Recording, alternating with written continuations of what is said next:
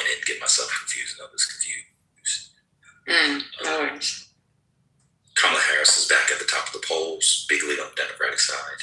What? Yeah, they had a poll come out yesterday, which makes sense. I mean, the campaign hasn't really started yet. And she made the announcement last week, and she was thinking about running on the Al Sharpton's conference. Yeah, that's about 2 weeks ago now. 2 weeks ago, yeah. So that makes sense. I think they did the poll. Why is she doing this? That's it. Because she thinks she can win. That's why. Because she believes she can. That's Hey, listen, can I share something in? Can I share something in the room?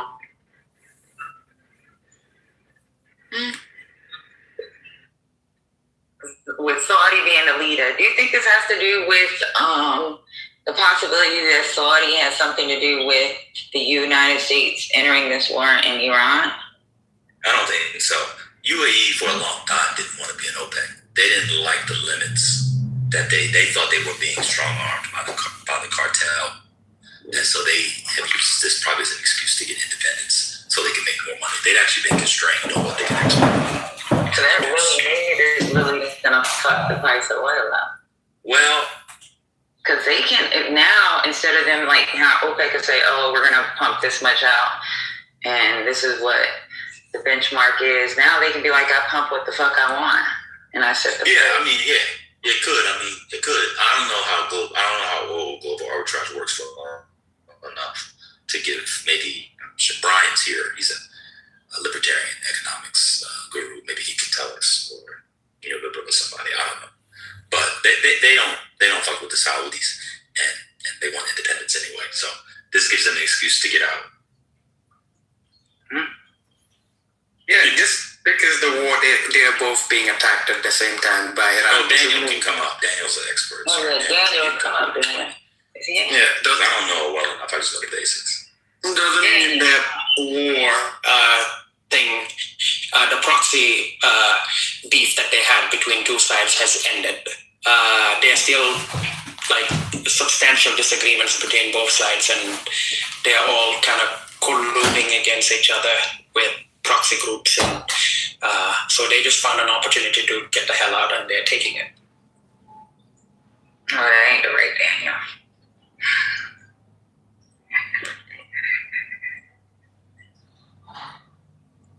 All right, go ahead. You can get it out, then we can go back to the news. Go ahead. All right, cool. So, and I'm being completely, I'm not joking when I say this, and it's gonna sound like I'm joking, but I'm not. So, I handled the affairs of, older people in my family and my, people older than me and everything like that. And this transgender for everyone thing has confused people to the point where some of the older women that I'm helping, when I call, the insurance or wherever I got the call, I'm talking like I'm talking to y'all. I say, yes, my name is Mary Smith. This is Mary Smith calling, and they can't question me. So basically, I just got off a phone call handling an issue for a woman. And because of the transgender for all situation that's, taking root in this country, I said, I'm not a sir, I'm a ma'am. I put myself on mute. I was cracking up. Because the woman she couldn't figure it, like she was thrown off because I sound like this, yet I'm an 80-year-old woman and she can't question it. So now I can actually handle these people's affairs without having a conference them and do all this other stuff. So that's one benefit to the transgender for all agenda is that men or women can call on behalf of their, man or women that they're handling for, and they can represent themselves as the person, which is, fraud. But at the same time, it's making things easier for people to get things done. I just thought that was y'all. We're not going to stop so here. OPEC. Yeah, go ahead. OPEC. You go ahead. What were you going to say? The transgender for all things. Do you think?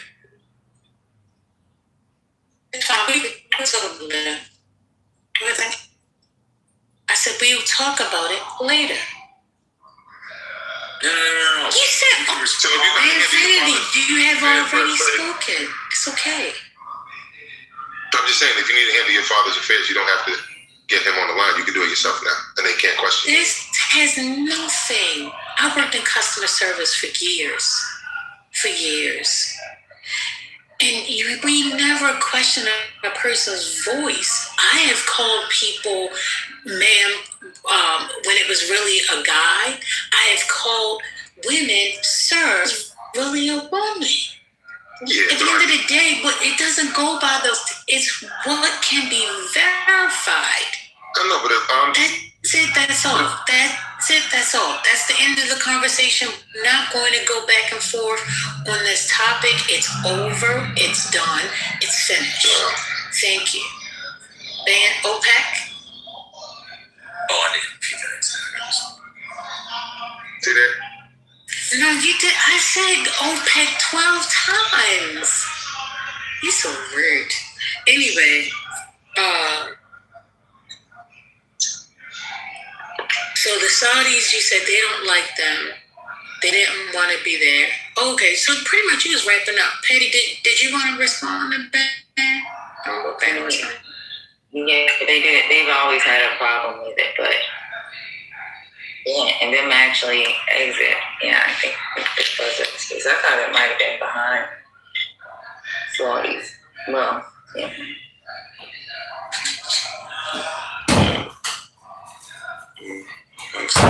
Global cooperations that we've had, but it's not necessarily a good move for the UAE because, you know, the global oil price is determined firstly by OPEC and the price that they set, and that then indicates a supply which, once the demand is ascertained, a price can be determined on the global markets. So I don't know if it's necessarily a good thing for global oil.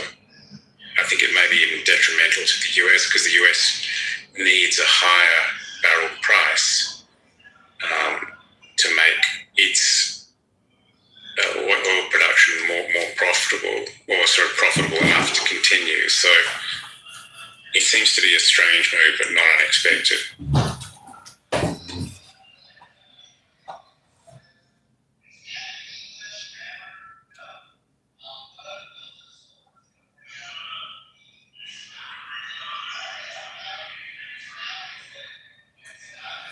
I'm trying to go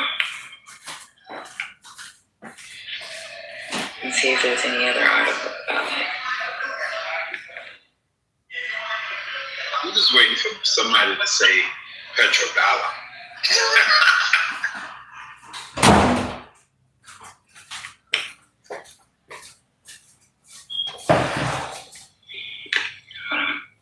Well, apparently there was a report that the UAE is looking to join BRICS, but then that would be counter or contrary to the US's interests. So it doesn't really make sense as any kind of brilliant strategic move, that's all.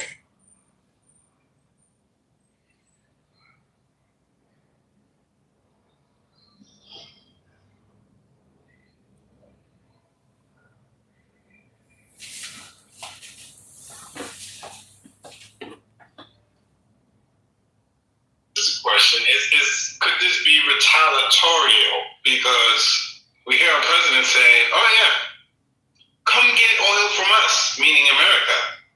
And you have people who can't move their things around. I don't know.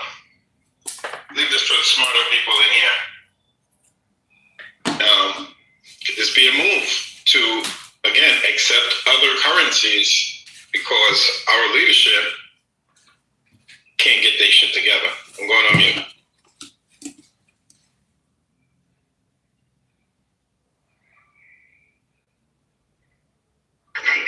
I don't understand what you just said, Divine. Can you just clear it up a little bit more for me?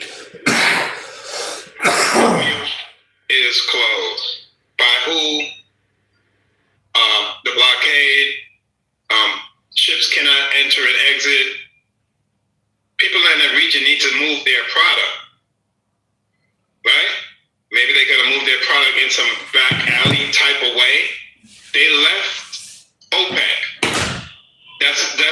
leaving OPEC says to me, I'm going to go get this bag of money with or without you.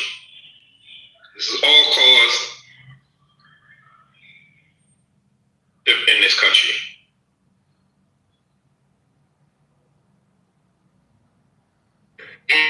And the blockade is being done by the United States of America, right? The blockade. And Iranian ports, right? Is that part right?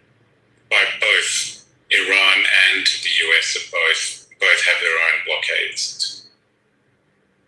Okay, but Iran is blocking the strait, while what I'm understanding the US is blocking Iranian ports. I just want to get those parts clear. Is that right or no? The US is stationed more in the Arabian Sea, and they are not letting Iranian ships through. The Iranians have their major influence closer to the top of the strait near Kars Island, what it's called, and they are not letting many of the other Gulf countries oil through unless they pay a specific tax, the $1 a barrel type thing. So they can still control the UAE's oil, but they do have like this side agreement with Oman because they do recognize that Oman controls half of the strait, but they won't let them control it. Okay, so does it matter?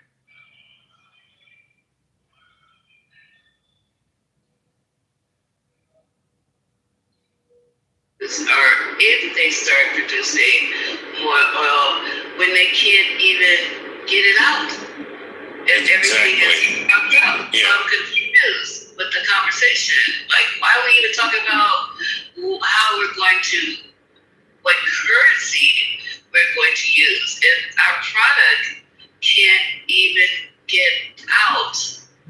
That's where I'm trying to figure out. And I said there's other ways to get it out. Everything does not have to go through the Strait of Hormuz. There's other ways to get product out of that region.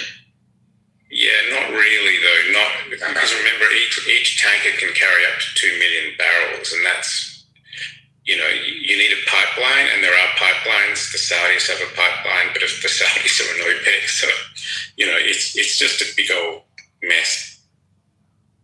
And the pipeline only holds up to 5 million barrels per day, right? Yeah.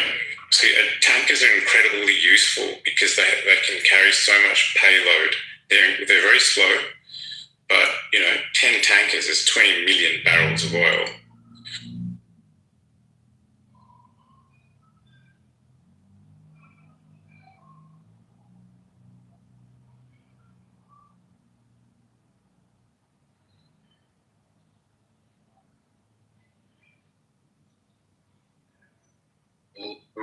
My response to that is slow money is better than no money.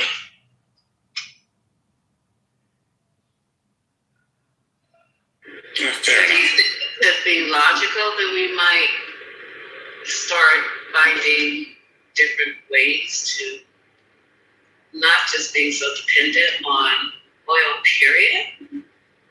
Is that even a thought? No? Never? It won't happen because it's a structural issue, right? You've got so much of the world depends on petroleum-derived products, fertilizers, all that sort of thing. We're so embedded into the global economy that the march of renewables is not being quick enough or deep enough. But the issue is that this stuff isn't necessarily, there's plenty of supply of oil, but this is affecting the price in an adverse way. This Trump's actions in the Straits. Wait. So I'm reading here, UAE does have their own pipeline. And it goes through Oman and comes out the Gulf of Oman. So it bypasses the honeymoon. But does it come out still in the Straits though? So it's outside the Strait of Hormuz. I said it's in the Gulf of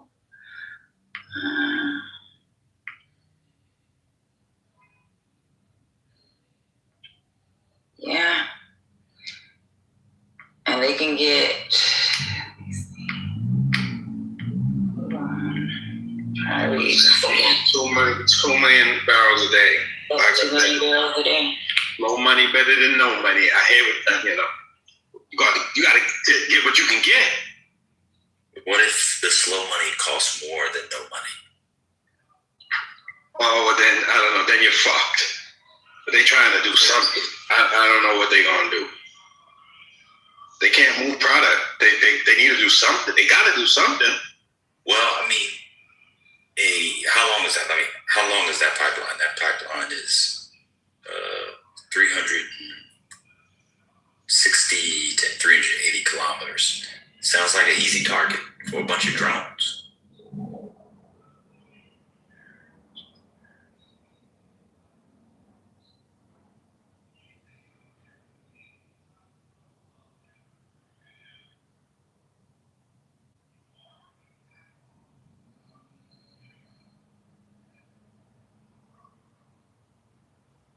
Yeah, so is it 1.5 to 1.8 million barrels through the pipeline?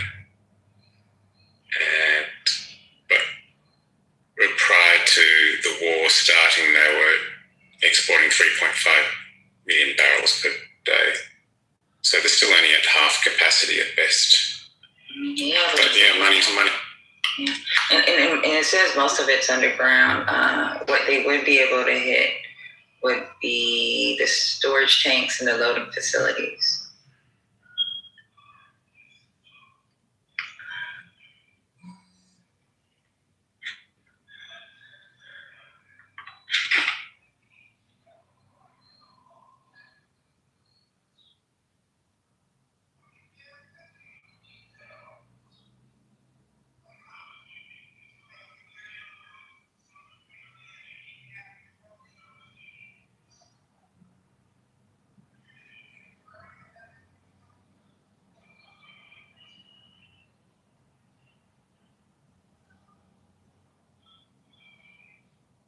It looks like that since the announcement by the UAE a few hours ago, the Brent barrel price has not come down significantly. I think it's down 10 or 20 cents per barrel. It's still at $109.50, $109.70. It was at 110 a bit earlier. So the fact that they have the ability to supply extra hasn't necessarily been recognised by the market because of the constraint of the caused by the closing of the straits.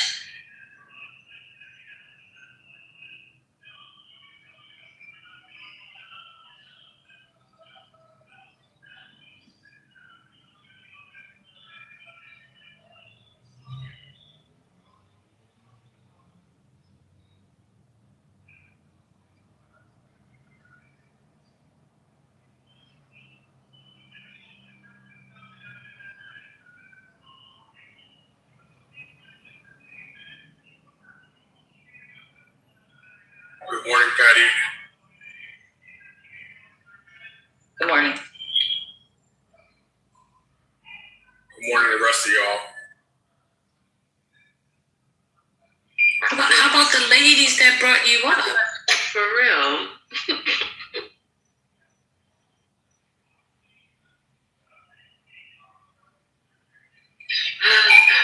That's all I'm gonna say. And good morning to you, First Lady, Tiandria, Man, Divine, Lisa. I don't know who you are, Butter. Good morning to you, Lord, Cunning, Arthur, Ryan. Good morning to the goo. Let's see if there's any notable names. What do you mean you don't know who I am? What are you talking about? I wasn't talking about you, Lisa. Of course I know who you are, Lisa. I don't know who Butter is. Butter's a good girl. She's good. She's a good woman. I'm gonna break. Looking at the group, see if it's the same crew. Look at Check his this out, y'all. We're going to war in Iran, and something came up about the Iran proposal. So if they reopen those, they're cool with that without getting a nuclear deal. And that's how they are looking at ending this war.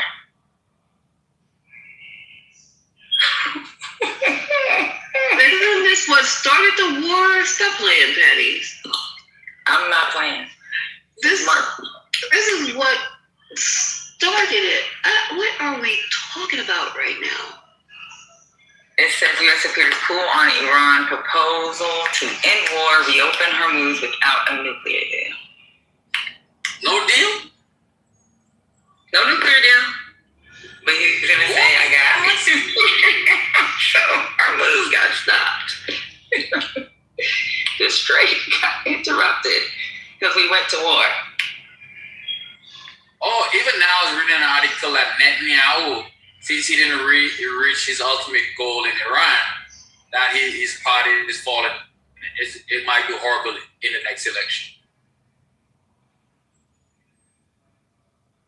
Okay, this is what it says. The Iranian proposal would focus on reopening the Hormuz, ending the war the U.S. and Israel began 2 months ago, but table the nuclear talks until a later date.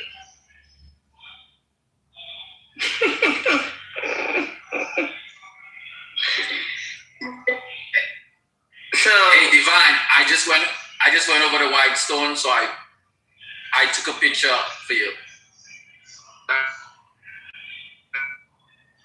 Yeah. Are y'all okay? She's sitting here talking about what's going on. You know, we all a little bit hurt. And no, you need a beat. I promise you. Patty, go ahead. Sorry, she was not. She was mid-sentence. So, Need a beat. apologize. And then you just follow right behind him. I should beat you too. Where's my belt? You know, I do stop by chillism. I'll never get on stage, but I do listen to the band. To see Concrete in his natural form. Not his natural form. What was Patty saying, Patty? Get us back, please. Good God. I mean, this is crazy. We spent all that money on going to war. The goal was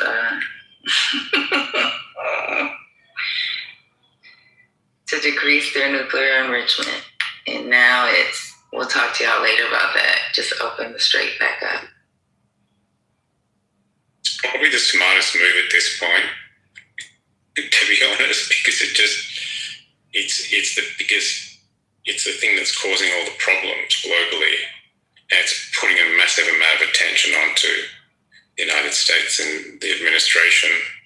Oh, it definitely is. And then, the GCC, countries from the GCC had met in Turkey last week. And guess who was indirectly involved? China.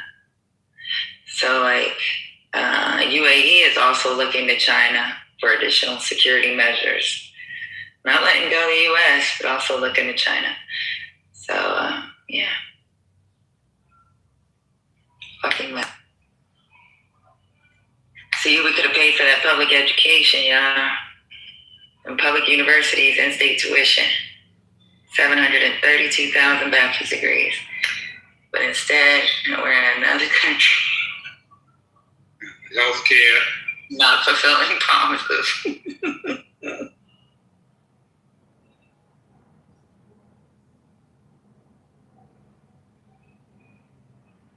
Where MAGA at with this? He's a great businessman, and that's what we need for the country. What if? You done run him off, Patty. You done run him off. Wait a minute, before you, what's the name? Now, where's this? He's in the chat. They Trump. come up here with these lies, but go ahead. Sorry. No worries. Where are you reading this from? Because Trump will get mad and flip and switch if people start going against the fact about what he's doing. Where's this man? Where's this information? Because he'll come out and say, I didn't say that. I can't believe he's doing that. I can't believe it. That he's backing out without he at least they had some type of nuclear deal. Now you're saying none? Have you ever Like zero? have you ever heard of, damn it, you said it. Yes. It's called taco. We've seen it before. No. I just want to make sure I understand. Like zero, nothing like how the Obama JBOC thing, like nothing. Is it out of the deal that counts? Look, you Not the deal itself. can't have the C in taco without doing the C in taco. Can't chicken out without. I mean, you get chicken out with something, with a little sauce on the side. Little ranch If dipping you sauce. chicken, you eat the sauce or something. Nothing? Y'all lying. I ain't buying it. There's got to be something. True to the game. He's staying No. true to the game. No. Y'all playing with The problem with Trump's negotiating his current position is that I think it's described as a zugzwang, which is any move he makes, he's going to be in a worse position than he was when he started this whole thing. It's a complete and utter failure, and for anyone to argue that there's been any benefit from this would be just a very hard argument to make.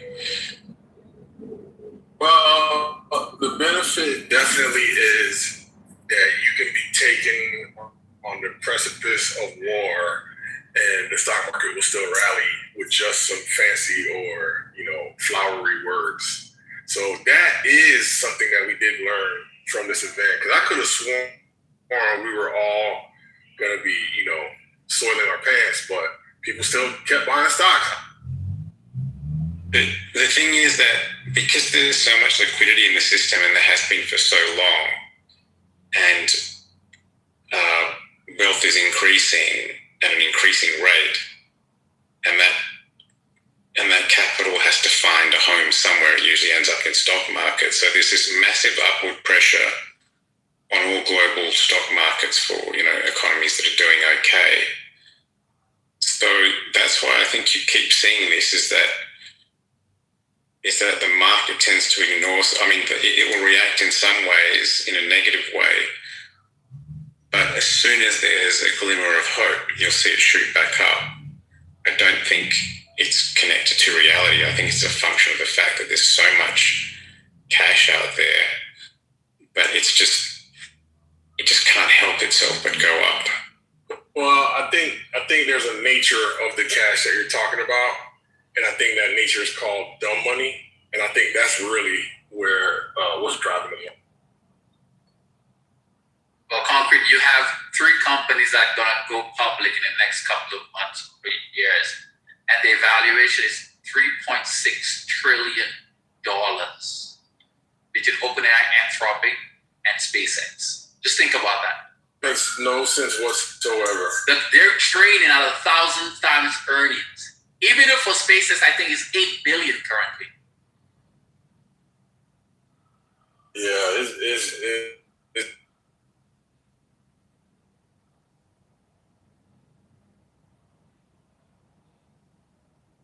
So this going to be over by May 15th?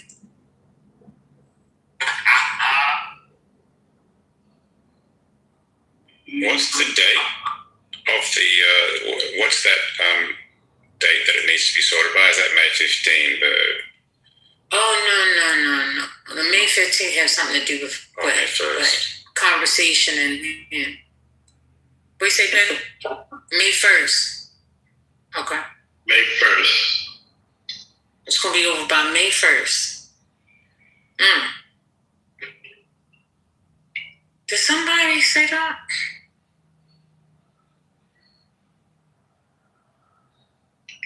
That's Saturday, right?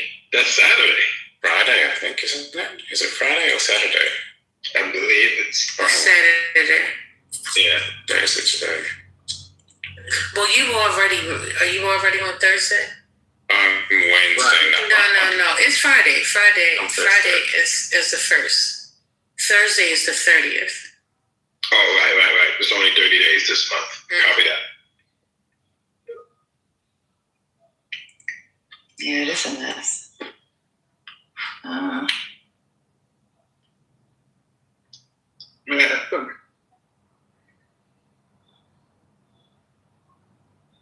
Too much.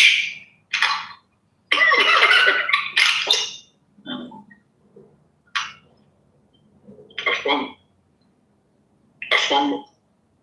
We got the Fumble back. dropping bombs. We got to practice dropping bombs. But daycare, childcare, medical care, all that stuff is a waste of money. Okay.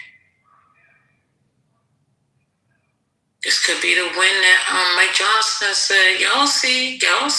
By the time the midterms come, things will be turned around. Remember he said that last week?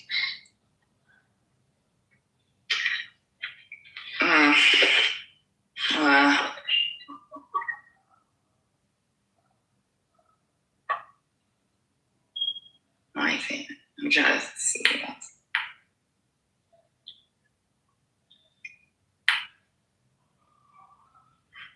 Brother, I'm gonna pluck them. See, and y'all did it again. But y'all remember me saying it now. I had to say that. I'm just ready for the spin. I saved your sons. It would have been a nasty war. We would have lost a lot of lives. I saved the lives of millions and millions, if not billions, of Americans. War is nasty. It's gonna spin it and somehow look like Mighty Mouse. If you don't know the concept.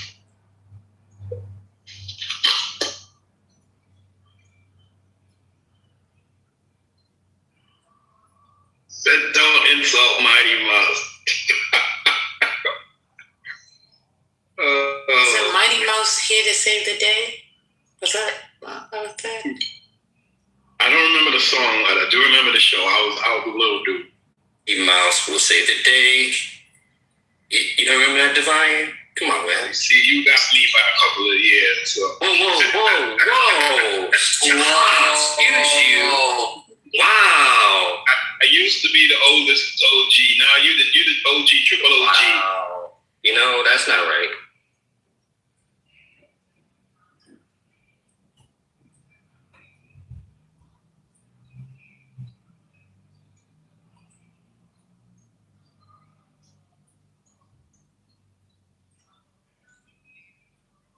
It's serious because first ladies, we got to stay on track. Right?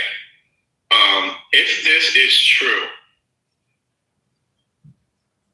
but Americans have the damn memory of a goldfish. I mean, at this point, it's like, okay, it happened, it's over. We're just gonna move on. I mean, no one's home. Who's gonna check them? I'm going on mute.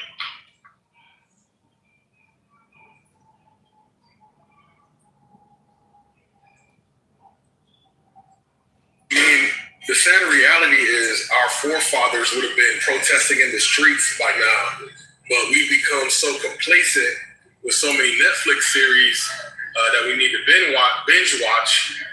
We don't have time for the revolution. So the nefarious bad actors just keep getting to do what they want to do when they want to do it, how they want to do it. And I blame you, Divine. Thank you. I blame the To check him, we're going to check him. The United States of America, the people, we're going to check him at the polls. We're going to check him and possibly exert some type of influence. Are you giving up already, Divine? Who's going to check him? We're going to check him. Divine is from the Chuck D public enemy era.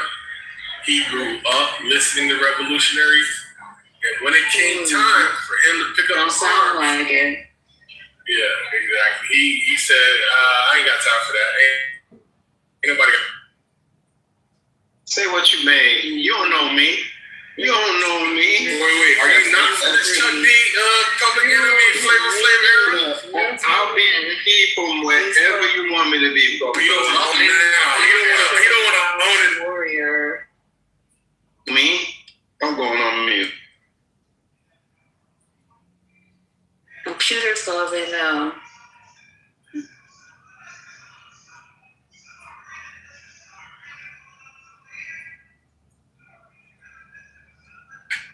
Damn it, I think Van is right. Van said, people went outside for ice, but not war. Americans are pro-killing people in the Middle East. Uh-oh. You might have something. What do you call it, Carthy? There's some chum in the water. There's some chum. I mean, he's probably right. I wasn't outside for either, so I guess it doesn't apply for me. Yeah, you don't care about nobody, Divine. He supposedly cares about the Epstein survivors, so he'll be on the street for the Epstein survivors, right? I'm trying to feed these babies. Y'all, but y'all, again, y'all don't know what I'm doing for the culture. Y'all don't know what I'm doing for the future.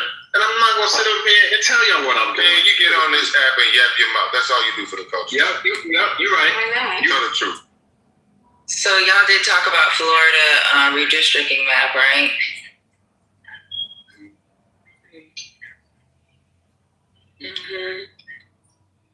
Tell me redistricting.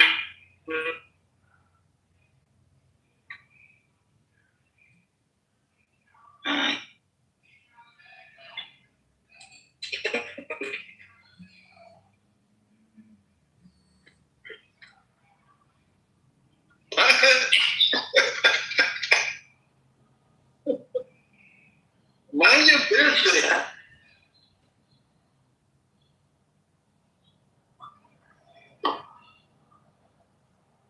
I don't do my taxes. I don't do my taxes. I don't do my taxes. I don't do my taxes. Shut up. I don't do my taxes someone and then they do it for me. I didn't say your taxes. I said your corporate.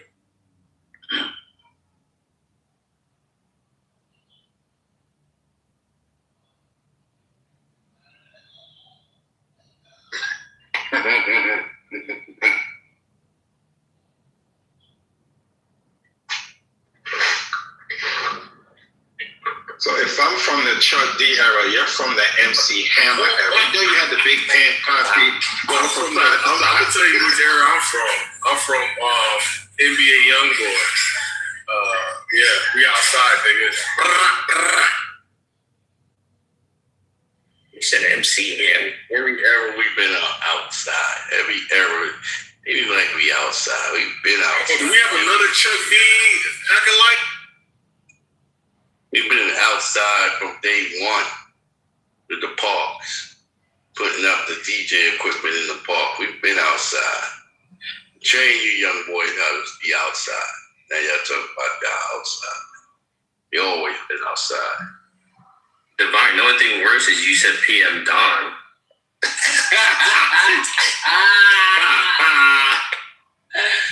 Hey, not too much in PM Dawn. Hey, listen. Emma, what you know about them? With the memory of you. That's what it is. I don't know about them. Tell me about them. KRS-One threw him off the stage. Exactly. You took the words out of my mouth. That's all I know about PM Dawn. He got on stage and KRS-One threw him off the stage. Okay, y'all, I'm gonna go ahead and play this real quick. Because I think y'all talking about rap music right now, right? Patty hate black men frolicking. Thousands of miles of hidden coves. The ad. I can't go past it. Find your own little slice of heaven in the Florida Keys and Key West. UAE is a major oil producer, founding member of OPEC. How significant a move is this? This is very significant, Becky. It brings a 59-year relationship to an end, and we just saw this posted on local media, and this is the statement. I want to read you a little bit of this because it gives you some insight into what the UAE government is thinking. They say this decision came after a thorough review of the UAE's production policy and its current and future capacity, and in view of what the national interest requires and the state's commitment to contribute effectively to meeting the urgent needs of the market. Meanwhile, geopolitical fluctuations continue in the near term through the disturbances in the Arabian Gulf and the Strait of Hormuz, which affects supply dynamics as the basic trends indicate continued growth in global energy demand in the medium and long term. So just to give you a little bit of insight in terms of the UAE's capacity right now in terms of what they want to be producing by 2027. We know they want to take that production up to around 5 million barrels per day by 2027 right now in terms of what the OPEC rules have been. It's around 3.5 million barrels per day. So clearly there's always been sort of an undercurrent of trying to increase the amount of production from the UAE. But this is absolutely significant. We need to look at the timing of this while we're seeing restrictions in the Strait of Hormuz, which of course has affected the movement of oil and products from the region, specifically in the Gulf states. And also quite important to note, in terms of the underlying messaging here, you've got to remember that Qatar withdrew from OPEC in 2018, and that was a very symbolic move, moving more into gas. Here we have a significant oil producer, Becky, that is now withdrawing from OPEC and OPEC plus countries. You've also got to remember that Russia joined the OPEC membership in around 2016. That caused quite a lot of questions in terms of the way that OPEC was looking at the overall production capacity of all nations that were included. But OPEC's premise, Becky, is about controlling supply and demand and, of course, stabilization of the oil market. We're looking at a very different scenario now where we've got Brent crude prices sitting at $111 a barrel in a very new reality where you've got this energy supply shock coming to the fore. The UAE taking this very interesting stance here. They also say stable global energy system depends on flexible, reliable, and affordable supply. The UAE investing in evolving efficiently and responsibly, prioritizing, they say, stability, affordability, as well as sustainability. They also mention that they joined OPEC in 1967. This was prior to the formation of the UAE. So this is a very long-standing relationship. OPEC members, of course, standing, around 11 now. Once the UAE decides to leave, it's going to happen on the 1st of May.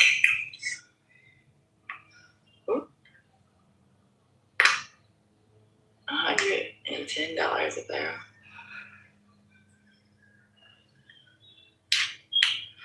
Thank God I got electric. I can't lie. It's okay.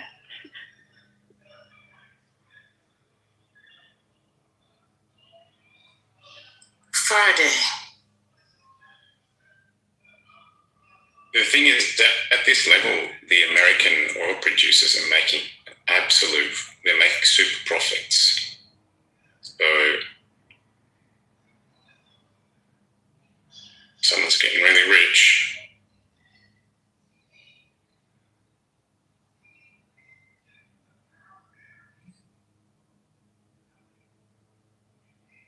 You remember how Michael Burry was able to predict the collapse of the subprime mortgages? Where is that guy in this financial economic cycle who is able to read the tea leaves in such a way to see where it's going to collapse? I hear a lot of people talking about private credit, but I feel like private credit is not big enough to collapse the system. So I'm wondering what other corners, maybe software, tech, where are the Ponzi scheme charlatans, right? They're all there somewhere doing something.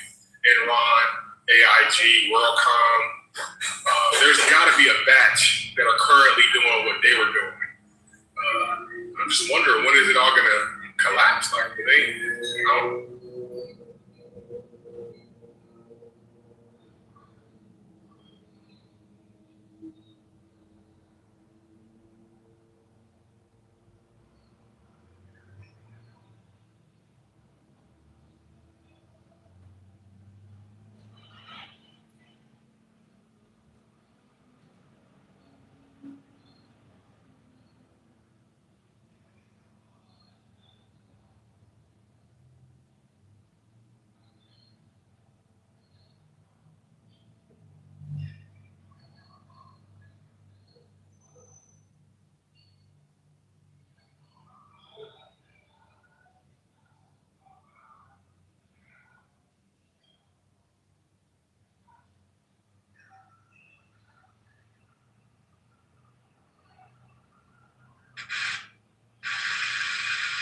Okay, Concrete.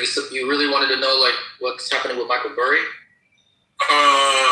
Yeah, I like Michael, but he's behind the Substack wall now, right? He doesn't release his content for free anymore. No, he doesn't. I mean, he used to be tweeting all the time. Yeah, about, I like, what he's doing. But in last year, he liquidated everything. He shut down his hedge fund and everything. So, and it says online that he shifted heavily into options. So, and he's probably doing a lot of. He said he's more bearish on his bets nowadays. He's been mentioning like a AI bubble bursting, things like that. So he's probably betting on that in the future, but we don't see anything that he's doing right now. Yeah, the thing about being early is it looks just like being wrong, and it's costly, especially when you're trying to short. People have been trying to short Tesla for a long time and losing their shirts. He's still shorting Tesla. As far as I heard. Yeah, he's been shorting Tesla for a while. Yeah, since last year. Like when you say shorting, you mean he has a short position, or he just he has a short position, and he has a short position in Tesla. I don't know if he's closed it out since he closed down his fund, but he's been calling that, he's saying Tesla's overvalued, and he just doesn't see, especially with the advancement in Chinese EV technology, he doesn't see the moat that Tesla have, especially with all American EVs coming online. Anything that Musk just over-promises and under-deliver. And Tesla is still trading at 100 times earnings, which he says is unrealistic. Because Tesla shifted heavily. Like they're not going to be making cars. They're going to be straight up AI. You know what I mean? So AI and robots. So and then that's Musk. That's Burry's people. Yeah, Burry is he knows that he's saying that there's going to be an AI bubble burst. So if that's the case, and Tesla's shifting to AI.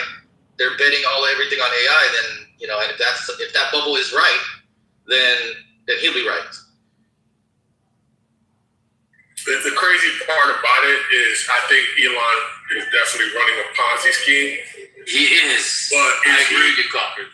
Oh wow, that's the first person to agree with the thesis. But the thing is, if this SpaceX IPO goes off without a hitch, he would have won. That's it. It's over. I don't think he can get caught.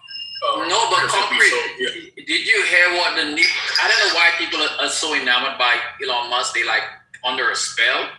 He agreed to list on the NASDAQ. But first, normally you have a period of time where you could be added to the index fund of the NASDAQ. And they agreed to add him in like a short period of time. Normally it takes like almost a year to be added to the index. And he's going to be added in a shorter period of time, and that's unheard of. You're not supposed to be able to negotiate shit like that. But basically, he went to them and told them, "Hey, I could list my company IPO on all the exchanges, but I bring it to Nasdaq. But I want this and that. I want this favor from Nasdaq." And the thing about it exposes a lot of people because a lot of people invest in those index funds. And the fact is that now you're exposing them to a company that's going to come to market trading at almost $1,000 valuation. The gross margin on it sucks when SpaceX comes to market. SpaceX is a worse of a Ponzi scheme than Tesla. And if people dip in it, a lot of people who invest in index funds, a lot of retirement accounts is going to lose a lot of money. Because listen, it's going to come to market at a $1.something trillion valuation, and the stock is going to crater after that. People are going to lose their shit. We'll see, man.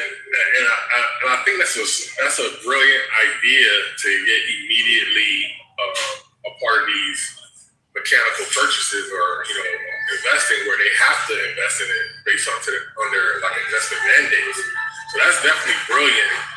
Whether or not I think there's too much excitement around him for it to immediately crater. Like why don't you think it would have any resilience in the same way that fucking Tesla has resilience? So Tesla has resilience as a stock in the face of him doing the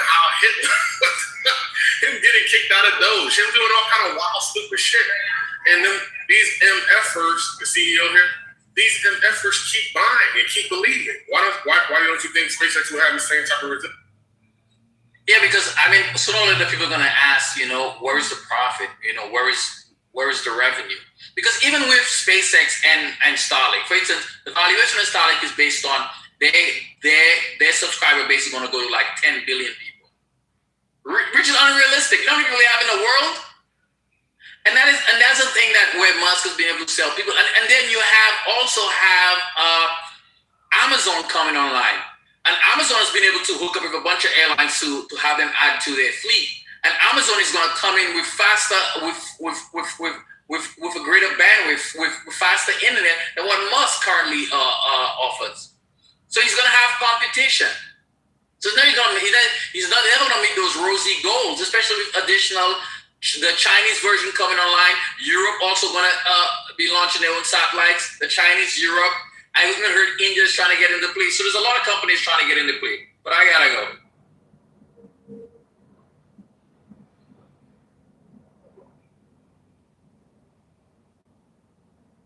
Anything else?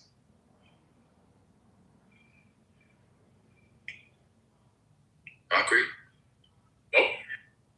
Okay, cool. On the topic. So some people may have seen this Disney. I don't know what's going on with the FCC. If I were MAGA, I would be really upset with the FCC. So the FCC is calling on Disney. They're reviewing Disney's broadcast license in the midst of this Jimmy Kimmel thing. Let me read it from this aggregator. The FCC is reportedly prepping a review of Disney's broadcast licenses a day after late night. And I think this is breaking this morning, because people hadn't heard it. A day after late night comment, Jimmy Kimmel refused to apologize for a remark that First Lady Melania Trump had, quote, the glow of an expectant widow, a crack that had reignited a feud with President Donald Trump. The agency's review of the ABC parent company's right to broadcast its programming over public airwaves wound up the pressure on the entertainment powerhouse. Semaphore reported after that's the editorial project. The Semaphore report, later confirmed by CNN's media chief analyst Brian Stelter, said the move, quote, would be a major escalation by FCC boss Brandon Carr. The 8 ABC licenses are not due for review for another several years, by the report. Kimmel made the joke before the stuff happened, and I don't think Jimmy Kimmel is funny. I know people say, I don't even understand what people look. That's like a basic joke. If you were to go to a roast or like, that's pretty basic. I'm a little thrown off. Brian, you're MAGA or you support Trump and whatever. Do any Republicans have an issue with the government literally going after the so-called free press and media because of Jimmy Kimmel's jokes? This is kind of insane. It's kind of insane. I think there's a lot of people who think it's inappropriate and incendiary and inciting in some ways. But also, yeah, what was inciting? Well, just that he's normalizing the thought of Trump being assassinated. Just like what's the man is almost 80. I got it. So comedy, in the course of a comedy routine, you understand as incitement. I just want to make sure that's what you're suggesting. Because it was, I don't know if you saw it, it was part of like a little skit that he was doing, like roast style. You've seen those roasts, right? Like the roast, like they roasted Donald Trump before he was president. You've seen the roast. You're familiar with roast, right? Yeah, I mean, I wouldn't give it any credence. I certainly wouldn't stick the government on it. I don't think that's appropriate. I would rather see just people, not tune in. Okay. I'm trying to understand though, why would the FCC look at Disney's licenses over that? That's kind of strange. Anyway, I appreciate your answer. I don't think it's incitement. I mean, I thought y'all were the free speech people. It's kind of weird. Anyway, anybody else? Okay, there goes my topic. You guys go ahead and talk about IPOs and other gobbledygook. I got the Coke. Nobody wants to talk about this stuff I talk about, so they can talk about the Tesla. I know people. Elon Musk. Wait. And pipelines. Okay.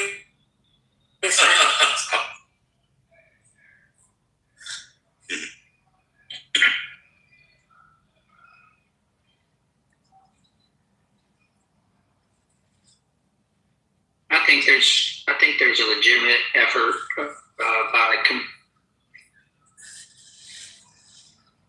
go first, and then Brian, if you want to follow, you can. I think it's an intimidation tactic. I don't even know if it would get to court. The court would completely throw it out. I think it may be written. I think it's an intimidation tactic and maybe written for the base. But comics, late night comics, mainstream or not mainstream, do these kinds of jokes all the time. And this is not an incitement for violence, especially in comedy. There are Supreme Court cases on comedy and parody in particular that is protected speech. Like if someone does a parody of your song, you actually can't sue them, the Supreme Court says. It's especially protected. Sorry, all speech is protected, but it's a special category in American law for parodic speech. Go ahead, Brian.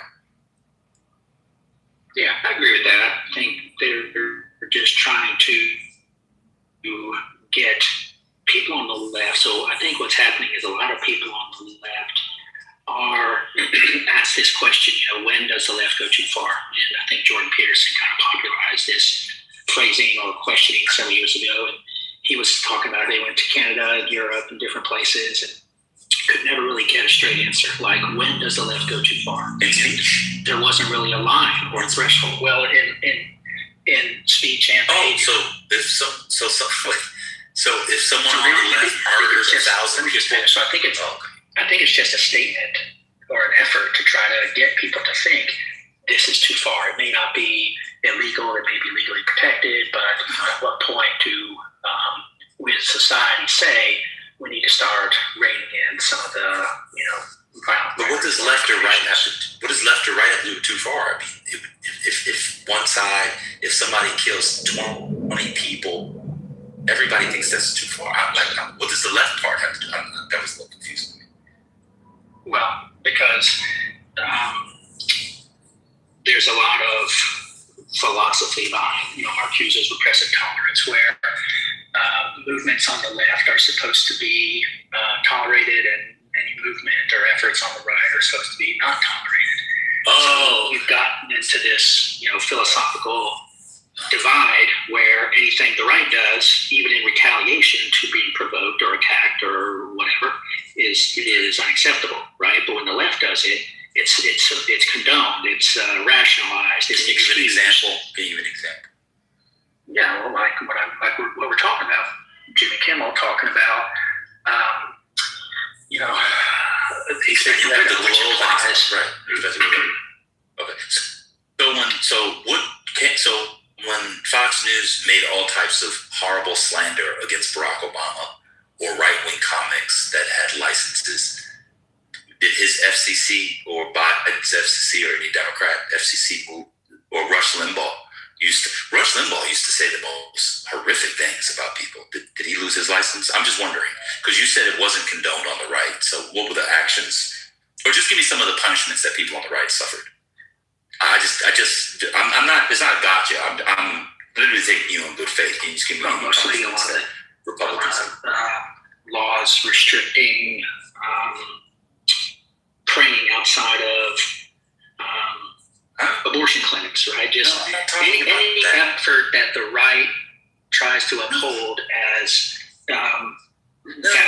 No, I wasn't clear. I was saying, I'm talking about the speech. So laws outside of clinics, you have to have safe passage. You're not allowed to block people from coming in. I'm not talking about that. I was saying, you said we were using the Jimmy Kimmel as an example, and so Brandon Carr and his FCC is going after them through licensing. I'm saying, what was an equivalent of that Democrats or the left did around right-wing broadcasters? That's all I was asking.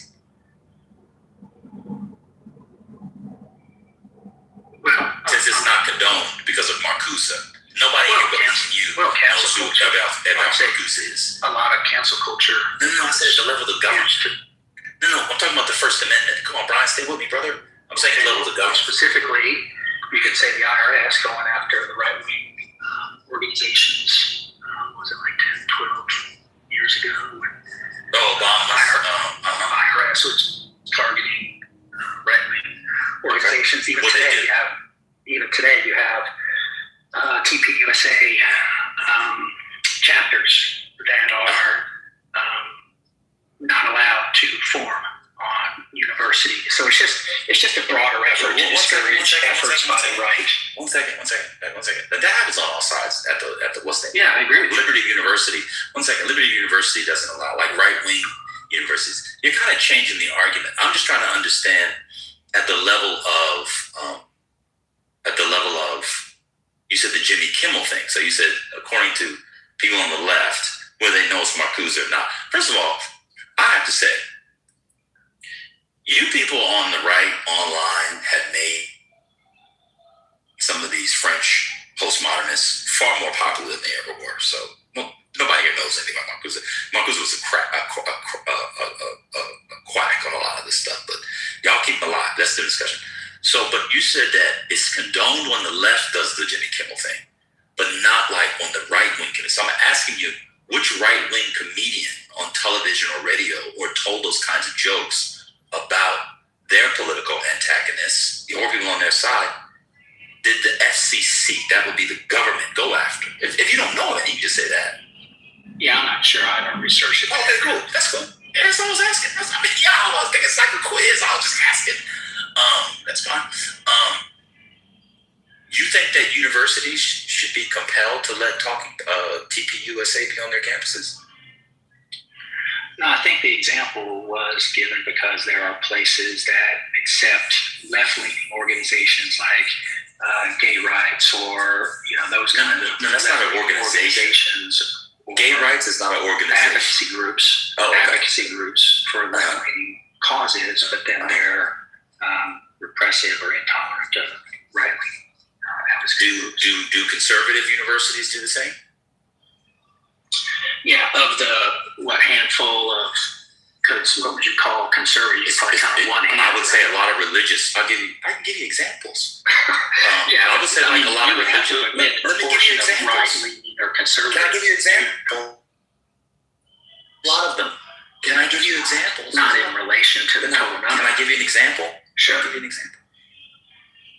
Well, whether it's out of proportion or not, that wasn't your claim. Your claim was one side is condoned and the other side is not. Yeah, and I'm telling you that if you there are lots of religious universities, Bible colleges, the big ones like Brigham Young, Mormon, Catholic, they don't allow certain groups either. But that's a complete red herring. We were talking about the force of the government. So this is the FCC. They control licensing.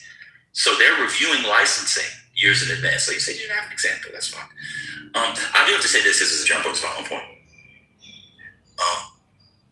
Right-wingers always show their thoughts and beliefs when they're in power. The view of right-wingers collectively, not all of them, is all when they're in power. It is not when they're out of power.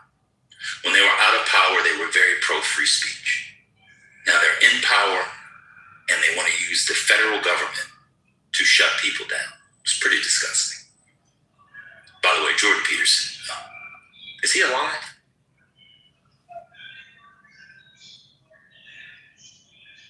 Is Jordan Peterson? Yeah, I think he's struggling. What's he struggling? I think he's recovering. He went through some drug addiction. I guess. Wait, the man who used to castigate people for not having their lives together and being bewildered, and bothered by left-wing ideology and wokeness, became a drug addict himself? That can't be true. I think he went through some treatment for various health issues, and those treatments ended up leading to an addiction and some neurological issues. Did he try the Bible? I know he turned into a Christian. Do you think the Bible could save him? Do I think the Bible can save him?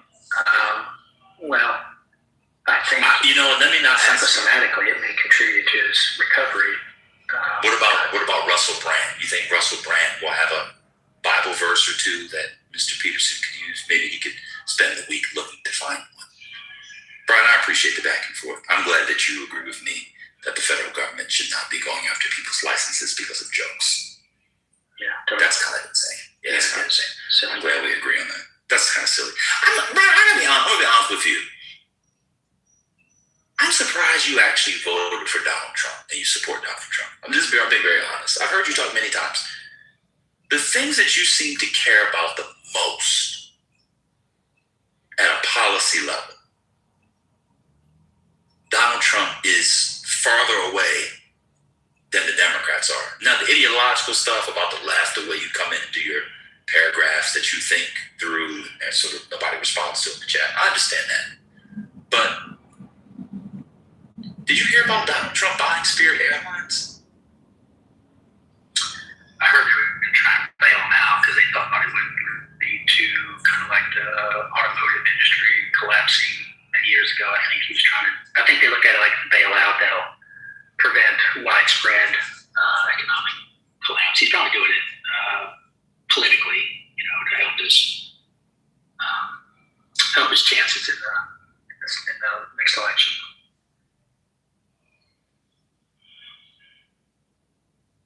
I think if the economy tanks, he's screwed. I mean, he's going to have to overcome a lot for the economy to turn around in the next several months, and I think he just looks like that is. I'm not talking about. I'm talking about. That's like socialism. He wanted to nationalize an industry. You always talk about like the left and all that stuff. He's already done that with part in the chip manufacturing, and now he's thinking about getting a 90% stake of an airline. That's like literal socialism. Not like, the Democrats are raising taxes to pay for child care programs. That's like crude definitional socialism. No Democrat has done that in our lifetime. To take over like a literal mean of production. Y'all just hate black people. I'll be honest with y'all. Y'all are just into the culture war stuff. Y'all are just into the culture war stuff. It's race stuff. It's gay stuff. It's trans stuff. It's all culture war. That matters far more to you than the economics. That's what I understand. That's what I believe. Because that's wild. The way you say you hate leftism and Marxism is evil and slavery, and you have a president who has nationalized part of the chip industry, and now is considering that one I can see for security, national security interests, given all the weaponry and military technology that's reliant on. But it's a private company. No, but it's not. But they did it through a private company. It's not like they started the U.S. chip manufacturing and get the Defense Production Act going. I can understand that too. And now they're doing that, they're thinking about using the TPA with General Motors. Did you see that? I didn't see that. I don't know, man. I think you're okay with slavery and socialism and Marxism as long as a Republican does it. I gotta be honest with you, very inconsistent. No, I would not be in favor of that. But Trump is doing it, and you voted for him 3 times. Well, I'm not in favor of that part of his policy. That's why I I know, but I'm saying MAGA or even a Republican. I know, but that seems to be your main issue. Views on some of the stupid shit that he does. I know, but that seems to be your main issue, and you call it evil and slavery. So I figured those were your first principles, what you hold most dear. Marxism. And so let me just finish. Let me finish that point. And so that's one. Let me finish that point. And so that's why it seems to me that they're less important than the trans stuff to you. So let me ask you a question. What's more important to you? Not having trans people in women's sports, or keeping socialism and communism away from America? What's more important to you? The second one. Okay, cool. I appreciate you. All right, I'm done. I invited Alex, who said I was sick for what I said about Jordan Peterson. So I couldn't care less about Jordan Peterson. Jordan Peterson went around denigrating people and mocking them, saying all types of things, horrible things about human beings and populations. I don't give a fuck about him or his addiction. Fuck him. He's a public figure. Couldn't care less. He didn't care about other people. He was a disgusting person in many ways. And a liar. And that's why those young boys cooked him on Jubilee. Couldn't care less. Oh my God, look how bad are you talking bad about Jordan Peterson. Jordan Peterson can suck my nuts. Wishing people dead that you don't know. Horrible person. Yeah.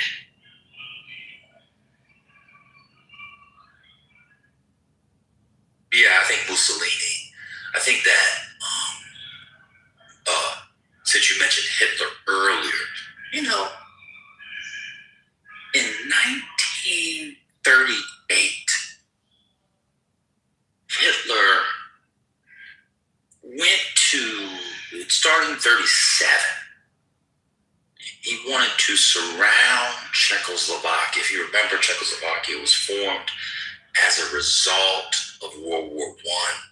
I believe about half the population in Czechoslovakia, clustered on its western side, were German-speaking and of German derivation. About quarters, significant. And remember, Hitler wanted to surround Czechoslovakia. He wanted to consolidate all of Central Europe. So that's why in 1937, even though you got a fascist regime, that prime minister, I forget his name, in Austria, Hitler says, well, actually, you're going to join under us. And remember, they annex. You all remember. They annex Austria. Several months later, the prime minister of Hungary, goes to the Allies and said, even though we had signed the so-called tripartite pact, we actually want to negotiate a way to join the Allies. What does Hitler do? He takes over Hungary. You see. So you've got Hitler here, you got Germany, he's working his way west and south, you got Poland and north, and they're surrounding what used to be Czechoslovakia.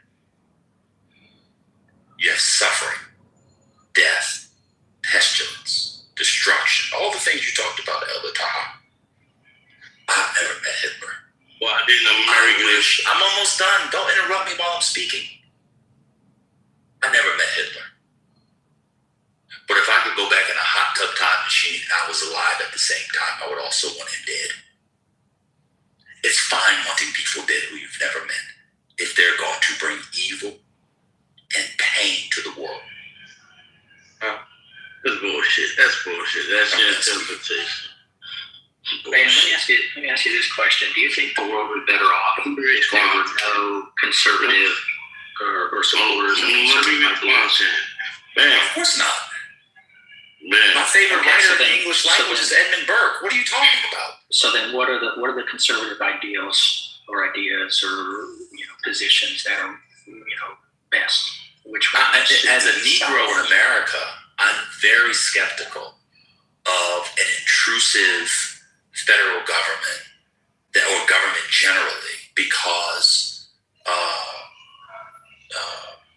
who goes beyond protecting the rights of their citizens. So I like the conservative emphasis on liberty. And for me, I believe. Can I answer your question? You asked me which principles I want. I'm 2 sentences in. Go ahead, Brian. Once people interrupt me now, I just stop. Go ahead. You can. I don't care. Okay, so focusing on government overreach, which party violates that more than the other? Did you say it depends on the time period? It depends on the time. Today. I don't think. Today. Republicans for sure. How so? That's not even close. Getting rid of bottom. Yeah, off me, man. This guy is getting rid of bottom. What are you doing? Elder, the man, I'm talking to. No, I'm saying Brian interrupted me. I wanted to ask you a question real quick on Hitler, and Brian just jumped in for a second. Okay. Go ahead, Elder. No, I just wanted who was more dangerous in your opinion, Hitler or Joseph Stalin? Who's more dangerous, Hitler or Joseph Stalin? One half one way, 50% the other way. Okay. Anything else? 50%. Oh my God. Yeah. I mean, I'll be honest with you. That kind of question is a question that a very precocious 4th grader would ask the 5th grade, they would realize how silly of a question that is. No, it's not. No, all right, Brian, can I answer your question? No, it's not, man. Stop lowering the question, man. No, it's not. The reason I asked that is that America Brian, was are so... Yes, please. I've answered your question, 50-50. Yeah, Republicans. Yeah, I would say Republicans. Now, did you want me to give examples? Yes, please. Yeah, cool. So I think a lot of stuff around book banning. Democrats used to do this. People on the left used to do this around books that had the word nigger in it. I never supported me, but I think wrong-headed people wanted to get rid of, say, Huck Twain.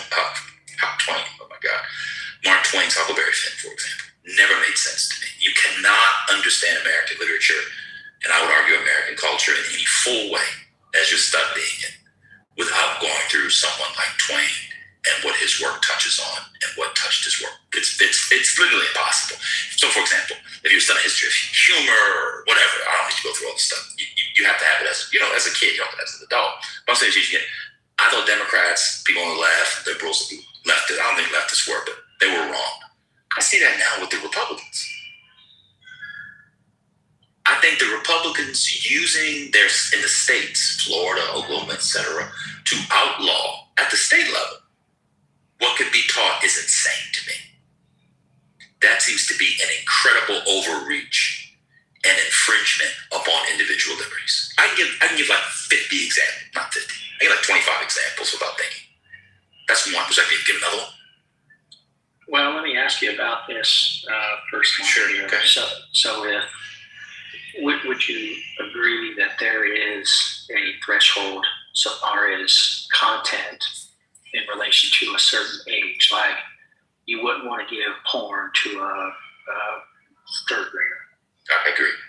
Yeah. Okay. So there is a limit. You're just saying the Republicans have gone over what you consider to be an acceptable threshold of banning things. What was it called? I gotta look it up. What was the thing when we grew up? Was it called the Berenstain Bears? Remember the Berenstain Bears? Is that what it's called? Remember that? The Bernstein or Berenstain Bears? Yeah, the family bears. Do you know those got banned in Florida under their new laws? Berenstain Bears books? Do you know there was a doc? You like baseball. You're an old half Negro. You like baseball. Do you remember Roberto Clemente? They got rid of Roberto Clemente biography for young adults because it talked about, he struggled and coming out of the Negro Leagues or whatever. Like, what? So yeah, I can give you more. The fact that the federal government is using the National Park Service. Now, this one they did change because it was an outrage. I don't know if you saw this. To change the materials at the Medgar Evers House in Mississippi. Did you hear about this? Change the materials, like the blurbs and the brochures, the blurbs, which you would learn, because because it was too incendiary to talk about racists. He was killed in when was Medgar Evers killed? 63? 61, 63, whenever it was. Early 60. Oh my God, I'm forgetting Medgar Evers was 63? Somebody help me. Okay, but it was 63. Yeah, it was 63. Did you not know that? Okay, so then we agree. There is. 1 second. Let me give you another one. The federal government also uses the National Park Service to get rid of an exhibit in Philadelphia that talked about the founders and slavery. It's literally impossible, regardless of what you think about slavery, to talk about early America without slavery. They ordered the placards to be taken down. I've walked past those placards. They actually need to be updated. Why would they do that?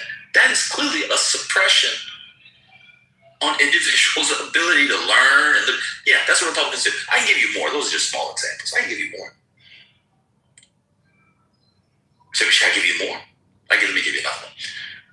The anti-protesting laws that came as a result of the so-called Summer of Love and George Floyd. The protections for, some would argue, running over protesters in states like Florida. Give you a whole bunch of stuff. I can give you a bunch of stuff. Now, you might not like this one. A biggie is Dobbs.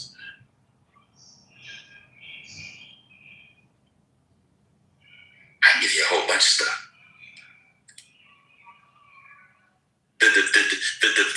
secretary comes in and wants to change stuff on the Tuskegee Airmen, because that's DEI. I was talking about the Tuskegee Airmen, DEI. They were war heroes. That's the Republican Party of today. It's an assault on freedom of speech, an assault on freedom of conscience, an assault on bodily autonomy. Women want to get medication, mifepristone, I believe it's called, from doctors who are allowed to prescribe them. The Republicans want to stop their ability to send them into their states. Yeah, I would say the Republican Party today. Yeah, I fully support Dobbs. I think it should be settled at the local or state level. Why? Why? Why? So that you give people the chance to choose. If they really want to live in a state that protects life and restricts abortion, then they can live there. If they don't, they move somewhere else. So Gotcha. Federal one-size-fits-all doesn't, align with that individual. So how would that be different than any other? Because that involves the individual body. So then do you think they should overturn Loving v. Virginia? Aren't you a product of an interracial coupling? I'm not familiar with Loving. How are you not from? Okay, so let me explain it to you. So there was a black woman and a white man in the state of Virginia, and they wanted to marry, and there were a set of anti-miscegenation laws. Interracial, not only marriage. I was actually reading some of these statutes 2 weeks ago. Why was I reading these statutes? I can't remember. Not only do people should know, was interracial marriage illegal, but, and I do know, you do know what Loving v. Virginia is. I know you do, but I'll explain it for the people who might not remember. But interracial sex was, and other types of intimate relations. Loving v. Virginia rendered those anti-miscegenation statutes, policies, and procedures to be unconstitutional. So my question becomes, why shouldn't that go back to the state level? If people want to live in states that allow for interracial coupling in marriage, they should choose to. If I want to live in a state like Mississippi that says negars and whites, or Asian people and Latinos, or whites and Latinos to be together, I think my state should be able to decide that. Go ahead and explain the difference. Yeah, technically, I would say that should go back to the states as well. And the people who, want to live in a state that elects and supports, racism or segregation can suffer the consequences. I think that's great. And so let's go down to other things with the Constitution. Let's go to the 13th Amendment. The 13th Amendment outlaws the holding of human bodies, the buying and selling and trafficking. It's called slavery. Why shouldn't certain states be allowed to, for their economies? Let me give you an example. Texas could really use slavery in 2026 in the Rio Grande Valley area to build those houses. I think that you could start a slave trade. You could get Mexicans and others from Central America, Guatemala, Honduras, Panama. I'll come back to the Panama slave trade. I had 2 girls I used to mess with who were Panamanian. Let me just say that I'm not sure why people like going to Colombia more than Panama, but that may be a colorism issue. But let me continue.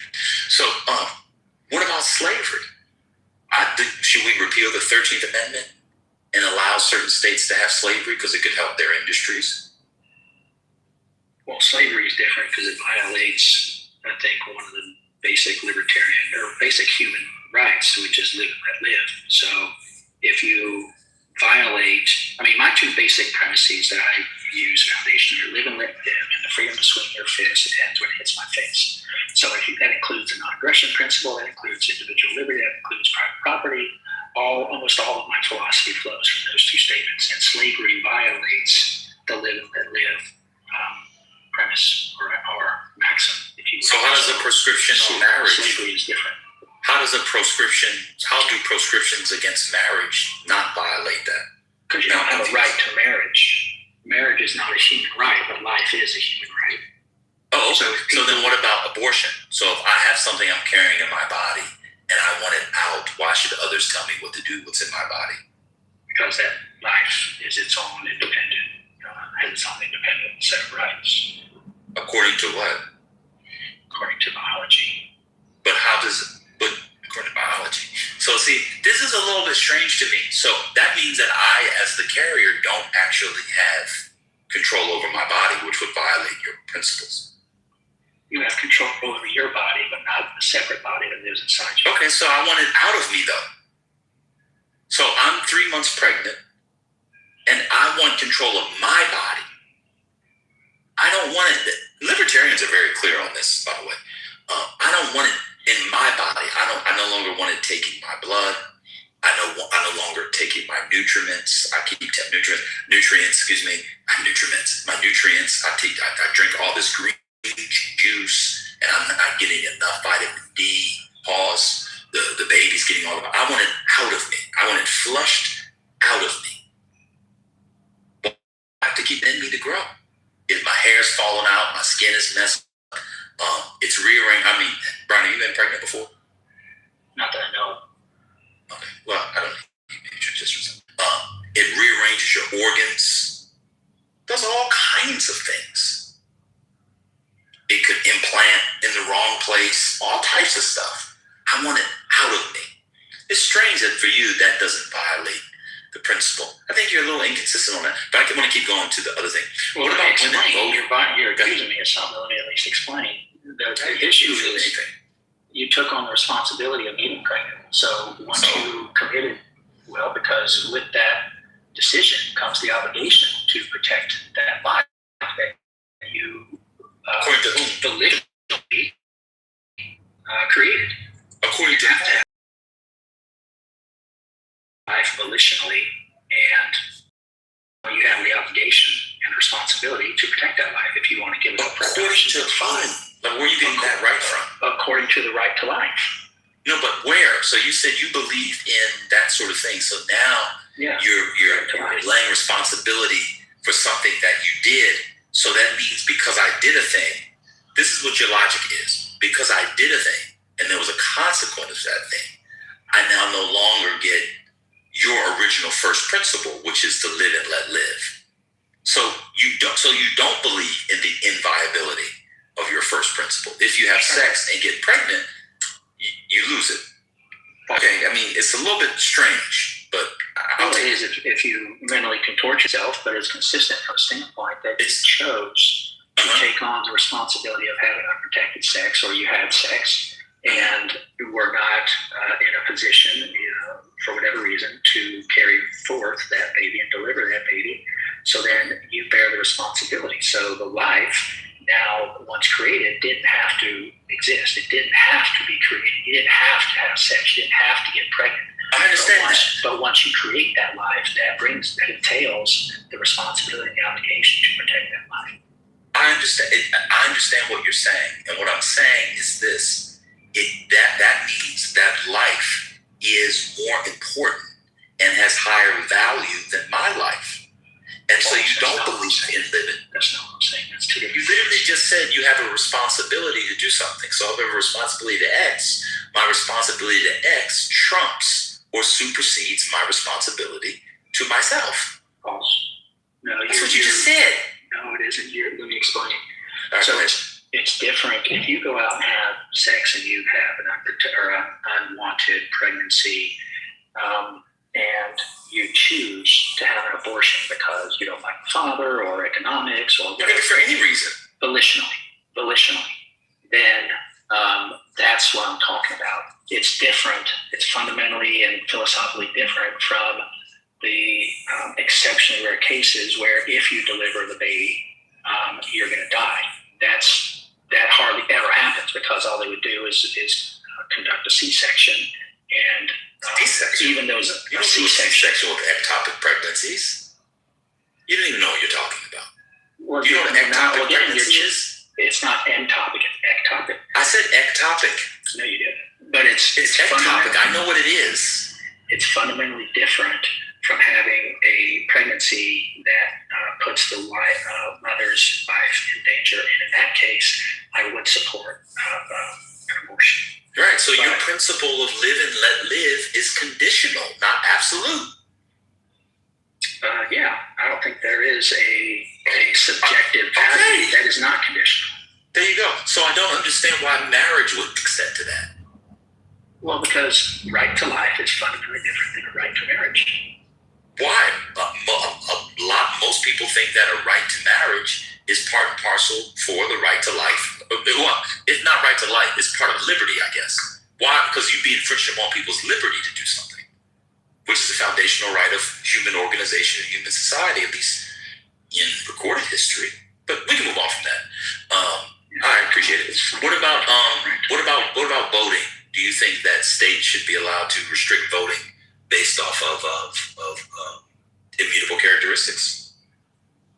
You mean like if you're black, you can't vote, or if you're a woman? Let's do a woman. Let's just go to the 19th Amendment. A woman. Do I think that if you're a woman, you should? Do you think states? I'll say it again. Do you think states should be able to restrict the franchise based off of immutable characteristics? The immutable characteristics could be having a third nipple and a sixth toe. It doesn't matter what it is. Talking at the level of abstraction. No. Why? Because I think if you're a participant in that society, you're subject to the laws, then you should have a voice. Now, there's an argument to be made that originally, landowners or suddenly certain men got to vote because they were the ones who were suffering the most consequences of the laws. Right? Depends on the area and state, but that's good enough. Yeah. Okay. But basically, that was the argument, right? You're a woman, you can't own property, you can't run businesses, whatever, or you're a male, non-landowning, person. Yeah, they got rid of that. Yeah, they got rid of that pretty early. That was pretty much gone for white men by 1840.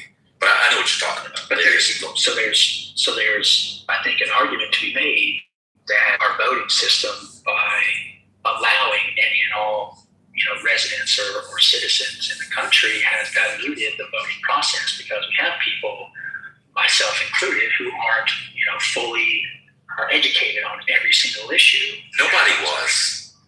Right. So then that's what I'm saying. The argument could be made that only certain people who are most impacted by the laws and what does that mean? How do you measure impact? Well, probably I think the previous classification was landowners, right? Okay, well, so they were in 26. Well, I think that this is not an agricultural society. Yeah, I think that'd be the counter argument, is that everybody has some say in the economy, either as a consumer or. You've moved on from the abstracted level to applied. Let's stay at the normative level. Let's go back to it. So you don't think that? All right, cool. All right, okay, cool. Yeah, so then, what do you do with slaves in that society? Should they be able to vote? What do you mean, like in 1865 after the war? No, in your society, we're constructing your society. You said in your society, slavery should be allowed in the state. That's what you said, which is fine. Oh, I thought you said slavery should be allowed because that would mean people would. No, I said slavery should not be allowed because oh, not slavery. Oh, I apologize. Yeah, you did say not slavery. It was yeah, my bad. Not slavery. About marriage. Oh, marriage. Oh, okay. I'm sorry. Yeah, you did say slavery. That was your main one. I apologize. Yeah, I misremembered. My bad. Yeah, he didn't say that for people who are recording. He did not say slavery. So nobody come back later and say Brian said that. I completely told my bad, brother. Yeah, I appreciate it. So you don't think, so you think there should be no, but okay, let's get away from immutable characteristics.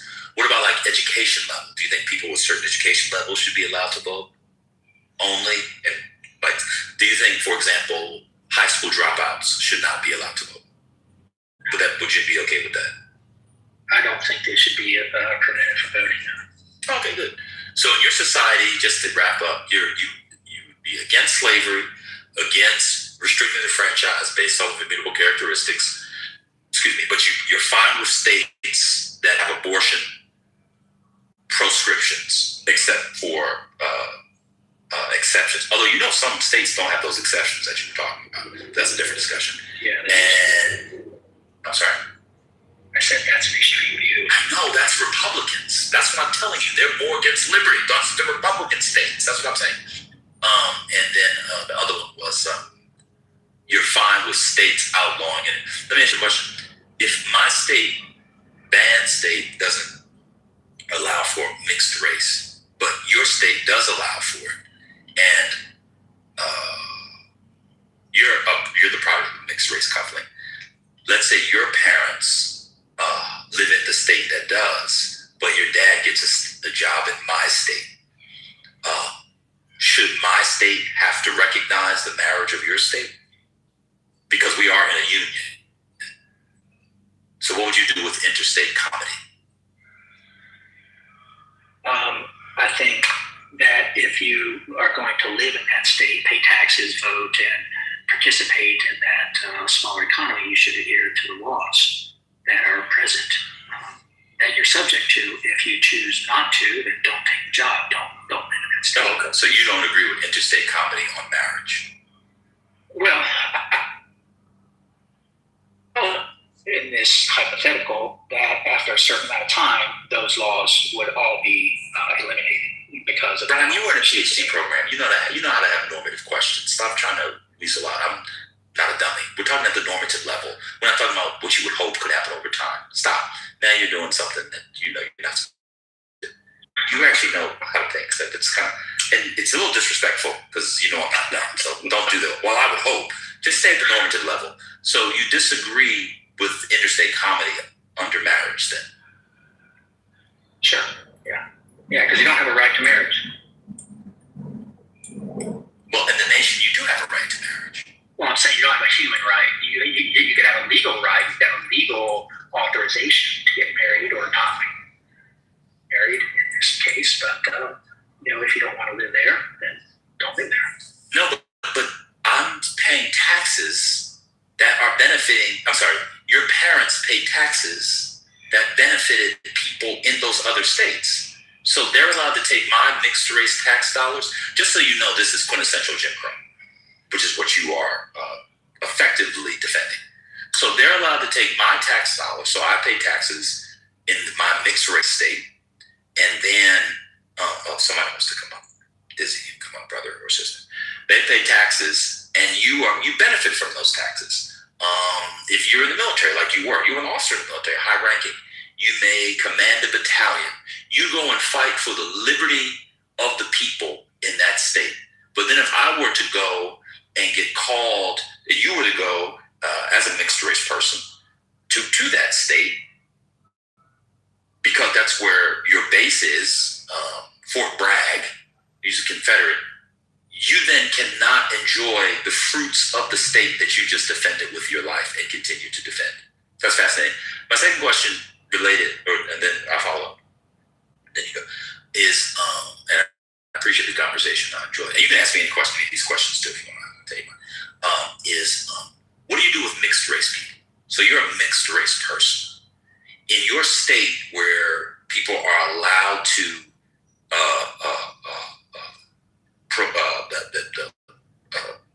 miscegenation or race mixing is illegal.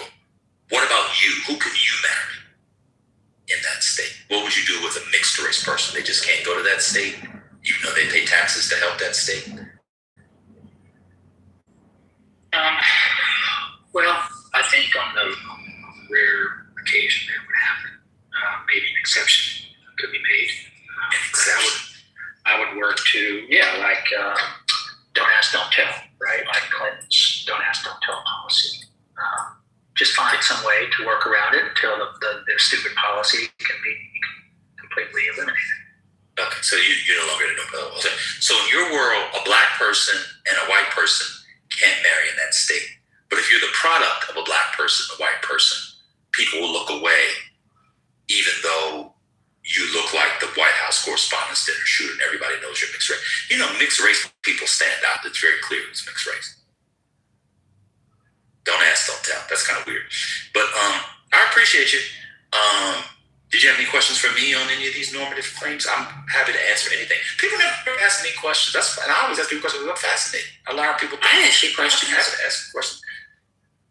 That's in the back channel. That's different. Go ahead. Do you have any? You gotta stop these lies, sir. You have to stop. Okay, that's fair. It's in the front channel. You're a front door conversation. Yeah, I have a question.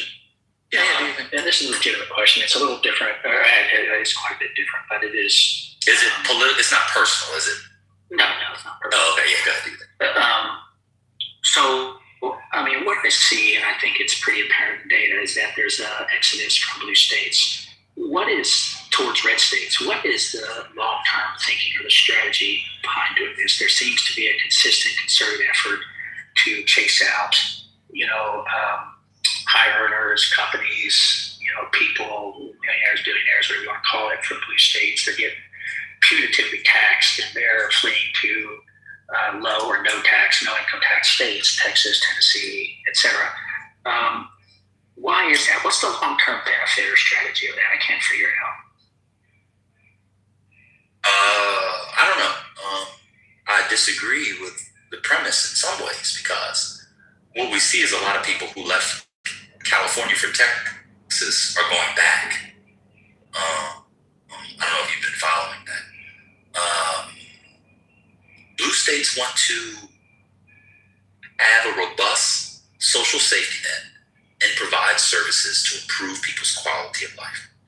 That is at the core of their political philosophy.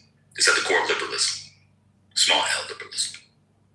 And they think the way to do that is through a progressive tax system that gets us back to a tax system or structure that was similar to when America was great. One of the great ironies of people like you and Trump voters and Donald Trump is you oftentimes want to go back to America. Excuse me. You oftentimes want to go back to America that was great again, but don't want to go back to the tax rates. You ever look at the tax rates of America in the 1950s? Not the marginal rates, but the effective rates, much higher. Right? Many of you praise Saint Ronald. Victime Pasqualis Laudi, eleison, libera me domine, et luz internum, in dia illa tremenda, in dia illa, amen. Many of you praise. Al, I've invited you up several times, brother. Please come up. It's a very open room. Many of you love Saint Reagan.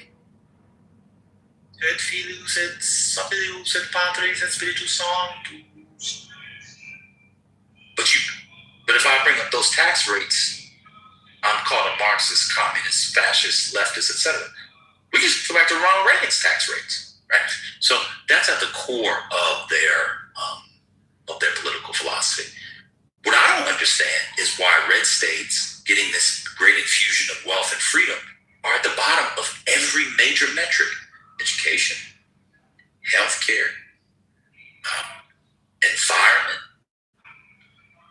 access to health care, hospital systems, sewage, etc. If, as you suggest, the markets work in such a way where you have open competition, less taxes, less regulation, that sort of capitalistic engine will power the great human flourishing. Why is Oklahoma such a shithole? Why is Arkansas such a shithole? Why is Alabama such a shithole? Why is Mississippi such a shithole? I just don't think economically, if what you're saying is true, that it's all in an effort to improve the quality of life, and why chase away your largest tax contributors? I mean, it doesn't make sense on any level. It does, because they're not trying to chase them away. What the idea is, and a lot of rich people actually, you guys say this like all the rich people leave. Y'all told me that, not you, but people were saying after Mamdani became, remember everybody was going to turn Muslim. Remember everybody's going to turn Muslim. They was going to be doing the call to prayer on the subway, and you couldn't eat pork anymore, and the bacon was going to be gone, and all the lady was going to be covered. Guess what? More luxury real estate has been bought up since he's been there in the last 6 months, Spirit has said, than over the last several years. Y'all always do this. You're running people away. We see high-profile people go away, but guess what? They go away, they come back. All right, Let's see what you put in the Wall Street Journal. Between doing the high tax, they've lost a massive amount of taxable income to low tax states. Yeah, they become expensive. Now I agree with you that people leave. One reason why people leave is because blue states are so successful in education, in industry, in innovation, in healthcare, etc. It becomes expensive. So a lot of immigrants want to move in there. A lot of highly educated people and big money makers want to move in there. And some people leave because it's too expensive. But yeah, we'll see what happens. I just don't understand the philosophy. I mean, it seems deliberate. It seems, consistent. Like the article says, over a decade. So, I mean, I just don't know what the goal state is. I mean, trying to think strategically, I'm trying to put together a set of reasons or justifications in, let's say, 5-10 years. You're going to have. I just don't know what the end state is.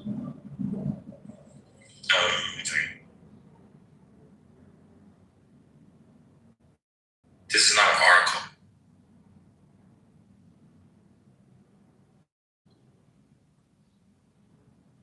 This is not an article.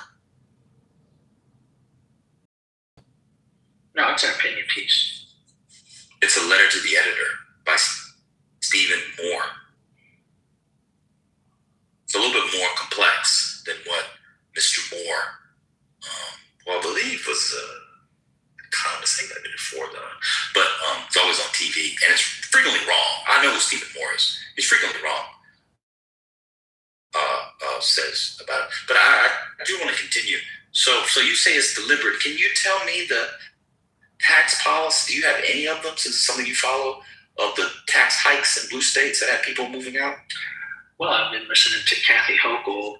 No, that's happened. That's happened. Not that could happen. That's happened in the period from 2012 to 2023. Do you have any? If not, just say you don't know any. If it's not quibbling, I'm just literally trying to find out. I would have to look at it specifically. I just look at the way Kathy Hochul and others have. A lot of that stuff doesn't get passed, Brian. You know that. A lot of that stuff doesn't get passed. So you disagree with a peditaire. So let's do a specific proposal. So New York is thinking about taxing peditaires. Let me give you the specifics because you might not know. Do you know about the peditaire tax? New York. This is a good example. I don't think so. I've heard of it. Right, cool. Okay. So this is a peditaire tax. It is. Tell me why this is a bad thing. So it will bring in. How much will it bring in? I forget which billion to help pay for all types of government services. I can't remember exactly what. I give the specifics on that. So they're thinking about taxing get out their house. Which everybody knows is not your primary residence. So it is a tax on pied-à-terres worth $5 million or more. Okay. The tax they haven't released yet. It'll be a one-time tax for 0.5% to 4%. So let's just go in the middle and say they're 2%. Right. I have a $100 million home. It's not my primary home. I'm who's a rich person? Bill Gates. Okay. And I had got a condo in Tribeca. I spent $100 million from. I got it from Mimi, Mariah Carey herself. And it's just like honey in love. Oh, me.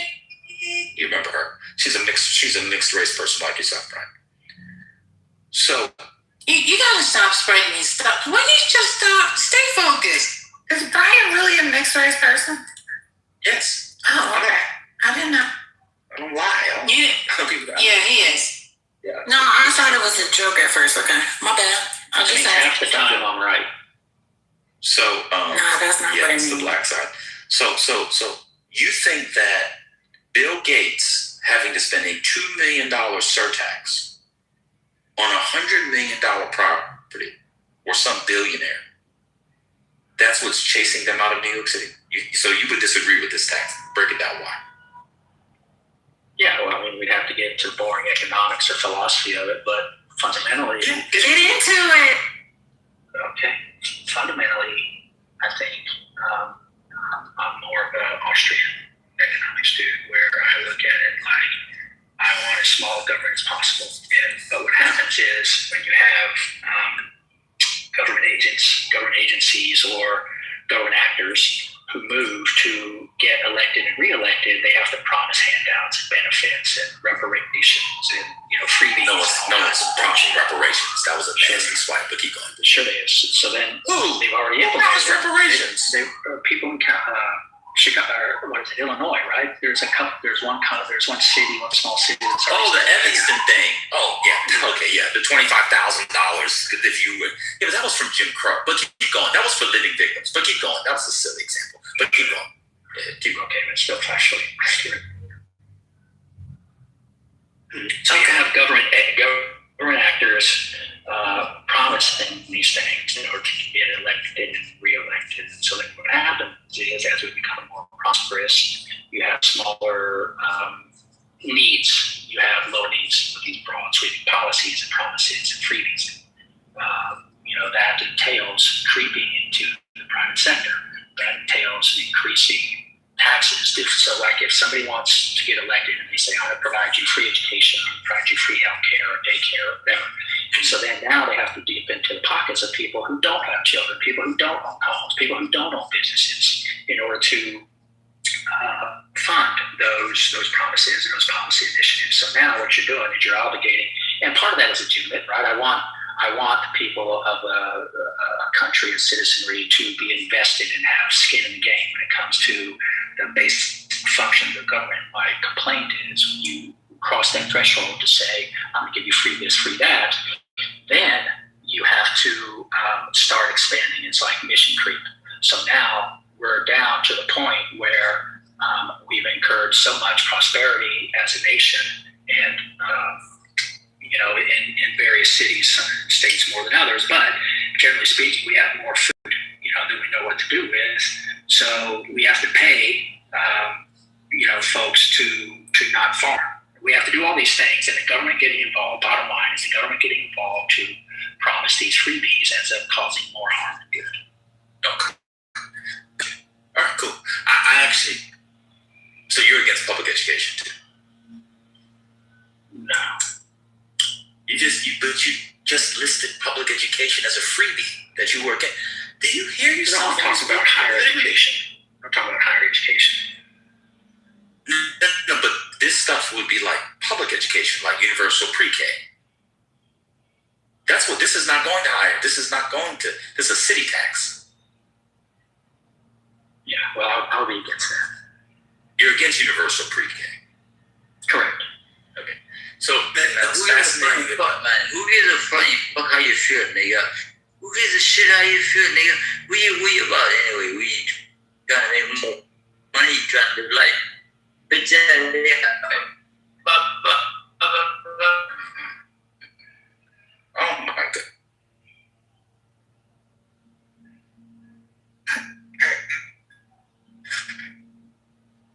You're not allowed. You're not allowed to make it do. I'm providing you all look into the Austrian MAGA mixed race mind. I got it. I got it. Just you guys, I got it. I'll be done in 2 minutes. You guys can go back and yell. I got it. I got it. I can deal with the trolls. I got it. Put your little fingers, just like when you had that Asian lady doing your nails, putting claws on. Just rest your hands. I got it. I don't know how y'all getting work done, let alone stroking the Johnson. I got it. Let me continue. One of the things that Brian and people like Brian do is they do a weird thing where they recognize the greatness of American prosperity without recognizing and taking seriously the investments that go into it. There's a reason why the United States was able to achieve what it was able to achieve technologically post-World War II. It's because there was a massive amount of public investment. It was a massive commitment to an educated populace from the K through higher education level. And Brian and people like him, they don't want to invest in that. They think these things happen magically through markets. And I'm going to tell you, and I'll be done here, and Brian will appreciate it, so we'll end here. The reason why someone like Brian has this mindset, these Austrian, von Misesian, libertarian, free marketeers, they have this mindset because they know it'll never happen. So you're allowed to have these outlandish economic ideas and ideals and stand strong and proud of them, just like Lena Horne just sang to you at the end of the whiz. I'm standing strong. Shout out to the Cowardly Lion. You can have these ideals. It's never going to happen. And it happens on all sides. These young anarchists running around, they know it's never going to happen. So what do? They're allowed to be anarchists for their young lives. They have their interracial relationships. They decide not to take showers. The girls got armpit hair longer than the boys. What do? They go to law school in their late 20s, early 30s, and then work at Perkins Cooley. Yeah, I was an anarchist 25 years ago, 20 years ago, girl. It was crazy. What you doing now? Oh, girl, I'm hanging out with Ina Garden in the East Hamptons. Of course you are. Because you know it's not going to happen. It's the same thing with these von Mises boys, with this Austrian school, the economics that they esteem at places like George Mason. They know we're never going to go to that. To the degree that it's principled, like they're standing outside of it. It's like a dumb nigga when they come here and say they don't vote. I don't have any responsibility. And then 10 minutes later, you find out he's a union man, and the only reason why he's getting the health care and job is because he's union. But he says the government doesn't matter. It's literally the same thing with people like Brian. And they get neos not paying attention. I don't know who this neo person is. I've reminded that many times. I'm going to start inviting people who always have something to say that they don't stand up and just block them for a week at a time. Can't come up. Just block neo for a week. You need to be punished. People that talk all the time in chat, they don't come up one time and even say hello. Need to be punished. You'll be punished. And so Brian knows that getting rid of public education, getting rid of public funding to the degree he wants it gone is never going to happen. But he can have these ideals because what we're providing, the rest of society, what he's contributing to, will always uphold him. It's like the MAGAs who come in here, who live in blue states. They hate blue states, but live in them and enjoy the blue state protections. And someone like Monica, I at least give her respect who came in here because she lives in a red state. You can tell by her accent. That's speaking. All right, anyway, that's my segment. The black women can have it, and you all can tell us why you, as a regular black woman with a master's degree in human resources, deserve somebody like Klay Thompson, even though you're a 6 at best. That's me. I had a question. I heard something about the Evanston reparations. Did I hear someone say it was lip service? No, he didn't say that. It's just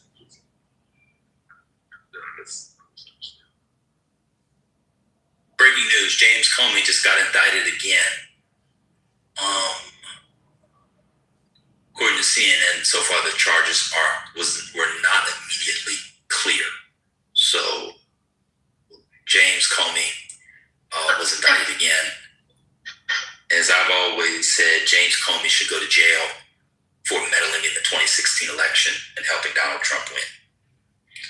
So if he goes to jail, I couldn't care less. Another Republican in jail.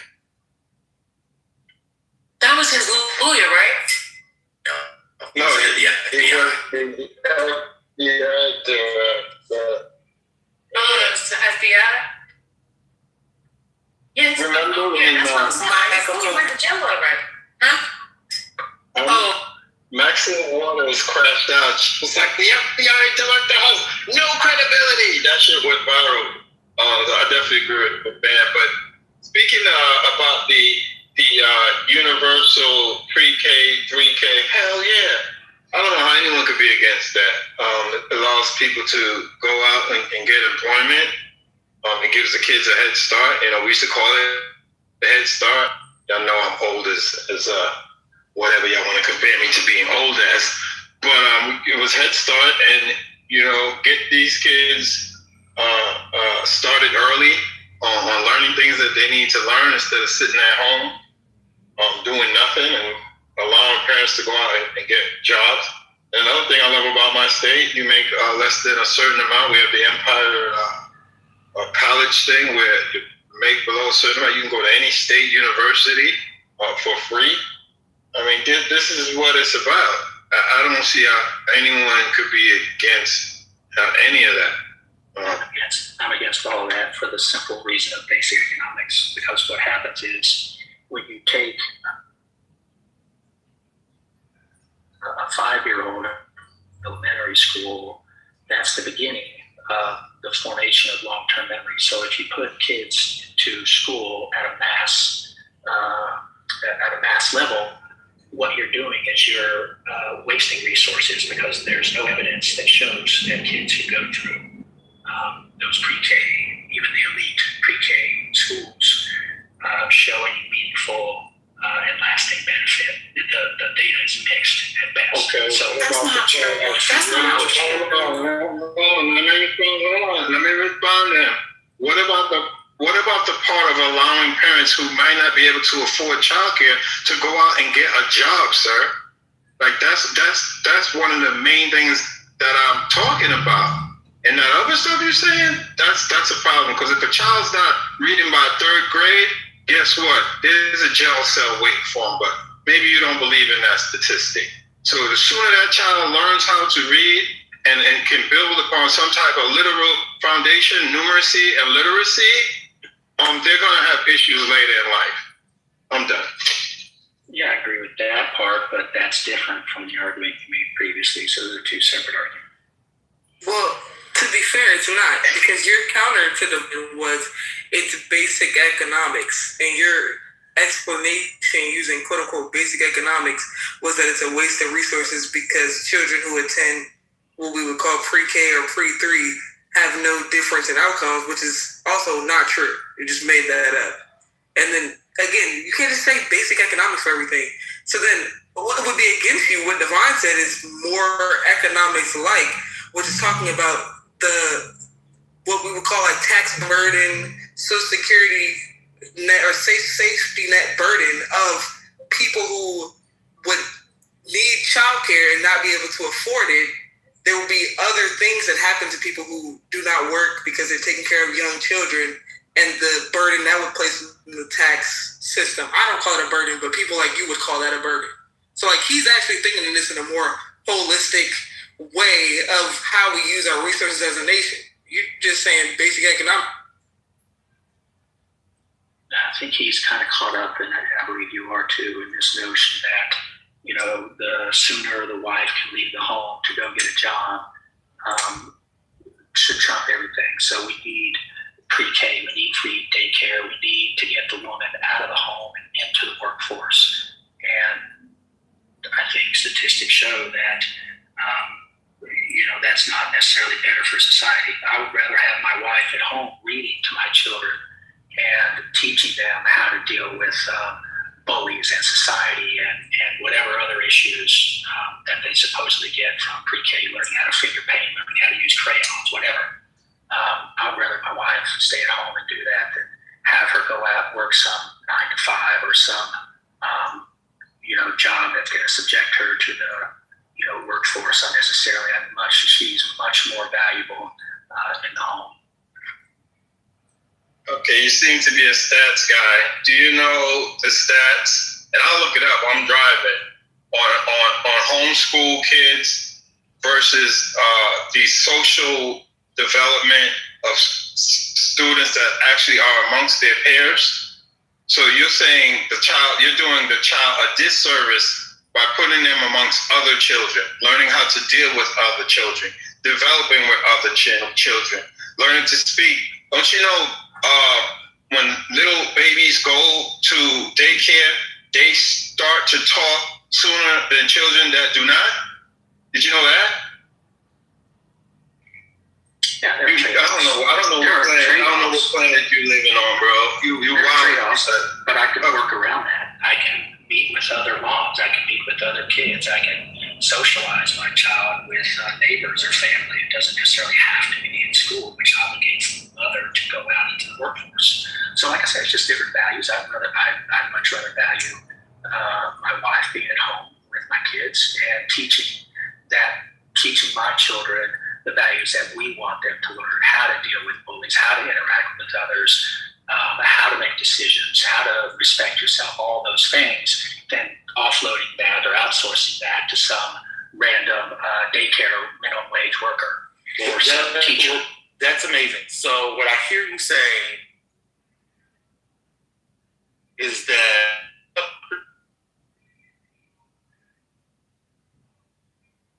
we should increase wages so that people who depend on multiple streams of income, right, which is why a lot of people go to work because they need money. So we need to pay people more so that families have the option of having a parent stay at home.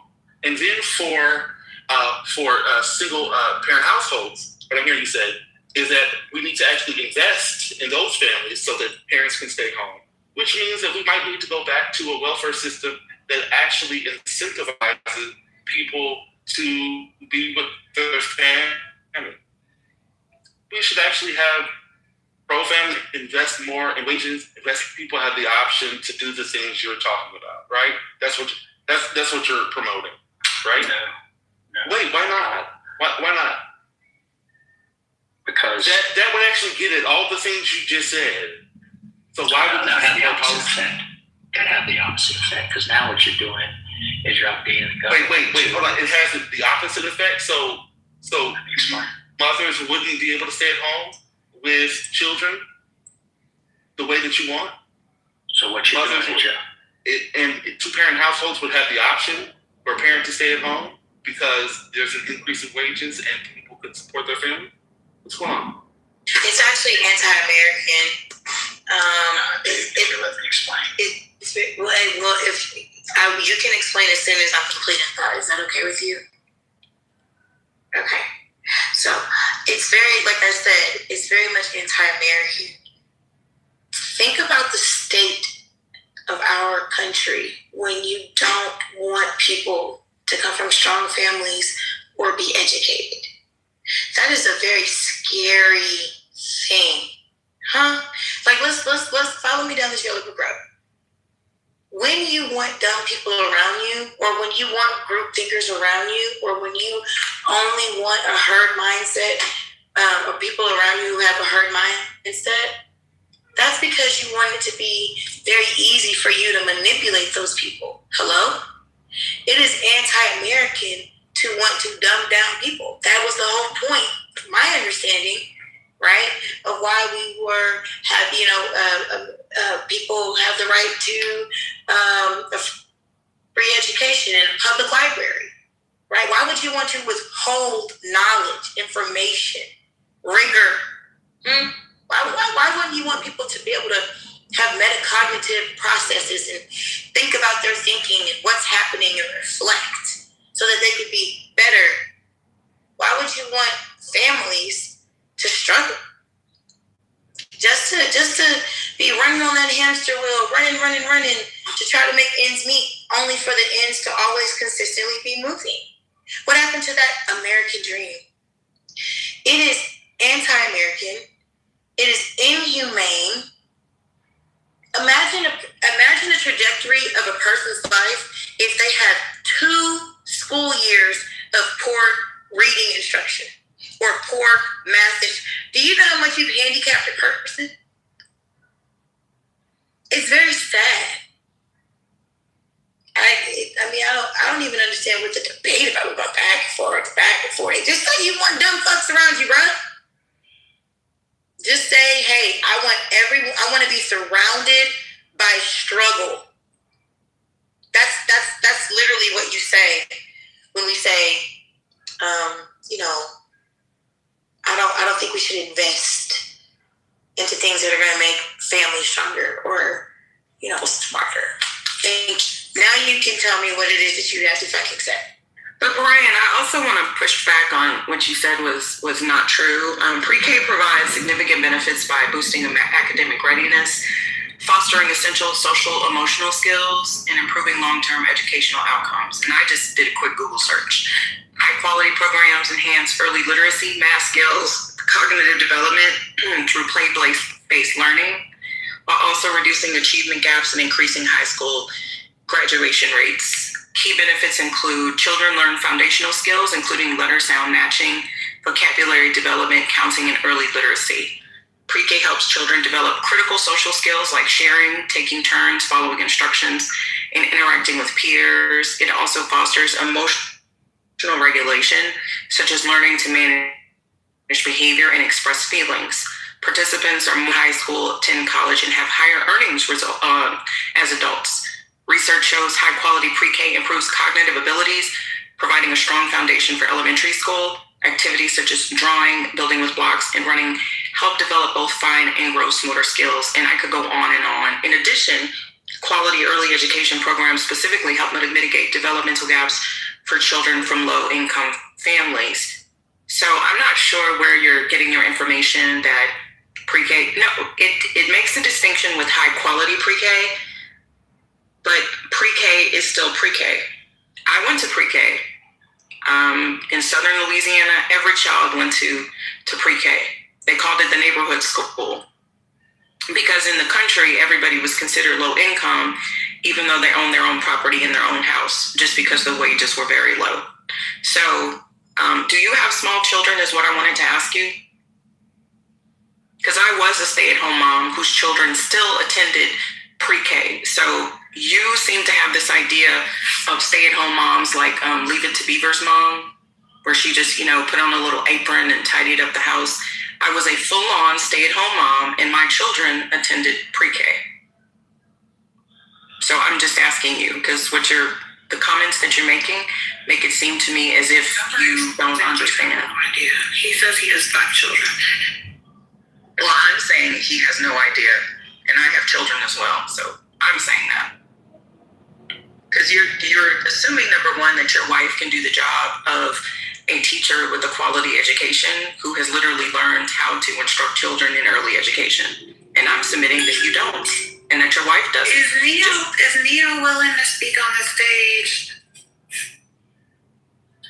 So I'm challenging that. I think that they are mixed. So if you look at some of the ideal outcomes like you're describing from top tier or top pre-K programs, sure, there are some, here and there results where children benefit, but just biologically, from a developmental psychological perspective, kids don't start developing long-term memory until they're on average about 5 years old. So when you put them in an academic or rigorous structured environment, it comes at the cost of them perhaps burning out, maybe not old enough emotionally, psychologically to handle. Brian, you don't have any evidence of that. Guys, why are you interrupting me? Let me finish what I'm saying, then you can respond.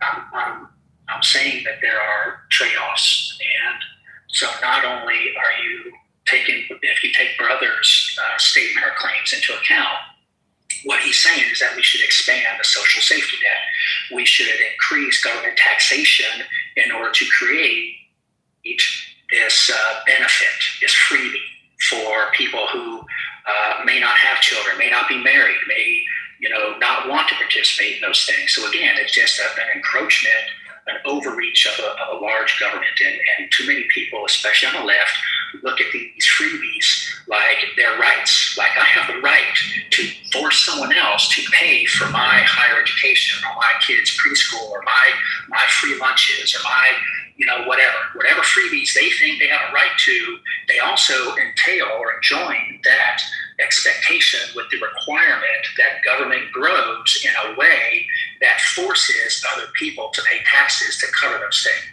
So I'm just saying the data are mixed at best. While there are some benefits, you could say, to those number of kids who do benefit from it, there are plenty of other negative outcomes where I could easily make the argument, just this last sentence, I could easily make the argument that a kid would be much better off just playing, just creatively playing in a yard, in a playground area, learning how to connect cause and effect relationships instead of being forced to learn this, that, and the other. So, I mean, there's a number of negative drawbacks to this argument. There are not. And all I'm going to say, because we just had breaking news real quick. There's an active shooter in Norfolk at a Granby High. Oh, God. So, yeah, keep them in prayer. Sorry, go ahead. Thank you, Sha, for the information. What is going on in Virginia? It's always Virginia lately. Yeah, I'm looking more into it now. It just came up on my next door. I'm getting ready to check some other local apps and the mom groups to see. Okay. So I'm not sure for sure if it was the high school or next door to the high school, but is Johnny's here? Yeah. Michael, Ryan, that was a bunch of hogwash. A bunch of bullshit. Because you're basically saying that kids. So first of all, just because children go to pre-K, you're acting as if it's a full day program. A lot of times pre-K is literally from like 9 to 2. It's a half day program. You're basically submitting that children cannot play outside and do all of those things, and then it actually does not enhance their home experience as well, right? So children are socialized in pre-K. So I have an anecdotal example. My son is considered a high-functioning autistic young person. And literally when he was 2 to 3 years old, I had him in a home-based daycare, which is what I preferred for my kids. And I was literally told by psychologists that he needed to be in more of an integrated pre-K program because he would learn socializing skills much, much better. So literally professionals will also tell parents and individuals, the same for my middle child, who was a little super smart little somebody, that basically staying in a home environment is actually not the best for them, even a home-based daycare, because they would get more interaction. And with my middle child, that would give him a chance to basically have more enhanced learning capabilities. So again, I'm not sure where you're getting this data, where you're getting this information, but it's really, really, really dangerous to have these suppositions is all I'm telling you. Have you ever been a stay-at-home mother, Brian? Just 1 second. Have you ever been a stay-at-home mom? Because I was a stay-at-home mom for a number of years. Have you ever been a stay-at-home parent? I've been in the military when my kids were small. Okay, so you're saying that a stay-at-home mother taking full care and responsibility of a home, you're in the military, paying bills, taking care of everything else, literally has the time, effort to sit there and educate a number of children in the manner that they would be educated at a pre-K. So that means taking them for extracurricular activities, taking them to the zoo. And I don't know which pre-K or daycare, but my sister's daycare is like $1,200 a month. I'm sorry, a week. Now I know that's not the standard, but that's that so-called quality level. I can assure you that whatever you and your wife are doing at home, it did not match a quote-unquote quality pre-K. I can assure you of that. So I just wanted to address that. You literally made me come up from the goo to address this foolishness. I'm okay. That's fine. I just wanted to address the foolishness. I'm just saying. Brother Brian, I'm not trying to jump you. I don't want to jump you. You know, it's not my style. But I do want to contribute to the conversation with you. Now, while I see that you seem to be the only person up here with an opposing view, especially with something as grave and dangerous as what you're saying, right? I don't feel like you're qualified to have, though it's your right to have such, you have not done enough research to make a well-informed decision, right? Based off what you're saying. Now, it is really sad because much like building a home, you don't start at the roof. You don't begin putting in the hard work when that child is in their senior year of high school. What if I told you, especially in education, you get the best results at the foundational level, right? At the primary level, at the early childhood development level. I know I'm just a daycare worker on Clubhouse, you know. I know I'm just a professional babysitter on Clubhouse. But what if I told you when it comes to pedagogy and educational psychology and cognitive development and learning about communities and creating and contributing to communities, you learn those foundational skills in the classroom, right?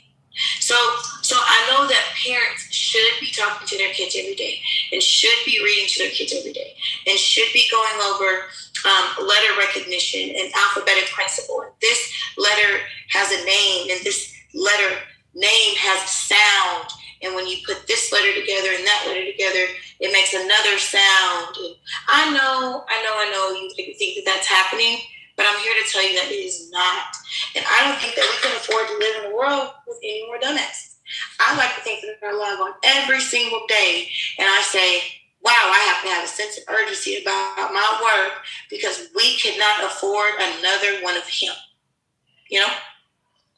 I don't want you just to receive this as, these people won't argue with me. These people just want to be wrong. They don't know the research. Some of us have researched for 15 years. Okay? And I think us starting later in the way we do things and the lack of high quality instruction and the lack of high quality instruction materials is the reason why kids are getting weaker.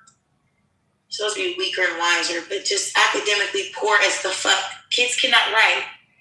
Kids cannot formulate thought. Kids cannot make a claim, make a thesis statement, elaborate in the body, yeah, and then restate that thesis in the conclusion and talk about the overall benefits or the overall harm that whatever it is they talked about could occur or could induce. They don't have that ability. You know why? Because written language is related to oral language. And do you know, I know I went all the way around the world, but I was going somewhere with this.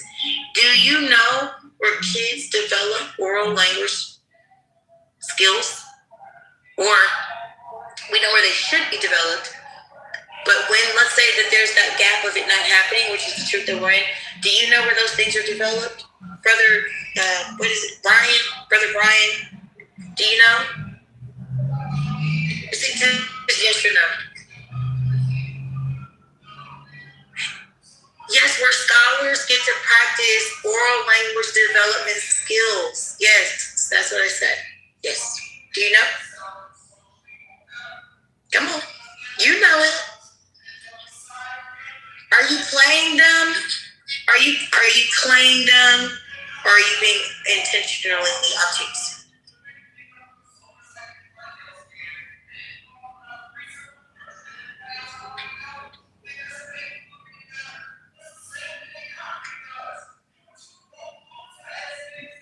What was the topic of the conversation?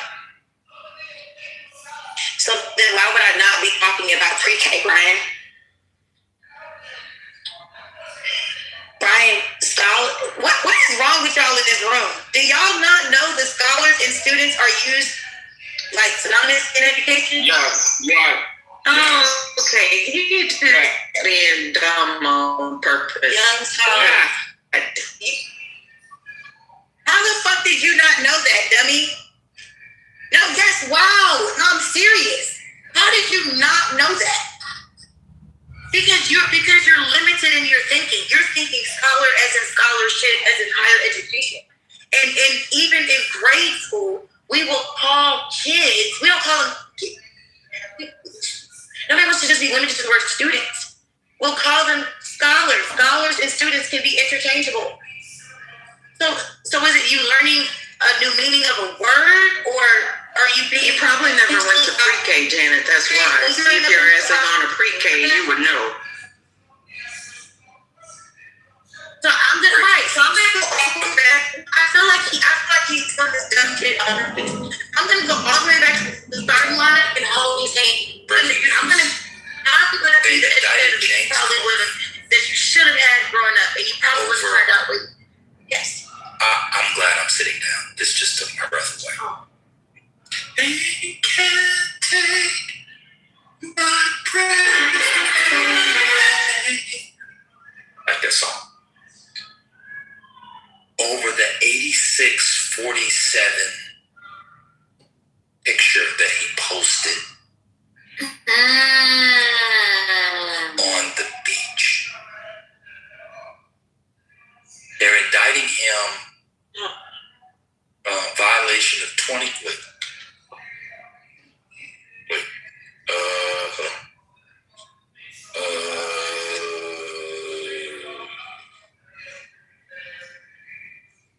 They're saying, wait, that's right? Sorry. A threat to the president. Oh my gosh. A federal grand jury in North Carolina has indicted former FBI Director James Comey over a controversial Instagram post from last year that President Donald Trump and members of his cabinet claimed was a threat against. There you go, Brian. There's your thing. Come on, then. You'll keep voting for him and think the Democrats. That's insane. I'm just done last point. I'm going to go back to work and let y'all have this.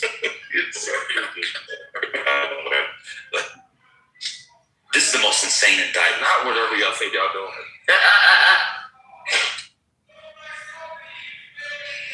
I did want to offer a slight perspective on what may be influencing Brian's concepts and perceptions of universal pre-K. James from HR, he never answered the question where young scholars, I'm going to use the word scholars, would practice skills like what I've mentioned before. Y'all just gonna let him not answer? I think they learn it from their parents or their caregivers in early childhood. Language skills. You slow as the fuck. Am I wrong? Yes, you are. Oh, okay. Where did they learn it?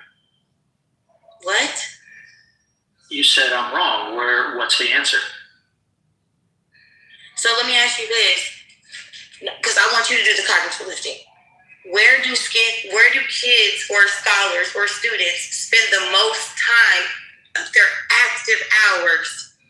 Do they spend that with their parents, or would they spend that at school? Well, before they go to school, it's with their parents. After they go to school, it's at school. Okay, sweetie. So you want to talk about 2-year-olds, and I'm talking about I thought we were talking about pre-K. Because we know after pre-K comes, what grade comes after pre-K? Trying to see. You've been acting slow all day. I don't know where you at. Kindergarten. And then after kindergarten comes first grade. Right. So where do you think when you look at the primary the primary levels, that's going to be pre-K through about first grade. The bulk of their active hours is not going to be with their parents, beloved. It's going to be in community. Do you spend most of your time with your parents? No, you spend most of your time independently as a contributor to society. Doing a fucked up job. What I'm saying to you is you have to set the foundation for them to learn that. And the problem with it is, unfortunately, we have a generation of parents that don't understand, right, the urgency of what they should be doing with their kids at home, and they are not qualified, which is what Reform was trying to get you to understand. You are now equating pedagogical and instructional practice and equating that with a parent because y'all got pregnant. Are you fucking for real right now? My wife didn't get pregnant until after we were married. Doesn't matter. Why did you say that? I would just say that didn't even, was that, let me ask you, was that relevant to what I was saying? Like, why did he say that? Do y'all know? I'm genuinely asking, like, does anybody know? I thought you were implying I got pregnant. Well, you thought wrong. You guys still got pregnant? Like, what the fuck? I don't care. That was irrelevant to bring up. All right. Okay, I can't talk. I'm just saying, I'm not opposed to pre-K. You said slow as the fuck, and shut the fuck up. I can't do it. Sorry. I sit here and babysit him all this goddamn time. I just wanted to. I read his I'm sorry. You can go. Yeah, real quick, I just wanted to offer. I heard him say that he had a military background, and it sticks out to me because of where I grew up. And it comes with inherent challenges when you have military kids and you may move around a lot. So I feel like some of his perspective is informed by the challenges of not just the challenges, but the experiences and the level of support that the military does for their kids. Like when it comes to like the social services that he feels like we should not have universally. When you're in the military, they support some of the very same things that he may think that we don't need as a society. Also, military kids tend to struggle and have socialization skills if they've been moved around a lot. So from that lens, he may not see the value or see that it's more important to have one consistent person, i.e. the parent in the home, that delivers the education, because at least that would be somebody consistent as they move. That's all. I just wanted to offer that perspective. That may have some influence in why. I think y'all aren't hearing me. What I'm saying is, I'm okay if people want to pay to send their kids to pre-K. I just don't want the government paying for it. And that's what I'm saying. But it's a government's problem. It's a government's problem. We're not going to convince him of anything. Like, what the fuck? It's just giving me a headache. I mean, that's just my God today. Perspective. It's like saying, I don't think the government should intervene on an opioid crisis. Well, it's gonna get messy for everybody if we don't do something. This is a very goofy libertarian take. I don't want the government to pay for it, but you're in the military. The government literally will pay for your children to get a free education. So what if I don't want the government to pay for that? Oh my God! I feel like somebody left him behind, and he has this mindset. Well, I turned out all right. I went into the military. Yeah, Neo, he worked for the government. He did, not his children. That's what I'm saying. Is that not the same thing as a free government benefit? Jesus. He doesn't want the government to pay for universal pre-K, but he wants the government to pay for his children's education. But anywho, we're goofy for engaging with them at this point, so whatever. Brian, are you there? Yeah. All right, I want you to be very honest. I want you to be 100% honest. Did you read the study? Because I'm reading it. I've been reading it as you guys were doing whatever y'all were doing. Did you read the study that you put in the chat? Not fully. Be honest. No, not fully. Of course I read a few parts that support. So you put that in the chat because your original claim was that evidence shows that pre-K education, as a general matter, does not have the benefits that it purports to have. That's not what the article is saying. I said it's mixed at best. That's not what the article is talking about. The article is particularly that's not what it's talking about. The article is specifically talking about the kinds of programs that would be funded under the Sanders-Biden plans. It was not talking about pre-K as such. You Googled it, and then the highlighted portion of the AI drew the thing out that you thought you saw. It's not saying that about pre-K.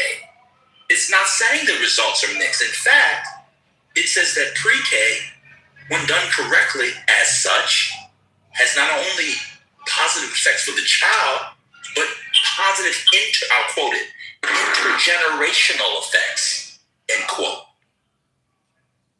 This is actually a very, very fascinating. Hold on a second, bro. Come on, 1 second. You say you didn't read it.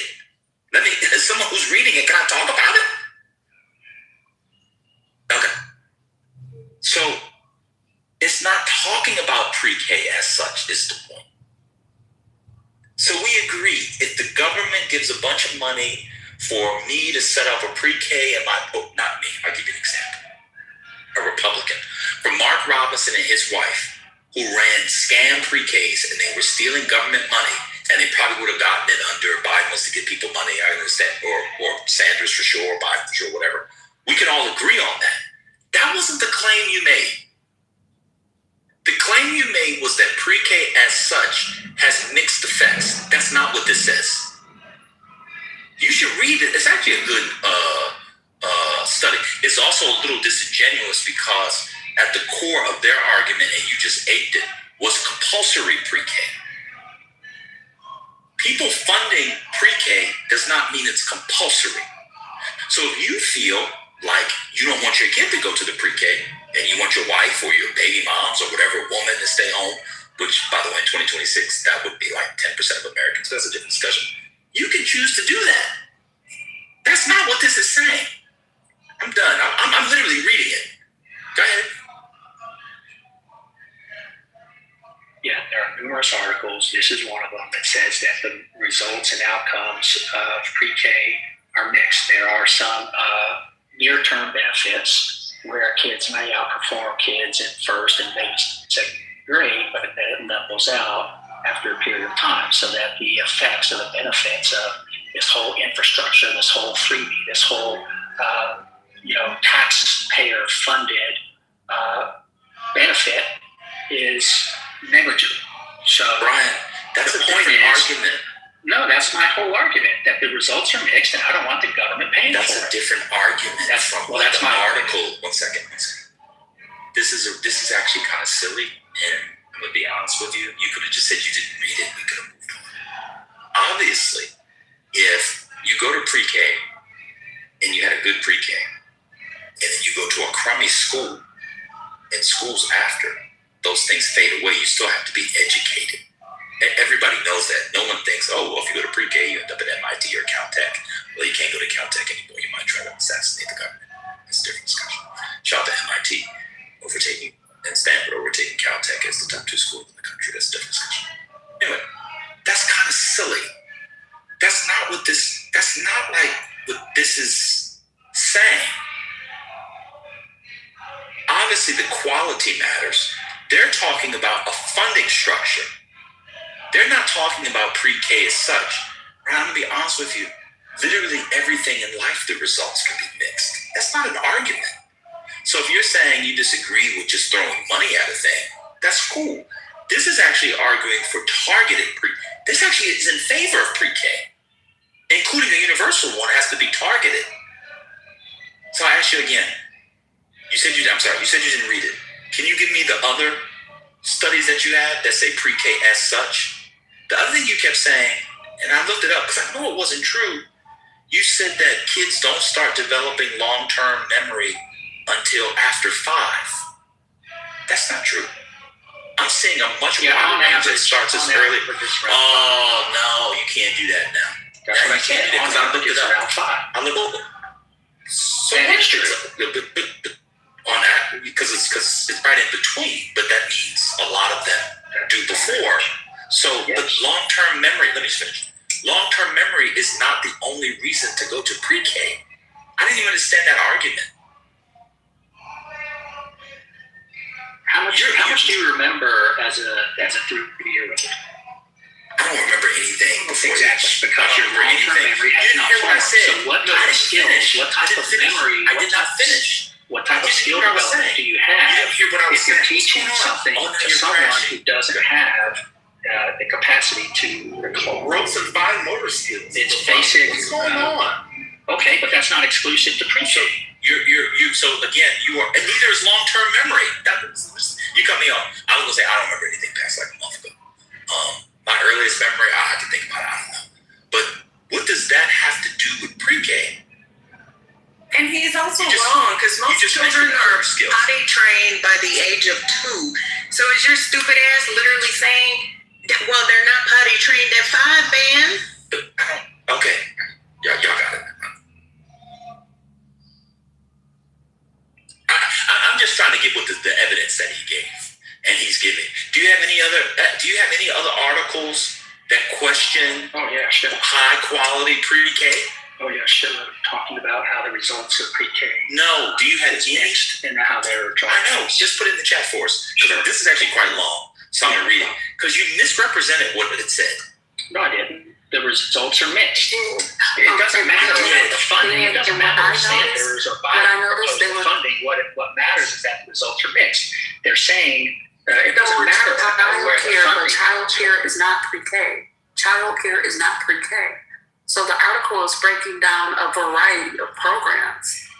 Which includes non-pre-K. It includes me setting up a thing in my basement. You should actually read it. It's not saying what you think it's saying. It's literally talking about where the Biden and Sanders, the last 3 sections of it are about where the money would go. I just want you to show me a study that says good pre-K has mixed benefits. The second thing that's in the article, they talk about the toxic effects, like the things from, cortisol spikes and stuff for kids. And, so it's better to be at home. The problem is that a lot of kids also get that at home. And so it is true that some kids go to pre-K and bad things, something bad could happen. But a lot of kids need to be away from home, too. That's not telling me anything. I'm talking about it at a normative level. Can you just give me an article where they talk about good pre-K has mixed and what the negative effects are of a good pre-K? That's all I'm asking. And we can't use an outlier that in 2026, you're an officer in the military. You were an officer in the military. You made money. You had all kinds of benefits. Your wife could stay home. Most people can't do that. Can you just give me the study where you have the negative thing? That's all. Just give me the other study with the negative effects of quality pre-K. That's all I need. Because that's not what this article says. Sure. Yeah. Thank you very much. I appreciate you. I'm done. You guys got it. And Ryan, I also need you to look up what the expectation is for children entering kindergarten, using the Louisiana pronunciation since I'm home. Can you please look up what children are expected to be able to do when they enter kindergarten? Just FYI. And then, let us know how parents are supposed to understand that, implement that, right? Because you realize that children that do not attend pre-K programs are literally not prepared, and that sets them behind because they're not getting that education and reinforcement at home. And then they already start at age 5 and they are already behind. And then can you also make sure you look at those outcomes for those children? Just FYI.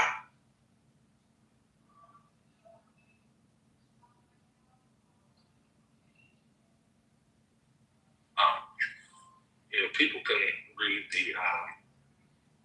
the report. It's I'm not gonna say it's well known, but people have written responses to it. They've also challenged it. So, definitely read the original report. I posted another report that was evaluating what the Manhattan Institute did and sort of the selection bias that they had with regard to their samples. So the actual types of preschools, how they selected their sort of methodology process, and how that sort of yielded the results that the Manhattan Institute had, not the ones Brian made up. Well, one of the ones that this is towards the end. This is another study examined the interaction between children's family backgrounds and hours spent in childcare, concluding that, quote, children from low-risk contexts, greater weekly hours in childcare were predictive of higher cortisol levels. In contrast, for children facing several cumulative risk factors, greater hours in childcare were predictive of a lower cortisol level. Exactly. So I'm blessed to make a lot of money on the app. I make $112,000 a year. You never hear people yelling in the back. It's low risk. I would not send my kid to the free, respectfully, to the free one that people, because this is a low risk environment. That's different than what we were talking about. We're not talking about having universal pre-K for people from low risk. They already have money. They're low risk. So they don't need to send their kids to the pre-K. Y'all got to start reading and comprehending the stuff that you cite. Shout out to Brone Bufia, who was the patron saint of giving articles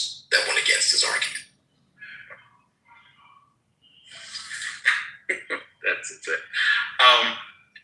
And this, not that it matters, but any one study at this point, when you have a topic as interesting and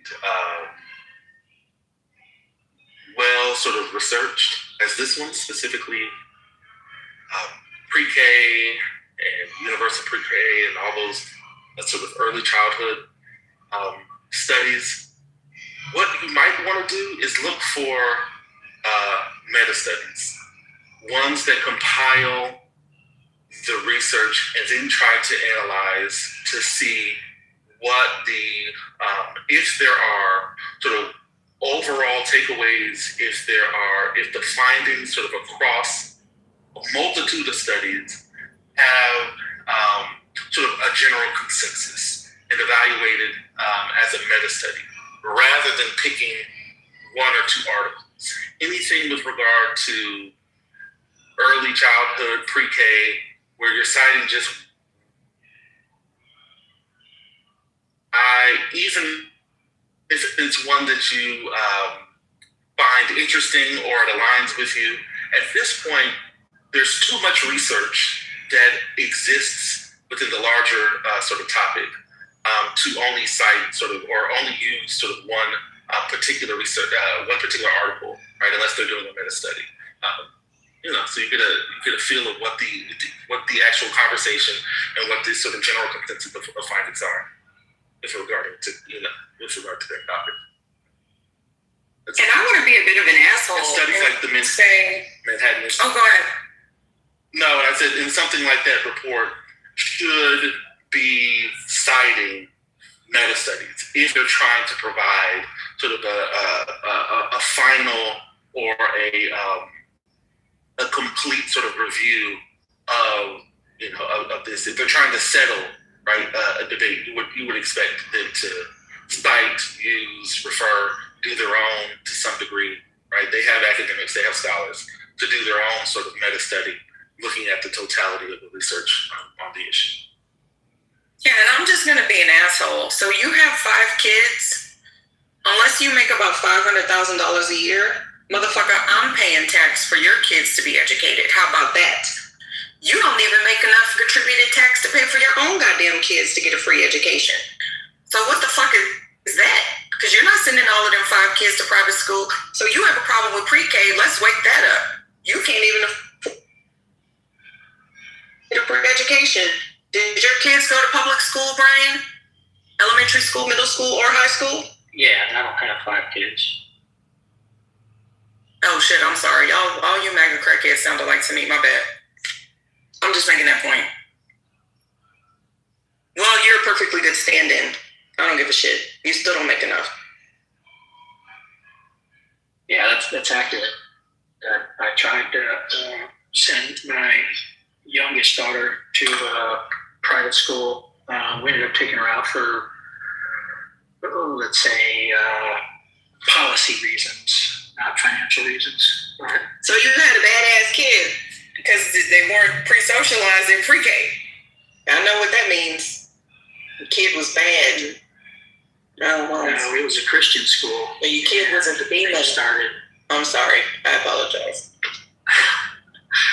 The school, our daughter came, we picked her up about a month or 2 into the school year. And she was one of those kids who was born at a time of the year where she was either a year behind or, had to wait a whole other year to get in with their age group. So we got her into a public Christian school because they would take her at that young age. And she came into the car, after we picked her up, and she started talking about some of the stuff they were pushing about, God doesn't appreciate you if you don't try your best, and just, other things like that were really just, to me, inappropriate and unacceptable. So we went in, we talked to them, and got to talk with the teacher who, just backed up and doubled down on some of the tactics and the teaching methods they used. And you're like, okay, that's fine. We're just not going to go there. So we ended up waiting to get our child into regular kindergarten. Wait, this is a different Brian? Oh my goodness gracious. I also just wanted to point out that some of the European countries that tend to have better outcomes, they also have universal pre-K. I believe that France almost has 100% of their little people in a paid pre-K program, just FYI. So the fact that pre-K is not universal in the sense that it's offered everywhere in the United States, it's just another way that we lack, quote unquote, as the number one economy. So, and do we want to compare educational outcomes with the United States to other countries? Because I believe we've all seen that data. I wish we did have universal Head Start or pre-K regardless of income. Because just to point out that, so for example, with my kids in Texas, it's actually income-based if you even qualify for pre-K. So a lot of middle-income families who do well enough but not well enough to pay out of pocket for pre-K programs, if you're basically not impoverished, you literally have to, you're expected to pay for those programs, which can be very expensive, especially just depending on where you're located in the city, which I think is terrible, actually. So anyway, it was a good conversation because I don't think a lot of people really think about pre-K programs. A lot of churches locally in Houston are actually offering their own programs because they know that there's such a disparity in the fees, and a lot of families simply don't qualify. So just pointing that.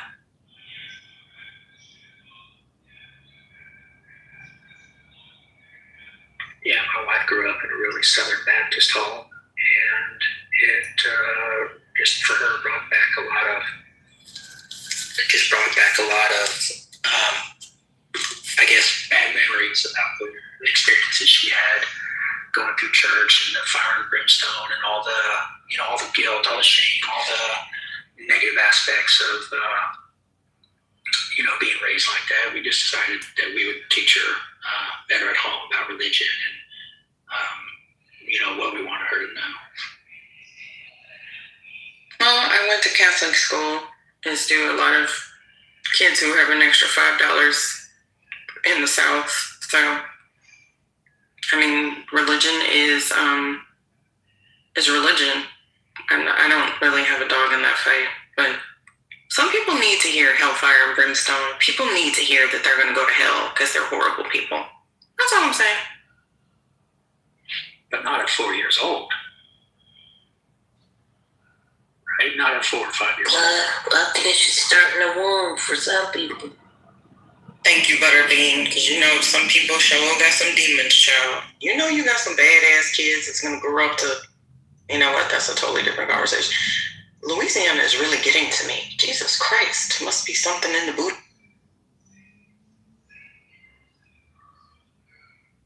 I need to run back to Texas.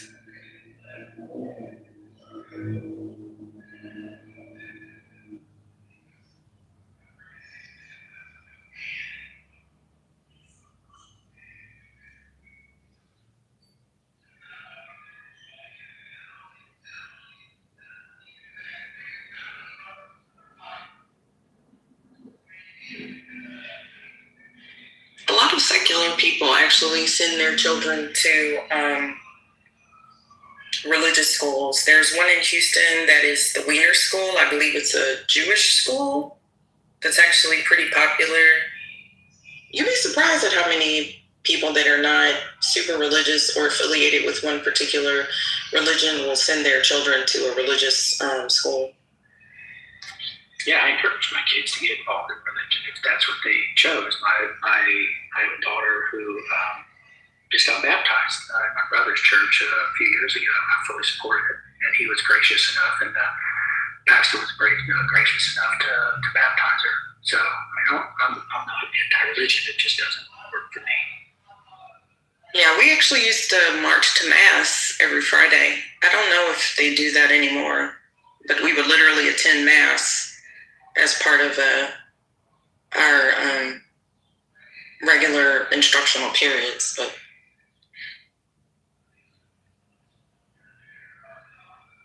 anywho,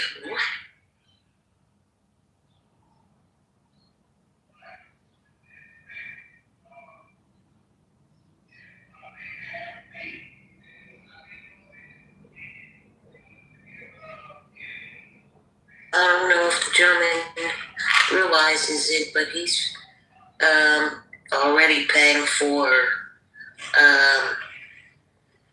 compulsory education in Israel and higher education, as well as some other special educational programs as part of the, I don't know if this is directly related to the funding we give them, but they're funded by us.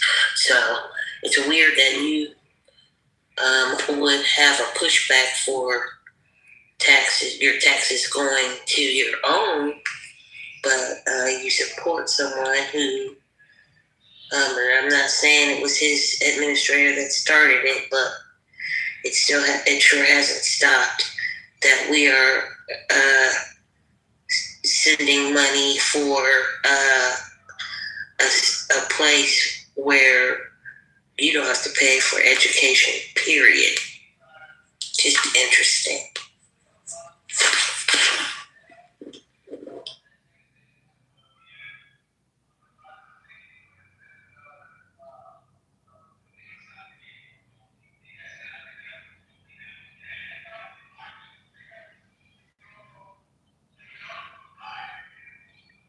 I find it interesting when people come up with these counter arguments and insults and things like that. They sit on the presumption that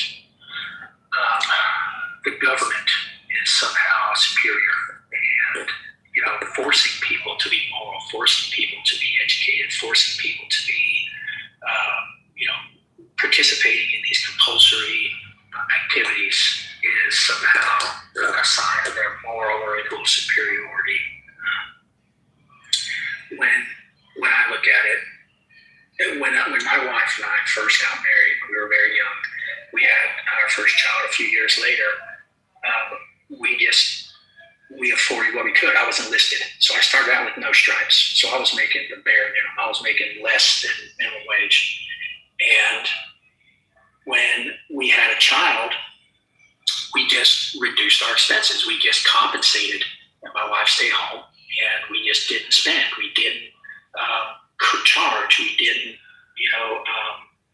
get access to luxuries and amenities. We just scaled back until, we both got degrees. I could afford it. Then, by that time, our other children were born, and, I could afford a little bit more luxuries. But to just write it off, I think it's just fundamentally a difference between, let's say, right and left is, I want to be in control of my taxes, my earnings, my productivity. I don't want a third party to come in and say, Brian, you make more than you could or should, and so therefore I'm going to take more of what you have earned and give it to the have-nots. I just think fundamentally that's not the best way to run a society, and it's immoral.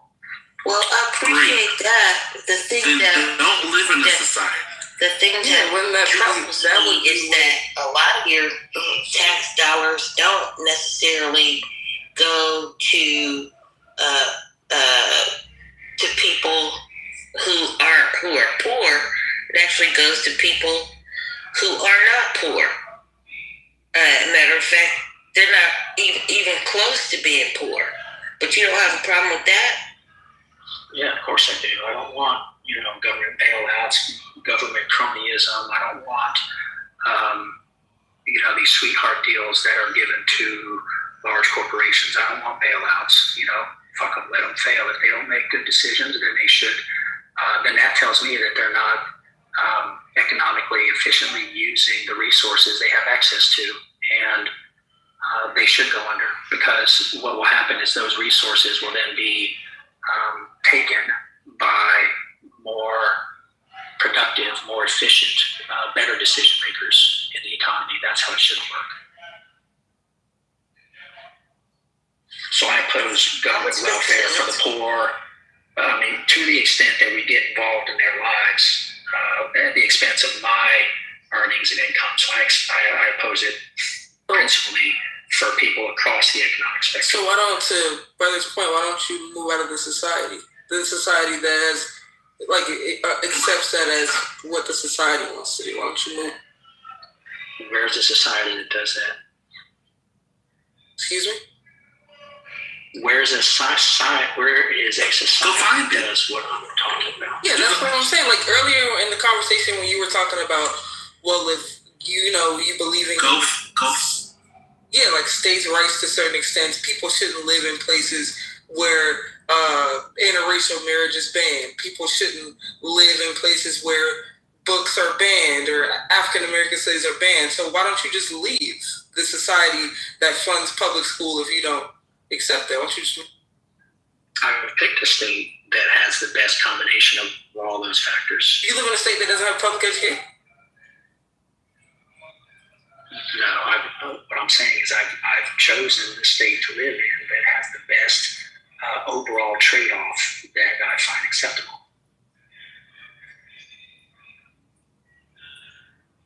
Here's what I struggle with a little bit. So you said you were in the military.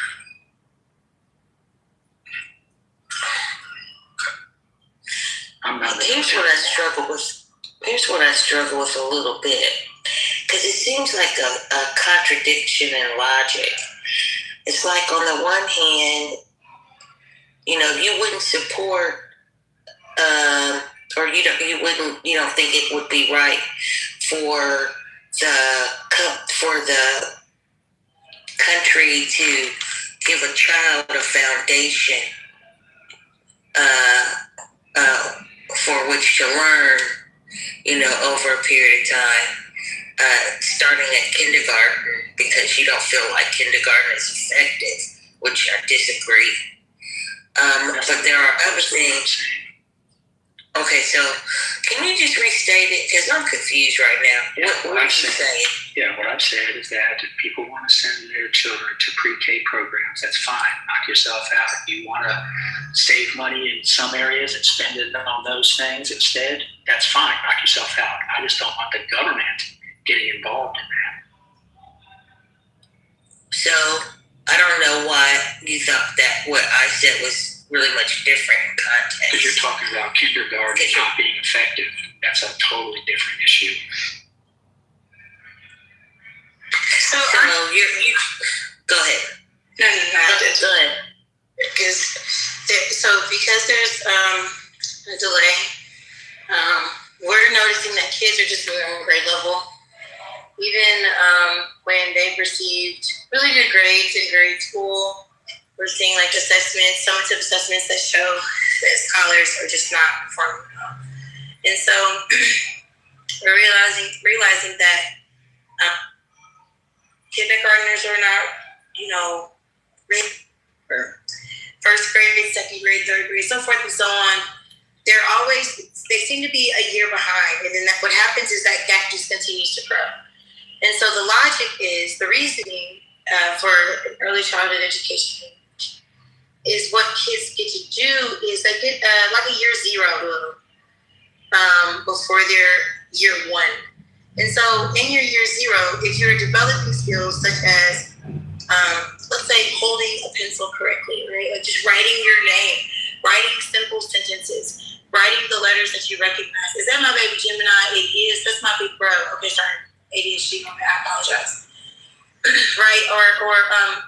Or just regular communication, asking questions, being read to, right, is another way that, scholars absorb new language, new vocabulary, understanding all the things. And what happens is, after about pre-K 3, then you do pre-K 4, then you do kindergarten, certain things as far as school, expectations start to become repetitive. And they become repetitive to the scholar because they've been doing it a while. So now when they are in first grade, they're not behind. They know how to walk down the hallway quietly. They know how to be seated and be prepared for learning because they know that they are about to expect a lesson. You see what I'm saying? So sometimes when you I'm giving poor examples because I'm doing so many things. I just can't believe that this is today's argument. You know, I promise you, as somebody that works with homeschool children, I think in a perfect world, if parents had access to the resources, the financial stability needed to be able to raise and teach their kids, I think it'd be great, y'all. That's probably preferred. I don't live in a world like, no, send your kids to school and let the indoctrination begin. Like, no, you know, let a new teacher just come in and tear your kid down. Like, absolutely not. What I am saying is that we cannot afford to not invest in kids' access to early childhood education. You know, if parents choose to homeschool, let that be for them. I get it, right? However, there are some parents that want the best for their kids, and they may not be in a position to provide such, right? And I'm not speaking from a monetary perspective. I'm speaking from a sit down with that child, talk to that child, develop with that child, cook with that child, let them see how mathematics is everywhere in their world. They're just not able to. And so to rob kids of that, it's just really kind of disheartening, I'll be honest. Yeah, I agree with that. And to me, the best situation is when you have a single parent working outside the home and the other parent at home to provide those lessons or opportunities. Otherwise, you're outsourcing it to random people. Now, if you were to go to, say, a Montessori program, I mean, those are super expensive, but if you were to go to, say, a Montessori program, then yeah, I'd support that if we wanted to follow that curriculum. You know, that'd be maybe a different story, but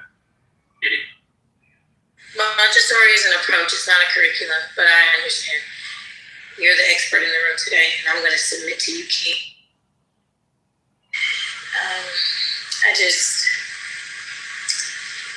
Yeah.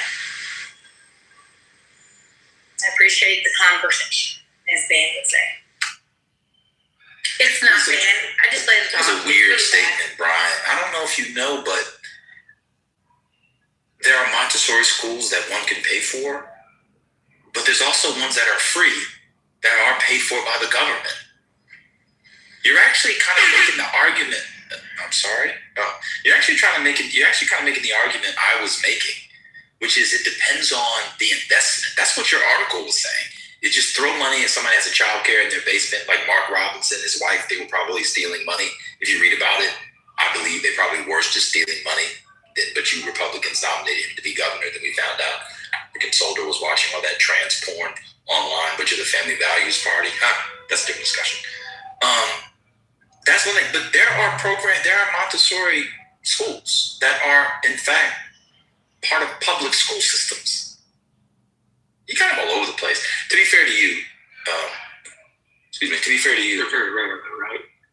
I'm sorry? I said they're very rare. But they don't have to be.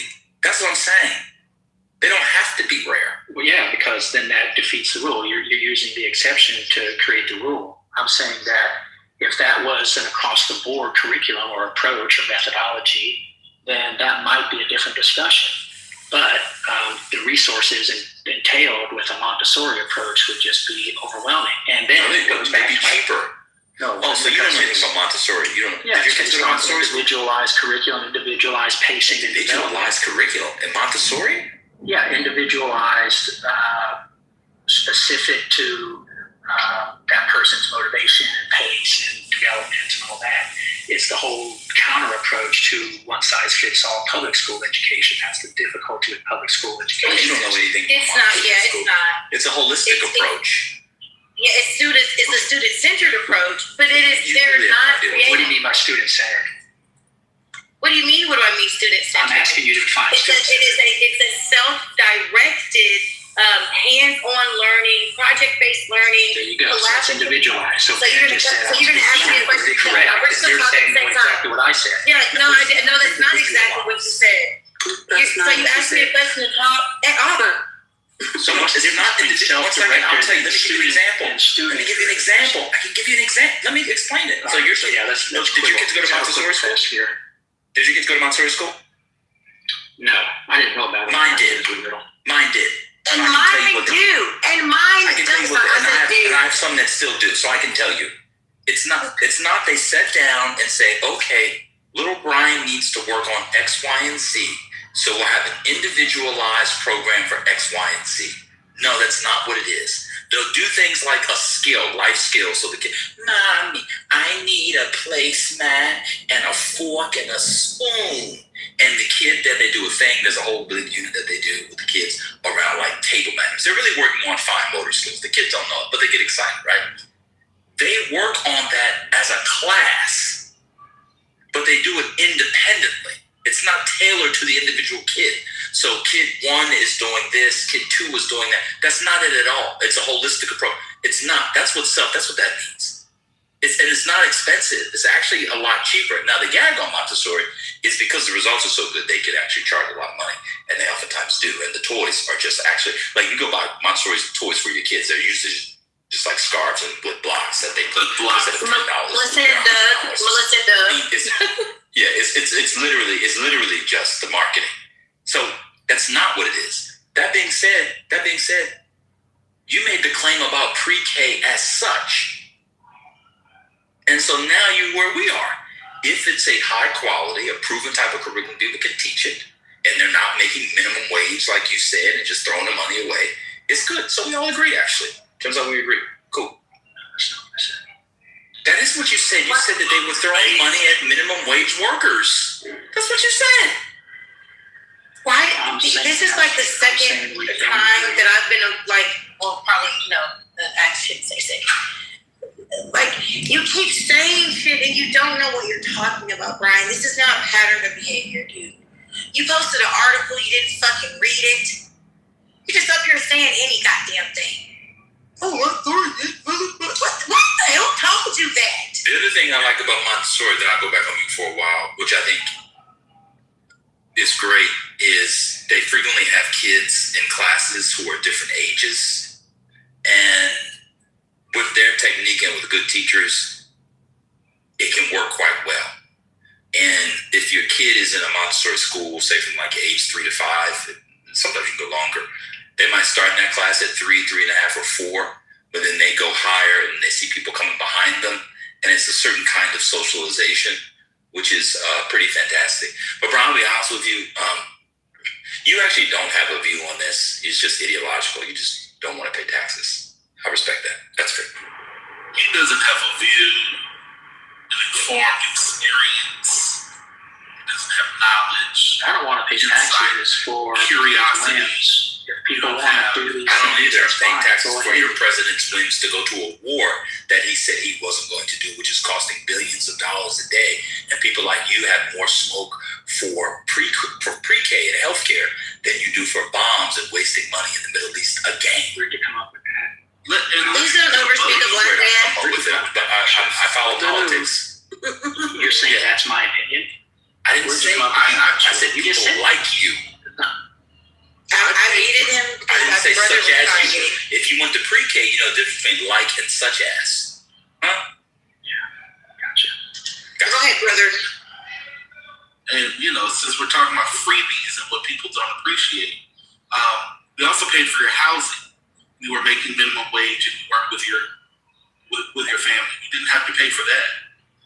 You don't seem to appreciate that. And then you use that against why you think other people shouldn't have the things that you got. They're undeserving. You got it for free. You think you provided it for yourself. You talk about it as if you do. And then use that as leverage against other people. God bless. But I was in a very small, selective community that was providing a benefit to the entire nation. What benefits did you provide? You were cooking. You got paid. You were cooking. I'm confused. You're equating the military. Wait, do you understand did you what not the military get paid? folks in the military do? Do you have any clue about You didn't cook on the battlefield. what the military do? We're talking about You got you didn't paid cook for on your the battlefield. service. You got paid for your But service. why isn't the military privatized? You'd have better outcomes. It'd be more efficient. Why can't we take the market to the military? No, because See, y'all got to start talking to these people. you couldn't have direct oversight. Y'all got too much oversight. honor You and couldn't have direct respect. oversight. What does that mean? You couldn't have independent oversight. What does that mean? If somebody, like let's say Elon Musk created a military, he might, let's say, follow an America First agenda. He might pursue objectives or military strategies or outcomes that, let's say, benefit the country. All right, and then he leaves or retires, whatever, and then you get somebody in there who was a far left, anti-military, anti-war activist. What do you mean get them in there? What does that mean, get them in there? Well, this person wins what the is bid. in there? The owner of the military or the president? The owner of the military force. Oh, okay.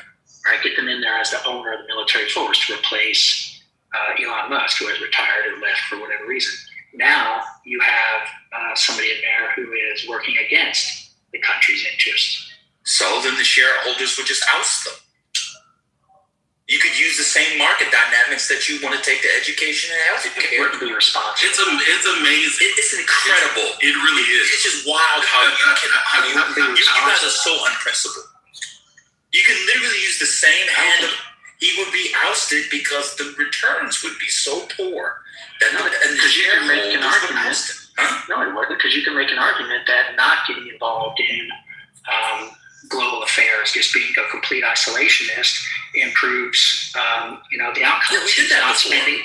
He's not spending money. He's not getting involved in foreign conflicts, and therefore he's making more money for the shareholders. But it would work against. But it would work against goes against your interests. But it might necessarily work against. Certainly might work against our interests if we need to involve the American.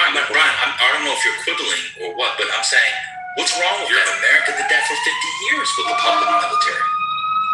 Well, except 1898. We did that for a long time. Yeah, there were people who were isolationists. I know. So why would that be a problem with privatizing it? That's just the whims of being in the military. I don't think we were the global superpower at that time, were we? Budding. I mean, we had just toppled the Spanish. Let me answer. Why don't you, instead of asking, all right, here's a general rule. We weren't the global superpower asking me. Instead of you guys asking me a question, and I'm going to answer it, just say what you want to say, John Mayer style. So you don't think the U.S. was a global superpower, and now make your point. Don't ask me the question. Go ahead.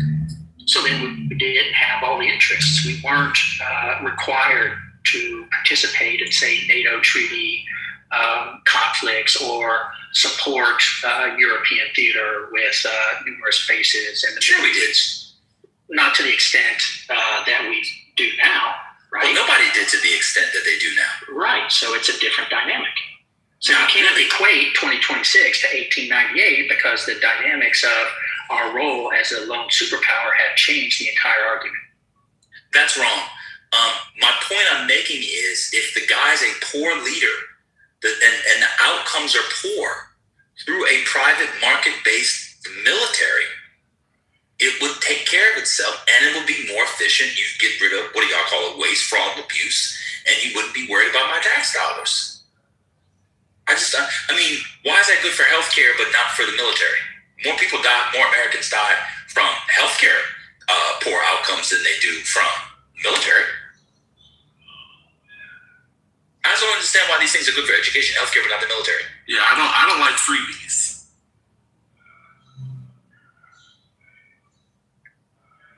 Yeah, I don't know. It's hard to understand that. I think when you get freebies, when you get promised freebies by politicians, that entails like your housing, pre-K, free.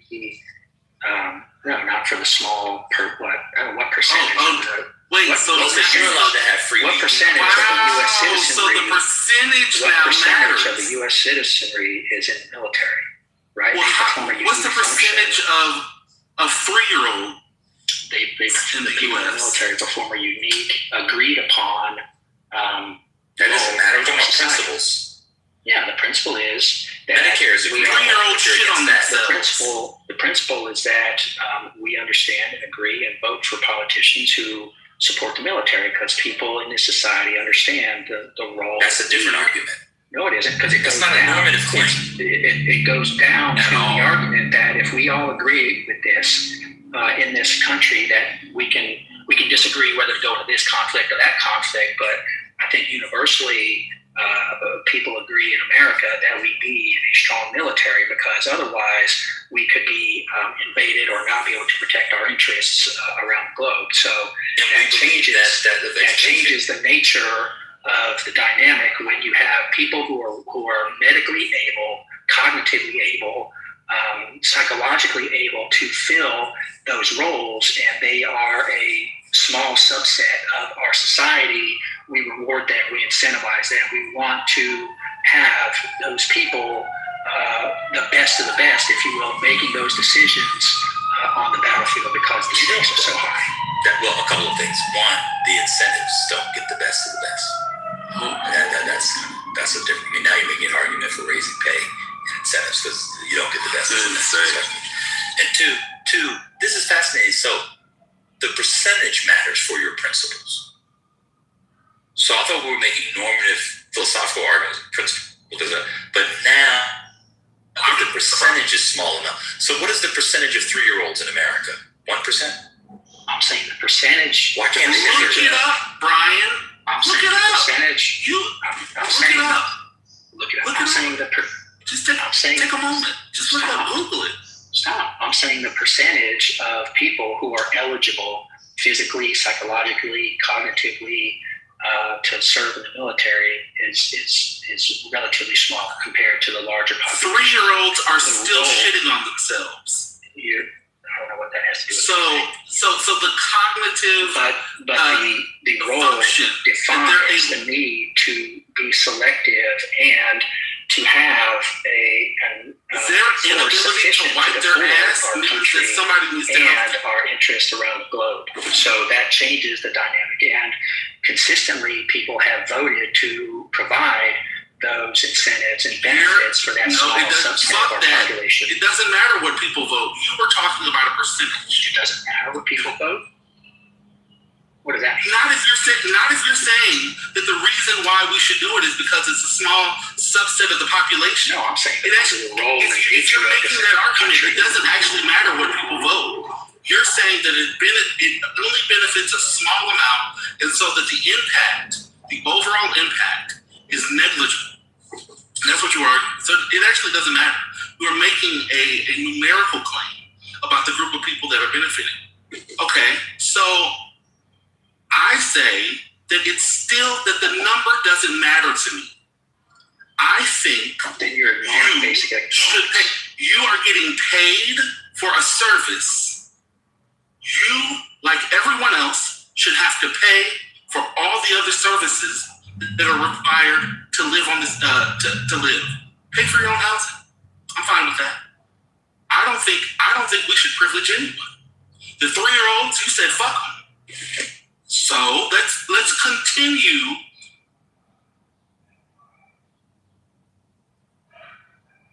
that same argument. Because enough? Yeah. Also, I can defeat your gibberish in one sentence. All services are not the same.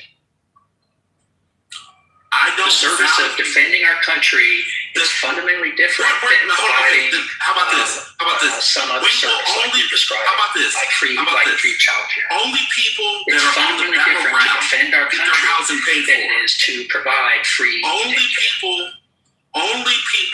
who are on the battlefield and shoot, we pay for their housing. Everyone else, pay for your home. Do you qualify?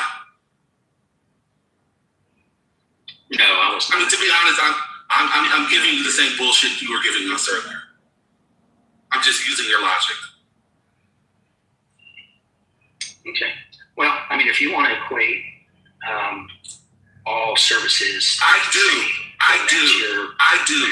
Fuck the kids and fuck the service that you provided. I didn't benefit from it. Peeling fucking onions. I didn't benefit from that shit. Here's a cook in the military. Go to work. Here's a cook. So let's use the fucking logic. Clinical engineer and behavioral scientist. So behavioral scientist. Fuck that. I was a clinical engineer when I was enlisted, and then when I got commissioned, I was a behavioral scientist. Are you from the Midwest? You was a fucking nerd is what you were. He's a motherfucker who stayed away from my guys. Yeah. Come on. I'm very much a nerd. But I am athletic too. I'm pretty athletic. But were you from the Midwest? Huh?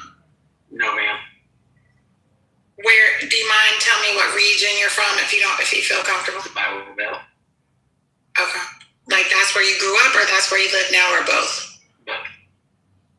Okay. He's not from my state. He's not from. I think he's from Tennessee because he randomly mentioned that the other day, and it sounds like a Tennessee accent. Okay, well, what? Yeah, we gotta start matching energy. If people can say, fuck children. I asked him earlier. He said that he wanted. He said that he wanted. I said, okay, great. You willing to pay for folks? Willing to invest in that? No. Okay. So not investing in the children, but making policy. You said it. I asked you. I did, and I said it's it. Now they moved on from that. I wouldn't make anyone do anything. The fundamental premise of libertarian is that people get to choose. If a husband and wife wants to go out and work, then more power to them. You're crashing. Good luck with that. You're crashing. If a husband wants to work so now who's not listening? And ask his wife, and she agrees to work inside. So now who's not listening? I'm not going to force you get to speak over me. Well, you're mischaracterizing the position. I didn't. I said, are you willing to invest? You said no. You literally did. Creating policies or not creating policies to help people who need the help. Okay, fuck the kids. So now let's turn it back to your story. You talked about freebies. You talked about freebies when discussing 3-year-olds. That they will be that they will somehow believe about something about the expansion of government when you give them freebies and handouts. That's really odd, right? Like 3-year-olds will conceptualize that and somehow then demand something from the state at 3 and 5. Okay, fine. You're old. You were old enough. The story that you told talked about how you could afford very little. You didn't talk about your housing because you didn't have to worry about that because that was free. You talked about the benefit that it had. Well, then you talked about the numerical side.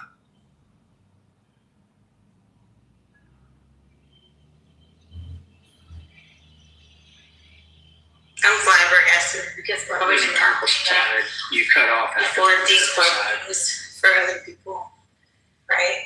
So, for instance, I only have one kid myself, but I see this as being beneficial for the good of the group. I don't understand the logic of people that feel like I don't have to pay taxes for these programs when it is, in fact, good for the group. There's too much research that has been shown. We could drop all the links. You're not going to read them. You don't read your own links. And it just saddens me. And I think that this is a live demonstration of why we need education reform. It is a very scary and dangerous place to want to live in a society with uneducated people. And why would you not want to jumpstart that journey as best as possible? And yes, I do believe that should come from the American dollar. We fund and pay for all kinds of dumb shit, But all of a sudden, when it comes to little JoJo, and little Ashley learning her vowels, and understanding that we have so many rules when it comes to reading, right? Like E and A can say E like peace or like teach. Or it can say A, E and A can say A, like steak, right? Still E and A. And those things take practice. Now I realize that's still advanced for the primary level we're talking about. That's more like second grade, second grade type material. However, if you have scholars that are being dropped off at school, at kindergarten, and they're not ready for shit, well, then that's going to delay their progress and push them back a year. And that is the point of these early childhood education programs, to give kids access who probably wouldn't be able to have access to these things before. And therefore, it's going to cut that delay. right? We're not going to start out with gaps. We're going to go ahead and start out, ready for grade level instruction. Yikes. And seeing that majority of people send their kids to public school and they do not have, the skill set of pedagogy to teach their kids, I don't understand why we were pushing back on that. It's almost like you're saying, I want more dumbasses in the world. And I'm telling you, we just can't afford it. We keep saying it, we just can't afford it. We see it every day on Clubhouse. Okay, now here's a better solution. I'm not against social safety nets. I'm not against people getting help. I'm not against people seeking help. I'm just saying I don't want the government because it's inefficient. Right, and that's what I've said that. It used to be. Yes, the government needs to pay for it. But Brian. Gotcha. But Brian. Social safety net. But Brian, donate to churches, donate to United Way, donate to. He's whispering. I don't know why y'all just don't overtalk them. He's fucking whispering. Seems like this is his level 8. Social safety net programs in our society. We can have this whole conversation around Brian. That's fine. Because what will happen is you'll get people donating to. Yes, sir. We'd love to hear from you. Pre-K. If these pre-K programs are that we're listening. Go ahead, Mr. Allen. Difference making, then you would have. I'm just saying that then you would have people funding those entities. The system that we live in. That's much more efficient use of our resources. That we all living in, and we all got to pay our taxes, and the dollar trickle down to 1%. And it's a system that's created by colonizers to suit colonizing the 1%. This is harmful families. But giving to churches is efficient. Hold on, Brian. So you're saying basically like you disagree with the idea that having more competent 4-year-olds is a benefit to the entire community? You think that's just that family kind of leeching off the government? No, because Alex, hold on, I'm talking to Brian for a second. Because really, that is a public good, just like the water supply being clean.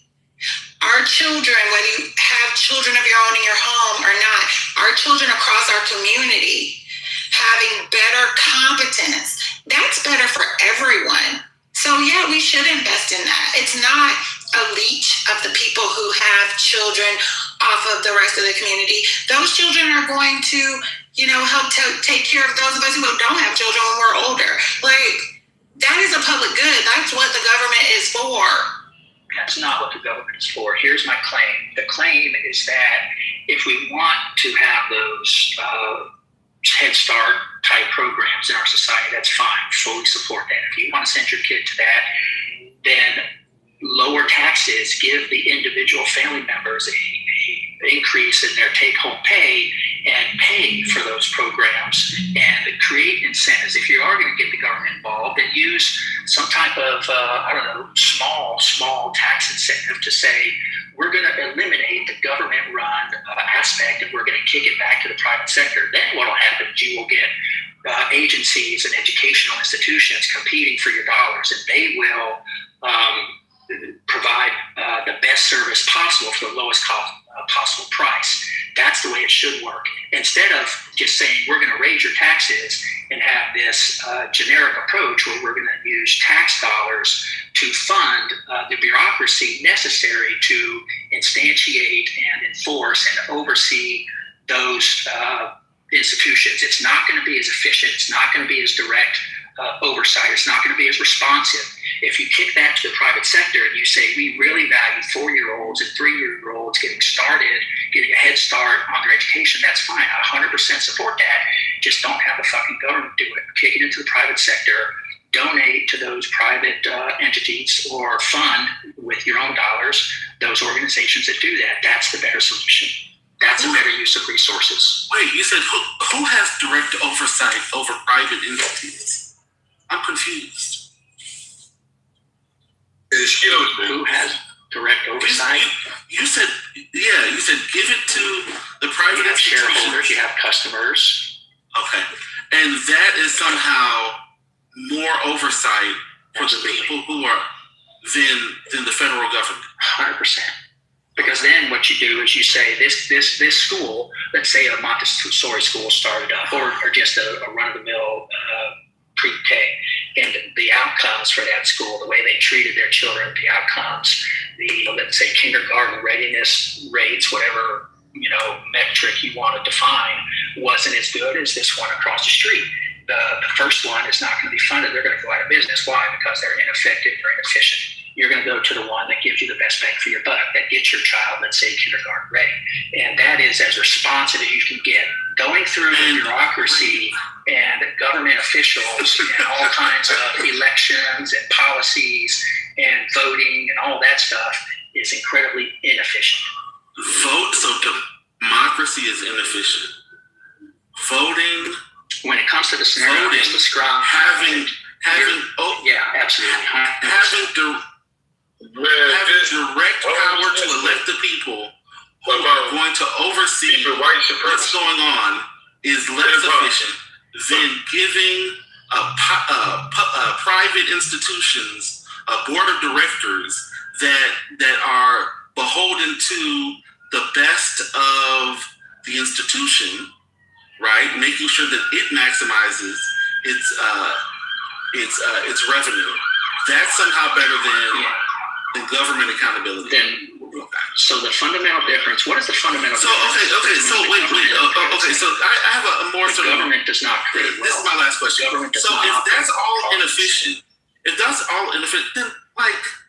all the more reason why I'm going to be honest with you. You need to pay us back some money. I don't think you understand the whole. You need to pay us back because I thought you were fighting for the liberties and our right to all this other shit. So this shit is ineffective. This shit is ineffective. It's not worthy of the amount of money that we gave you. My family struggled, but you got to peel onions. You got housing. You got a paycheck, and this shit is inefficient. I don't think you understand. The shit that you said that you fought for was inefficient. I don't know. You seem a little entitled. You're not that good at this, are you? You're right. You have to understand. Of the two of us, before I got cut off. The two of us, I sound like the. Like I was saying before I got cut off, because there was a lot of voices talking after I got cut off. Like I was saying, we in the system. You dig what I'm saying? And for one, the system is unnatural. The colonizers created because it suits them. And that's what y'all are going back and forth about right now. And for what's unnatural? The system. The system they have, which we all are part of. If you want to eat, what you gotta do, you gotta get money. So you got to go work. The system, the government, as you working, trying to take care of your family. You know what I'm saying? You're being charged for things that's natural resources like water, electricity. Hell, they even charge you for going fishing. Like, that's natural resource. Supposed to be able to go. I should better go fishing if I can. Well, I have to keep you some money. This is my planet. What you talking about? Then when you talk about my people, we are the original. No nationality exists. Talk about it. You know what I'm saying? Does electricity generate itself? Does water get provided to houses without some type of effort? Listen, you don't get what you don't understand or get what I'm saying. I don't understand. I don't think you. Before these colonizers, I'm talking about just my people. My people, kings and queens, before the white man. I'm just telling you, hold on. I'm just telling you, my people wealthy. You understand? Nothing poor, nothing. You know what I'm saying? The colonizers came. You know what I'm saying? And when they came, they took everything brute force. Wherever the colonizers lay, they took that. They are not indigenous to nowhere on this planet. You know what I'm saying? Like live. You know what I'm saying?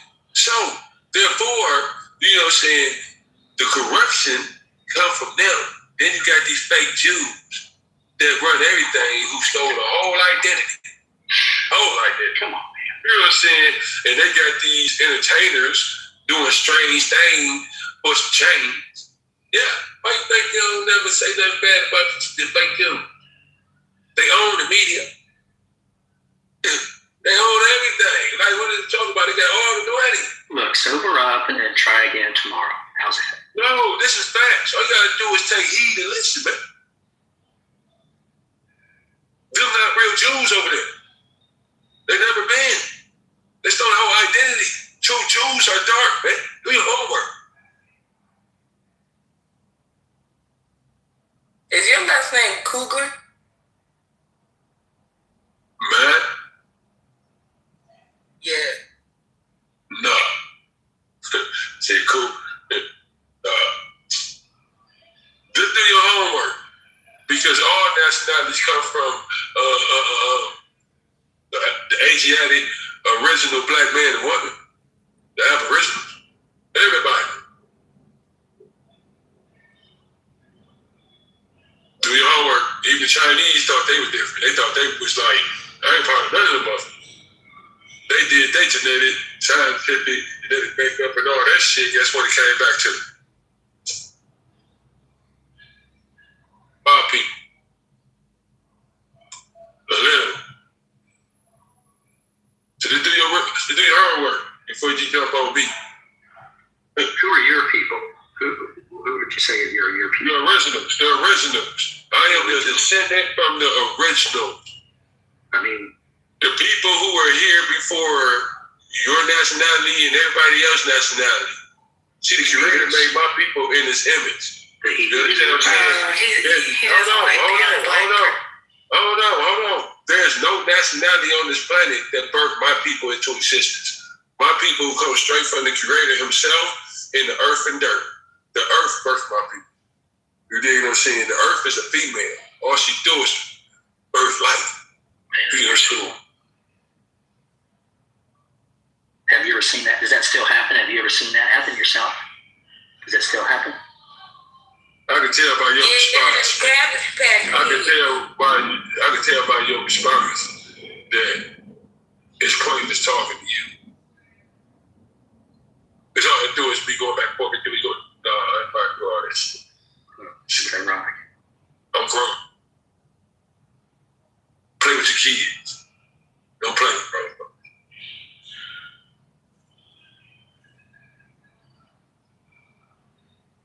All right, back to what you were saying, Brother Man.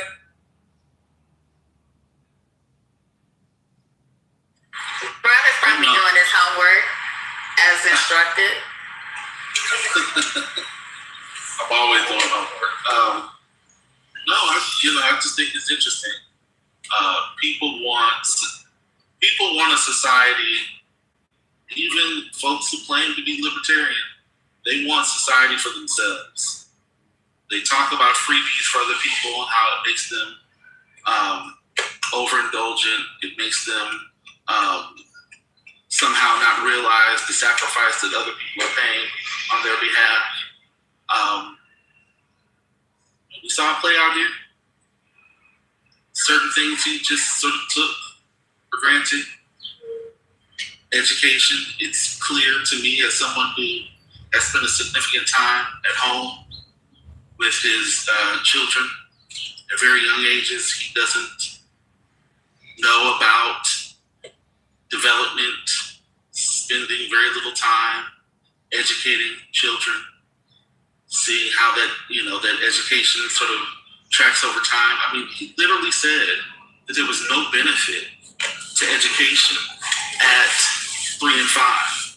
From 3 to 5, there was no benefit.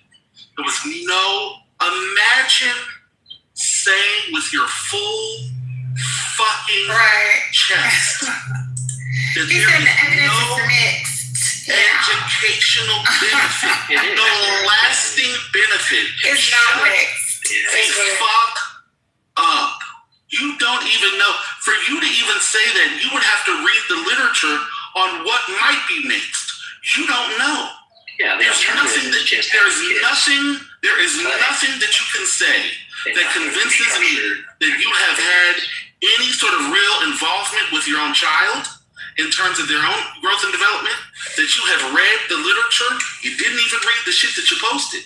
Imagine talking about not wanting compulsory education when you post things you don't even read and then try to cite them as fact for the argument you're making. Absolutely unbelievable. But it is believable because the shit that you argued didn't make sense. It didn't make sense. It didn't make sense, not just sort of rhetorically, but philosophically. You're all over the place. You are all over the place. And you have to be, because you have a position that you want to hold. You don't have evidence for that position. You have a feeling. What is that feeling based on? Whatever the fuck you want. You want society for yourself. You don't want it for others. Here's a trick. You don't have to engage or take any of the things you don't want. You don't have to. They're not forcing you. I understand, listen. You want to get into, maybe it's, informed by your experiences. Didn't Obamacare service. Okay, that's fine. Healthcare? It did. Didn't Obamacare mandate? No. Yeah, there was a healthcare mandate. No. Yeah, there was. Wasn't there a healthcare mandate? No. And if you didn't have, you had to pay a small fine. Yes, it did. Yeah. And it's factually inaccurate. And it messed it up. It messed it up when they took it away. So what you're saying is factually inaccurate. Hold on, wait. There was a mandate. Wait, hold on. What years? What years were people paying fines? 2011 through 2010, 2011 through 2017. Right, but didn't they not actually pay them? Wasn't it? I was taking out that. Yeah, they did, but it was a very small amount because but they felt most people were covered. It was very small. So I apologize. 6 years in the course of the span of the country's 250 years. For 6 years, people paid. How much did you pay, Ryan? Did you pay anything? I think my military healthcare exempted me from having to participate. Healthcare exempted. Yeah, anytime you had healthcare, yeah. So if you had TRICARE, then you wouldn't have had to pay. Yeah, the average was, I looked it up, it was about $800. In 2015, the average was $450. 2016, it was $730. 2017, it was $780, and then it was $830. But the vast majority I stand corrected. Military. So for what? Huh? What about it has nothing to do with the military? What are you saying? Well, He's saying he got free insurance. Yeah, so he used me as an example. My brother asked me how much did I pay, and so I was exempting myself because of my military status. And then I added to that the vast majority of American citizens are not military. The vast majority don't have Obamacare. No. Even if you had private health insurance, you didn't pay. It was just you had to be covered by any program, private, military, VA, Medicare, Medicaid, anything. You just had to be covered by anything. It didn't have to be a government program. I'm not saying that. I'm not disputing that. I'm just saying that he tried to use me as an example, and I was not included in his example. Okay. Sir, I know. He's rambling just a bunch of ridiculous. He's not. Sometimes I can take you because at least you're a fairly, reasonable actor. You see how he's injecting his own characterization and his own opinion to my position. So he's mischaracterizing. What were you doing and he's earlier? adding his own interpretation and slanderous. No, he said he's adding. He didn't say that. He's adding, things to the comments. I'm adding my own perspective? Yeah. I'm adding my own interpretation? Yeah, you are mischaracterizing something.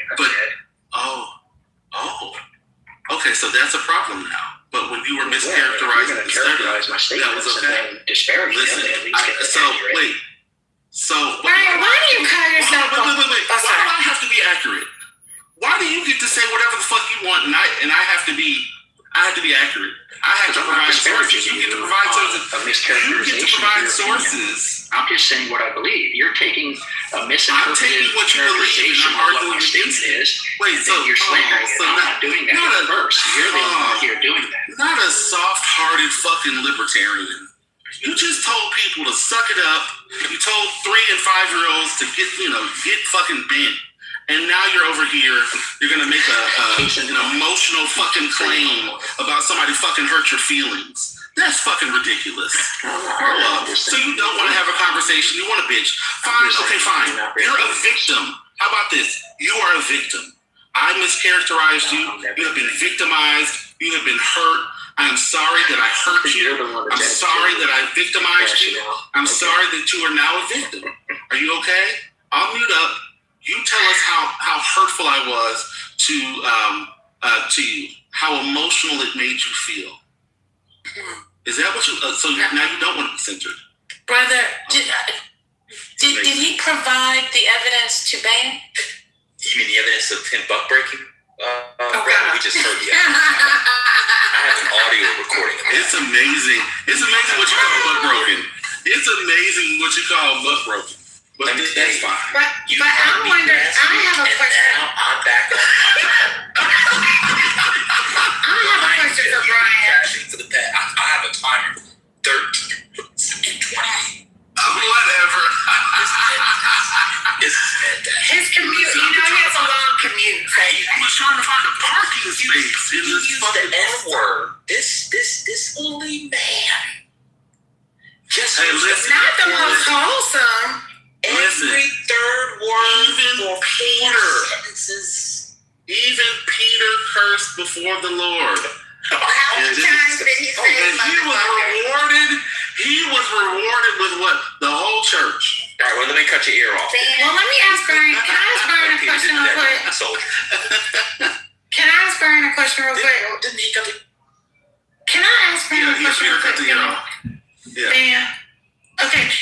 Brian, I have a question just about like how you characterize yourself as a libertarian versus just being a straight conservative Republican. Like, where do you see the differences between kind of your positions and theirs? Primarily theology. I don't ground my ethics or economic decisions in theology. I'm not a theist.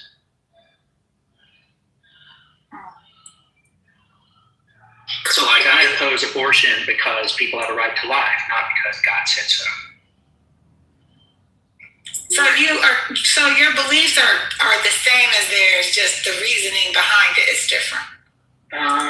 In most situations, that's why I vote Republican. I've never seen you have a position that was different than theirs, even when they're like dead ass. Gay rights. I support gay rights. I support trans rights. I just don't want the government again getting involved in dictating, how schools should be run, how language. But you said you didn't believe in gay marriage. I didn't say that. You didn't? Okay, I misunderstood that. I support gay marriage. It's an individualistic perspective. You should be able to do what you want to do. But in some states, they should be able to keep people from being married that are different. Like, that doesn't go together. You care. You're banned. No, that's what you said. No, I was listening very carefully. You said you would be okay if states wanted to make that decision about whether their citizenry could be married if they were in different, racial groups. You just said that. I heard you. Yeah, well, Ban put me into this hypothetical situation. It's not hypothetical. Yeah. No, he was taking you down the logic that you using hypotheticals as what if a state did this and another state did that. No, that's not what I said. I said, do you think they should get rid of loving? No, that's not what I'm saying. No. But earlier I said, should they get rid of loving? And you didn't know what loving was, and I explained it. You said, yes, they should get rid of loving, and the state should decide. Yeah, so what personally my belief is, people should be able to live how they want to live as long as it doesn't infringe on the rights of others. The freedom to swing your fist and it's when it hits my face. No, but you don't believe marriage is a right. Yeah, I don't think marriage is a right. I don't think the government should. I know, but you just said you believe in gay rights. Marriage is an institution of religion. I got you. So what's a gay right that's not an institution of the state? Break it down. Well, gays should be able to serve in the military. Well, that's not a gay right. That would just be a right. That has nothing to do with it being gay. Gays were excluded from certain activities in our society. That's a different thing. I oppose that. No, that's a different thing. It's the point. It's an example of my principle. I'm saying, what is a right that they should get by virtue of being gay? They should be able to participate in society as full. But not marriage. Well, marriage is an institution of the church. No, if you want to have a civil civil union, union, like a legal, that's what I mean by marriage. Everybody's not a Christian. Come on, man, don't insult me. We've been doing good. I'm not talking about the church. Many people, Jewish people get married. Hold on a second, Brian. Muslims, assalamu alaikum, they get married. It's not just of the church. Atheists get married. I'm talking about it vis-a-vis the state. Hence, Loving v. Virginia. Loving v. Virginia is a Supreme Court decision, not a book of the Bible. Come on. Stop trying to weasel you away. So, are you ready for me to explain? No, because I have the question. Okay, go ahead. So you'd be fine with a state not allowing for gay marriage? No, I don't want a state to not allow gays to be married. Oh, so you think states should be forced to allow gays to be married, but that same state should allow for people of different races not to marry? It doesn't go together. Oh, no, I'm done. Yeah, you keep creating these goofy hypotheticals and giving me like a false dichotomy between this and that, and I'm trying to play along in a I asked you earlier, sincere way. So I'm playing along with your silly hypotheticals, but I'm also saying you're finished. Where I'm saying it, I gotta meet you. In my society, I would not gays or. I gotta meet you. Earlier in the conversation, you said that gay people, that mixed race people, you'd be fine with a state outlawing interracial marriage. False. Huh? False. No, okay, not the state, like the country, like Alabama or Maryland or whatever. That's what you said. That's false. You did say that. Now, if you want to change that, then change it. But just say that. You gave me a hypothetical. You gave me a hypothetical where one state allowed it and one state didn't. No, that was after she that's after. Hold on, 1 second, Sonny. I gave you the hypothetical because I was trying to understand. Brian, hold on a second. Brian, please. You're not talking to the others now. You're talking to me. So please don't treat me like you were treating. Don't treat me like you were treating brother. Don't treat me like you were treating brother. The reason why I asked you, or as half of your people would say, asked you that, Hako, was because you had said you'd be fine for parental state treatment across the states. I even used the term interstate comity. And interstate comedy. And you said, well, if the state doesn't allow, don't take a job in that state. You were fine with it. Let's move on. I have breaking news. Y'all gotta stop. You gave me that hypothetical and forced me into that box. I'm telling you. I asked you about Loving versus Virginia because it came out of. Hold on a second, Brian. Because I can tell you the whole thing. This is your option. Brian, I have a recording. Want to have a recording? John could have, this state doing it and that state not doing it. So in that hypothetical, I said, yeah, you don't move there. Don't move to a state that has laws that you don't support. You were fine with that state. And then I followed up with, I would not want those states over a period of time. Within some period of time, I would all of those silly laws repealed. And you said, well, that's a hypothetical. You can't. Yeah, you did say you hoped. Yeah, you did say the hypothetical. I said that's not normative. I did say so. Again, we started asking you a set of questions. Come on, Brian, chill out. We started by asking you a set of questions. And I said, oh, that's kind of interesting. Went through abortion and all that. The reason how we got to let states decide is because that's what you said about abortion. And I said, oh, okay, well, what do you think about Loving versus Virginia? And then you said, at the time, I thought you were lying or playing around. You didn't know what it was. But after talking to you, I realized you didn't know what it was. So then I explained what Loving versus Virginia was. And you said you'd be fine if the people in a state didn't want to allow people of different races to marry. And I said, oh, interesting. How would you deal with these various things? We then moved to slavery, and then we moved to people of certain not voting or having the franchise because of immutable characteristics. My memory it's arguably the best thing about me besides my feet. Lovely feet. Okay? I know what happened. You quite literally said you were fine with the state. Because I kept saying, well, what will we do with you in that state? Because you're the product of an interracial coupling. Please, don't play like I'm done. Let's move on from the lies. The lie, y'all gotta start with the lies. Yeah, see, don't do this. Come on, don't make all these slanderous accusations. And then I didn't make any slanderous. You're accusing me of being dishonest. No. Maybe you just are mistaken. Maybe you just don't remember what you said, Brian. He really is not mischaracterizing the way it went. And I think that it just does point out the fact that you're unable to be consistent in your arguments about why. That's False. I'm one of the most consistent people I argue philosophically because I've thought this through for decades. But okay, well, I don't think your actual through for decades. I don't think that your actual old man with an Ayn Rand thing in my PTR because I fought it through and I go to bed. I don't think that. Shrugged. Wait, hold on. I read this book for the first time when I was 16. I thought, wow, this is fascinating. I reread it when I was 17 and was embarrassed. I thought that woman was smart. This is a woman who was against government programs and was taking Social Security and Medicare. She was on government welfare, please. She should have saved the money. No one's serious about this. Brian, that's exactly what you said. I asked you about Loving versus Virginia. You said you didn't know it. And I said, you said fine. You said, I'd be fine with states not doing that. And I'm going to tell you why you said it. Because I said, what about slavery? You said slavery is different. Because slavery is about life. And marriage is not a right. And it's not about life. You're not entitled to it. That was the distinction for why you supported the fountain Loving versus Virginia. This will be a dumb thing for me to not only but make up these kinds of details. I may be evil, but I'm not an evil genius. As you worked on your fine fucking motor skills when you were 3 and 5, still crashing. There you go. Ability. Start the clock. To remember. Start the clock. 56. Start the clock. This man has been. Brian, one thing, as much as frustrating as Brian can be, although I think no, don't do that. Don't do that. I can be passionate just like you. No, it's not. This isn't.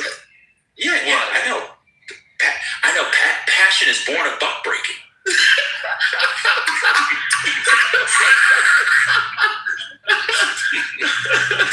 Yes. Okay. That's okay. Yeah, you've been buck breaking. So you're strong. You should go walk around. You should go walk around Costco for a little while. That she took the Social Security. I'm walking. What'd you say? I'm sorry. You're strong. Is that what's your strongest argument against Ayn Rand and her philosophy? Oh, I think the philosophy. Yeah. I think the philosophy. I think objectivism is, as I said earlier, maybe you forgot, is a kind of philosophy that only works in an idea, as what political philosophers call ideal theory.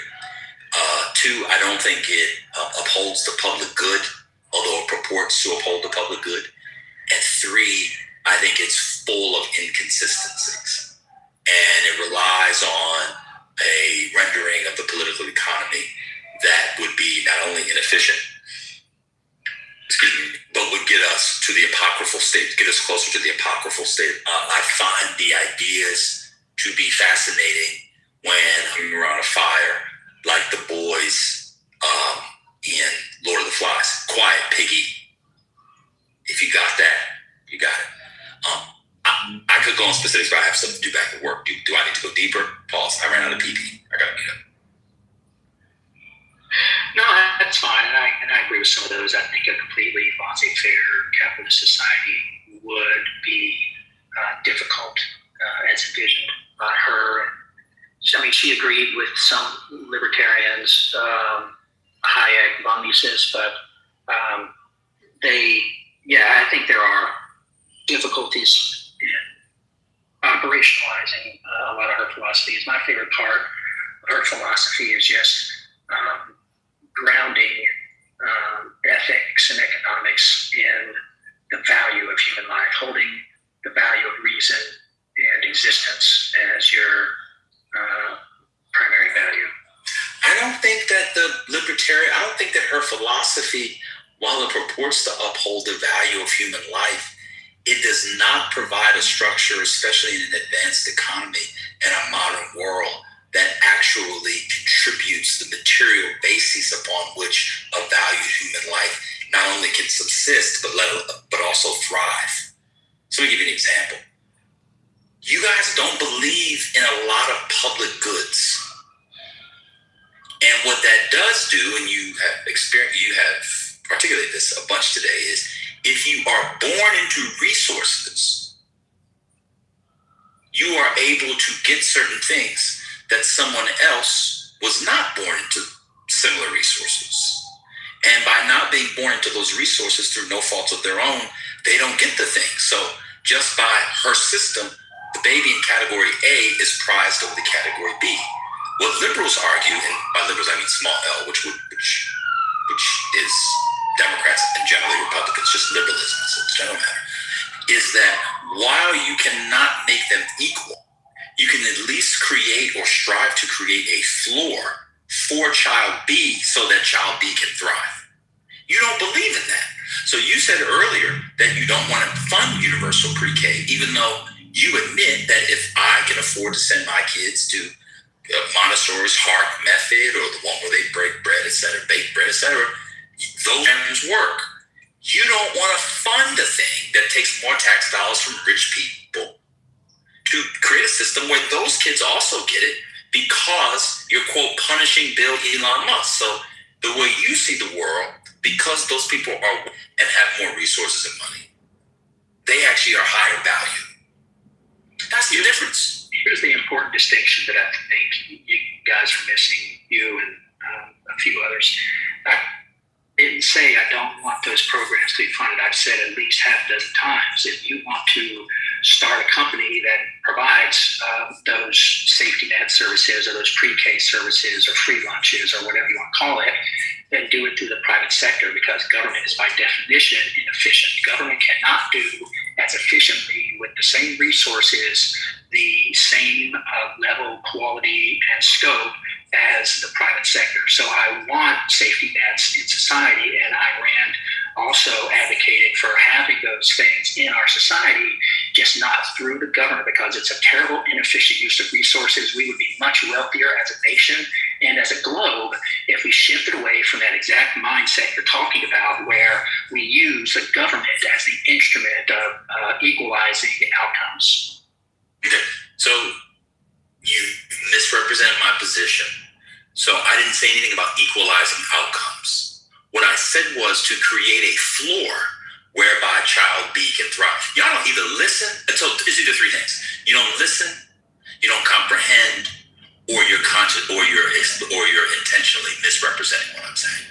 I never mentioned outcomes, not one time. I literally talked about child A and child B and giving the child B a floor, even though I know that floor will never be as good as child A. The fact that you got to equalizing outcomes is online brain rot, claptrap, etc. Oh, you're trying to call me a Marxist, communist, all that stuff. I never mentioned outcomes. That's the first thing. So this is a general matter. Two, what you just said is not true. There are actually places in the world where the government is efficient with very high outcomes. That is actually not true. So you guys have this sort of inherent belief about government, and you never produce any data. You just made a claim. It's a counterfactual of sorts, but let's entertain it. I'm actually 3 minutes late, so I'll think about it and come back to you. You said the United States would be much richer if the government was less involved. Show me the economist, show me the political philosopher, show me the think tank, show me 3 papers that say that. Yeah, the Nordic countries. I could say, police. I'm almost done. The Nordic country. What about the Nordic countries? With what? They experiment with what? Sociology?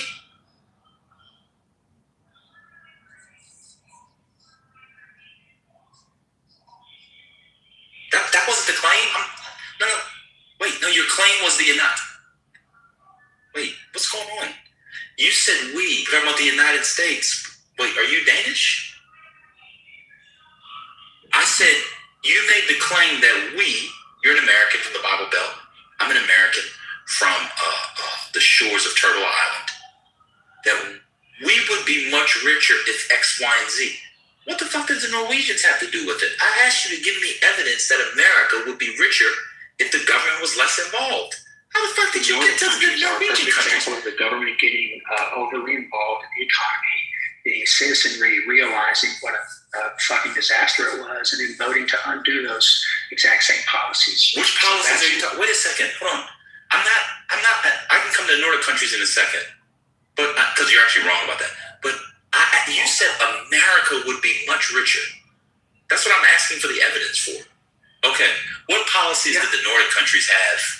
Because hang on. So back to the Nordic countries. So if you take just as which policies you talking about? Yeah, that's what just as a philosophical economic understanding, if you have a certain pie of a country's GDP and you have the government owning or controlling or overly regulating some percentage of that economy, let's say 25%, just arbitrarily, then what you're doing is you're leaving 75% of that country's GDP to the private sector.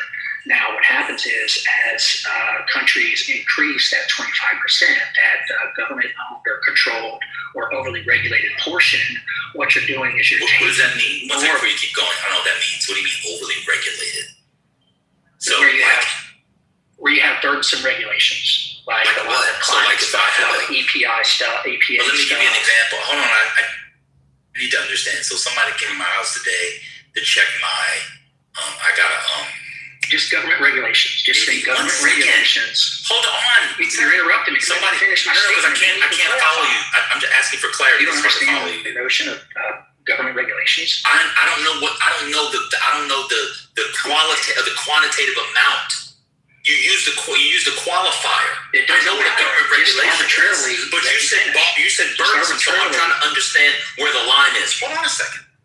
So, and then I'm trying to understand how that has anything to do with GDP. Okay, I'm going to tell you. So when you have, let's say, 25% of an economy that is controlled by the government and 75% controlled by the private sector, the more that 25% increases and impinges into the private sector, you become, by definition, inefficient, because the whole reason the Soviet socialist, the USSR failed is because of one word: prices. They were not able to.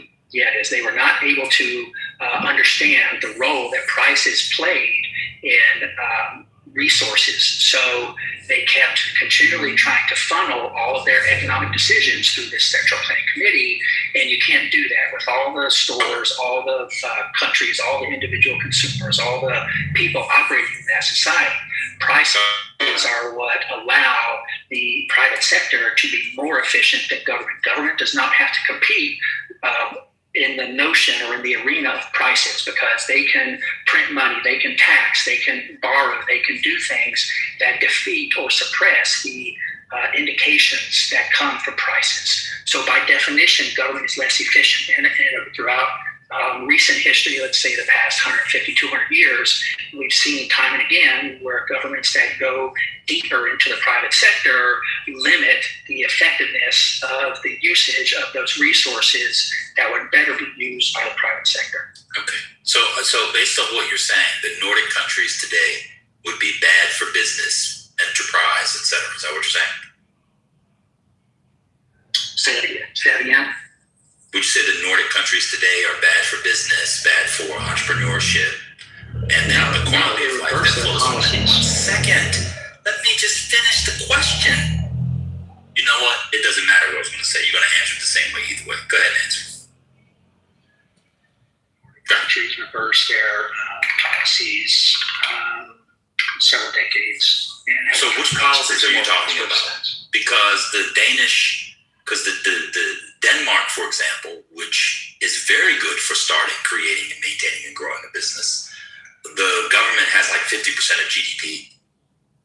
They account for like 50% of GDP. So what policies did Denmark, for example, reverse 20, 30 years ago? They still have nationalized industries, etc. Well, I'd have to get specific. I don't know the name of the bill. But no, just give me. What was it around? Was it around healthcare? Like, what was it around? Because this is the crux of your argument, so you should know something. Yeah, I have looked up. I wasn't prepared to make this specific argument. I mean, just tell me the industry. Like, what was it around?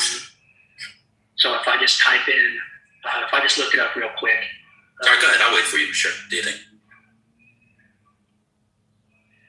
Yeah, governments in the Nordic countries have tightened eligibility for welfare benefits and introduced market mechanisms, including private options in healthcare and education. So it's moving away from I mean, by that statement, I would say they're moving away from some of the government-owned aspects of certain industries and introducing more free market mechanisms. That has nothing to do with the reasons why. A lot of that, when's the article from? You said 30 years ago. Is that recent? When's the article from? 1999? Let's see.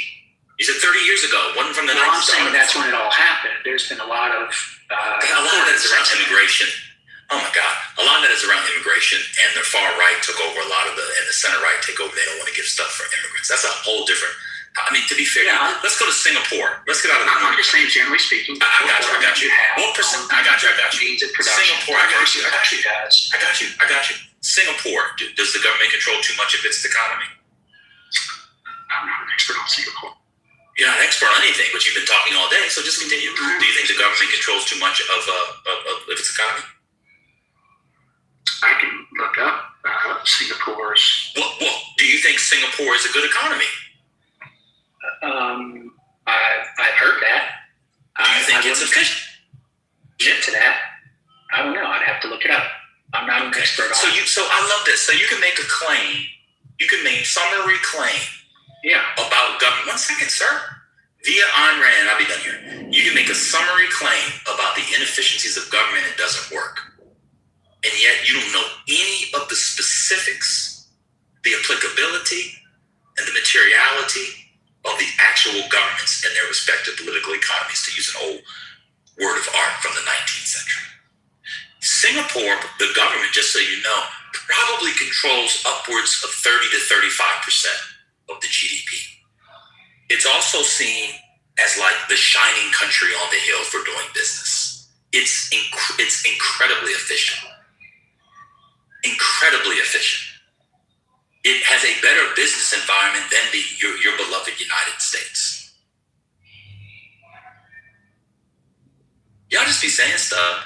You got to read a little more about the world, Brother Brian. But, we've talked a lot today. You and I probably are behind on work. So unless you want to buck break Brother Messi anymore, I'm done. I learned a lot from y'all today, actually. Y'all should do this more often. If we could get some conservatives that want to tell their side of it reasonably and not just lie, even though Brian did. Well, Brian did end up. No, I said Brian did. Yeah, I was actually saying. Can she finish, Brian? I actually wasn't. That's why I was saying that it was a reasonable conversation. Because you didn't just lie. Now at the end, you misunderstood. You misrepresented what you said, but that's fine. But my point was that you weren't just up here lying, because I can't even take conversations with those people. That's all. So take the compliment. Brian, you gotta let people.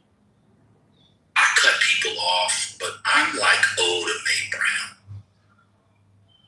I know what they're gonna say, Brian. You a danger girl. You gotta let people talk longer. The woman was actually giving you a compliment, but you're so defensive in your political philosophical insecurities. You thought she was saying you were lying. Now I do have to disagree. You did lie about the Loving V Virginia thing. That's fine. As a MAGA, you're allowed one lie. No, I didn't. So we appreciate the back and forth. And I want you to go MAGA friends that you can come in here and people, except Brother Messi when he's buck broke, you got to speak. You got to make your points. Now, some of the black ladies stated the insults, but we don't expect intellectual exchange from them. They're women. So let's put the women to the side. Well, I mean, y'all was just insulting the man. I mean, you had Reform come in here and was calling them all kinds of names with 5 kids, and there was another Brian in the chat. It wasn't even him. That was insane. So just put that aside. The MAGAs can come in here and have a good conversation. And the old BAN with the dick, balls, and vagina, name, formerly MAGA, Niece Bro, GOAT, etc. You can have a good exchange. We had a wonderful exchange today. Now, because you're mixed race, I can't take you in a state that doesn't allow for mixed race people, because they would arrest you as a product of a mixed race coupling. You see, you would be the crime. And what was fascinating about that was you said for people like you could be the exception. But I'm gonna let you know what you did today on the reel. This is very interesting. Just so you know. You made exceptions for your life story every go. You are always the exception. You are always the outlier. You are always the edge case. Pause. But God bless you. Would you like a prayer, Brian?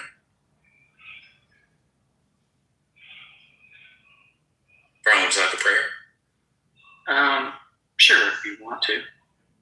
Oh, really? Yeah. No, but do you want a prayer is what I'm asking. Well, I've had people pray over me before. Do you want it? Pause. Yes. Brian, do you want the prayer? Yes. Or not? He said, yeah. No, that wasn't Brian. That was somebody else. Brian, do you want the prayer? I'm asking. That was me. I said yes. He said yes several times. It was him. Give it to him. I will. The sound changed. So I wasn't sure. The sound changed, so I wasn't sure if it was him. Ave Maria, gratia plena Dominus tecum, benedicta tu in mulieribus, et benedictus fructus ventris tui, Jesus. Sancta Maria, Mater Dei, ora pro nobis peccatoribus, nunc et in hora mortis nostrae. Amen. In nomine Patris et Filii et Spiritus Sancti. Amen. God bless you, Brian. Thank you. Joe, my man. I learned today that Lockheed Martin should pay for the veterans' cop. That's what I learned from Brian and Bam today. I'm fine with people doing these things. Just move it to the private sector. You'll get a better outcome. You didn't have to respond. I just told you what you taught me. Why are you responding? What's going on? Because that's not what I taught you. You can't tell me what to take from you all's conversation. That's what I learned. Oh, yeah. That's how Brian got that black woman. He still had black. You can get you on check. Oh, you remember Brian said, he said, that's not what I taught you. Huh? Brian, your wife is black. Isn't she? We know. I'm just joking.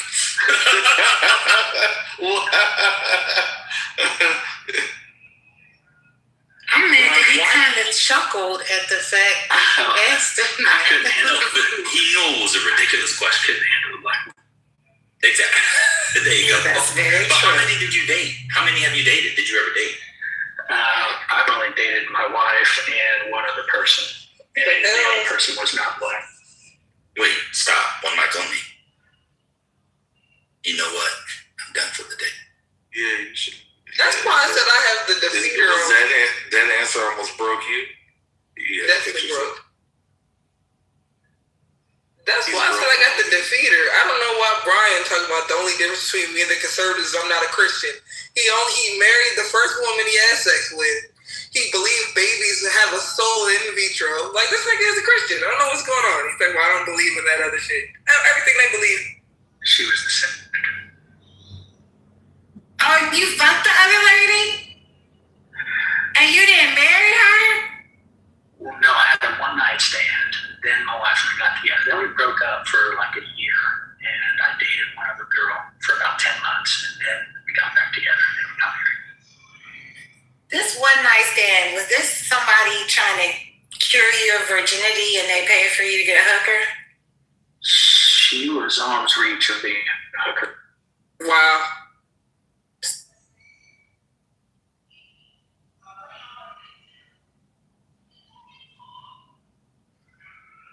And it scared you into holy matrimony, huh? Yeah, and then my wife and I dated for a few years, and honestly, I did one of the stupidest things I've ever done. I broke up with her because I said, could we have gotten this lucky? you and I, she had only dated one other person. She was the second person, well, really the first person I dated seriously. And I said, this can't be this good. So I said, I was an idiot. I said, I think we need to break up and date other people. She dated one guy. I dated the girl I dated. And after about 10 months, I realized I made a huge fucking mistake. And I went back to my wife and I proposed to her.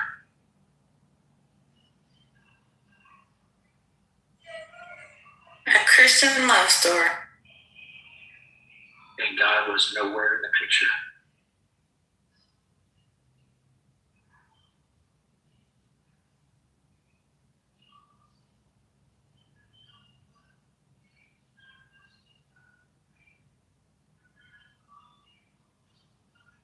How long have you been married, if I may ask?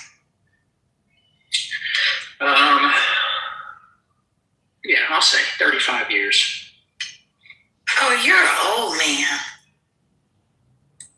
Yeah. I'm an old, average, mixed race dude. Why do you keep saying mixed race? Aren't you just a black guy? Like, what is that one? Why do you keep saying that? I feel like people say that when they want to be white. No, he's mixed because this is important. Brian, were you conceived when mixed race conception was illegal in your state? No. Is your mother white? Neither one of them are white. Oh, wait. So what's the mixed race? I don't understand. What's the mix? It doesn't matter. Okay.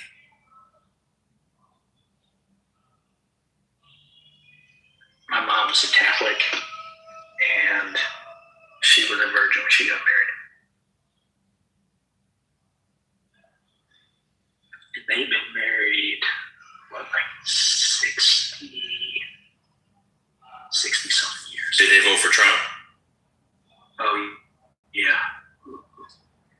They haven't really been involved in politics except for like the past, 10, 15 years. In fact, Dad used to rail on Republicans just as hard as Democrats. He was just, my mom's is hardcore. They both are. Way more than me. After Trump's gone, will they stop voting? No. No, I don't think so.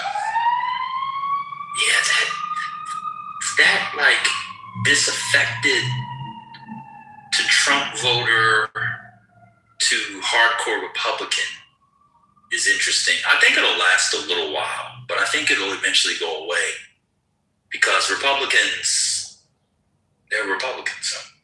Do they support the war? No, I don't think they really support it. I mean, they do a lot of rationalization. So, like, Trump, in many ways, they don't really focus on Trump. They focus on the things that they don't like about Democrats. So they look at it like, I don't know, the lesser of two evils. Yeah, he's a knucklehead, but he's better than Kamala, kind of shit. Did they vote for Obama the first time? No, I don't think either of them have ever voted for a Democrat. I couldn't swear to that, but that would be my guess. Wait, you have a black dad and he's never voted for a Democrat? Yeah, I don't think they've ever voted for Democrats. I mean, I could be wrong, like when I was super young, they might have. I haven't asked. Oh, wait, it's not black-white. It's not black-Mexican mix. It's white-Mexican mix. Yeah, my bad, y'all. Yeah, he's white-Mexican. I apologize. You gotta take all this stuff back you did. Yeah, so now I'm only a quarter right.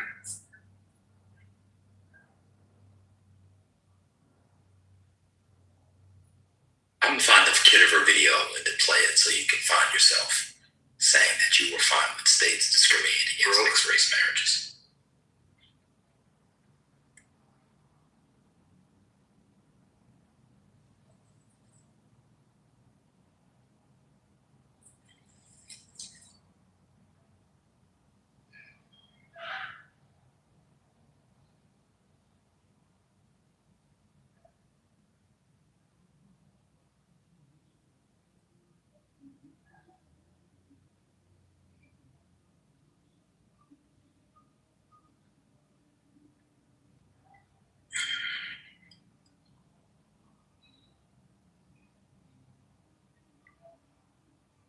kids Republicans or no?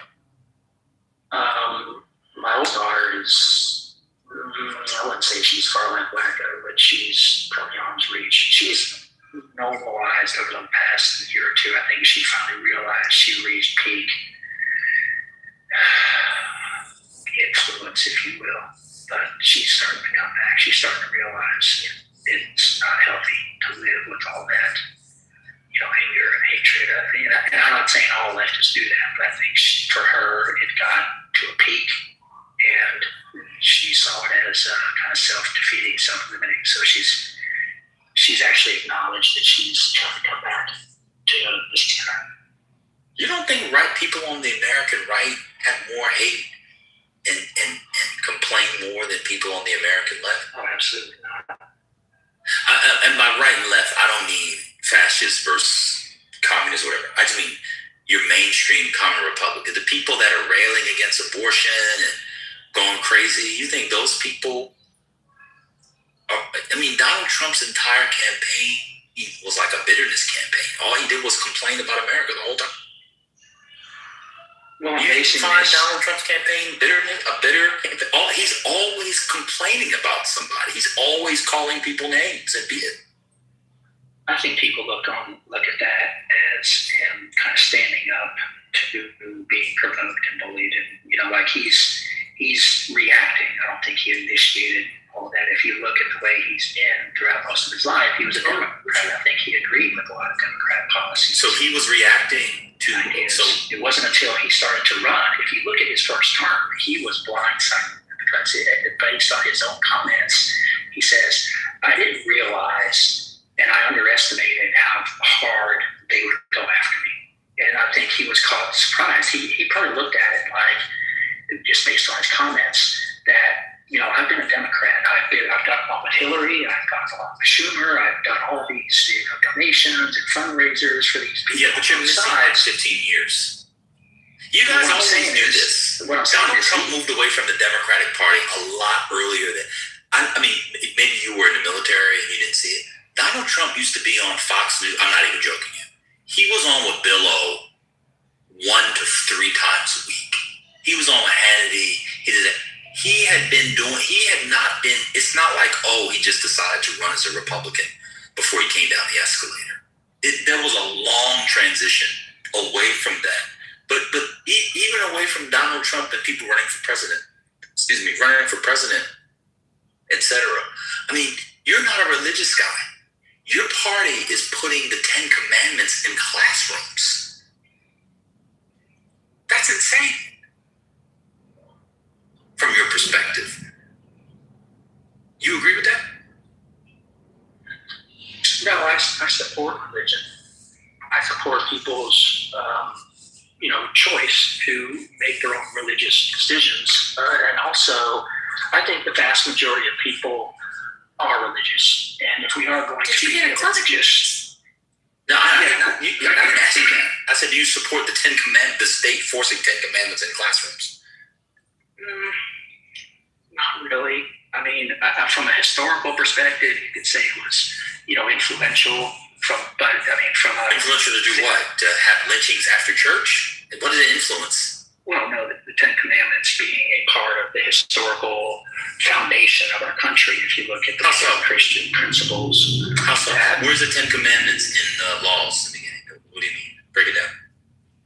Where's the 10 Commandments in our nation's laws? Yeah. I guess. Like, what's the influence? I'm just trying to understand. I see some, but most modern nation states, even the non-Christian ones, thou shalt not kill, is like, what's peculiar, what's singular about the 10 Commandments that's just not general morality? Outside of like blue laws. I'll give you blue laws. Blue laws were like stuff you couldn't do stuff on Sunday. So there used to be laws against keeping the Sabbath holy. And we actually see remnants of that today on alcohol, which is why it stuns me that you libertarians are more concerned. You know the kind of money and economy that is lost in southern states because Republicans in southern states won't allow private entities to buy or to sell alcohol for example. You know, like North Carolina has the ABC store. What is it? Pennsylvania has or Philadelphia has some store. I can't remember. But there are actual moments of like state capture that right wingers, and you never rail against those. You come into every room, you make these vague paragraphs about leftism, and then I give you examples of it being in practice from Republicans, and you never say anything. So I'll go to the alcohol. Do you think the state should be able to control who buys alcohol and when, on what days of the week? I'm okay with an age limit. I don't see that. Well, yeah, you said who? I would say so. No, buyers are not allowed. No, not who buys. I'm sorry, who sells? I apologize. Who sells? I'm talking about private enterprise. I apologize. I meant who sells. Oh, who sells? No.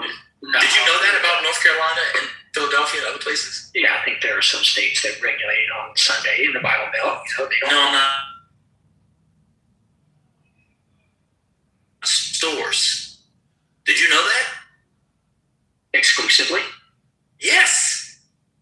There are states that have. No, there are states that have only government-run alcohol. Well, I guess it depends on the counties and localities, but some of them are only government-run liquor stores. Yeah, I know there are dry counties, but no, they're not dry. No, they're not dry. They're not dry. Here, let me read to you. They're called ABC stores. Yeah, I know an ABC store. In North Carolina, liquors, it's only sold at ABC stores. You're okay with that? But that's not the only place that sells alcohol. Is that what you're saying? It is. Liquor. It's the only place that serves liquor at ABC stores. You didn't know that? No, I was not aware of that. Got you. That's all over the country. That's Republican. How come you don't rail against their communism? That's communism, according to you. Or socialism. Socialism, yeah. Yeah, I would vote for that. I think it's silly. Stressing you have to be a real trekker to know that. I mean, I'm telling you, if we actually took a paper and looked at Democrat-controlled places and Republican-controlled places, or we looked at the various rules in the states and put them down. When you looked up, you would see that Republican-controlled places in this country are far more state-run than Democrat-run places. I'm telling you. I'm just telling you.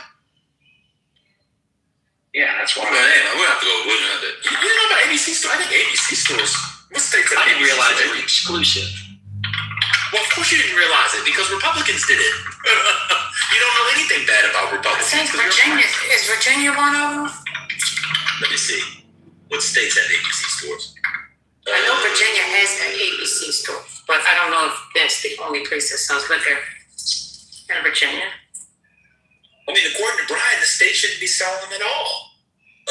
ABC stores are state-run retail monopoly store. In 17 states. The only one that's a Democrat state is Pennsylvania, and the Democrats don't control the whole thing. Alabama, listen to these states, are state-run. This is going to be my new talking point. I'm glad I stumbled into this. It's fantastic.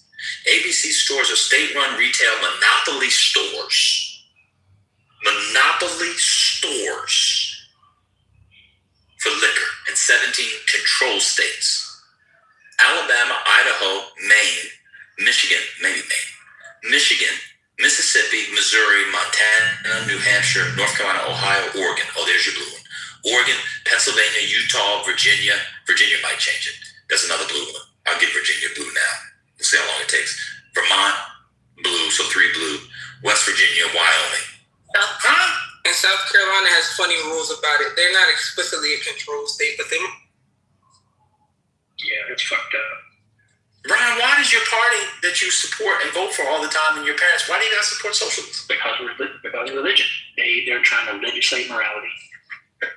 Now I said, why do you support it? And then you said because of religion. I understand. Oh, they support it. No, I think they do that because they're trying to legislate morality. No, that's not what I'm asking. I was saying, why do you support socialism? Yeah, I would vote against it. I don't like that. Okay. But getting back So I mean, I'm basing this, and this is still, I think, somewhat generalizable as well.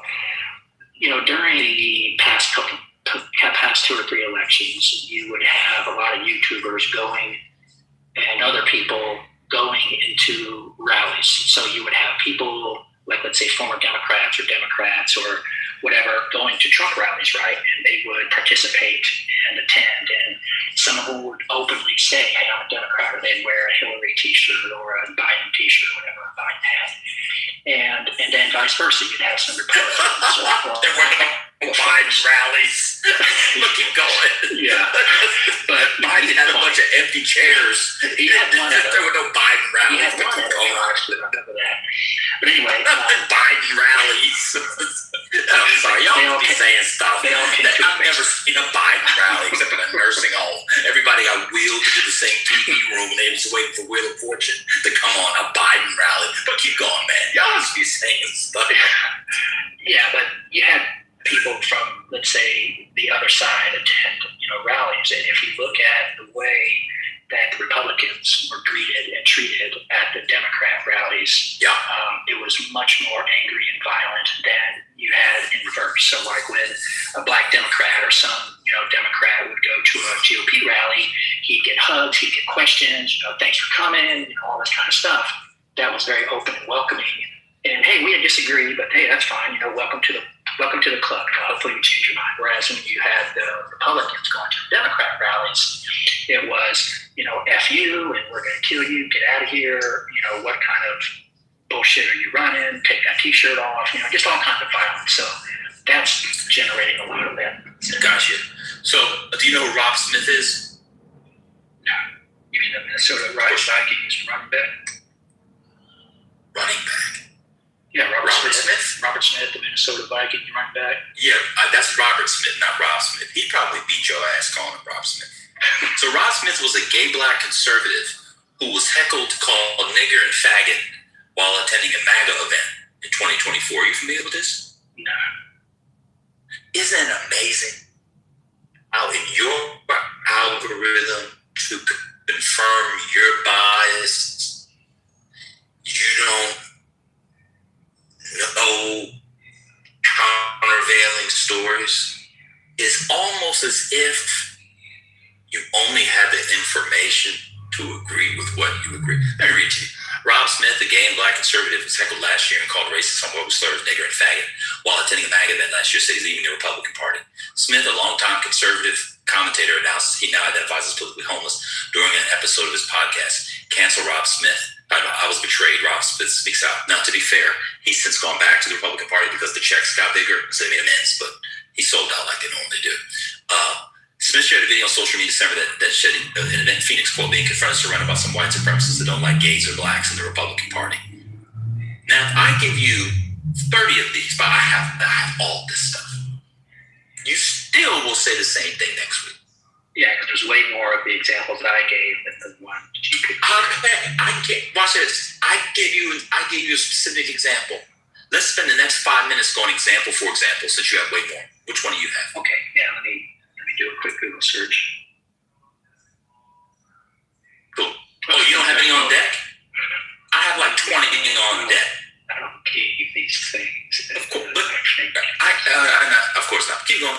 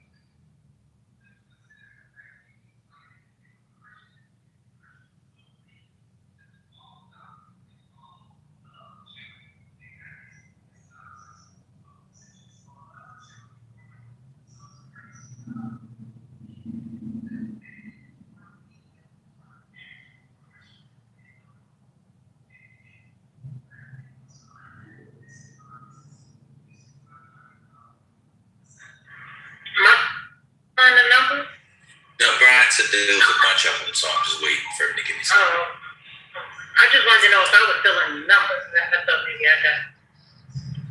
There's so many he can't, so he's just picking which one he wants to get. Okay.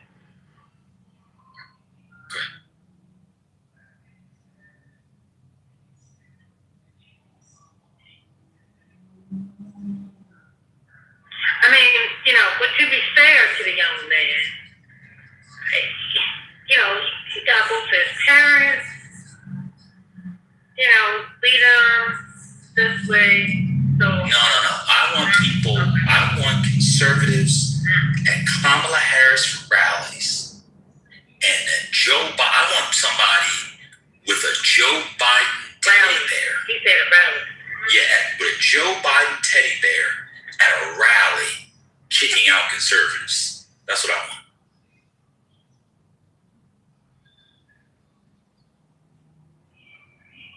There's so many of them, right? That's what he said.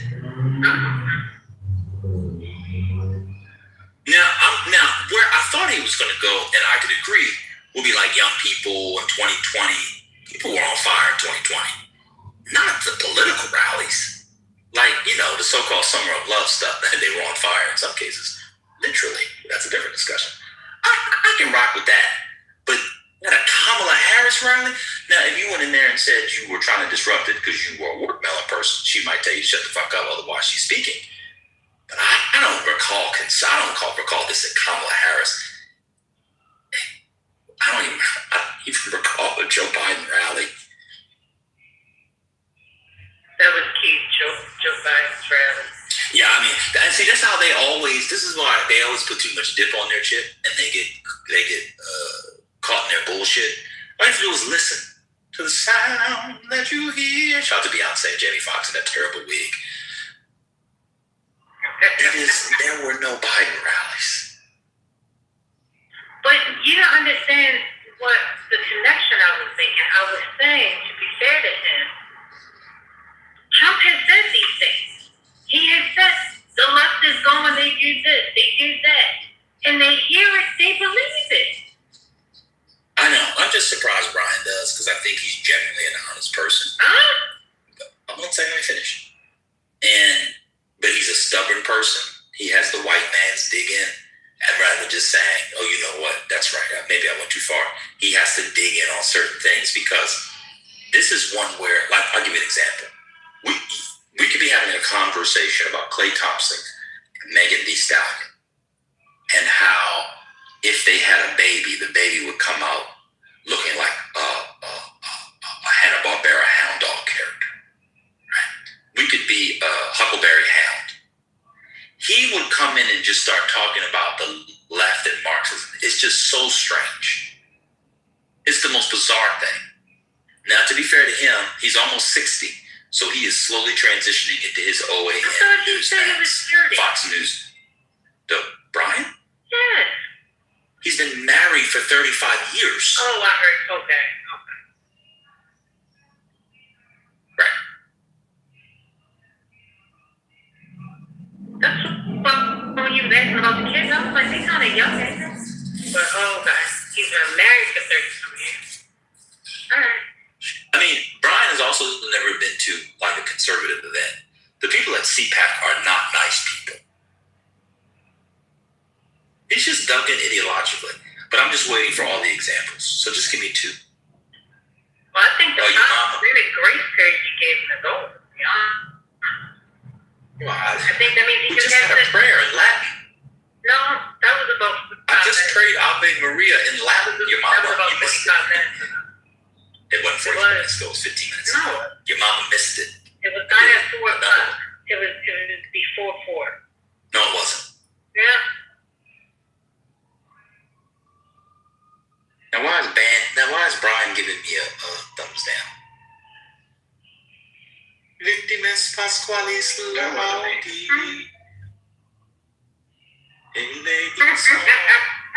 That was beautiful. Thank you so much. We appreciate it. I'm so glad Brian accepted the prayer. Have you ever heard Mozart's Requiem, First Lady? No, I can't say that. Oh, I'm going to send it to you. It's a banger. I'm going to send it to you. It's a banger. You know he wrote the Requiem. Probably, I guess Mozart died. He died 1791, if I recall. I think Mozart was 1791. He wrote the Requiem, I believe, at the end of his life. And I'm getting that from my memory of the movie Amadeus and not the biography. I think it's correct. But you should watch Amadeus first. It's a great movie. Amadeus? Never saw Amadeus? Yeah, Amadeus. How about? Yeah. You saw it, or did you see it, or no? Yeah. When did you see it? I'm 87 Caught you years on the old. line. No, what do you mean? I'm 87 years old. I saw it when I was younger. Anyway, you should go back and watch it. It's a beautiful thing. Brian, do you have any examples? Not yet. I'm working on it. All right, cool. It's so many examples you can't find any. You said it's so replete. Well, honestly, the field is so rife with examples you can't think of any. No, honestly, when I type into Google your sentence, what it does is it brings up the opposite. Do so. Okay. That's the one Monica says you get less biased results. Drew said he hasn't heard Mozart's, but he's heard Pookie's Requiem. By Pookie, he probably means Verdi. So there are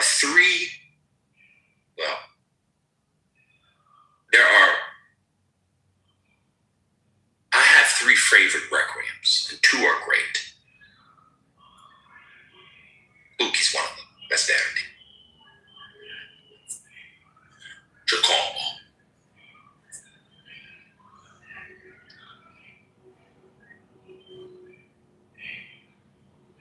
I mean, just put in Fox News. Surely Fox News covered a bunch of conservatives at a Kamala Harris rally being kicked out for just wearing a Trump hat. Surely.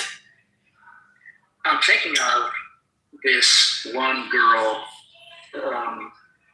I've looked this up before, but I'm looking at this one girl who used to, I believe, work for Alex Jones, and I forget her name. This was I guess it was 2016. It's not Beth Stuckey. It was Millie. It was that's it. It was Millennial Millie.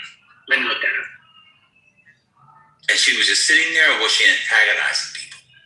No, I'll show you the video. It was her at I guess there was an event where there was like a pro-Republican on one side of the street and a pro-Democrat on the other side. They were kind of protesting or whatever, doing their thing.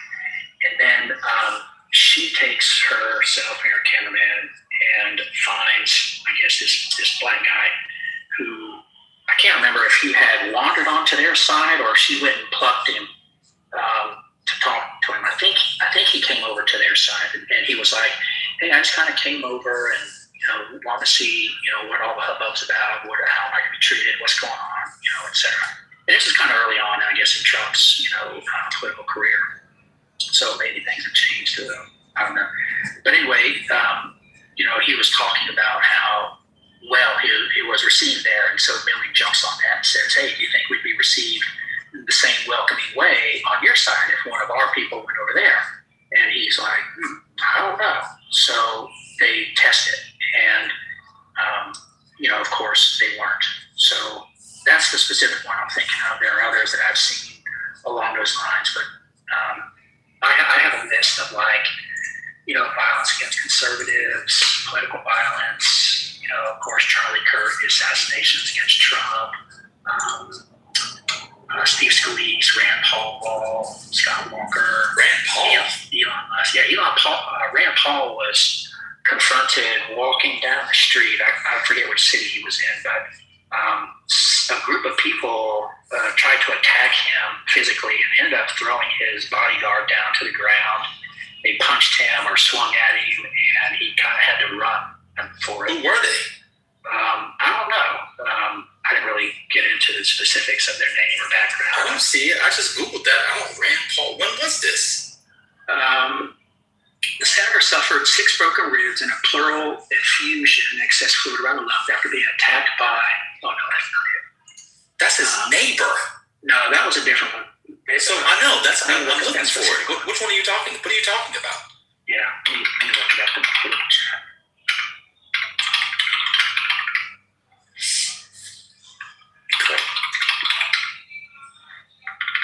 Well, I mean, I don't have these things at my fingertips.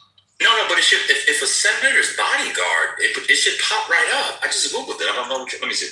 Rand Paul's. Yeah, here it is. Rand Paul, CBS News, YouTube. Rand Paul confronted by protesters after Trump's RNC speech. Okay. So he's a bunch of people. Yeah, this is it. He's escorted by some police, and he gets attacked. He was attacked. Wait, what happened to him?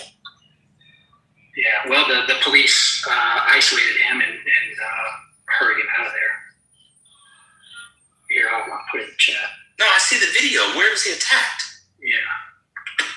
This was 2020. Yeah, I think so. Yeah, he's being escorted through a crowd of people yelling at an elected official. Right around, you're looking at the CBS News version?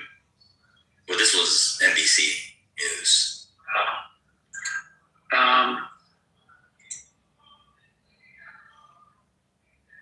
Well, on mine, it's about 30 seconds in.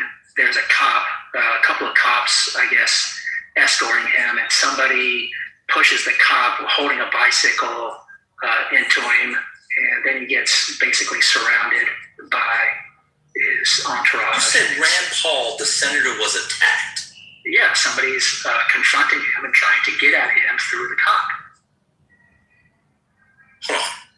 Oh, I see it. All right, let me see.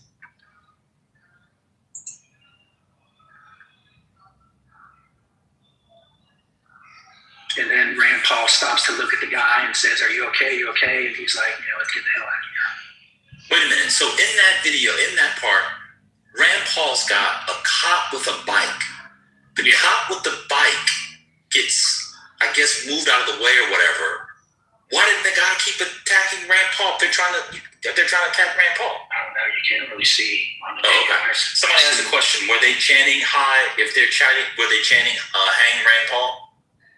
No, it looks like they're chanting him to acknowledge something about Breonna Taylor. Okay. When did Rand Paul? Did anybody chant "Hang a public official"? Just wondering. I don't know. You never heard of "Hang Mike Pence" chants? You know what, Brian? There's still time. If Mike Pence were to do the right thing, you could tell the truth. There's still time for Mike Pence to do the right thing. What are you talking about? Oh my God. You don't know if there's still time if Mike Pence were to do the right thing? I'm just asking you to clarify what you're talking about. Oh, January 6th. Oh, January 6th. Oh, January 6th. Are you unfamiliar with Hang Mike Pence? Yeah, I know a lot of conservatives got pissed at him because he voted to what do you call it? He didn't vote for anything. Well, he didn't try to stop it. How could he stop it? Opposed, he could have. I thought he could have. He was, I think, in a position to raise some objection to. According to what? Have you read the law before? I have. No. Is that not accurate? Yeah, it's purely ceremonial. In fact, what's odd about that law, they've since changed it. It was very bizarre, and it's very 19th century. There was a time where the law mandated a time in which it had to be done.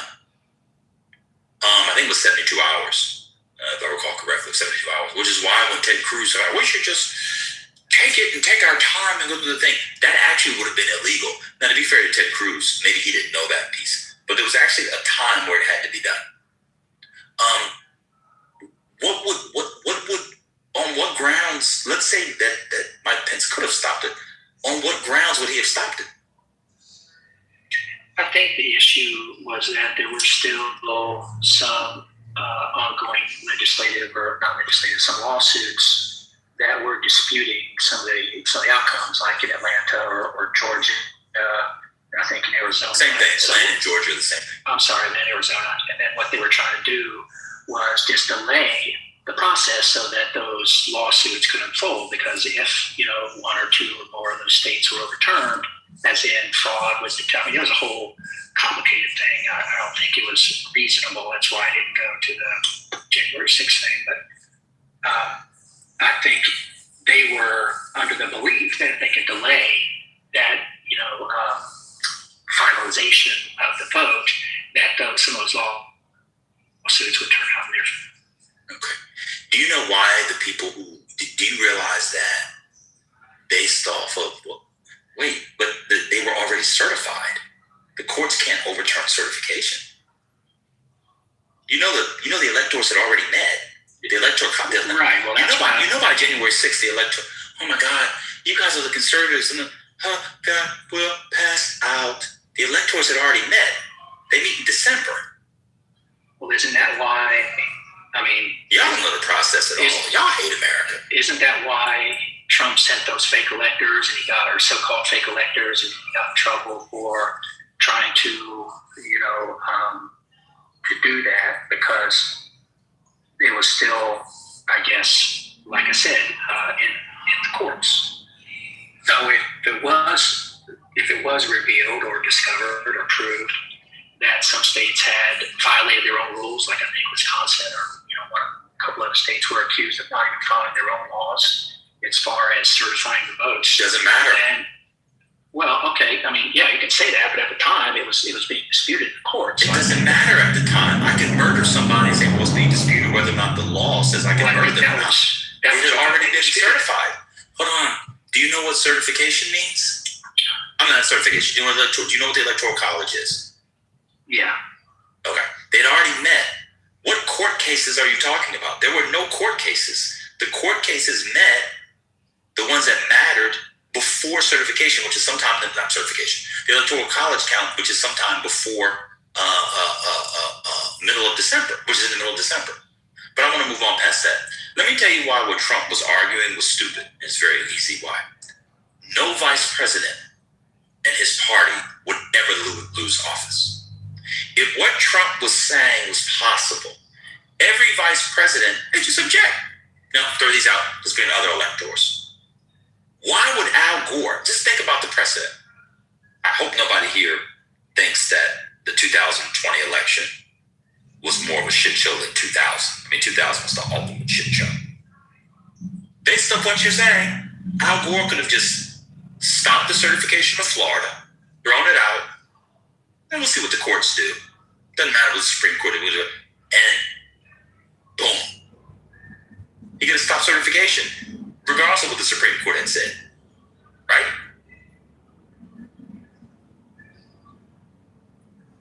Yeah, I'm not saying I agree with it, or that I fully understand it. I'm just saying that's my understanding of why he was trying, and why a lot of January 6 protesters were trying to delay the proceedings, because they thought there was some legal recourse to overturn some of the state's elections.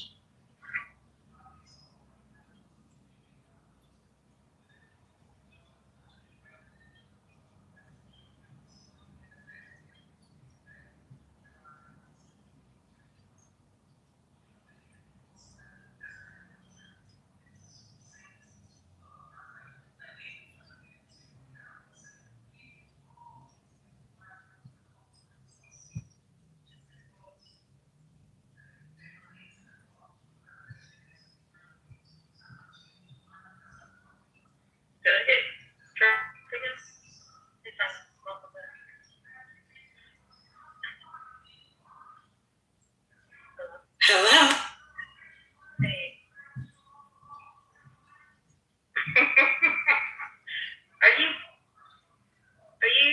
Are you there, Ben? Did your finger on me? Mm-hmm. Yeah.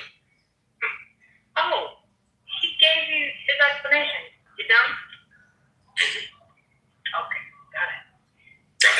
I still haven't seen this overwhelming evidence that people on the left are more angry. Now, the women at some of these rallies might be more shrill, but the Bible thumpers have been very angry in this country. Evangelicals have been very angry in this country. The pro-life movement has been very angry in this country. Westboro Baptist Church, very famously, maybe the most famous, very angry. None of those people are on the right, on the left. None of them. Not one. The biggest domestic terrorist attack in this country or our lifetime was done by a right winger, not a left winger. But y'all just let Brian just be saying anything.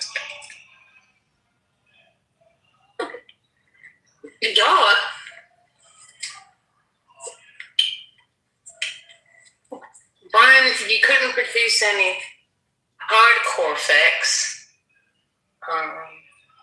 Ben, he gave you his pretend numbers. Did you give him any other examples? No, you don't. Brian, were your children homeschooled? You don't remember that story? Please don't take it back. I didn't hear it. Okay, so don't worry about it. It was something like wait a minute. Was it homeschool and then went to Christian school and then the Christian school didn't work out? And then by the time she was able to take and do it, I don't remember. But I know you discussed it earlier. Not homeschool. I tried to send my oldest daughter to a Christian school when I was stationed where we were, and it didn't work out. We didn't like some of the things they were doing, so we took her out and just waited till the next school year. You did what with her? You kept her out? We kept her out for that school. And put it in public school? Correct, yeah. All my kids were in public school. Sorry, Sonny, it was the public school, not the homeschool. So Brian's example of hate on the left is people at rallies saying things like, go fuck yourself, or get the fuck out of here, get out of my face. That happens everywhere. That happens on the right. I can give you examples of people at Trump rallies saying we should bring back slavery. I wouldn't say that most Trump supporters support slavery. Like, come on, man. Millennial Millie, you're too old for that kind of stuff, bro. What's going on with your algorithms? But if you look at the instance where he goes to the Republican side, it's a completely opposite experience. Who is he? Give me the timestamp. The black guy. Let me see. This is a fucking Alex Jones lady. Yeah. Yeah, I'm not an Alex Jones guy. That's why I couldn't remember her name. So his interaction is around 26 minutes, somewhere in there. And then she goes over to the Democrat side around 32 minutes. Wait, what? Say that again? He does what? So this guy, a Democrat, a black Democrat, goes over to the Republican. How do you know he's a black Democrat? Well, he's self-admitted, whatever. He talks. This is InfoWars, right? Well, I think I don't know if she worked for InfoWars at the time. I think she went independent by this point. She used to, I believe, work for Alex Jones. So InfoWars alumni, the place that said they're turning frogs gay. All right, keep going. Yeah, I'm not sure it has to do with anything. But anyway, it shows the credibility of the journalists and how things could. It's just. You think she's not manipulating the entire crowd, both crowds? I think she could be manipulating how things are set up. What is said and not said off camera? Come on, Brian, you're a behavioral psychologist. Maybe he's a paid actor. Maybe they're all paid. You never know. I'm just trying to get context. I don't usually go by Millennial Millie. But keep going. This is your big example. But this is the one I mentioned that I thought of, and then there are other examples that I have. So you say he goes to the Democrat side or the Republican side? So initially, I'm looking at here, he goes to the Democrat side. I'm sorry. No, the black guy goes to the Republican side at about. They're both on the Republican side, from what I'm seeing. Yeah, that's what I'm saying. They're both on the Republican side. I think going around 7.5 minutes in, she talks to him, I guess, a little about his views and why he's there and all that stuff. And so he hangs out on the Republican side for quite a while. And what's the event? Is it a Trump rally? I don't know. I don't recall. So it looks like it's a Trump rally. So they've gone to a Trump rally, and it looks like they're interviewing people there at a Trump rally. Yeah. And then there's counter protesters. Yeah. And I'm sorry, then there's protesters to the rally. I think so. Yeah. Okay, so that's not what you said. That's people that show up at a rally. People that what you said was that's not what you said. You said was you have evidence of Republicans going to Democrat rallies Harris rallies and Biden rallies. People that protest, so for, again, I'll use an example.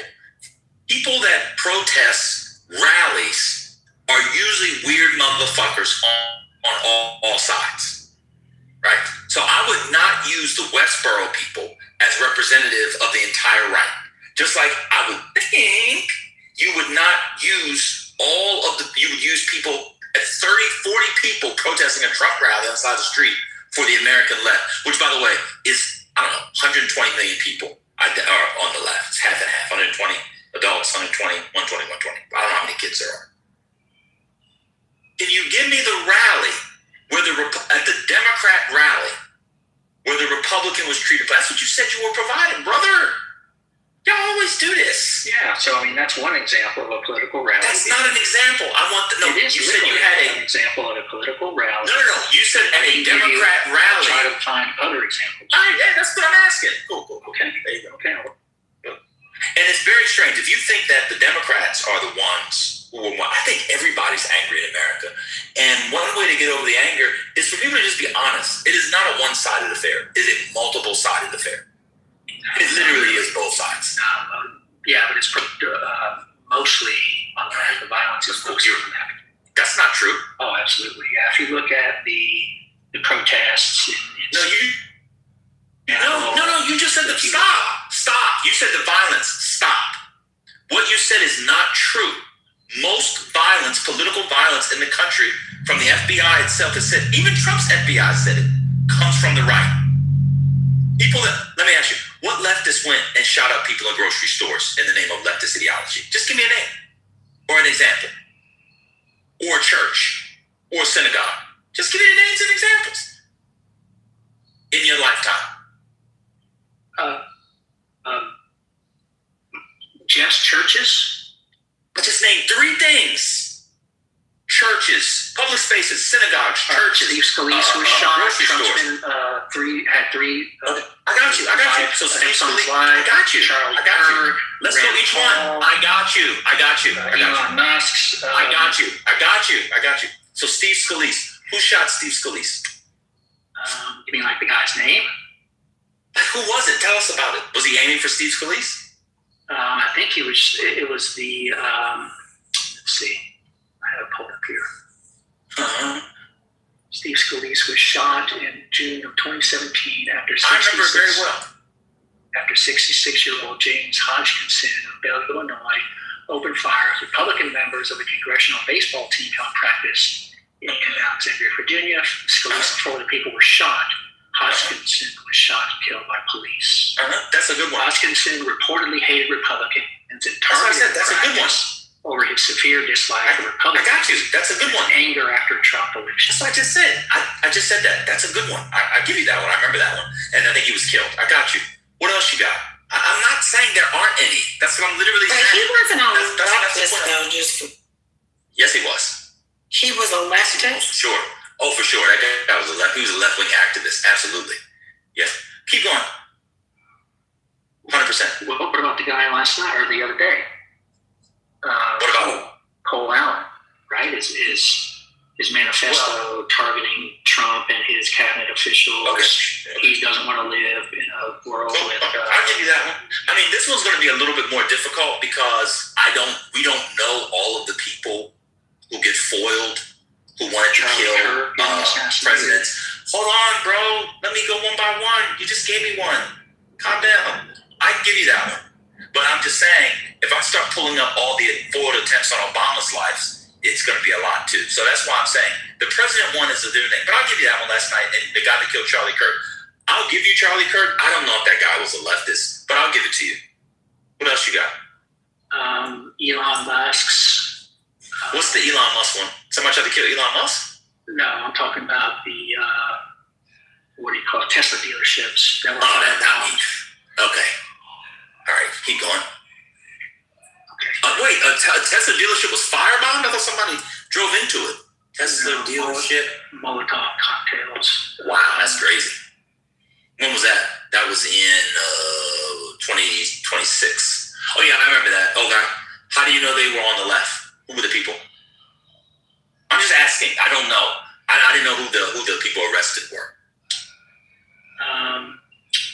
sure. I would have to track that down. That is. Okay, then we can't give you that one. Yeah. Keep going. Let me keep looking. Says 3. All right. What about the guy who beat Nancy Pelosi's husband? Does that count? Was he on the right? Yes. You sure about that? Oh, no, you're right. Yes, I am. You're sure about that? What about the guy that... Yes, I am.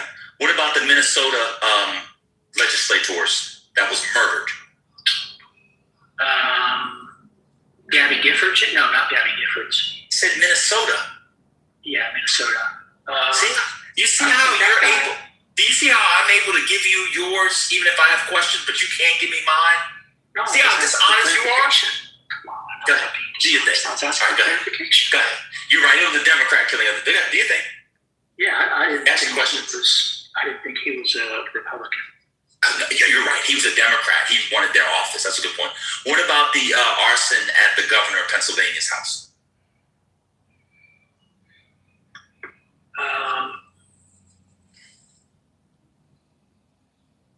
Yeah, Shapiro, April of 25. You didn't know about that, did you?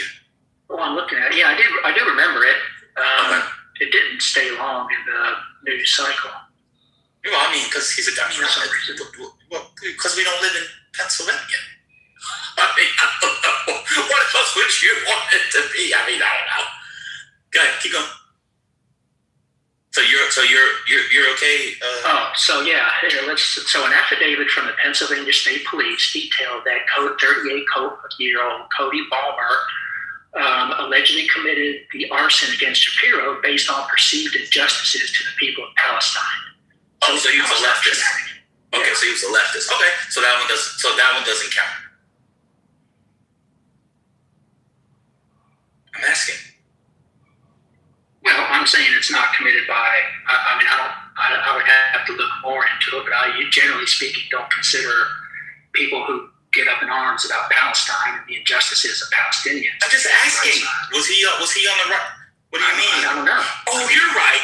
Tucker Carlson and the people who are now could be anti-Israel because he was a Jew. You're exactly right. You're right. You can't possibly have sided against the Jews and be. Come on, brother. Is he on the right or not? I would guess no, but I'd have to look into it. Okay. So we don't know on that one. Correct, yeah. Cool.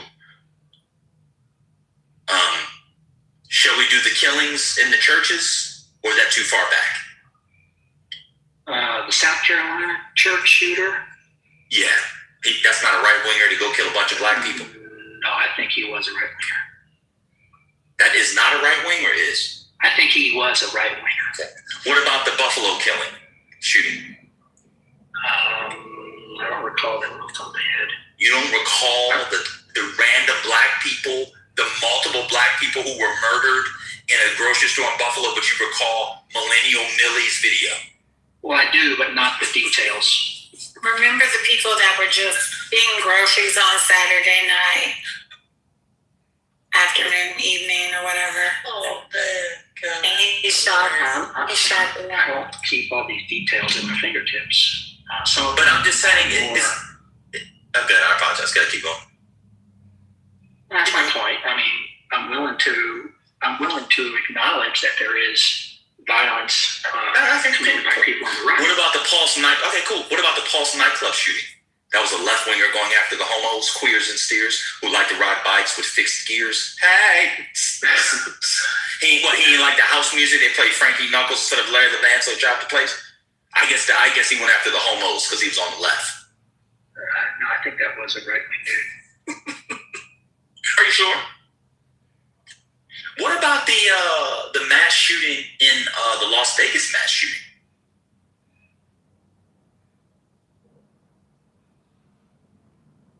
I think he was right wing too. Incredible. Incredible. How many people have died in the ones that you named? Oh, I don't know. I'd have to look. 0. How many people have died in the ones that I've named? Over 20. You want to keep going? I have like a whole. I'm just doing this from the dome. Pause. Well, Charlie Kirk was assassinated, right? You're right. One, Charlie Kirk. Is that guy actually on a left winger? It's so unclear what was going on there. I'm not just saying that because, he could be on the left. I actually don't care about it. My larger point is I think blaming sides in this environment, even if one side is 55%, 45%, 60-40, it doesn't really matter. It's like being in a relationship with your girl.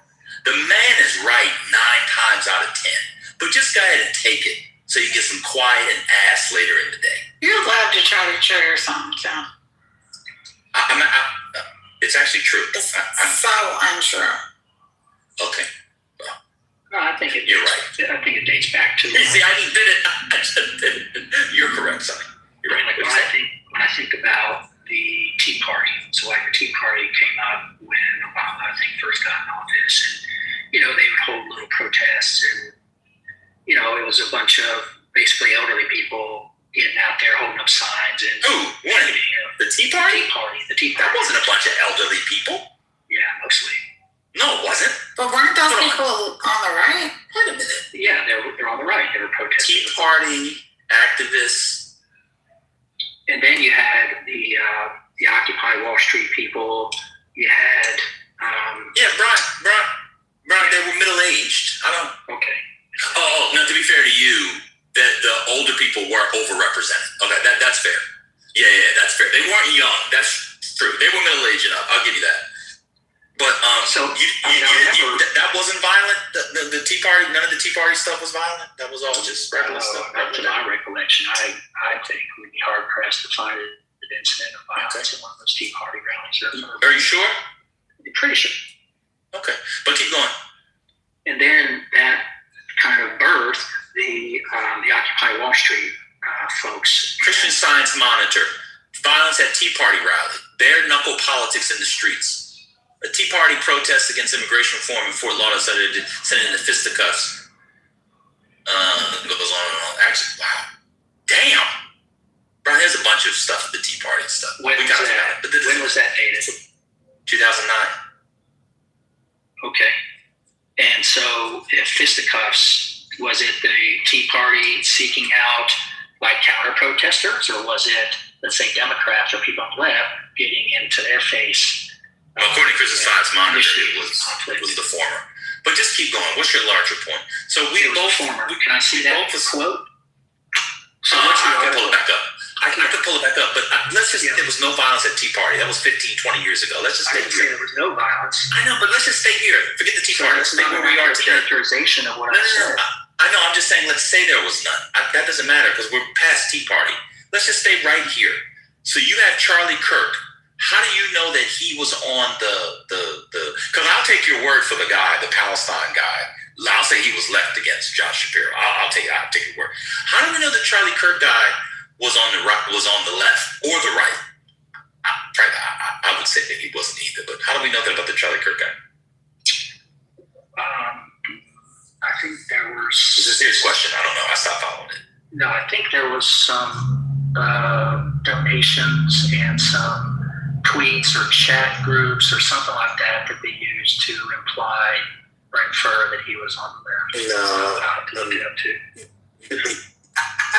You have to look at you look at the family for one, and then there's all the theories about him being a groyper. The only reason people are saying that he was on the left is because of the so-called person, and he was in a relationship that was transitioning, which we still don't know if it was true or not. But yeah, I'm not going to believe that that person was on the left at all. He came from a conservative family. He was in Utah, for the love of God. So, Brian, I have a quote from somebody in Biden's DHS. Hold on one second.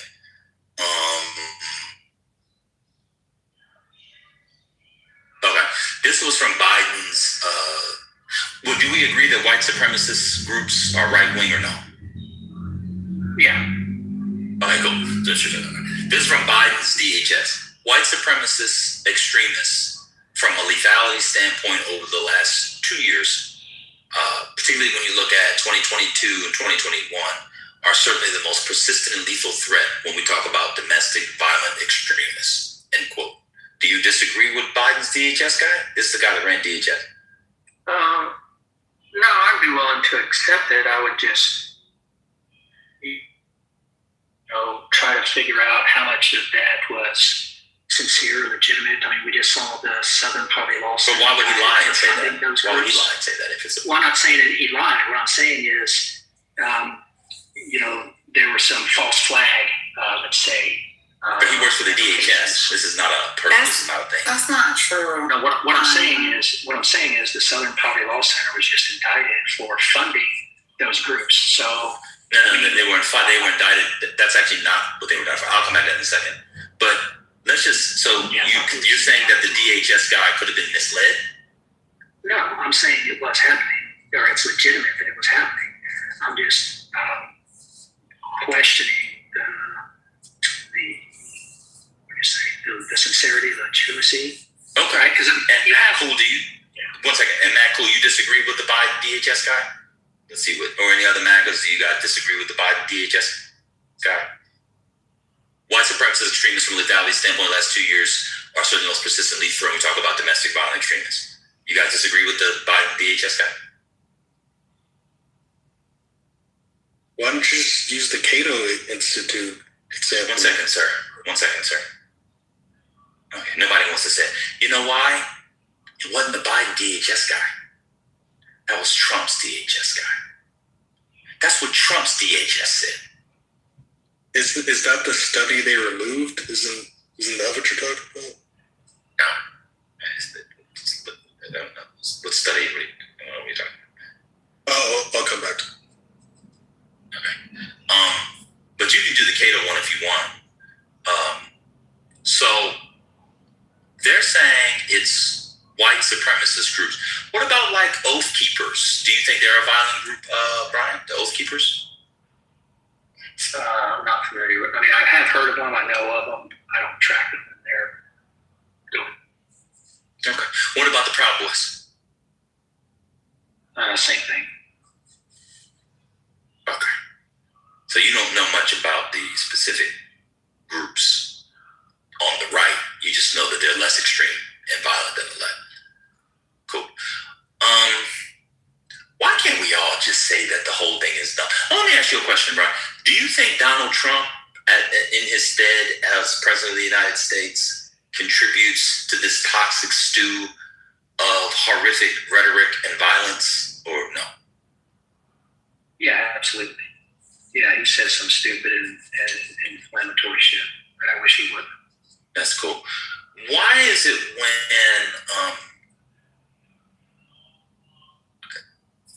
I'm done? I agree with you.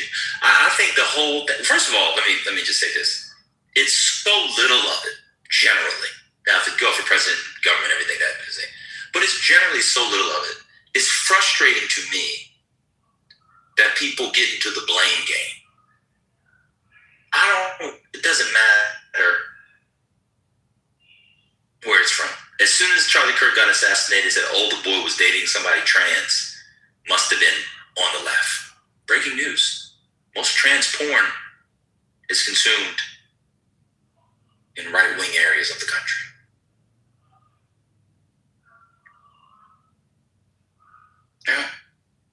Yeah, I agree. I mean, I think it drags us into this us versus them mentality, and it's impossible, not impossible, it's extremely difficult to break out of that, us versus them mentality. So when you get pulled into that by Trump and, people on the left, people on the right, you can't just, I think, you can't just ignore it because, I think there are people who want to drag our entire country into this political debate. Politics has seeped into everything. It didn't used to be in anything except D.C. or the state capitals, but now it's into entertainment, it's into sports, it's into, bars and restaurants, it's down at the local level. And I think we're all worse off for it. And Trump definitely contributes to that. I agree. I hate the sports one. The sports one is so stupid. I hate it. Yeah, because because I mean, I do a lot of coaching, and I start with values, and so I do a lot of work with getting executives and people to identify and rank their values. And when we look at people across the political spectrum, we have way more in common. But what happens is you get these race hustlers, these political activists who can't make money, can't get their opinion, can't get their point across unless they focus on the things that we disagree on. And so it's become monetized. It's become a whole grievance industry. And like I said, I think we're all worse off for it. Well, it also gets you elected to Congress, Senate, and the presidency now too. That's the problem. It's not just Al Sharpton running around or old school Tucker Carlson, who's one of the great race hustlers, but you guys never think of him. Tucker Carlson was a great race hustler. Like, there are lots of people. I mean, you can run for office. He's not going to win, but James Fishback in Florida. I don't know. I've talked enough for today. I didn't mean to talk this much, especially to Brian, and he's probably talked enough for today. That's fine.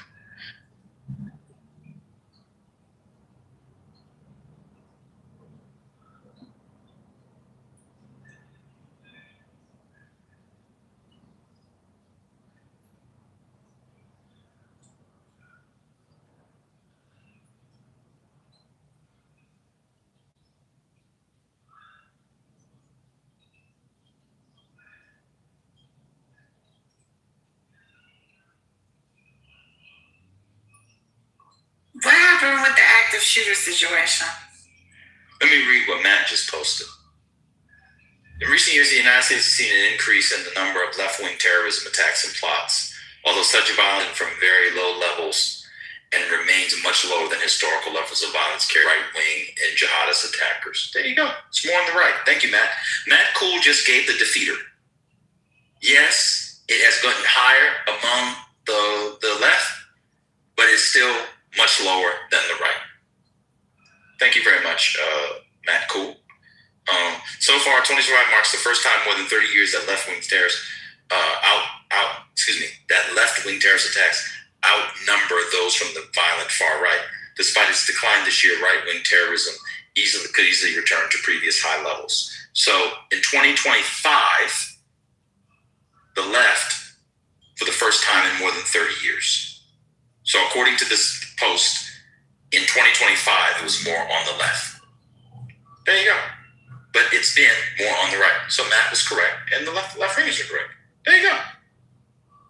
Be very honest about it. There you go. I don't know why people digging on their sides. And this is the CSI, so I think it's one at Georgetown, is it not? It is the one at Georgetown. I think it is.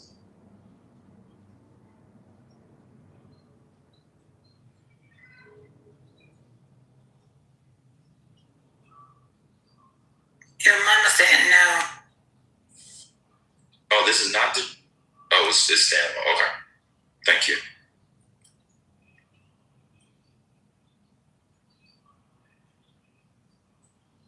Oh, it left Georgetown. Thank you very much. It was affiliated with Georgetown in the 80s, up to the 80s. So standalone. Yeah, there we go. See how people can come together? Y'all start blowing stuff up. Only thing you need to blow up is your toilets and your girl's back. I'm done.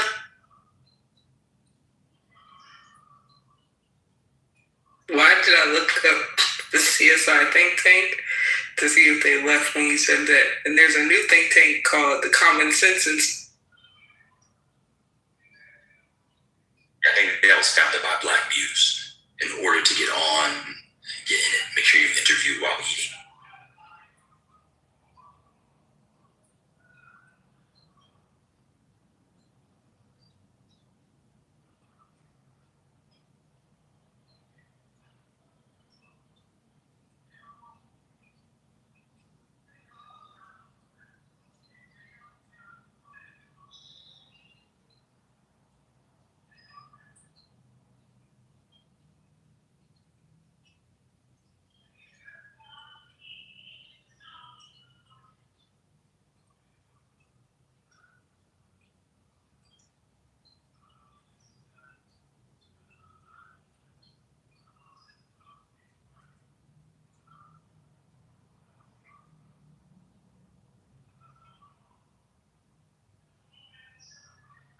They haven't sent me to answer your question.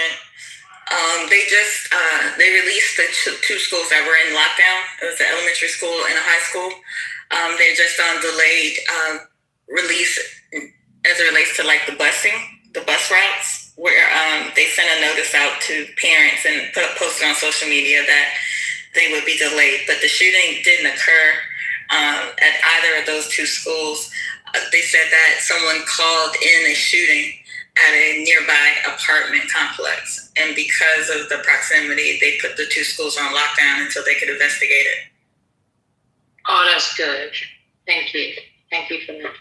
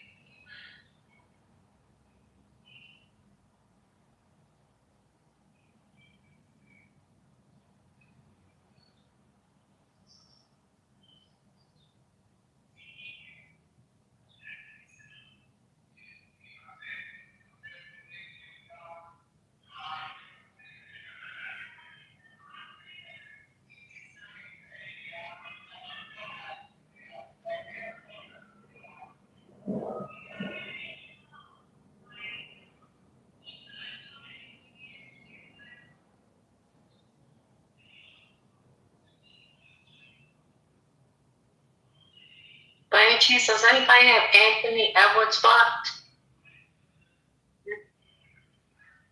No, why? Is he trying to get in? No. I just haven't seen him, so I didn't know if he was blocked and that was the reason, or if he's just been avoiding us. He's been avoiding us. Oh, okay. Thank God. Oh, Shadow, you just got here. He ain't been here in weeks now. Oh, TT, you know something I don't know. Okay.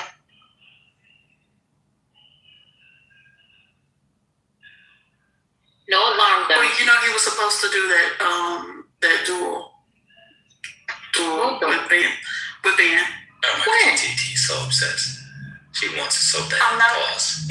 I am not obsessed. I'm just informing First Lady what happened after he reneged. We haven't seen him. Wait a minute, did you just say former First Lady? Did she say? She did. I said no. I said no, First Lady. We haven't seen him since he reneged. No, you said former. You telling me something I don't know? What's going on?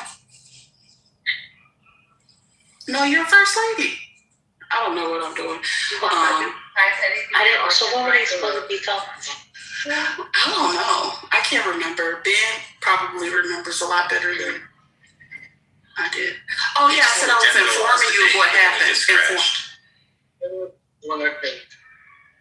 Oh, he crashed on you? Yeah, that day was crazy. That's when he told me I couldn't make it on the block. Now he's almost 60. He's talking about making it on the block. Wait, was this just now? Did I miss? No, this is the one from TT. Just brought up again because TT loves that day. Good, that's fine. Yeah, I did. Now, who told you you couldn't make it on the block? Mr. 21 Doors. Yeah, I know. One day you're a captain of industry, the next day you're slinging rock like BZ over on Edmondson. I know, it's just all over the place. Imagine telling another middle-aged man that you couldn't make it on the block, and that's your insult. Who gives a fuck? I don't want to go to the block. It's hot. Tunchi. The block is hot. The block is hot. That's what you do.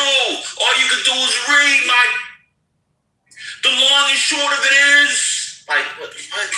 He was yelling like, weren't you there for that? Or you missed it? I might have been there for parts of it. It's just amazing that a 50-year-old man who I've heard wears jean shorts, braided belts, and a pager, thinks that he can, like the measure of a man, of a middle-aged man, is he can handle the block. That's amazing.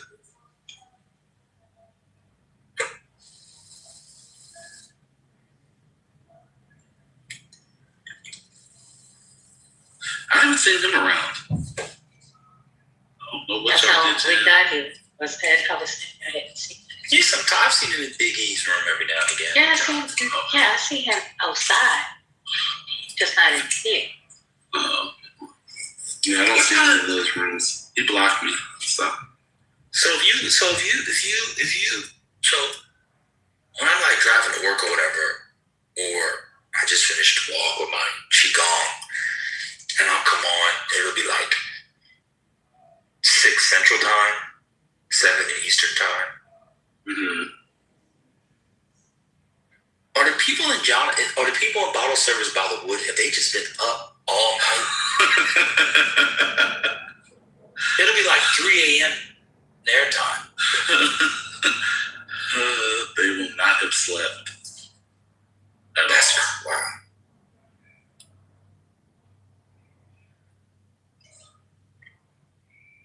Just absolutely crashed. What are they trying to get their room back?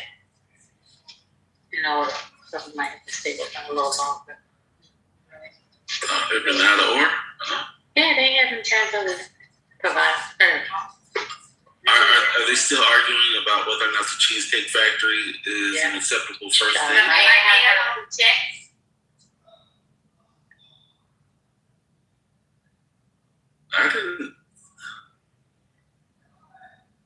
I was not expecting that, but 40 to 60-year-old grown men arguing whether or not the Cheesecake Factory was acceptable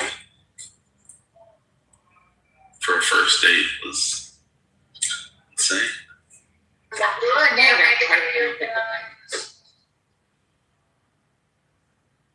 But you know. Are you trying to say it's acceptable?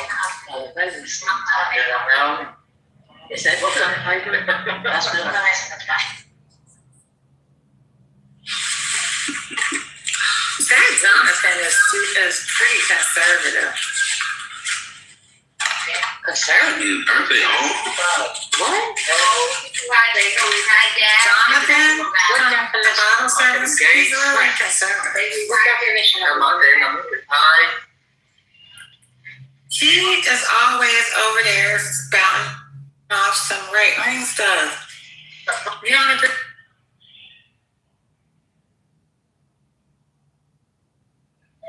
I just see it as strange. I haven't put in politics.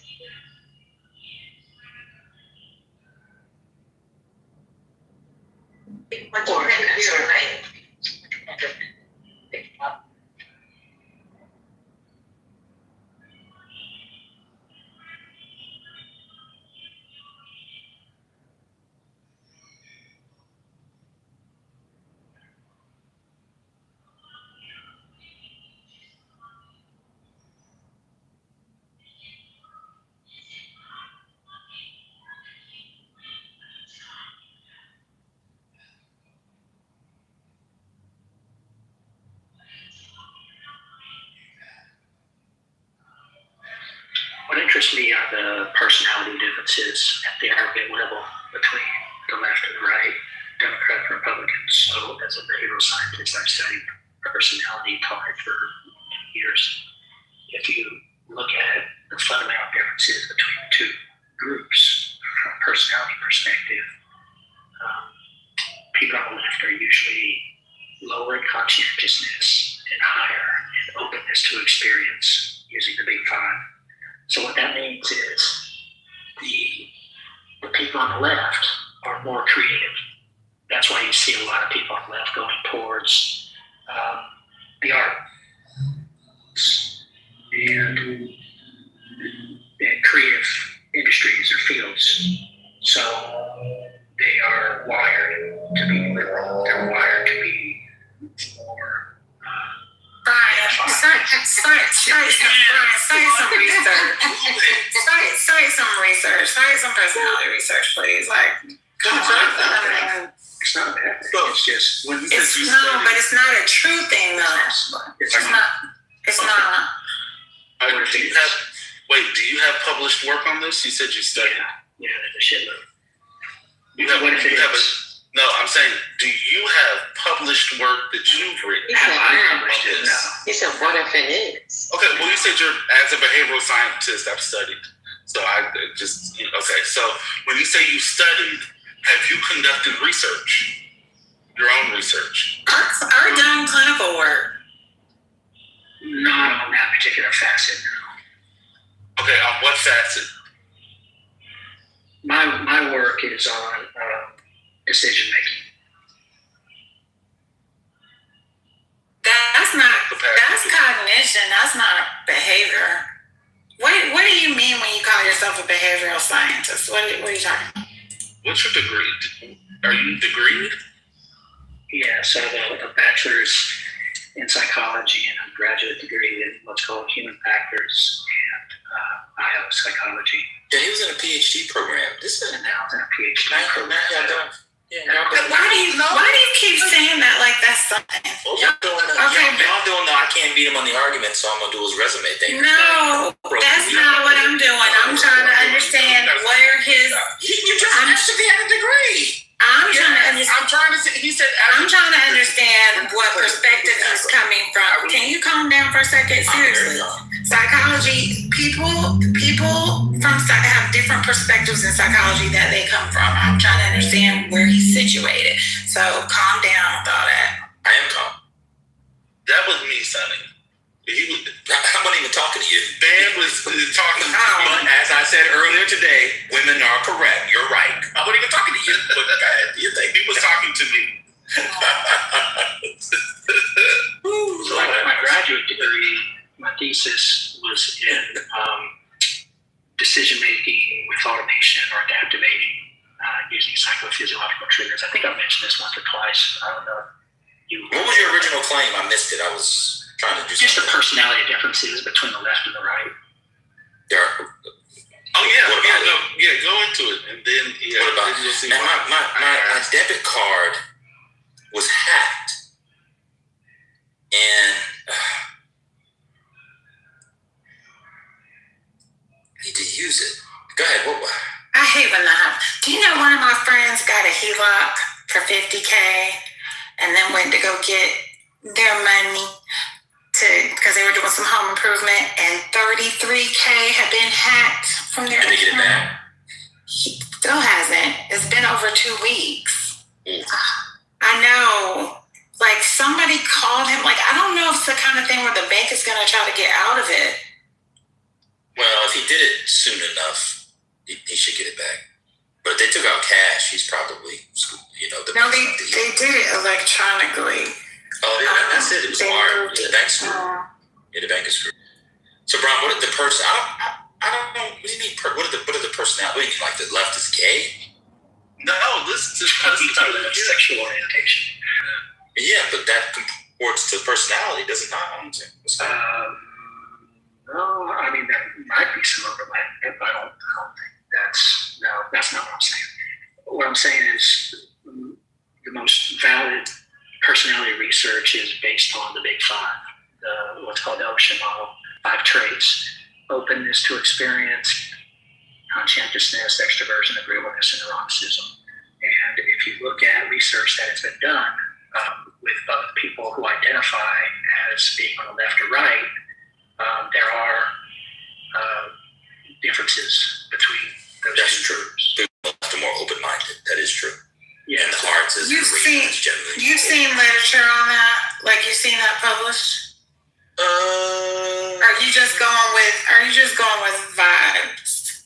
Like, that sounds logical to me. I'm going with the arts have a bunch of gays and blacks and queers and women, and that's where a lot of kids who feel outcast by, that's like they go into the arts because they feel like it's a more opening environment to express themselves. So you're going with vibes.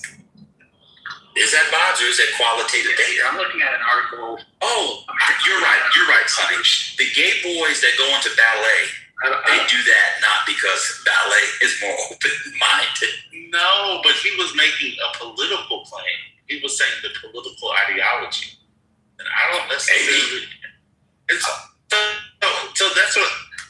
So he said he had studied so the reason why I asked the question about his credentials is because he said he had studied this as a behavioral scientist. And so I was asking what research, and I was then asking, was this, when he said studied, what type of study did he mean? Like this was the research that he was conducting? I hadn't invalidated anything that he said. I just was asking the question. And so then he said, no, he didn't study this. And I said, so like when you study, what do you mean by that? Are you looking at data? Like what is informing his definitive claim?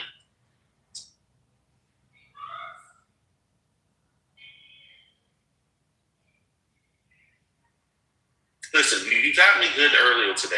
It's not going to happen again. I'm talking to Ben.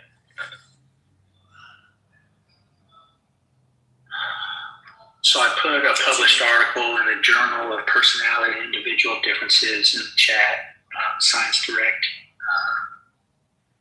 And I cut out a little blurb from the abstract. Personality traits double the variance accounted for, indicating open, more agreeable people were more left-wing and introverted, more conscientious people. Yeah, well, I was talking to Brother and Sonny. I was asking for evidence. Musicals.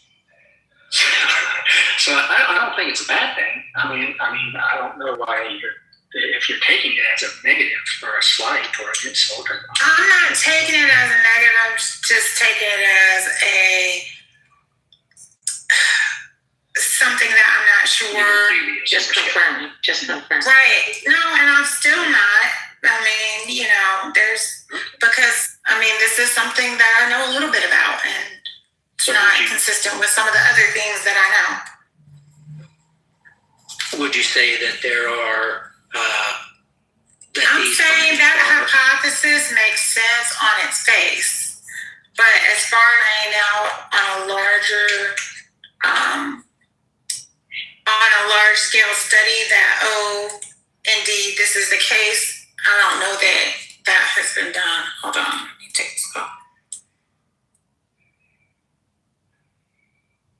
Yeah, I think there's a lot of research that would support the findings from this study. Not just the list of citations, but other research.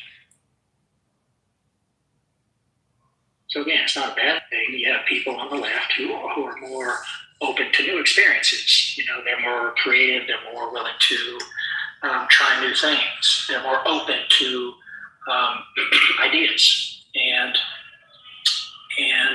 they're concurrently a little lower in conscientiousness, which means they're willing to just freewheel. They're willing to experiment. They're willing to, not follow through on some of the things that they try. They might go from one habit or one experience to another, So it's not a bad thing. I think we need people across the, let's say, personality spectrum, but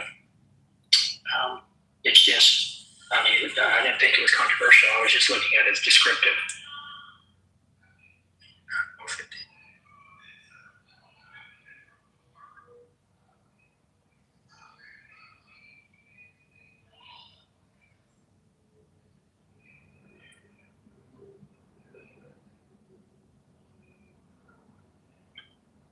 People on the right are usually more closed-minded. You could call it conservatism. You could say that's why they want to hold on to things that are predictable, that are reliable, that are stable as far as society and economics and relationships. So they trend towards, those traits or those categories of their life, whether it's job, career, relationships, family, whatever. In fact, I remember reading an article many years ago about when I was getting out of the military about people who had served in the military who then went on to be, I want to say, hedge fund managers or people who managed wealth, and they underperformed people who had not gone to the military. And so I think it's not necessarily a causal relationship. I don't think the military caused them to be less, what we say, prosperous. It was that the traits and attributes that they joined the military to be a part of, or maybe those traits were accentuated, rewarded for being a solid, pragmatic, reliable, stable decision maker, didn't translate to the industry of taking risks on, new not bank accounts, but new investments and, investment capital, ventures, and stuff like that. So, it's not necessarily that the people in the military were bad. They're just probably not as well suited for that particular industry or role than somebody who is more creative, more risk tolerant.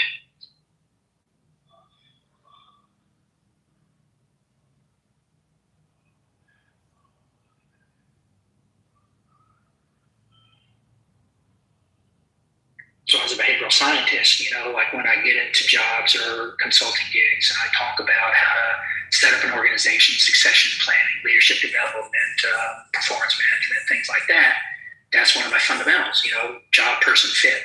You want the job to be detailed descriptively as far as the task, responsibility, the knowledge, expectations, the outcomes, et cetera, metrics. And you want to find the person who is the best fit for that. So if I were telling a hedge fund manager or somebody who's in charge of that company, I would say, be careful when you hire folks in the military, because generally speaking, they are more risk averse. And so they're not going to be as, they're probably not going to lose you a lot of money, but they're not going to make you a lot of money either. So it depends on what you're looking for.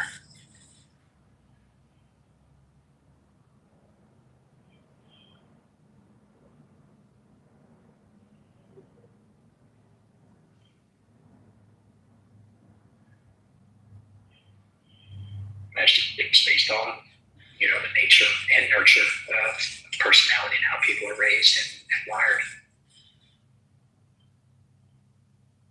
Oh my God.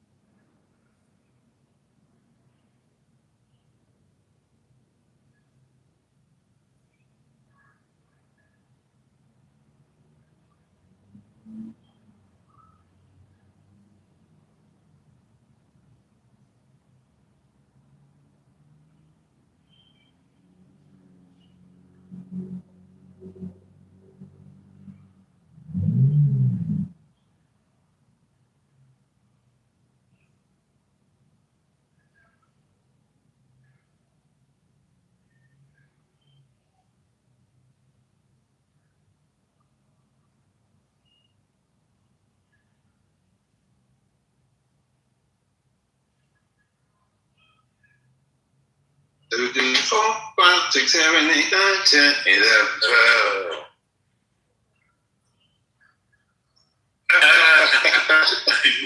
Are you with this? I was. You'd be proud. So I've never seen, I'm old. It's a stroller car seat all in one. This shit weigh 1,000. This shit weigh 1,000 pounds, brother. It does. They really do. It's the breakdown that's the tricky part. Like breaking that sucker down with the baby inside. Well, thank God it was broken down. So they called me. We need you to grab it. All right, no problem. So grabbed it. I went. And I was like, they were like, well, that's yours right there. It was a big bag in the car seat. I was like, she's like, you might want to go to the car and put that in and come back. I was like, you know what? You're right. I'll be right back. So I put it in the car, went back, and then when I got home, I got it. When I got home, I had to pull her in it. Man, that thing weighed 35, 45, 65. I don't know, man. That thing heavy because she's big now. So yeah. Say hi to brother. Say hey, brother. Hey, how you doing? All right, I'm gonna see what y'all talk. Yeah, those things are heavy. With our first AI child, we got one of those travel systems. It was expensive. And then for the second and third, we just got a car seat and one of those universal parts that we could snap it in from. And it just saved so much trouble.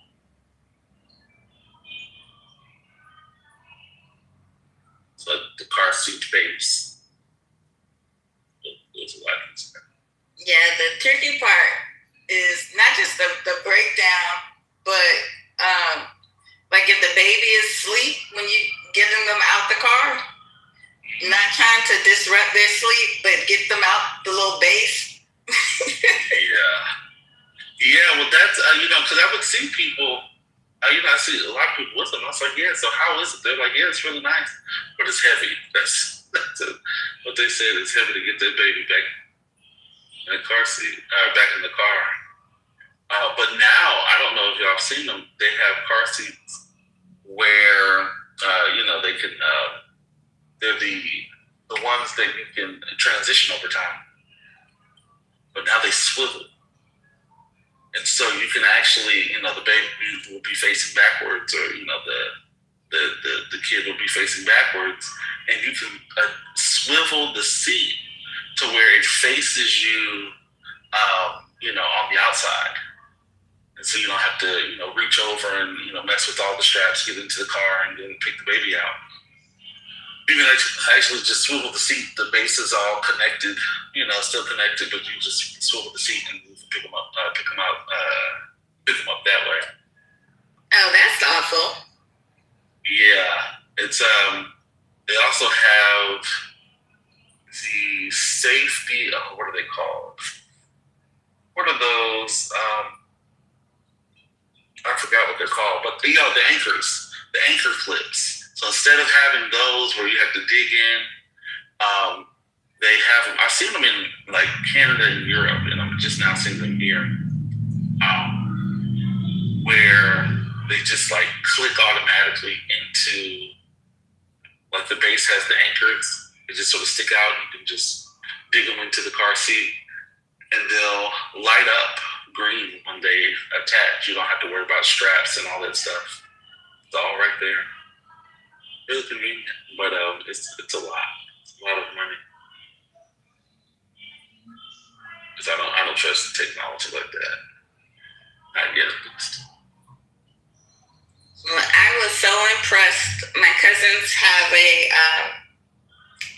machine that makes the bottle, and it's like almost like a Keurig machine. You put the water in the machine, and you tell it, and then you load the formula, and you tell it how much you want, like how many ounces, and then you just hit the button, put the bottle under the little spout, and it mixes it and puts it in there.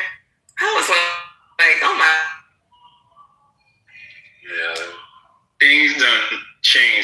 I couldn't get out of the daycare, brother. They got something on the doorknob.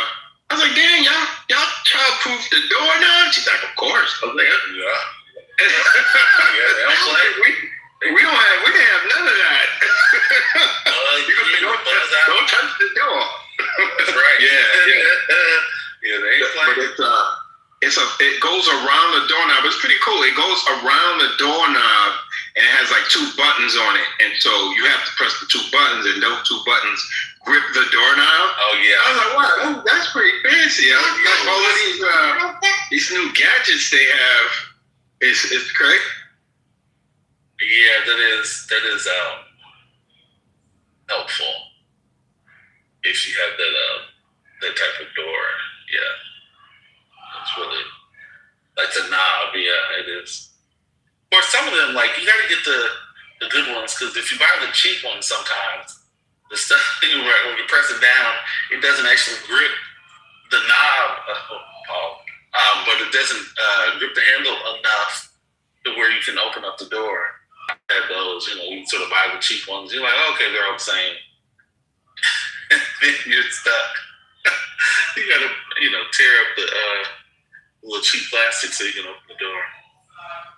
Divine, is your grandchild walking or crawling? Walking. She's starting to talk. Like, if you tell her to say something, she'll try to say. So the dog's name is Saint. So I'm telling her to say Saint, and she sounds like she's saying shit. It's funny. It's not quite grandpa. It's more like bra. She's at that stage. So yeah, working it out. But eat. It's not eat. It's eat. You gotta say it twice. So it's eat. Do you have gates at your house? Say it again. Do you have gates at your house? You know what? It's funny. The gate is still up from when my son. Good thing we never took it down.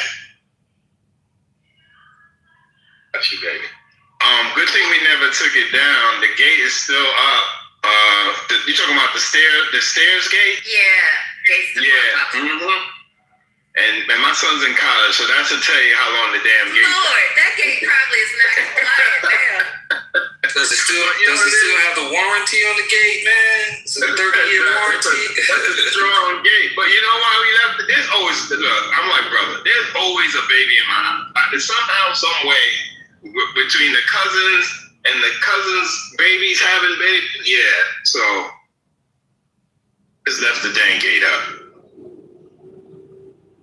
I remember watching my friends' children, and the son was about 3. Yeah, he was about 3, and he figured out how to get out the gate. They had the kind of gate that it had a step at the bottom that you press, and that popped the gate open. And so, like a full-grown adult, they only need 1 foot to put their weight on it, and it pops it open. He sat there trying to figure out how to escape, and I saw him like back up and run like he was about to do a vault. What's the gymnastic? The gymnastic event where they run and then they jump up on the springboard to get onto the balance beam. Like that's how he ran. He ran from far away across the room. And then he jumped with both feet onto that little step and was able to pop it open. I was like, oh my gosh.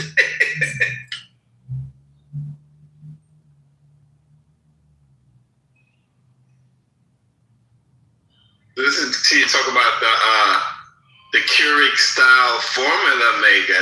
That man, the technology is crazy now with all of these things. Yeah, it is crazy. And they have a tabletop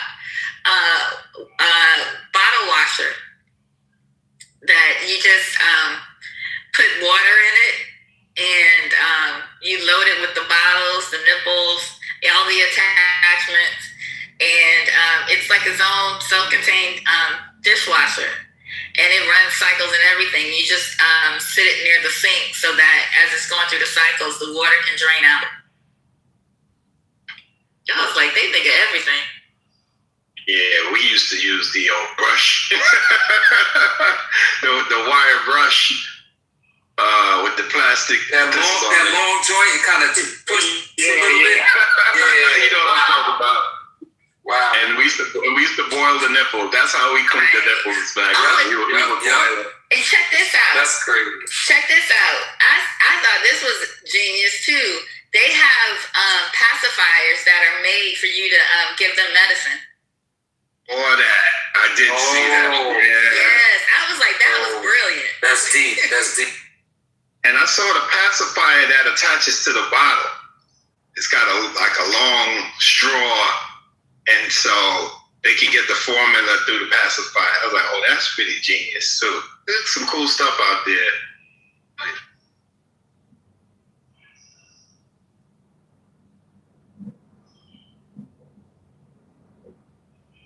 Yeah, so y'all who don't got no babies, go out there and make some babies. We need more babies in the world.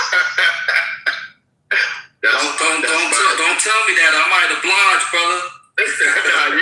You need to sit down, Bob. Hey, look. I'm talking to the young people. Hey, look, man. I'll take a blessing if it comes, man. I'm telling you. All right. I'm going to mute.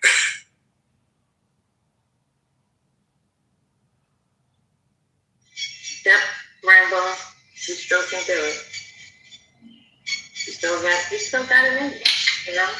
I was gonna say something, but that'd be inappropriate. Yo, man, who on here? I mean, who on here is an expert, right? That y'all know on companies that are in America that work in Palestine. If you can hear my voice, just hit me in the DM me on IG. Yeah, that's it. Anybody has a list of companies, you got that? Just hit me. I'll hit you back. It's important. Thank you.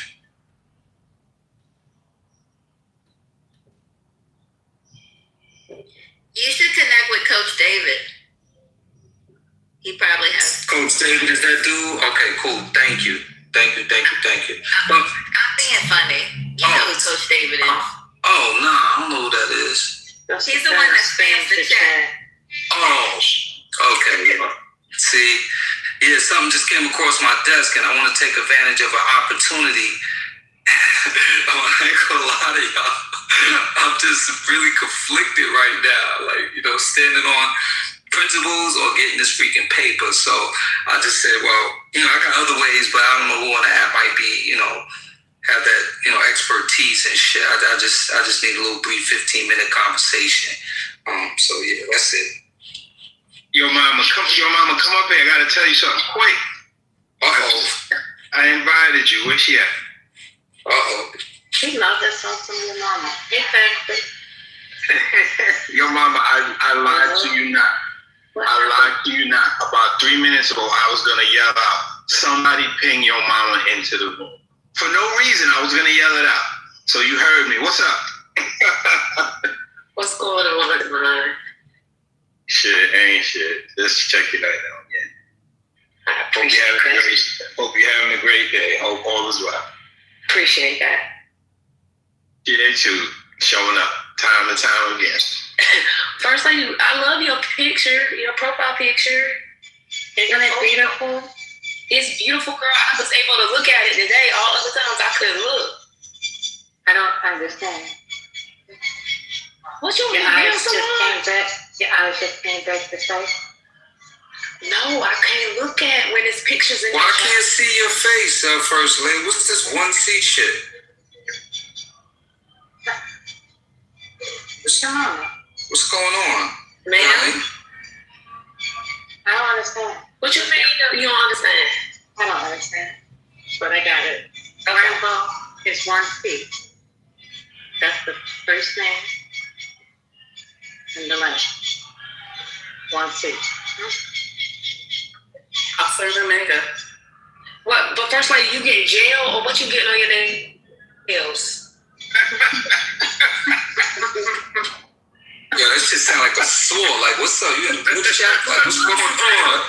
It's I'm waiting for him to talk about Myra. I'm surprised he is. Look at you. Look at you. He wanting to say something.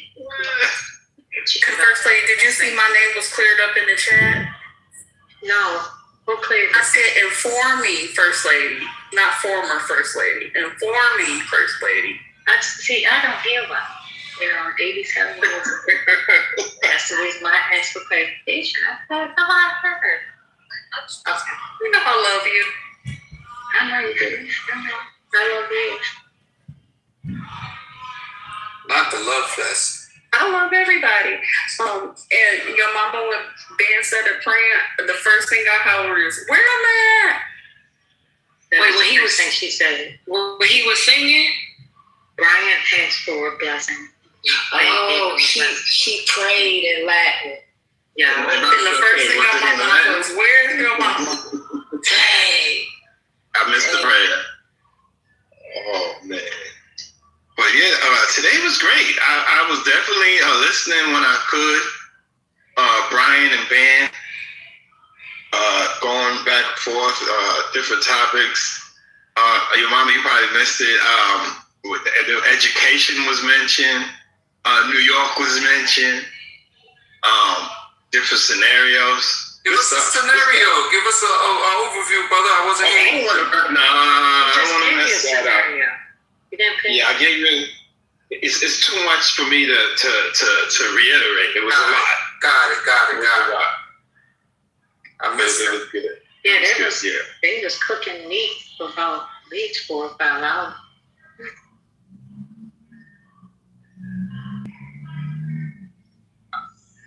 I ain't even gonna do the whole pause thing. I'm just okay. Didn't have to say anything at all.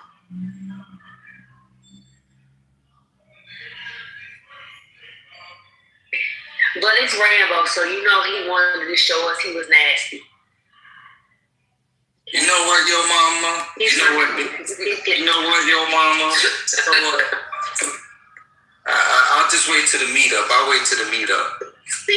Y'all folks is great. When we do a meetup, yeah. I'll wait for that. You and your mama got friends? No, I'm saying people in the room. Stop it. I'm saying people in the room. I don't know. Maybe we could meet in DMV area. That's that. It definitely got to be halfway, but I don't think DC's halfway because you got a lot of ATLians in here. We probably have to go a little further south. I go to ATL. I'm gonna tell y'all what. That's what y'all need to do. You got a party promoter, First Lady. I mean, I ain't gonna tell y'all what to do, but let me just tell you what I imagine. Oh God. I could imagine a politically correct meetup, and I could imagine someone bringing some entertainment. I'm talking about musical entertainment. I ain't talking about your OnlyFans, but entertainment. And you know, it's a little short cover. What kind of entertainment? Not musical. I got Ben to come off the mic on that one. What you talking about, Willis?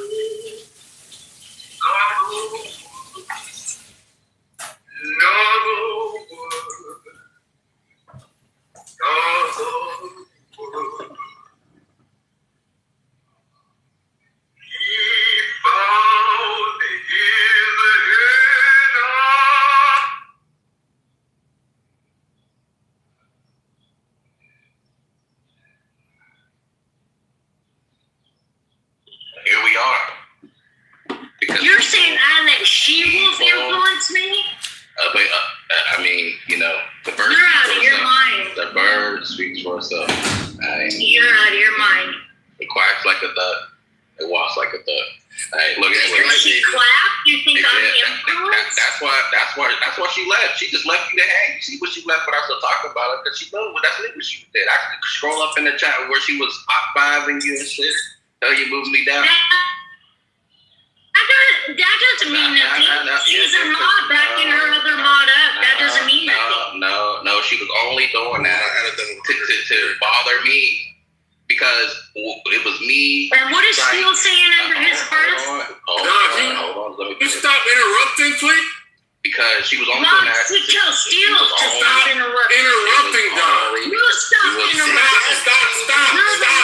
Just stop, Don. Just stop. You don't have to fucking respond. Just be fucking quiet. You be quiet. Be quiet, Don. Be Let me quiet. tell you again. You be quiet. What's your fucking last word, Don? Anyways,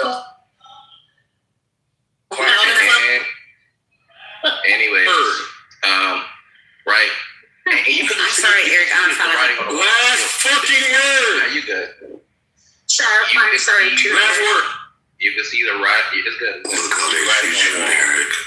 Last word, nigga.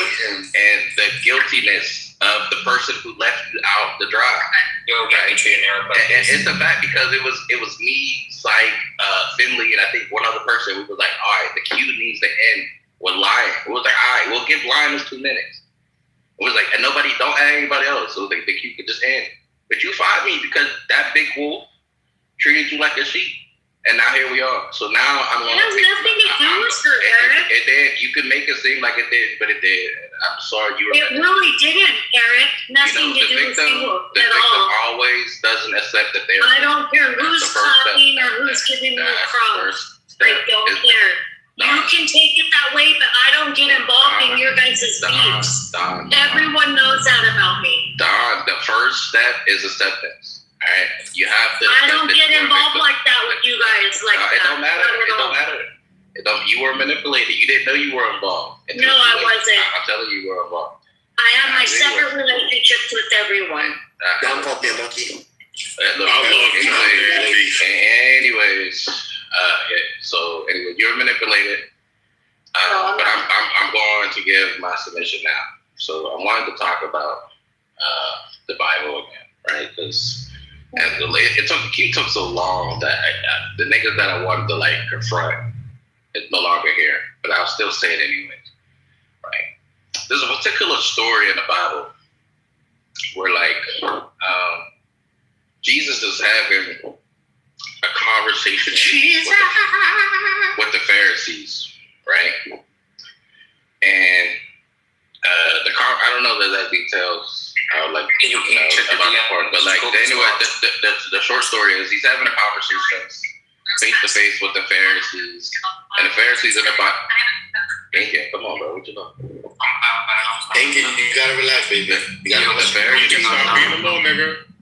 Yeah, for those who don't know, the Pharisees in the Bible are supposed to be these ultra like know-it-all Christians or whatever, right? They're supposed to know they're supposed to know the scriptures back and forth by heart, no exceptions. Like they're the scholars of like everybody. They know it, right? And so they're having this conversation with Jesus, and Jesus is telling them that, these certain things, and they're like being combative with Jesus. And in order to justify their combativeness and their submissiveness, they're using scripture. Like they're quoting scripture to combat Jesus, right? And there's one particular quote. I gotta go to the verse. Give me a minute, second. Where is it at?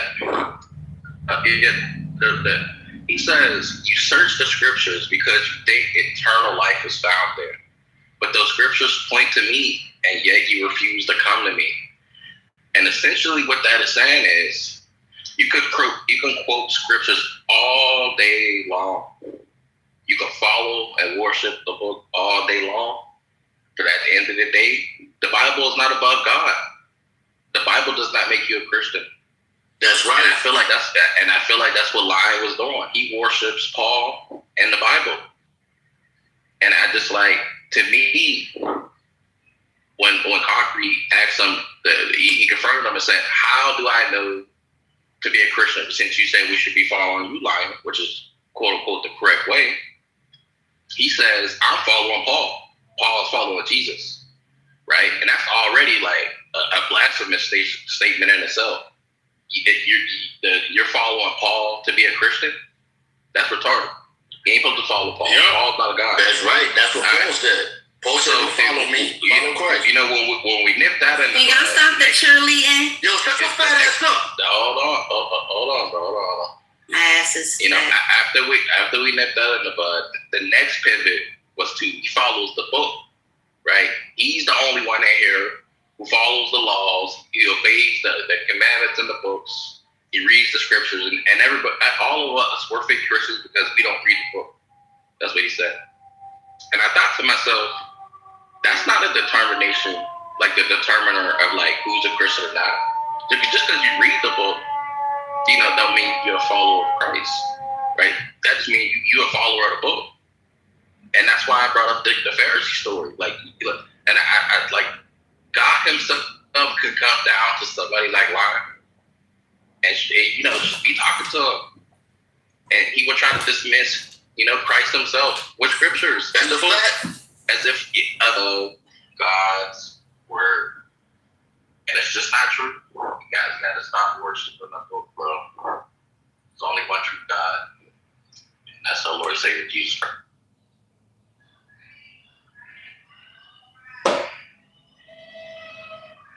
Song.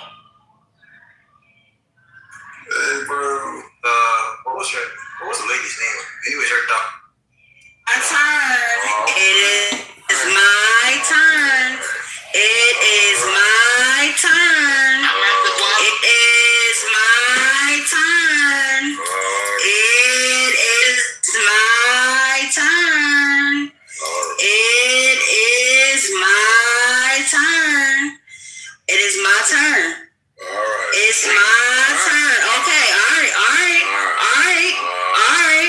Fuck is you, a pirate, nigga? All right. Fuck is you talking about? It is my turn. So I'm going, okay, all right.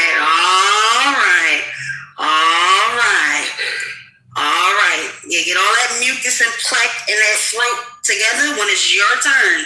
But it is my turn. So let me start off with this fucking leopard Jacobus, this nasty herpes genital wart skin ass nigga, and then this fat ass nigga Concrete, this fat overly blue big back Concrete ass nigga who looks like my PTR with a body. This pussy ass nigga and Jacobus, the dick sucking nigga Attila's please don't. I don't want leprosy. I don't want that shit you and she will got on your skin. I don't want that shit. Sad shit. I don't want it. I don't want leopard shit y'all got on your bodies. Please and thank you. Now, like I was saying,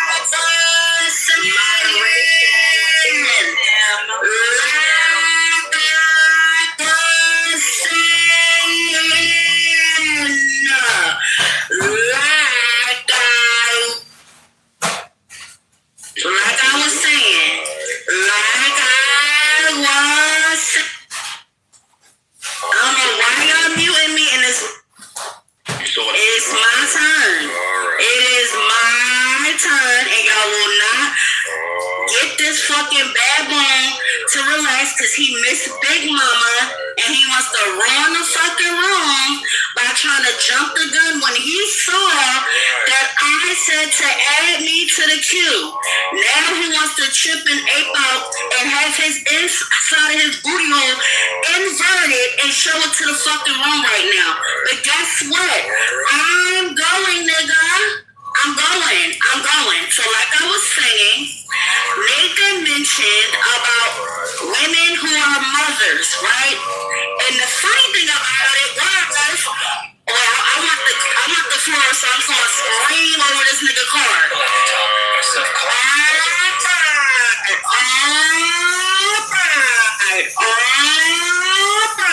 It's my turn. Alright. I could be louder than your radio, bitch ass nigga. So like I was saying,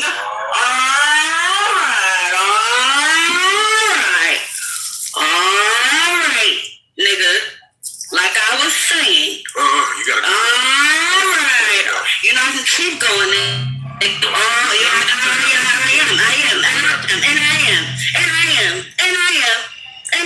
you know I will. I will. Cause I did better than you, nigga.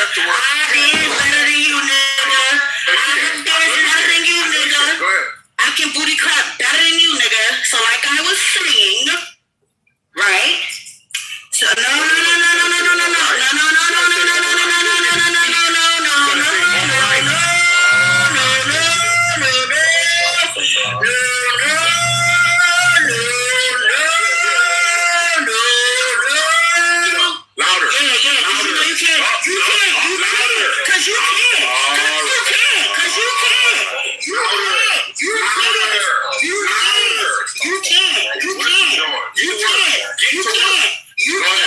You can't.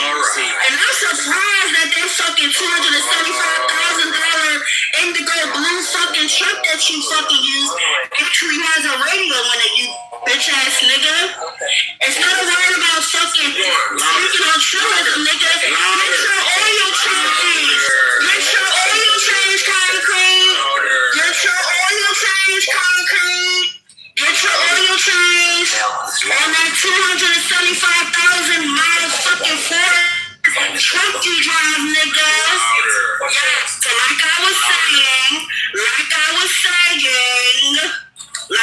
saying, Nathan mentioned women. Louder. No, you don't get to talk like an alien. You gotta talk like an animal. I need you to be an animal.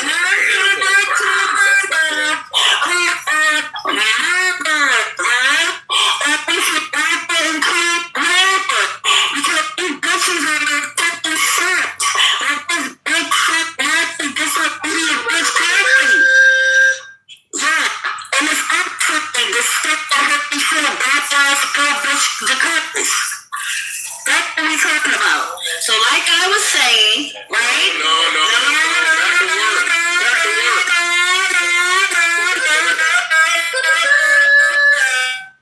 And I got this nigga triggered.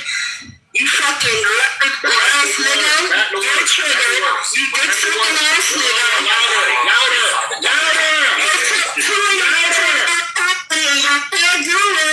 So you're gonna keep the fucking room hostage until it's my fucking turn. I'm after you. Sir, we gonna keep going. I'm at the guava. I don't need a fucking radio, nigga, like you can. Or like you have, nigga. This is pure Big Mike, bro. Cause you know you can't outdo me, my nigga. I got this whole fucking round to the ground, nigga. I Do it. Yeah, we was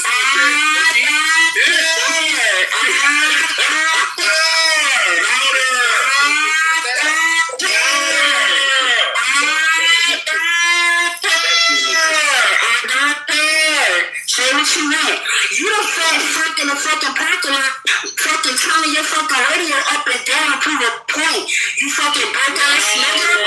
Where's your credit, nigga? Where's your credit?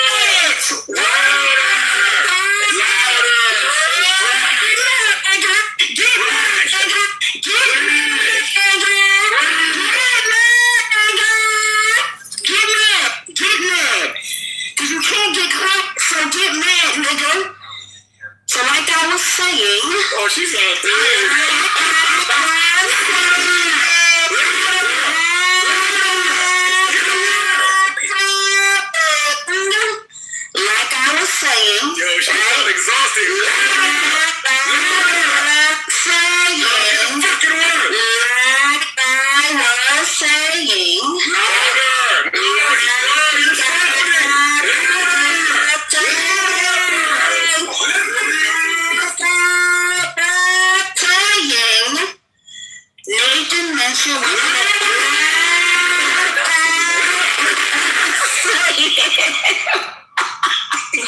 Yo.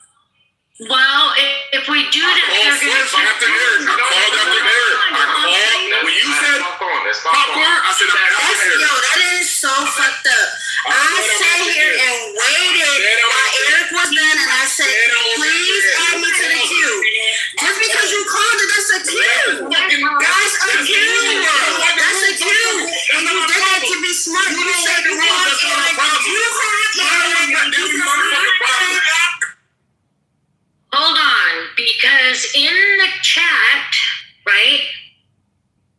In the chat, I don't know why you guys want to scream, and I'm trying to talk to Nathan. In the chat, Carolyn asked to be put in the queue like she's supposed to, and Concrete put himself in the queue after Carolyn asked. Thank you. You put her in the queue?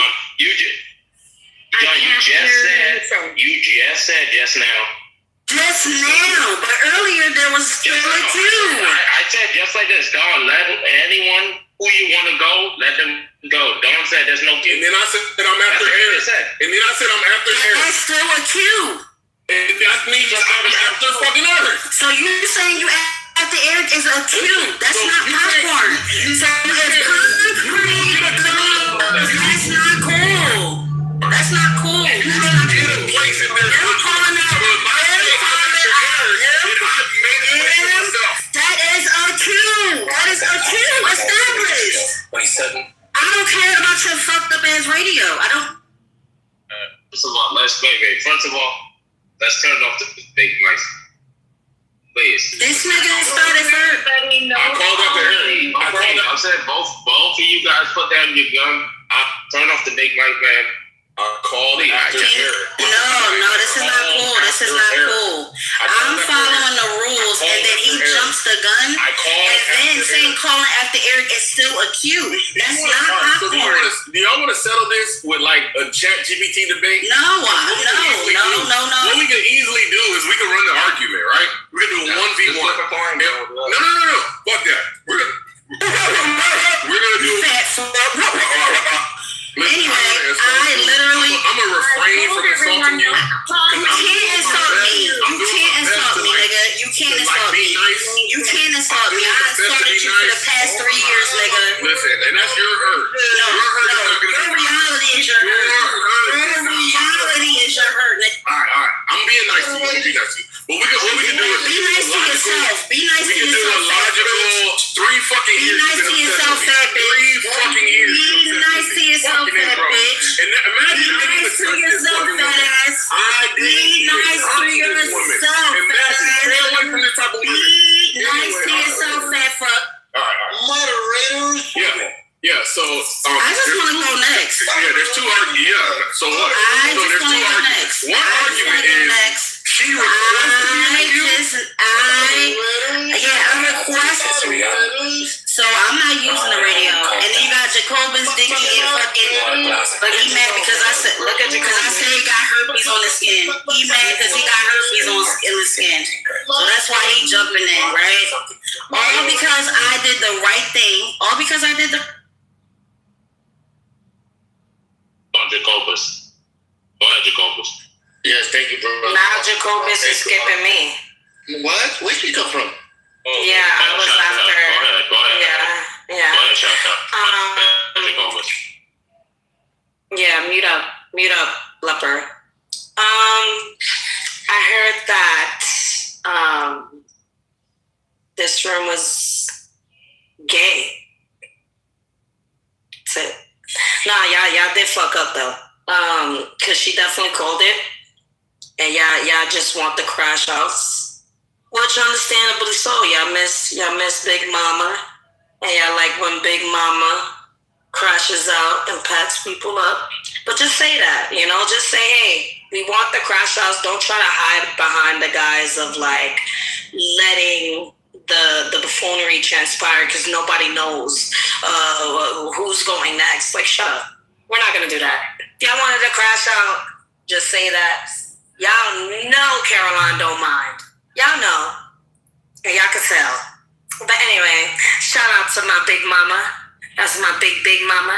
Shout out to my other big mama Jinx. I love my baby girls. They are my world. And What about shout out? I'm gonna end it with this. What about shout out? I'm gonna end it with this. Right? Shout out to Kendo. Shout out to Kendo specifically. But let me end it with this, right? I don't know how long it's going to take for the people in this room to realize that no amount of people that y'all try to gather up to jump the big 3, it's not gonna work, We're just gonna pack y'all individually.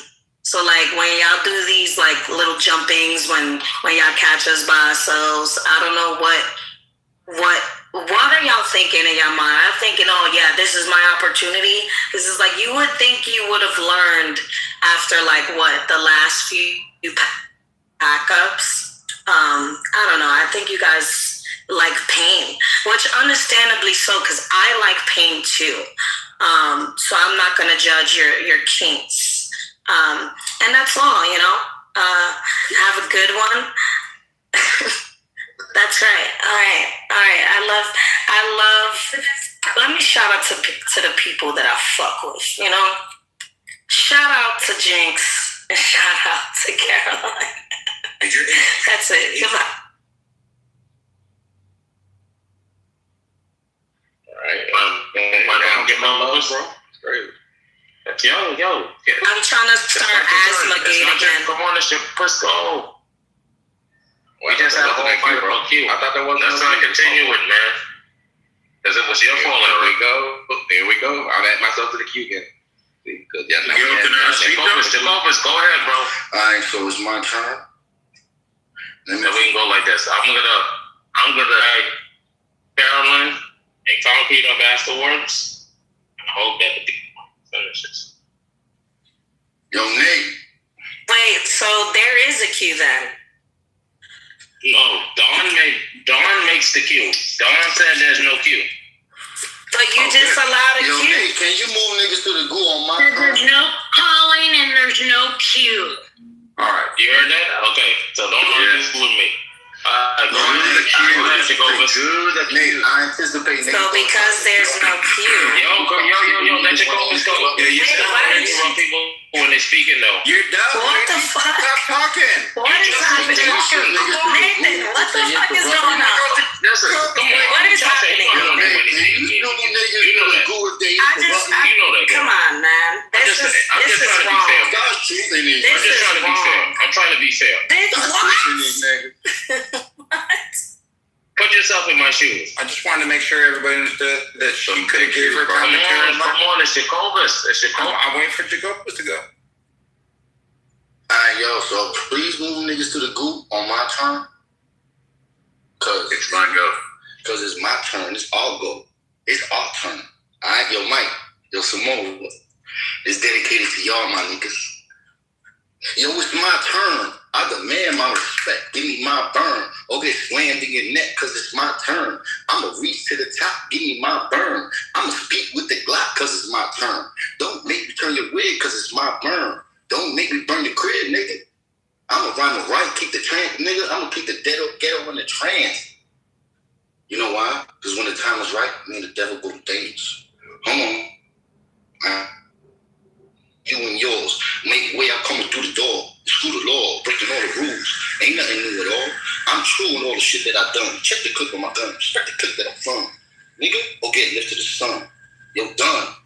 You just a small fry, fucking with the four guys. Jacobus the honorable, all rise. Sky's the limit, nothing less. If my guy's in it, for the right price, even Christ could get it, nigga. Fast life we living. All my memories are vivid. I remember the only minute that I mentally get grind till I give it. And magic do I build, but math do I equally skill, nigga. It's my turn, nigga. It's my turn, nigga. I was gonna clown you, but it was actually good. I ain't gonna hold you. So I'm next. No, you're not. No, you're not. No, you're not. No, you're not. No, you're not. No, you're not. No, you're not. Wait, no. That's Nathan. You're being corny as fuck right now. No, there's no cue. And you want to see when I was personally in front of me. I'm not just in front of me. Now I'm like, Conjure to get in front of me? That's crazy. That's crazy. No, I'm sorry. I'm not letting you over me. No, that's not cool. That's not cool. You gotta accept the L. I'm not accepting the L. I followed the rules. As a consequence of following the rules, Concrete gotta go before me, and Nathan is going to have to be fucking smart. And I'm not letting it happen. No, it's my turn. He's trying to help you out. No, I'm not losing. You're losing in real life, Concrete. Keep losing. I am. You can't even see your dick, my nigga. I'm talking to you. You're losing because you can't even see your dick. You're right. So anyway, it is my turn.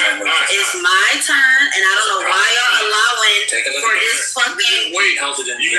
despicable ass nigga before me. No, it's my turn. It's my turn. It's my turn. It's my turn. It's my turn.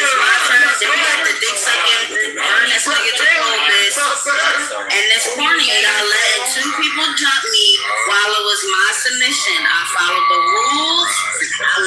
I followed the rules. I didn't even jump into the fucking comment. I put it in the chat and I said, hey, add me on. Can you add me to the queue? I even added the chat. Immediately afterwards, I put my name copy and paste and put his name afterwards. Thank you. You So admitted then it. you admitted that I went before you. Put me. Oh, you asked to request. I said add me to the queue because I was doing something. I could not copy and paste. So then neither one of us go there. So then neither one of us go. Then neither one of us go. No. Then you added yourself to a queue. No, I'm not letting you go. I'm not letting you go. I'm not letting you go. So it's my turn. It's my turn. It is my turn. It's my turn. It's my turn. It's my turn. It's my turn. It's my turn. And I don't know why y'all just allowing this to happen. It is my turn. I did the right thing. I did the right thing. I put it in the chat. One of y'all got to choose. I'm not letting. No, I did the right thing. I went before him. So he did that to be smart in the chat right afterwards and included himself when I asked to be added to the queue. So I'm going next. Why you keep saying please to the nigga? Just drop the nigga. It's my turn. It's my turn. I would have been done. It's my no. Yes, I did follow the rules. You can literally scroll up and you can see why I asked to be added to the queue. She got rid of that. So then you copy and pasting a queue. You copy and pasting the queue. I call them the Jacobus. No, there's no thank you. I'm here. No. So I call them the Jacobus. There's no queue. It's not cool. I want to go. Did you call up the Jacobus? I called that for the shot. I called that the shot. No, I called after the shot. Nathan jumped in it and tried to run interference. It is my turn. No, it's my turn. It is my turn. Knowledge. You can see in the fucking chat. He's trying to be smart. You can see in the chat where I said I was. No, I'm not. I'm not going after you. It is my turn. All right, yeah. It's my turn. Yeah, I know. And y'all niggas like concrete. Bad boy the fuck out. Y'all could just drop the way I was dropped for no fucking reason. I let y'all niggas ramble all fucking day. Who did you call after? The moment I followed the rules and I put my name in the chat, this nigga then decides that he's going to copy and paste a queue and don't involve my name in it to be smart. So no, I'm not letting him go. It was my turn. Y'all can read the chat where I asked Dawn to add me to the queue. Then when Sunshine went, you can see in the chat where I shine, and you put I'm after Jacobus. I'm asking you guys. I'm not letting him go. It's my turn. Listen, I give a lot of grace, okay? Because of how it went down, I understand both of you guys, right? Stop, because you're fucking noise trolling, and you're not going next. You already went. And so, I know, Concrete, you put your name in the queue, right? I called after Jacobus. I got 5 people went before me. 5 people went before me. That's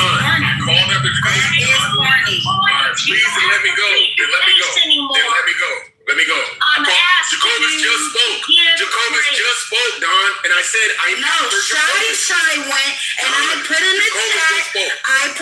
About the Shy. Me and Concrete were in the group. No, I did not fucked up. She fucked up. Shy went, and I put in the chat. I'm after Shy. No, I didn't fuck up. You're trying to manipulate the room. It's not gonna work. She got accepted. I scrolled up. It's in the chat. Thank you. Let her go. Thank you. It's my turn. Who was after Shasha? We were both in the group, dickhead. Who was after Shasha? Me, I was in the group. Who said I'm after Jacobus? Look at the chat. Listen, we were both in the group. Who called after Jacobus? In the group. No. Shy and Jacobus were on stage. Nathan and fucking, he got me, Concrete, and in the fucking group. Shy was talking, and I put in the chat, I'm after Shy. And this nigga, Concrete, gonna say I'm after Jacobus. You know what you gotta do right now? In the fucking group. It's my turn. You can read the fucking chat. And you're trying to be fucking petty because you're trying to get a rise out of me for no reason. And it's my turn. It's my turn. You're being weird. You're being weird. You're being weird. You're being weird. You're being weird. It's my turn. It says soft Q, Lion, Dominic, Eric, Concrete. Thank you. That's my child. Thank you. Keep scrolling. No, before that. That's why she's angry. Because she asked before. Keep scrolling up. Keep scrolling up. That's none of my business. I see. What do you, can you please read it? I found it. Yeah, before Concrete even put himself in that queue, Caroline said, I asked to be in this queue. And I added Dawn. Yeah, what does that have to do with her being in the queue? Right. Concrete trying to be smart. Before you added yourself in the queue, she already asked to be in the queue. Thank you. Yeah, what does that have to do with Thank you. Can you guys mute up? Here's how y'all doing this to be weird towards me for no reason. Like, this is so weird. Knowledge. Instead of saying put me in the queue. The other mods know. Hold on. Funny because they want to see. Instead of her saying put me in the queue. Again about this? Hold on. Nate, this is your fault. Nate. Come on, Nate. Let me lay my plane. This is so hard. Let me lay my plane. You know what I said? I said, I'm reading it. Tell me who was next in the queue. I called after the COVID fan. Look. This is I heard you. Can I respond? Before that, even look. Next, go. Read it to home. Even scroll up more. Scroll up more. It says in the chat. It says Lion, Dominic, Eric, Guava. Thank you. Way before.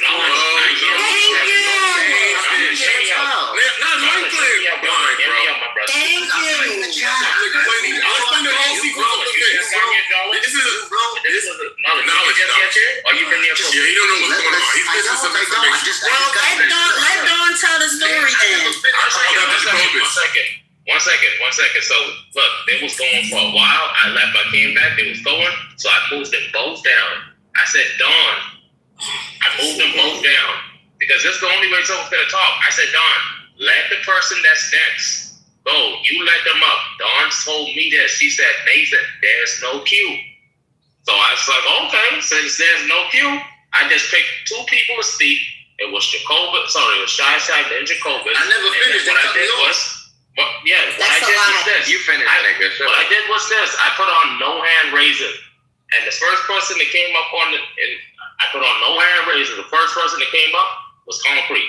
And then they still was on, so I left. Wait, no. Don't forget what I said, Nate. Don't forget what I said.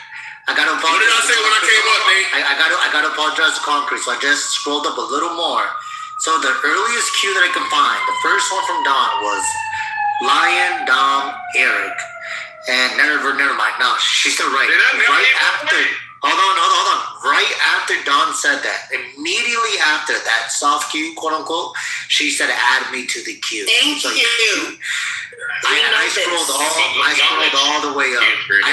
I'm gonna be. I'm. Thank you. Yeah. No, Nathan, can I say something? Can I please say something? Can I please say? I'm not picking this up. You're missing the point in here, Nathan. You're missing. All right. What did I say? Keep muting. You guys stop talking, please. Stop. I just want to say this one thing. What did I say when I came off mute? No, you gotta adjudicate. Hey, Nate, come on, bro. Yeah. All right. What did I say when I came off mute? Because there was no cue. There was no cue, and I said no one's calling. Don't. Sorry, Thea, PTR. Listen. I see where she asked to be in the queue. Yeah, One second.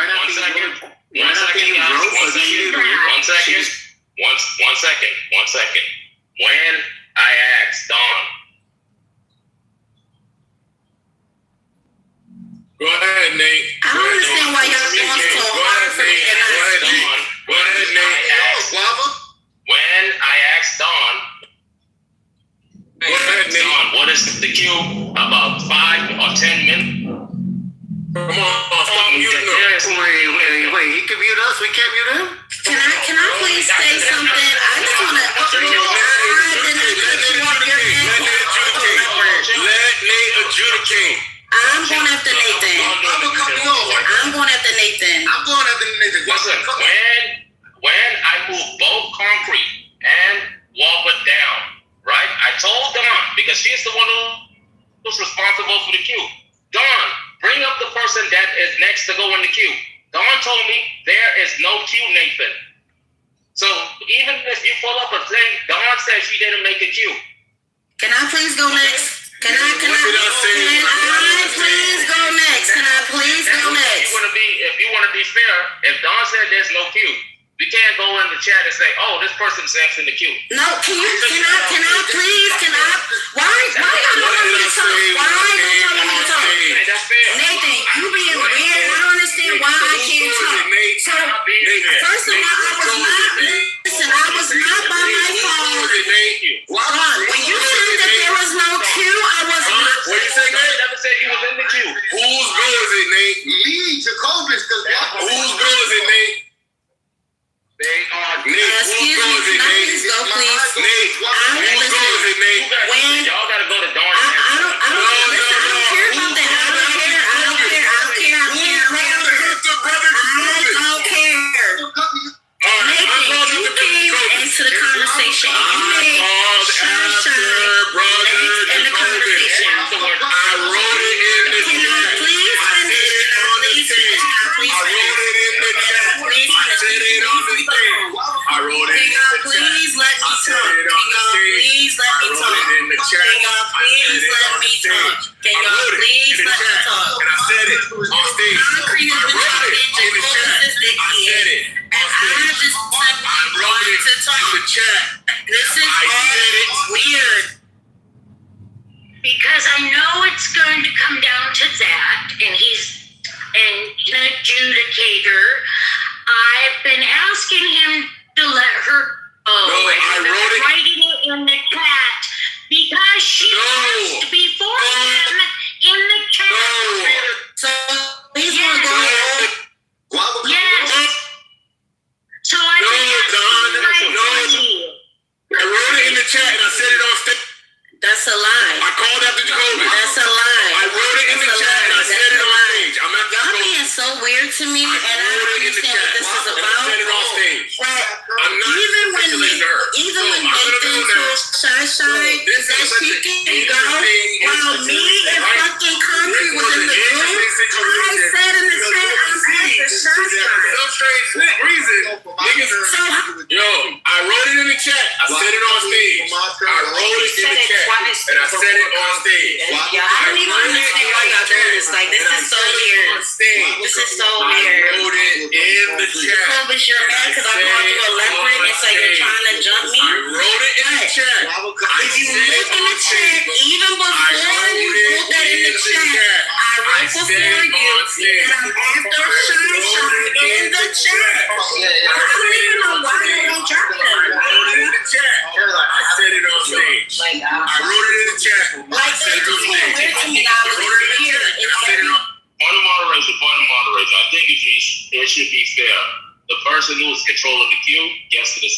what's next, and we just leave it like that. I wrote it in the chat and said it on stage.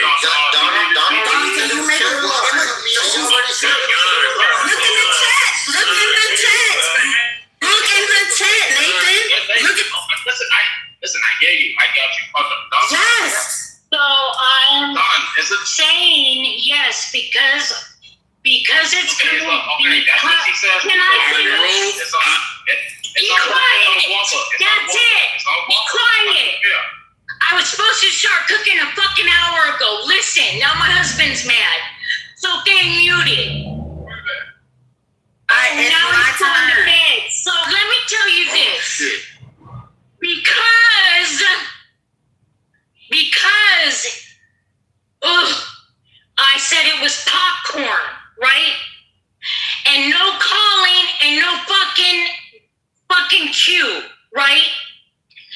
But because you guys started writing it and because you guys started a queue, right? We were forgetting about that and we were gonna start the fucking popcorn. But because you guys can't figure it out now, we have to go back and refer to the fucking chat because you guys aren't gracious enough to figure it out for yourselves based upon the fucking chat. Yes, it's on Guava. How's it on Guava? Okay, she didn't put her name in the queue. She didn't put her name in the queue. He's not gonna let me talk. He's not gonna let me talk. She did not put her name in the queue. He's not gonna let me talk. I put my name in the He's chat. not gonna let me talk. He's not gonna let me talk. Nathan, you said it's up to Dawn, and Dawn said it's my turn. So shoot him. Wait, what happened? It's my turn. In the chat. Yes. I put my name in the queue. She didn't put her name in the queue. All y'all gotta do is Asking to be in the queue first. What does that have to do with why are you going back and forth? You said it was my turn. Why y'all even going Let me ask you a question. Don, let me ask you a question. I'm in the queue, so you were. Didn't you tell us to write our names in the queue, Don? Don, didn't you tell us to write our name in the queue, Don? That's how y'all show favorites. Don, didn't you tell us to write our name in the queue? Back and forth with him during my turn. Don, did you tell us to write our name in the queue? Just shoot him. Don, did I write my name in the queue, Don, before she wrote her name in the Why do queue? y'all do this with Humphrey, yo? This is what we do. And write my name in the queue like you told us to write it? Fucking idiots. Goddamn idiots. Whether you asked or you put your name in the queue, he still. You said put it in the queue. Put your name in the queue. Don't ask you. Put your name in the queue. You said put your name in the queue. I put my name in the queue, Don. I'm Could she have put her name in the queue? Could she have put her? Could she have put her Why are name you in the queue? arguing, Dawn? You made the decision. Just Ron Humphrey. Don, could she You have made the decision. You just dropped this thing. It's my turn. Did she do it? Shoot him. Just drop him. All you gotta do is drop him. All you gotta do is drop him. It's my turn. I put my name in the queue, Don. It's my turn. I put my name in the queue, It's Don. my turn. He not I put my name in the queue. Why can't y'all drop it? Honor It's my turn. Honor the It's queue. my turn, moderators. I'm asking if it was somebody else. Y'all I would have put dropped my him. name in the queue. I followed the Why rules. are y'all not? Y'all would rather argue with the man than allow me to finish. I could have been finished an hour ago, bro. Oh, someone, Did y'all let this someone fuck? finally did it. Someone finally Damn. did it. Wow. What the fuck? I had this fucking fight for my life for 1 fucking hour to speak. That's crazy. Crazy. That's crazy. And I'm asking the moderators that anybody talk during my submission, drop them. Anybody. Yo, This is I fucking crazy. put my name in the queue. Oh I my put God. my name in the queue. Oh my Don, God. she could have put her name in the queue. Oh my She didn't put her name in the queue. Why are you honoring her request? in this room? Putting it in the queue. I put my name in the queue. So y'all bring the nigga back up. There's men in the queue. And then you said Eric to go. You said nobody up there. And then I said I'm up there. Continuously And then screaming in his phone at 40 years old. This is a 40-year-old man screaming and yelling because a bitch he couldn't fuck on the internet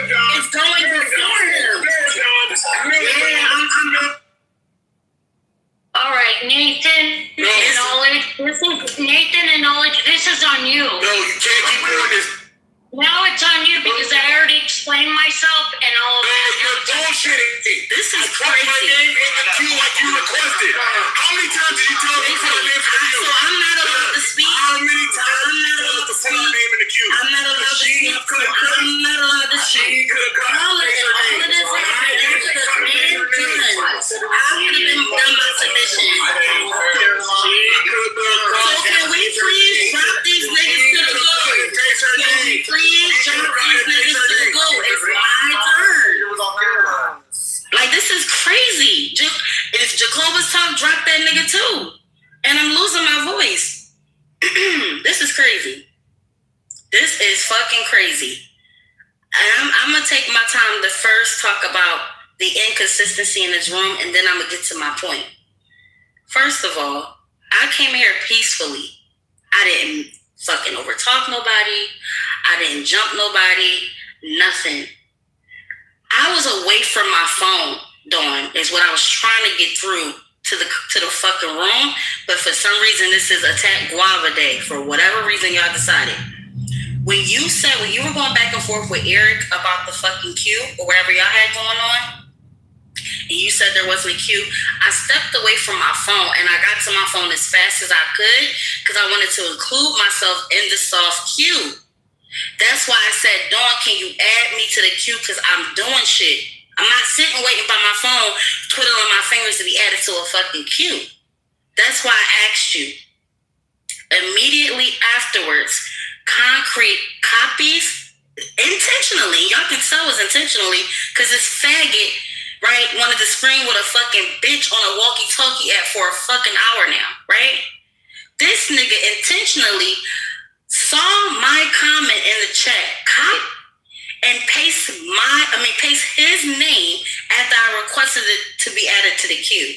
Now, if he was a gentleman about it, he could have just added me and then added himself afterwards. But no, he purposefully added himself after the queue.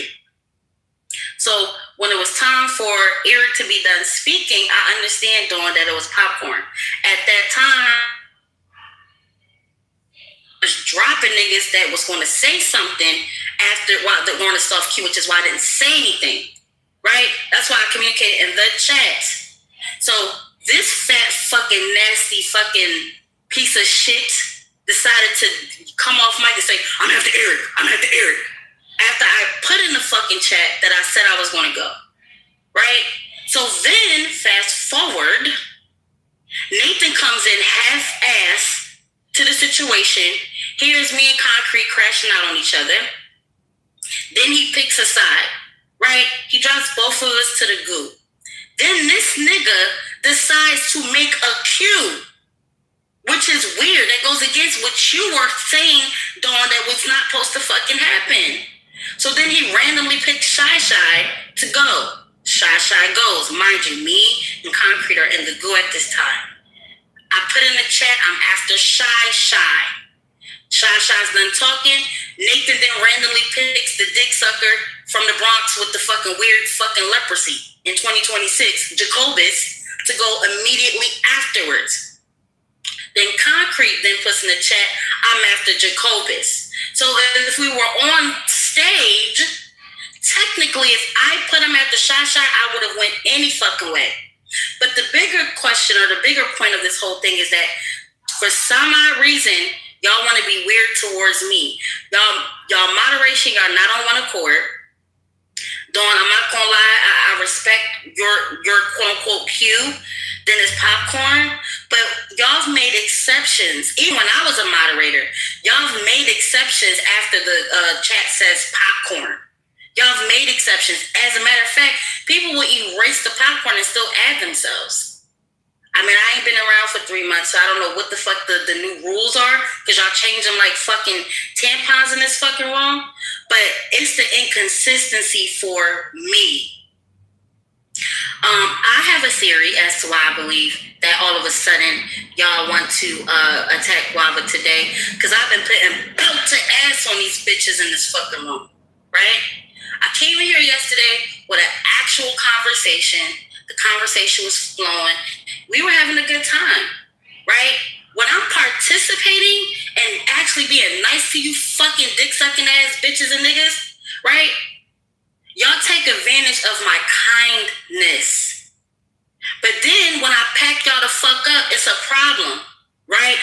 I'm the bad guy. I'm evil. The big three is evil. Shy is evil. Jinx is evil. But I'm coming in here respecting the rules, respecting the queue, respecting the people in this fucking room, regardless of the relationships. Well, this ain't really, this ain't real. I'm talking about meta clubhouse relationships that I have with people on a walkie-talkie app. And then y'all let this pussy ass nigga who's been plotting and poking a bear, trying to agitate Guava because it makes his dick hard. That's the only thing that makes his dick hard, because he probably is on fucking Viagra. Matter of fact, he probably isn't on Viagra, right? Because he has to choose between putting gas in his fucking car or taking the blue pill to make his dick stand up so he can feel good about himself. Because nobody wants to fuck on that fat piece of fucking lard that look like CeeLo mixed with Cedric the Entertainer. So, yeah, this is insane. I spent an hour trying to fucking talk in this fucking room. And I wanted to go back to the initial thing that Nathan said from earlier, which was, right, he was trying to pin my friends against me, which will never fucking happen, right? This nigga wanted to talk about, mothers, friend groups should honor and look up to the mothers inside of their friend group because they're nurturers and blah, blah, blah, blah, blah. You at the end of the day, you can't teach an old dog new tricks, right? Nathan thinks the divide and conquer thing is going to work. It'll never fucking work. Not for the big three. Ain't no fucking team in the concrete that lives in the fucking, or born and raised in the Bahamas is going to come between me and my bitches, right? Because he also trying to get his dick hard, right? It's not going to happen. It's not going to work. And I wanted to share some lyrics before I give my fucking submission to Big Mama Precious, fucking collard greens and pig feet, IEP, retarded, autistic, fucking dumbass, fucking no Wi-Fi internet in his motherfucking house, so he gotta go to Starbucks and fucking hack motherfucking Starbucks and donut so that he can fake pretend that he has a fucking job and spend hours on it stealing their motherfucking internet so that he can pretend, because if he doesn't pretend, he's gonna fucking commit suicide, because the reality is he's a fucking loser. It's only fucking 40-year-old fucking little dick, big belly, bald-headed fucking orangutans like concrete will argue with a bitch for an hour about saying it's my turn, right? So, these are the lyrics that I wanted to share with you all, and then I will give my submission to whomever, right? Again, this could have happened an hour ago, but now my fucking neighbors are thinking, who the fuck is Guava packing up in her fucking crib? But I hate that they had to hear me that way, but they'll do it, right? Because I can scream in my shit. Now, I wanted to share lyrics. Let me look it up real quick. Here's the lyrics. Nicki Minaj. I know exactly which one it is, too. And I'm a PTR too. So, in the words of Queen Nicki Minaj, is this it? Wait, is this it? No, this ain't the one. Hold on. Is this it right here? Okay, here it is. Okay. This is called I'm a Boss Ass Bitch by Nicki Minaj. And it reads like this. Yo, I employ these niggas. They be grown men, but I little boy these niggas. Want the cookie, so I gotta Chips Ahoy these niggas. But I never iPhone Android these niggas. Use rubbers with them. I don't never raw these niggas. More money than them. I'ma son all these niggas. I ain't shopping, but it's like I gotta store these niggas. Put them on time out and never call these niggas. Yeah? And then let me scroll down. Oh man, slow down. I'm gonna give you something that you can hold down, but I can't give you that. I'm too ill for that. I'm gonna make a movie, still kill Bill for that. Cause what the fuck, this ain't Chanel, nigga, custom down. What the fuck, I ain't smoking hot, bust me down. You the same clown nigga that was running me down. Now you all up in the sauce cause you wanna be down. Rule number 1 to be a boss ass bitch. Never let a clown nigga try to play you. If he plays you, then rule number 2, fuck his best friends and make them yes men. And send a dick pic and then you press send. And send a red heart and send the kissy face and tell him how his friends they love how your pussy tastes. And that's rule 3. I'm the school tea. My wrist look like I am a jewel thief. But that's cause I'm a boss bitch. I make already cheese and grill my swordfish. Niggas, okay? That goes to who it goes to. And I don't give a fuck, but I do give a damn. And that's all for now. Thank you for coming to my TED Talk. I'm Matthew Carolyn. All right. Put it in the chat. I got receipts. So what we clearly see is a failure of leadership. Nate left. Knowledge fucked up and failed. Don failed. It's really simple. She admitted to all of her wrongdoings. She admitted to all of her mistakes. And she thinks that even though she made a mistake because she has a vagina, her mistakes should be like ignored, right? And that's unfortunate because that is a delusional mindset that makes somebody ill-equipped for reality. And we can clearly see that in play world, niggas take this shit, bitterly serious. And so we know that in much of reality, or much so in reality, they're probably behaving in the same way. I'm a woman. I got a vagina. Excuse me, but don't excuse me because I asked to be excused. Excuse me because I'm entitled. That's unfortunate. Yeah. Anyway, if anybody wants to know the real sequence of events, obviously we don't look at everything in the chat. I don't know why she thinks that I care about what she's doing. I don't know why. It's weird. It's been 3 fucking years now, or 2.5, however long. I don't know. It's weird. Anyway, she knew that you can cut and paste the list with her name, right? She can't claim ignorance because she said niggas cut and paste the list and remove popcorn and put their name. Did she do that? No, she did not. Why not? Because obviously she wasn't thinking, right? So she said, put me in the queue. She didn't put herself in the queue. She just typed, put me in the queue. Okay, cool. I didn't see that shit, but I cut and paste the queue because I wasn't looking for her fucking comments. I was looking for the queue. Because what you do is you look for the queue, you see you find the last queue, you cut it, you paste it, you put your name. That's typically how we do it. She knows it, she admitted it, she said it, right? So she could have easily done the same fucking thing. Did she? No, she didn't.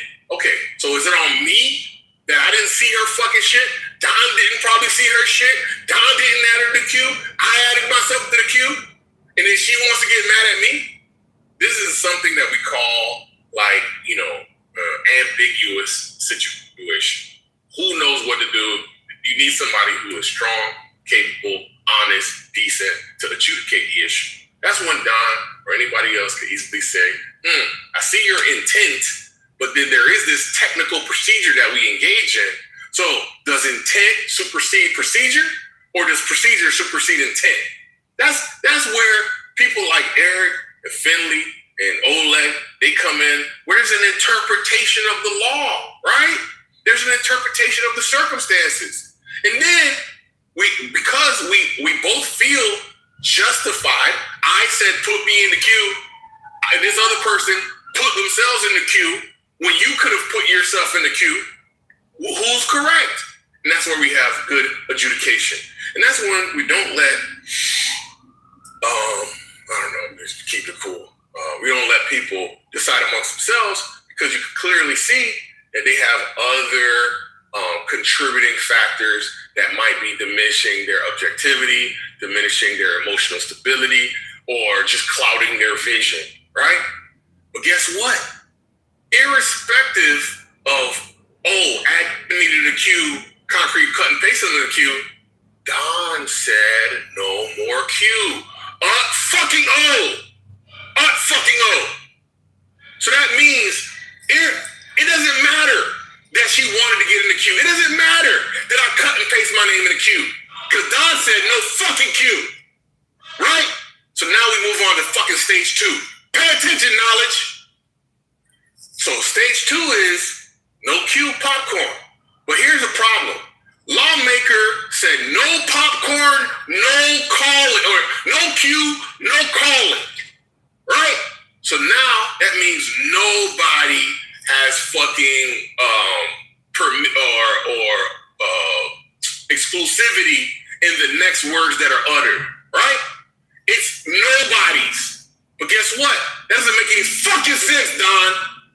You know why? Because now who speaks, and now we just have this clamoring of voices because nobody's been given priority, so everybody has fucking priority, right? I hope you're fucking paying attention, Don. It's not that fucking complicated. And this is also to Nate and fucking Knowledge. Them niggas obviously are doing this for entertainment purposes, but I think Knowledge tried to step in. He is so fucking woman whipped that, obviously he was biased, right? He's woman whooped. That's not insinuating anything lascivious. That is just saying that he has a bias towards women. And having a bias towards women in context but in a social, platonic context, no such thing should, because it doesn't lend towards stability of the order. And this is so dumb. Anyway, so Don says no queue, no fucking calling. How the fuck did this dumb now have some sort of entitlement? How does this person now feel entitled when Don fucking dissolved the queue? Don said nobody's allowed to call. But guess what? Even with that dumbass rule, who called after Eric? I did. Did she call after Eric? No. Okay, cool. Also, we got both kicked down because of Nate. Entertainment purposes only. She calls, I'm after Shasha. Guess what? Jacobus was already given precedence in the conversation in terms of who gets to speak. And then Nate had to correct himself because Shasha said, no. I called before Jacobus, which means that there is still a queue in fucking effect, right? Even though Don is saying no queue. So, since the queue's still in an effect, in some kind of de facto way, or is it de jure or de facto? De facto, right? In a de facto way, that means we're still abiding by the queue. So, guess what? I'm after Jacobus. Because guess what?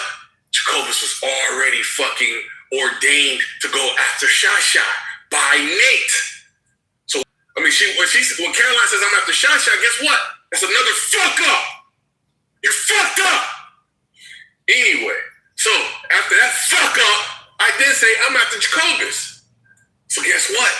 Jacobus goes, and then I get on stage, and I say, while she's crying or whatever the fuck, protesting, I say, I'm after Jacobus. So not only is it written, it's verbal, right? And so after this written declaration and a verbal declaration, this fucking motherfucker still want to claim some sort of entitlement on a non-queue fucking list. No queue, right? How the fuck do you get entitled to no queue? So, in every way, shape, or form, this is a nonsensical fucking experience of a bunch of entertaining ass niggas. A lot of entertainment. But I hope that y'all can I hope that you really don't conduct yourselves like this and for real. I hope that this is all for entertainment, internet purposes only. In every way, shape, or form, she did not get the entitlement to go. And yet we had Don giving her the fucking adjudication. Nate failing to get the adjudication and fucking knowledge, fumbling and not knowing what the fuck was going on, right? Even though he wants to pretend to be the objective one, when he is obviously woman whooped, which is a fucking weakness. And I don't know why. Anyway, all right. I thought it was whipped. I'm at the Eric. Just tell him at the Eric. Put it in the chat. I put it in the chat. Before you was even here, I already called it. Put it in the chat. Aaron, put it in the chat. Put it in the chat. I'm at the Caroline. Put me in the queue. Nigga, shut up. I'm at the Eric. You're worried about a Q4. You are here to take the U when I put on you and knowledge. You don't laugh. I'm asking the Eric, by the way. I ain't gonna lie, dog. I'm after Eric. What do you mean? I told her the queue. The queue, dog. Wow. I'm at the Eric. Do the right thing. Want to say? Who's talking? I'm after Eric. No, you're not. I'm after Eric. I think Caroline's I'm after Shy Shy. Can I just say something real quick, Eric? No, your turn is over. No. Eric, let me say something. Just back to the queue. Eric, let me say something real quick before you go. I'm gonna just say that. No queue. 5 seconds. Hey, Eric, all of this is you. Eric, all of this is you and Mike's fault for fucking coercing Don into no queue. That's where it really fucking started. She got all fucking frazzled and confused because you niggas started that damn campaign. Thank you. I'll be fast, man. Hold on, no. There ain't no queue. Ain't no queue in the chat. No. So I'll be fast, bro. I already called it, bro. Alright, so I'm gonna just say this. Alright, look, don't let me die. There's something. Don't let me do it. Just something about the way she moves. I can't figure it out. There's something about her. Hold on, I got something for you. Say, ooh, there's something. This dude want to read legs. Kind of woman. Damn, this nigga Eric want to get a belt. But don't. Oh shit. Did you go get a belt? I can't figure it out. You mind abusing right now. I'm saying, bro. She walks like a boss. I didn't do this to him, but he it's so certain, bro. I let him you know know. what she does? Effortlessly. What's effortlessly? Now go ahead, Eric. You said right now? Go ahead, Eric. He was doing it to me. This nigga let me. I really fought for my life. This man ain't doing the concrete, but he did it to me, bro. You did it to Shit is crazy, bro. He on some other shit though. Why you do this to concrete when he was here? Because he know he can't out fucking yell and scream and baboon that nigga. Yeah, I'm not gonna fight back like that. I'm not gonna fight back like that, bro. I know you like the booty wrestle with concrete. I'm not gonna do that. I'm not. I put the Q in the chat. I'm at the Eric. That nigga say, hey, you remember when it was supposed to be my turn? I remember that shit. No. Look, you had another turn after that, and I didn't. Alright, look. I'm trolling. Go. Alright. So is Caroline after Eric? So. Yes, isn't it? Who was that? We gotta ask Thea. Yo, Thea, who's next? No. Please don't ask her. I'm trolling, dog, man. Y'all forcing y'all to get cussed out. Y'all chill on dog. Look. Yo, her man said I'm going to bed. I was like, oh no, it's not Theo. Yo, I was like, I was about to message my Theo like, yo, not too much. Alright, so I just want to say, Concrete's partially right. It is me and Mike's fault partially, but the person we all need to blame is She-Wolf. Only reason I decided to be petty and press Don on the queue is because when me and Mike made the objection about ending the queue, She-Wolf put a battery at Don's back and said, nah, Don, it's your queue. Fuck what they saying. And she told me to go on mute. This isn't funny. I was like, what was the dude's name on Friday when they were talking about Evo? I was him. I was like, I'm gonna go on mute. But like, I'm gonna make sure I add myself on the queue before I go on mute. And that's exactly what I did. So now we have to go on this long journey here because one person got manipulated. And it's not my fault. Next time, when we say we didn't need one, we don't need one. And I think it is kind of crazy how we let that go on for so long. I want to say, Don, you have to get in Nathan's ass, literally. The fact that he left you there, and Knowledge and Nate left you there by yourself. And Nate came in the room and acted like he was going to adjudicate the situation. Moved both of them down and then left and brought them back up. How you going to bring them back up and leave the room and left you here? That was crazy stuff, bro. Oh, I wasn't by myself. Hannah and Oleg were there. A cop is like that one security guard that always sleeps on a job. Like he's not really that useful. Oleg, he's like the sixth man on the squad. You know, he's there, and in the case of the emergency, so I can't really blame Oleg. But you know, those two, they're not really there. So it's kind of long, bro. I don't know. It took us that long to adjudicate. It was funny. You had Jacobus laughing and screaming in the background. It was funny, but an hour, bro, it's crazy. And I want to say, Lion. It's funny that you kept that PTR. That is hilarious. That you like what made you take like a screenshot of that PTR, bro? Like that shit's crazy, bro. You gonna hold on to that. What else did I want to say? It was so long, bro. Hours. It'll come back to me. Go ahead, y'all got it. All right, it's my turn. So, a couple things.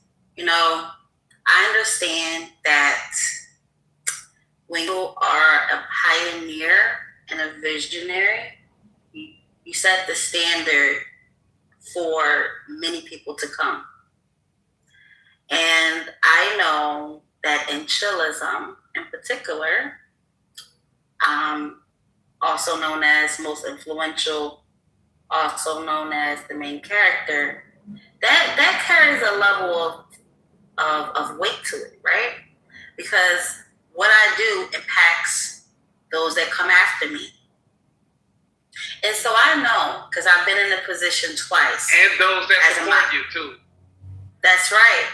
And being a moderator twice in this room, the first time when I was Crystal Gems, the other time when I was Guava, I think I was transitioning from Guava to Carolyn, right? I understand that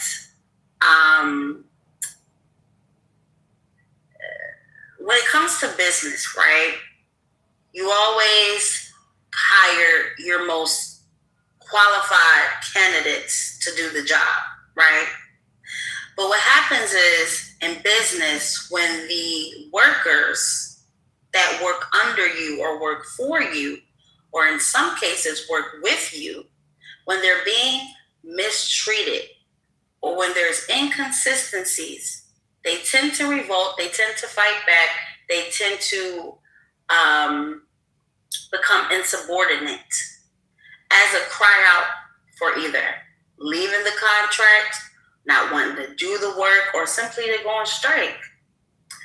And that's what I did my last time as a moderator. But what I now see, right, as no longer being a moderator for chillism, right, I noticed that there has been a decline in the quality of moderation and moderators. And here's how I know why, right? Because it is almost, at this point, it's about 12 of y'all that rotates the moderation. And it takes 12 of y'all to quote unquote effectively moderate a space that don't bring in no more than on a given day 30 to 40 people tops, unless y'all have a hot topic that'll bring people into the room, not because they fuck with chillism, but because they want to hear about the topic at hand. Because we all know that, you know, chillism has a reputation of losing quality people, both mods and audience and stage members, right? So what I witnessed these past couple of days upon my return is a couple of things, right? One, lack of moderation, good moderation, particularly, right? And y'all know me, I'm not afraid to call names. The first incident happened with She-Wolf. She will saw an opportunity, right? Because for the past 3 months, y'all been gassing her up to think that she made me leave chillism, right? And so she was, basking in that glory, right? Then I come back to the room. So now, as any pick-me-sha would do, she now has to claim her territory by going with the illusion or delusion that she packed me up. So she kept poking the bear. And even when the OG moderators told her to chill, she refused. She wanted a fight. And not only did she lose the fight, she got fucked up in the fight. No one is talking about it though. Why? Because it was that bad. Yeah, right? Boom. Moving forward, that's one thing that y'all let go, right? And the only reason why y'all let that shit go, because y'all thought that bitch was gonna pack me up. Y'all had another thing coming. That's the first problem. Instead of moving the conversation along, instead of let's actually dialogue. No, y'all want to see the chaos and drama. But if y'all would have bet it that night, y'all would have lost y'all fucking money. Right? Moving right along. So now we fast forward. We had a good day yesterday. It was good conversation, blah, blah, blah, blah. Not too much on that. Now we're here today. I'm an active participant in listening to the conversation, a repeat of who's the best Christian in the world, Craig. I'm listening. I'm trying to hear what's going on, yada, yada, yada, boom, boom, boom. I asked to be added to the queue because I'm moving around. I'm doing things. I kept getting phone calls. I got a life outside of this shit. I follow the rules. And I'm sorry, Dawn. I have to give you feedback on today. One thing about being a moderator in general, you cannot let people bully you out of your position. If you make a decision, stand on it. Whether it's me, Concrete, anybody, stand on that shit. Right? Because at the end of the day, you see that the other OG mods, they're fickle. They like the chaos. They like the drama. They like the this. They like the that. So much so that now you got to freaking rub your husband's feet because you forgot. It's interfering with you on hubby time. Nah, fuck that. While other mods sit back and sip on their tea and chill and kick their feet back and you about to pop a fucking blood vessel over this shit, it's not worth it, baby girl. It's not worth it. Right? You got other vanity mods that just sits there because of whatever quote-unquote loyalty or compliance that they have to fucking Nathan and knowledge, right? So they're there about this. They're there for fucking participation mods. They're there because they ain't never leave knowledge and Nathan's side. Because, they're real big on loyalty, right? So they say, hey, we're going to give you a golden star because you're compliant. You don't yell. You don't scream at us. So let's give you an honorary vanity mod. And then the room gets small. It's like, I got other things to do in my life. Let me just go ahead and put gonorrhea butthole at one of these fucking desperate ass niggas. That's how it goes in here, right? But what should have never happened is for this fucking baboon who has been obsessed with me since the first pack up that I had on this nigga. Do y'all know that over the past 3 years, I probably packed up Concrete over 70 times? Not even joking. This nigga loves it. Y'all know that, right? And instead of just being honorable, and I'm talking to you, Dawn, right? You could have just nipped the bud and said, hey, right? This is something that was inconsistent before I even asked to be added to the queue. That's what Eric was talking about, right? Make your fucking decision and make it. There's no confusion. Because now I'm putting wasted an hour of my motherfucking breath over some decisions y'all couldn't fucking make as moderators. Not cool. And lastly, I'll land here, right? I come back into this space because my girlies in here, my baby girls, they are my world, right? They come up in here. I'm like, I miss my girlies. They in here. I'm like, oh, fuck, I got to deal with these idiots, but I love my baby girls, and they in here, and I want to be around my baby girls. But the motherfucking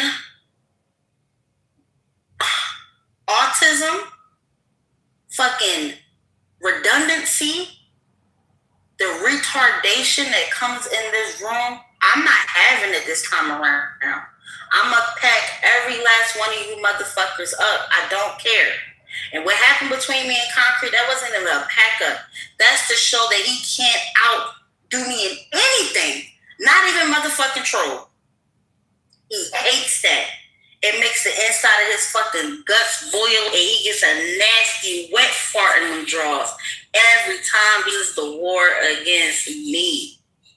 Because it is reflective and it is symbolic for the actuality that he has to face in real life. Women controlling his narrative. So he doesn't even like it when it's meta. And I'll end you guys, I'll end here by just reciting some poem that I love. And y'all probably heard me say this before, but it's one of my favorite poems. It's called Looking Ass Nigga by Nicki Minaj. It's like this. Look, smoking ass niggas. After every pull, niggas start choking ass niggas. Look at y'all bitch ass niggas. Stop lying on your dick ass niggas. Look at y'all niggas. Stop looking at my ass niggas. Look at y'all lying ass niggas. Talking about it's paid off, but it's financed. Lying ass nigga. Bunch of non-mobile ass niggas. Fronting like they got a plan boost mobile ass niggas. Look at y'all can't get a job, so you plotting how to rob ass niggas. I ain't got a check for y'all, but if I'm a check for y'all, I'm gonna get a check from y'all niggas. I don't want sex. I don't give a fuck about your ex. I don't even want a text from y'all niggas. I'm raping you niggas. Look at this pic. What the fuck did I give to you niggas? I'm not feeling these niggas. Niggas on my time call me Clinton. I'm feeling these niggas. Fuck is we talking about? And lastly, look at y'all sharing one bottle in the club, one bottle for bub ass niggas. Look at y'all non-having game ass niggas. Y'all niggas wear the same chain ass niggas. Same cup in the hand ass nigga. In the club with a credit card scam ass nigga. No dick in the pants ass nigga. I'll be damned if I fuck a non-man ass nigga. Talking over me while it's my turn. That's your girl. What the? Oh, sorry. No. I'm not looking at my phone. Some more don't pipe it. That's my girl. That's my big word. I thought that was fucking concrete. Where was I at? I would never fucking non-man ass nigga. I would never lie. I don't care if that nigga flew me and my bitches all the way out to Dubai. Pussy you try. Pussy ass nigga you lie. Pussy ass nigga you high. Bitch I'm me. Art on the wall by ski. Fuck who see. Look at you fake those villas. No real niggas who be moving weight in the villas. Talk about keys. He's keys in his van, but he really moves gram and he split it with his mans. So you looking ass niggas don't even have a time or a motherfucking day. All y'all do is sit on this motherfucking app and talk shit and our motherfucking has-beens and Mr. Me Too ass niggas. And I don't care, I'm gonna fight every single fucking day while I'm in this motherfucking room because I'm doing it for bitches like me, for women like Jinx, and for fucking women like motherfucking Shasha, for women like motherfucking Alaska. I'm doing it for motherfucking Ashley. I'm doing it for motherfucking women in this motherfucking room who hold this shit down all the fucking time while y'all clown ass niggas ape out all motherfucking day. That's what I'm doing it for. And I land here. Straight facts. Thank you. I was doing fast. I was singing right there. Yes, you were. Yes, you were. All right, thank you, guys. Samoa? Well, I was next. Thank you. Hey, nice to see you again, James. Is that Samoa's turn talking? Is he talking? Yeah. The same thing that interrupted me? Oh my God. Nigga. Nigga, what you want to do, nigga? Let the beef go, man. Let the beef go. Hey, you know what's crazy, bro? This nigga Eric, this nigga barely be losing all the time and claim that he's getting the win. That shit funny, bro. I just want to defer my time to Concrete. I think he should be able to speak his mind. Thank you very much. All right. What's up, Jake? What's up? Yo, Samoa, I appreciate it, brother. But what we see I think she realized it, right? I think I made it very clear that the queue was dissolved by Don. So while you might have said add me to the queue, you could have cut and paste your name. I put my name in the queue. So obviously that's like an ambiguous situation, right? Don should have adjudicated, but guess what? There's nothing to adjudicate if Don got rid of the queue and said the queue doesn't exist, right? So she want to still be mad at me. But what we can always do, and it's crazy that she wants this fighting posture after all. What y'all don't know about Carolyn, she actually hates this about herself. I don't know if anybody else noticed it, which is why she's been taking hiatuses since she's been on the app, changing her name. And what's so crazy is obviously these different names represent, like, I guess, a different side that she wants to, present to the world, right? I wouldn't call it schizophrenic. I would call it something maybe ambitious, right? Or, hopeful of, turning over a new leaf. I think that's what's happening with all the name changes. And as you could clearly see when she refers to the name changes, she's using those name changes as different, moments in her experience here on Clubhouse, right? And we could clearly see when she gets back, not this one. This one she couldn't like contain it. But on prior occasions, she would acknowledge that she's not trying to get into the shit. She's trying to restrain herself from her nigristic ways that she is, prone to get engaged in, right? But on this one, she just has basically given up on let's say modification or changing or presenting a different side of herself, right? And that's what we got to do, is we got to encourage her to lean into her better self, which is why you can't, even though she, man, it's so crazy. I don't know if people understand this. Even when they ask for it, don't give it to them because they really don't want it. And what's so crazy, we hear Lion booty clapping for her, like one of the, anyway, we hear Lion booty clapping for her. He's supposed to be encouraging her higher self. He want to encourage her lower self. That right there is just a sign of somebody who doesn't give a fuck about somebody, right? Because when you see your homie smoking crack, you see your homie like doing all kind of wild shit. Don't tell them keep doing it, even though they got a smile on their face, even though they're enjoying themselves. We know that is a temporary, momentary fucking fix. And that in the long term, they're going to leave because of all the fucking drama has gotten to such a crescendo that they can't manage it anymore, right? I don't know if people haven't noticed that pattern yet. I've noticed it a long time ago. That's why I don't try to get in too much with this woman, because I know this is not who she actually wants to be. She wants to be higher than her lower form self. And what's so crazy, what we've noticed, and I'm sure everybody else has noticed it. Jazzy, she'll have her moments of relapse, but she's matured and she's found in the room. Yes, again, moments of relapse, being an asshole, going too far.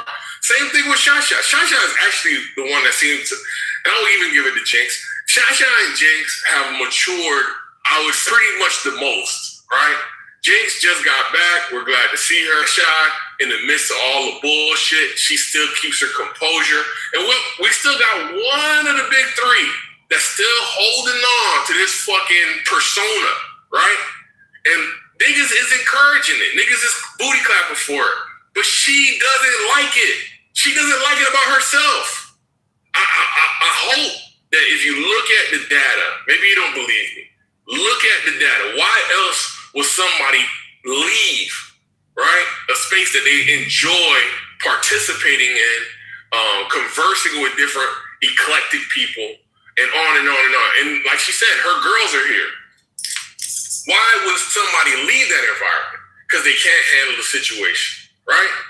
And what is the situation? She gets to this fucking point where it's just all crash out all day long. And niggas like fucking, I hate to say it, and Nate, they fucking encourage her to crash out. It's like, goddamn, she don't really like that shit. You would think that you would help. I don't know. It is what it is. It is what it is. But anyway, people want to paint me to be the bad guy. But look, y'all haven't identified villains yet. well, let me not say that. Some people haven't been able to identify villains yet. The villains are the ones who are prodding self. The ones are the ones who either leave you alone or they encourage your higher self. Like, I don't get it. It's weird. This encouragable behavior is, I thought that was in high school. I thought you get through that in high school because in college, by the time you get to college, niggas is focused. They're trying to graduate and get a fucking career. And then when you're at work, you can't encourage people's lower self because that'll get you fired. So that type of behavior is basically non-existent, frowned upon, whatever. Even if you try to like appeal to like microaggressions, maybe you can do it in that regard. But I don't get it. It's weird. But it is what it is. As long as she keeps falling for it, and as long as she don't know how to fucking stand up, and keep her composure, she's gonna have to keep fucking learning the lessons. And I don't know why her friends would encourage her low fucking vibrational behavior. If you know her and you're her friend and you care about her, you wouldn't encourage her to engage in that. You wouldn't booty clap for her. And that's the Shasha and Jakes. Whatever. At some point, somebody got to do some fucking self-reflection, and you got to do the work. You can't just fucking have the world conform to you so you don't fucking become a crash test dummy. You have to do the work to not be a crash test dummy. I don't know. We know that type of maturity is beneficial to you and everybody else around you. I don't know why you wouldn't want to mature for the sake of yourself, right? The sake of your own sanity, your own fucking mental health. Because obviously this is play world. And if this is how you act in play world, I think you don't have the coping mechanisms to deal with the real world. So you probably got to stay high or drunk or fucking lie to yourself. I don't know. It's weird. But I don't have no beef with you. I hope the best for you. There was a misunderstanding about the queue because I didn't read that you wanted to be in there. But guess what? That misunderstanding aside, we still had other ways that you could have corrected it, right? When it got pushed down, the queue was over. The queue was no longer part of the situation. But yet you wanted to use it because you thought that was going to give you leverage. Everybody else that you're wiping the circumstances. You don't want it. You want to try to get leverage from wherever you can, and that's some opportunistic bullshit. Yeah, man.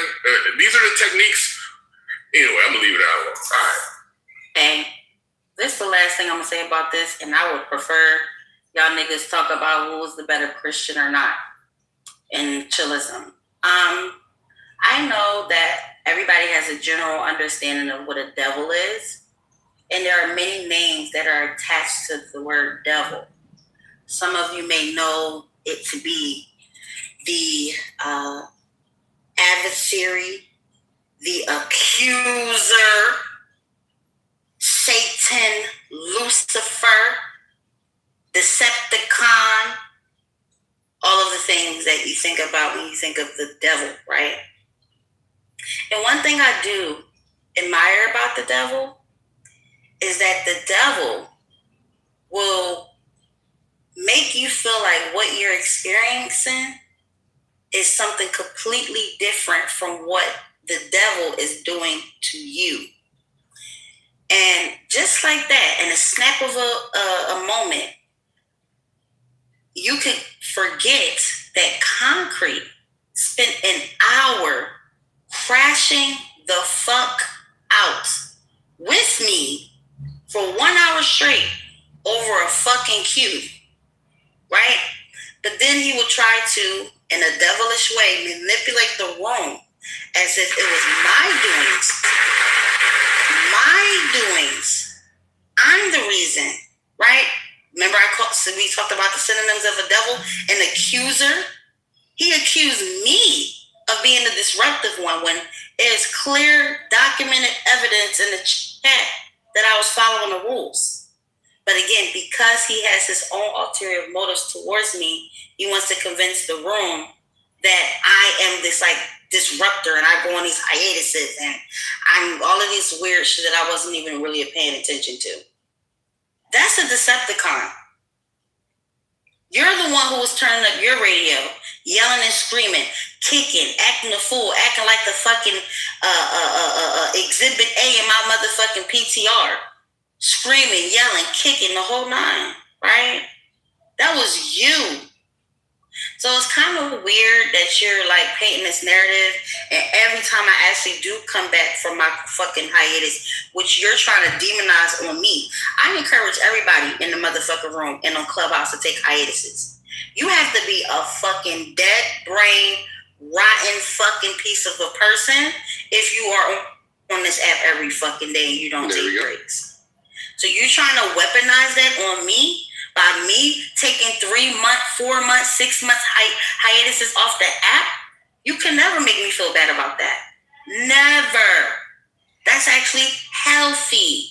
The unhealthy aspect of it is you motherfuckers that stay on this shit every motherfucking day talking about the same topics, the same argumentation, and no growth.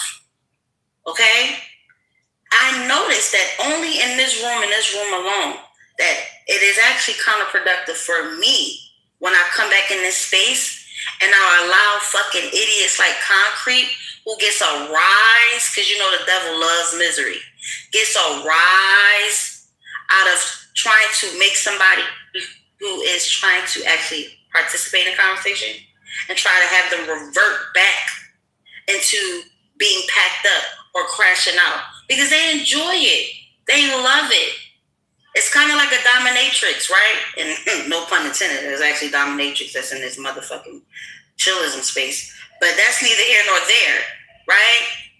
I'm not here to satisfy your kinks, Concrete. I come here because I want to hear the dialogue. That's it. And this is not even a crash out or a pack up. This is just genuinely how I feel. I'm not coming in here for you. And every time I come back, you try to make this the Guava versus Concrete show, bro. That shit is played out. We done seen them reruns already, bro. We're tired of that. People are tired of the Guava and Concrete show, my nigga. I told you this before. Just move around me. But what I'm not gonna let you do is try to pussy me out of my position. That'll never happen. So leave me alone, and I will leave you alone. Point blank, period. There's nothing else left to it.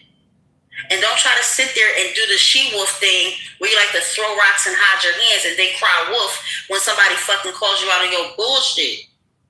Stop poking the bear and then get mad when the bear comes and fucking devours and rip you into shreds. We can have the dialogue, have the conversation without you fucking trying to control me like you tried to do yesterday. Guava. You do the Jacobus thing. Y'all do the weird ankle biting bullshit. It is annoying. It's not cute. To some of y'all, that's cute because y'all like the entertainment. But Jacobus is not funny to me. A nigga who has modern day leprosy is not funny to me. What's funny is how he is 2026 and this nigga still got fucking mumps, bumps, boils, fucking scoils, oils, coils on his motherfucking skin in 2026. Looking like a fucking big chocolate chip cookie. Looking like a motherfucking crater from the motherfucking moon. Oozing and goozing and what the fucking Baltimore people say, his skin is ooming and gooming. Oozing bullshit out of him. That's not like, what the fuck? But then he wanna dick eat because y'all allowed it. Let me tell you something. Nathan is like Diddy, right? This nigga loves when other niggas suck his dick. He loves it. I don't know if you ever seen the movies Jeepers Creepers, where the nigga can, like, it's like his nose split open and he inhales the fear. Nathan inhales the dick sucks that come from you niggas. He loves it. He loves it. Knowledge not too much, but Nathan thrives off the dick sucking.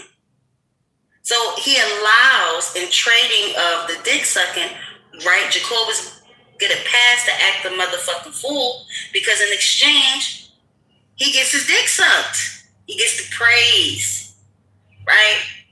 So it's really annoying when people are actually, and it's okay to like every once in a blue where y'all like to crash out because there are times when Jacobus say some funny shit, at minimum, right? But the ankle biting shit, please, that shit is played out. Concrete, you trying to ankle bite, you try to get under my nerves, it's played out. It's not gonna work, bro. It's not. It's not gonna work. So I'm gonna land here. I hope that we can get back into the conversation around Christianity and who's considered the Christians of the room, who's not. Talking about philosophy. I like the would you see. This is what I'm talking about. I promise. Okay. Cool. No, this is not in the queue. Okay. I'm after whoever. I just want to land my plane. I just want to land my plane. Right. I want us to go back to having the fruitful conversations that y'all been having. Anything beyond the concrete and guava show shit, bro. I'm over it. And it's the last thing I'm gonna say on it. Whatever Concrete says, he got it. I don't give a fuck. But I'm gonna let you know this, and I'm gonna let you know this right now, Concrete. If you try me, you already know what it's gonna give. You're not going to out-beat me. You're not gonna out-troll me. You're not gonna do none of that shit. And that's why you had to turn your fucking radio up and scream to the top of your lungs, because you know how I give it up. So yeah, that's all. Yeah, point of moderation, they removed the grapefruit technique from the gifts. I wanted to put that up when you said blowjob. If you know, you know. If you know you're a real one. The grapefruit technique. I need less than 45 seconds. Go ahead. Yeah, fuck the kids. Yo, King, you there? Yes, sir. What's good, brother? Wait, yo, King, you know what the Bible says about pedos? Like what to do with them? Put them to death, if I remember. Yeah. Tie the rope, attach it to the stone. Yeah. So if you saw Tim in real life, what would you do? I'd probably dap him up. I don't think he's a pedo or a pedo, so I'd probably dap him up. What would you do? You're not consistent. That's it. All right. Next person in the queue. No, hold on. Now, if I thought he was a pedo, that's different. So hey, hold on. If you thought someone whose name was minor attractive person for life was a pedo, you would do something different. Okay. All right. Making sure. All right. Next person in the queue. All right. So there's no queue. There's no fucking queue, right? Thanks, Eric and I'm gonna send you a picture of my Don, you can't keep staying on your mistakes, Don. You have to create. So there's no fucking queue. All right, so I'm talking. You were talking when I was talking. So since there's no queue, you were talking. I'm talking too. We're both talking. Stop speaking. You said there was no fucking queue. You said there was no fucking queue. You can see this is the problem. Yes, this is the problem. You're standing on ego. You're standing on ego. You're standing on ego. God. We both get to talk. Seriously? Are you really going to do this? Yes. Really? I'm trying to explain it to you. All You don't of want to listen. that? I'm going to explain it to you, Don. You You're not going to explain it to me. Yes, see, that's your ego. That's your ego. There's no queue. There's no queue. There's no queue. How can you call next and there's no queue, Don? Because there's no queue. So how can you call next? That's the rules you guys established. Make it make sense, Don. Because you guys were calling me. That's a cue. When you say next, that's a cue, Don. You guys have been calling, so she can't. Wait, Jazz, do you see the contradiction? You can't say there's no queue and I'm next. That's the queue. Hold on, let me tell you. I'm following the logic. She's not muttering. She said no queues, no calling. She said no. Now she's going back to calling. Are you saying you're gonna call it now? Why are you gonna talk over my explanation? Are you gonna call it now? Yeah. I think she's because you said no queues, no calling. Call it now. Yes, you can't call it then. I'm telling you, when I came back, you guys have been calling in the chat. I've been following that, and you gave no one else a problem.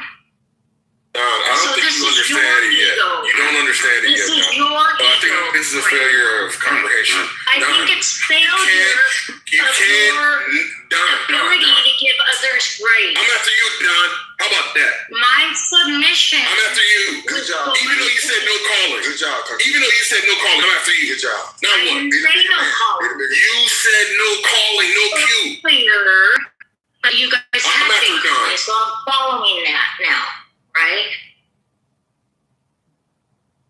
You can't for an hour start doing something, right?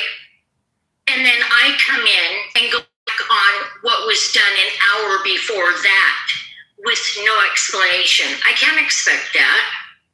I have to follow what's been happening, right? I have to follow what the fuck is going on in the room, right? And sometimes when we're right or wrong, even when we are in the right, sometimes we have to sit back and say, no, you know what, go ahead, I don't mind. And we take the fucking L sometimes just for the sake of others,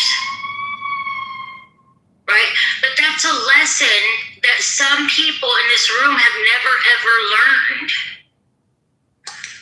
You guys need to do that.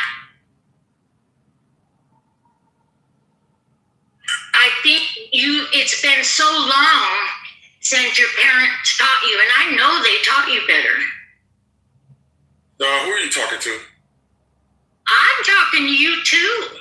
Don, don't do that, Don. Just make your submission. Don't. I'm talking to Don. everyone. Don, this is on you, Don. This is all your problem. You created this problem. It's not on me. Don, you gotta own It's it. not Don. on me You gotta because own it. I'm not the one who failed to give you You manners. are the one who said that I run the queue. Remember when Nate was trying to talk to you?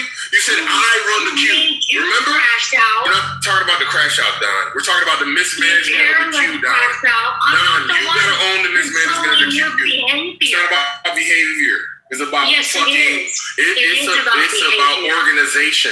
You are disorganized. You got disorganized, and it's all fucking Eric's fault. Is Eric still here? Eric and fucking Mike. Like They're the right ones that. now, you can't control yourself. You can't tell the truth. You can't tell the fuck. What do you mean I can't tell the truth? Are you? Do you not know that you're the one who said it's my cue?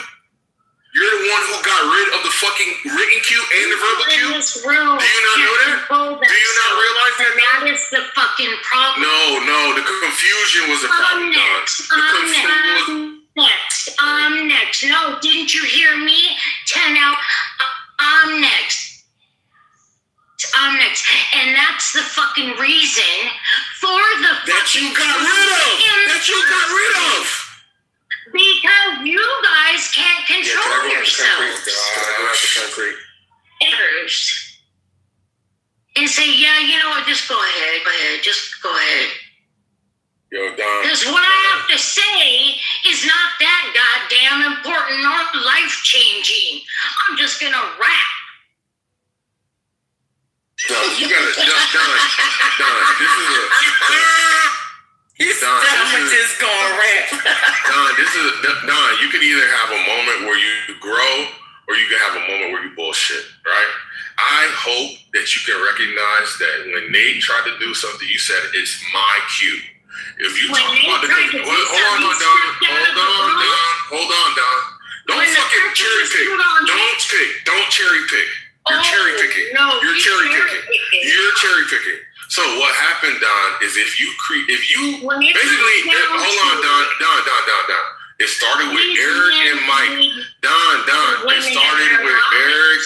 started with Eric and Mike. You men need the women in your lives, obviously. And here we are. Finally, the nigga left. Thank God. Lives, because Jesus. See, there is a God. Judge Dewey, and he's a good God. He's a faithful God. I'm sorry, Dawn. That was horrible. Dawn, can I ask you a serious question, Dawn? Why don't you just drop the nigga? Why do you prefer to go back and forth with him? I'm never going to be man. I ain't never going to hear the end of this. Yeah, to be fair, Dawn should be petrified of Congress. Because if she moves him down, He is going to go on the attack. He is. Do you guys remember that lady that got her face ripped apart by a chimpanzee on her like fucking backyard, and it was her best friend's chimpanzee, and it just ripped her face to shreds. Yeah. And she ended up looking funny. She survived for years, but she ended up dying from complications. That would be Dawn. But who's going to shut? But who's going to be the one that stands up, right? Somebody's got to stand up. Somebody got to stand up. Got to be a bigger sheep bone than concrete. I'm telling you, to Tally, he did it to Allie, he did it to Melissa, to me, he did it to Pac, he did it to Dawn. Like he don't do it to She-Wolf because they one of the same motherfucking elk. Just start saying, but he does it to everybody else. I forgive you, She came for the concrete. Thank you, man. I'm gonna keep talking over. But no, seriously, somebody's going to stand up to him. You guys act as if you don't do the same when you get. I am Lex Samoa. I never talk about people's parents. You guys talk about people's children. You guys do all of you guys do the same thing. No one is above that. Oh my God! You know what I can't stand. What I can't stand is. Oh look, you about to get triggered. That's why he said triggered. That's why he forgot when he wasn't a mod. He forgot when he wasn't a mod. He got the Louis syndrome. Hag got the Louis syndrome. No, I've never crossed with specific people. It's really shut up. Did he not crash out on Violet when Violet was a mod? Did he forget about that? Yes, you did. No, I did. And you were a moderator during that time. I did not. And you were bitching and crying about, it was Violet. Violet kicked me out of my position. Because you another dick sucker. Yeah, you got triggered, nigga. You got triggered. This is you too. Yeah, no, it's talking about morals, though. Nobody was talking about morals, and you brought up morals. I said you guys do this thing. And you done the same thing, too. You guys but you get mad when people call you out on your shit. I got moved down. I'd like to finish. I'd like to be at work all day listening to you guys fucking lose. By your free will. I'd like to finish. You could have left. I'd like to finish. You're doing it right now, right? You get called out for something and you lose your shit. No, I put a mirror up. I put a mirror on you. Just as concrete does. Yo, I got that. You do the same. You do the same. Did she leave? I just wanted to say really quickly, and Eric, you can take that. Wait, I wasn't fucking done. Did she leave? Who shot her? Nathan dropped me and then left the room like he always do. He always just. Thank you. I said Nathan. I just thanked you. Right? So I'd like to finish. I'd like to fucking finish. Thank you, man. I'd like to finish. It's very simple. Y'all do the same thing. So calling someone else out for that behavior and saying, "Oh, poor Miss Dawn," you guys were screaming at Miss Dawn too. Yeah, just like how you were screaming at Violet. The same way you tricked Violet out her bed.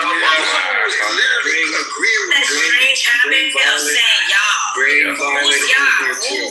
Let's ask Violet. Who was younger than Dawn? Let's ask Violet. I was yelling, shoot him.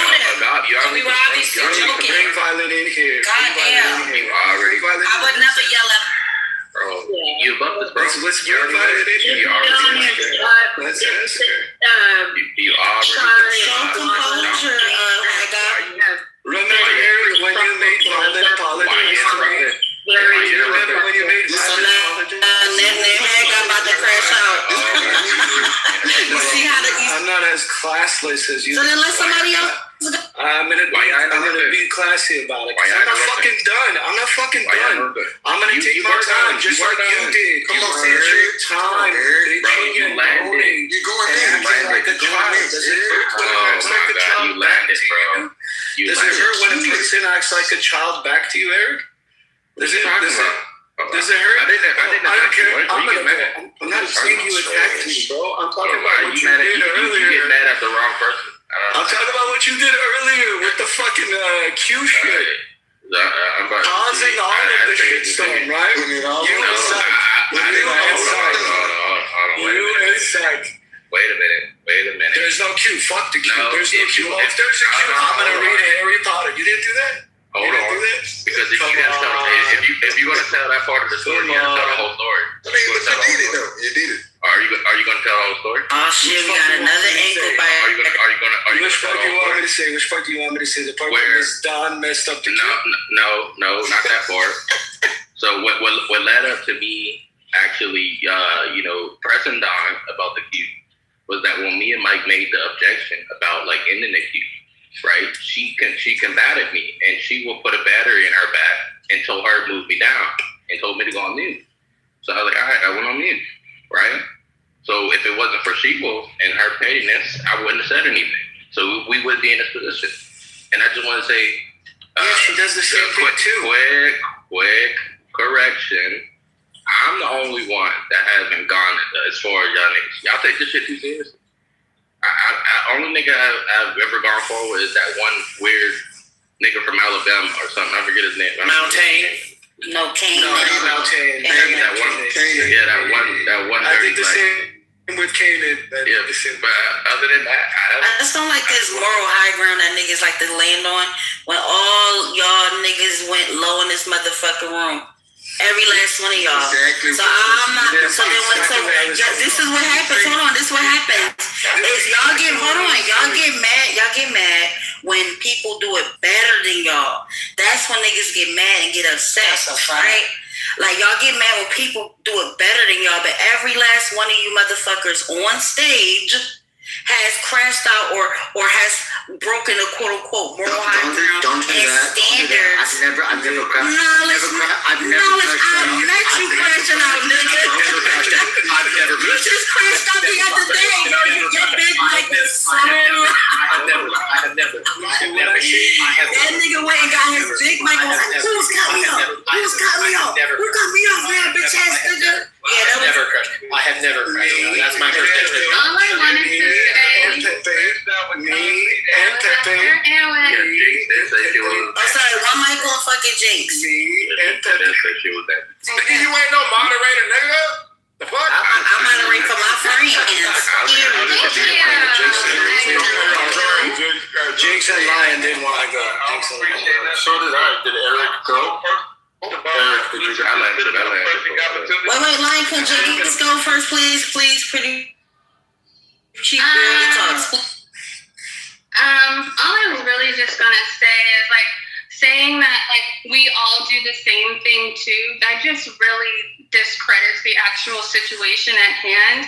I mean, it's like if my mom tells me not to do something and that like tells me, Tyler, don't go out wearing those shorts because guys are gonna look at your butt. And she's done it in the past and she's learned from that. I can't look at her and go, shut up, bitch, you used to do it.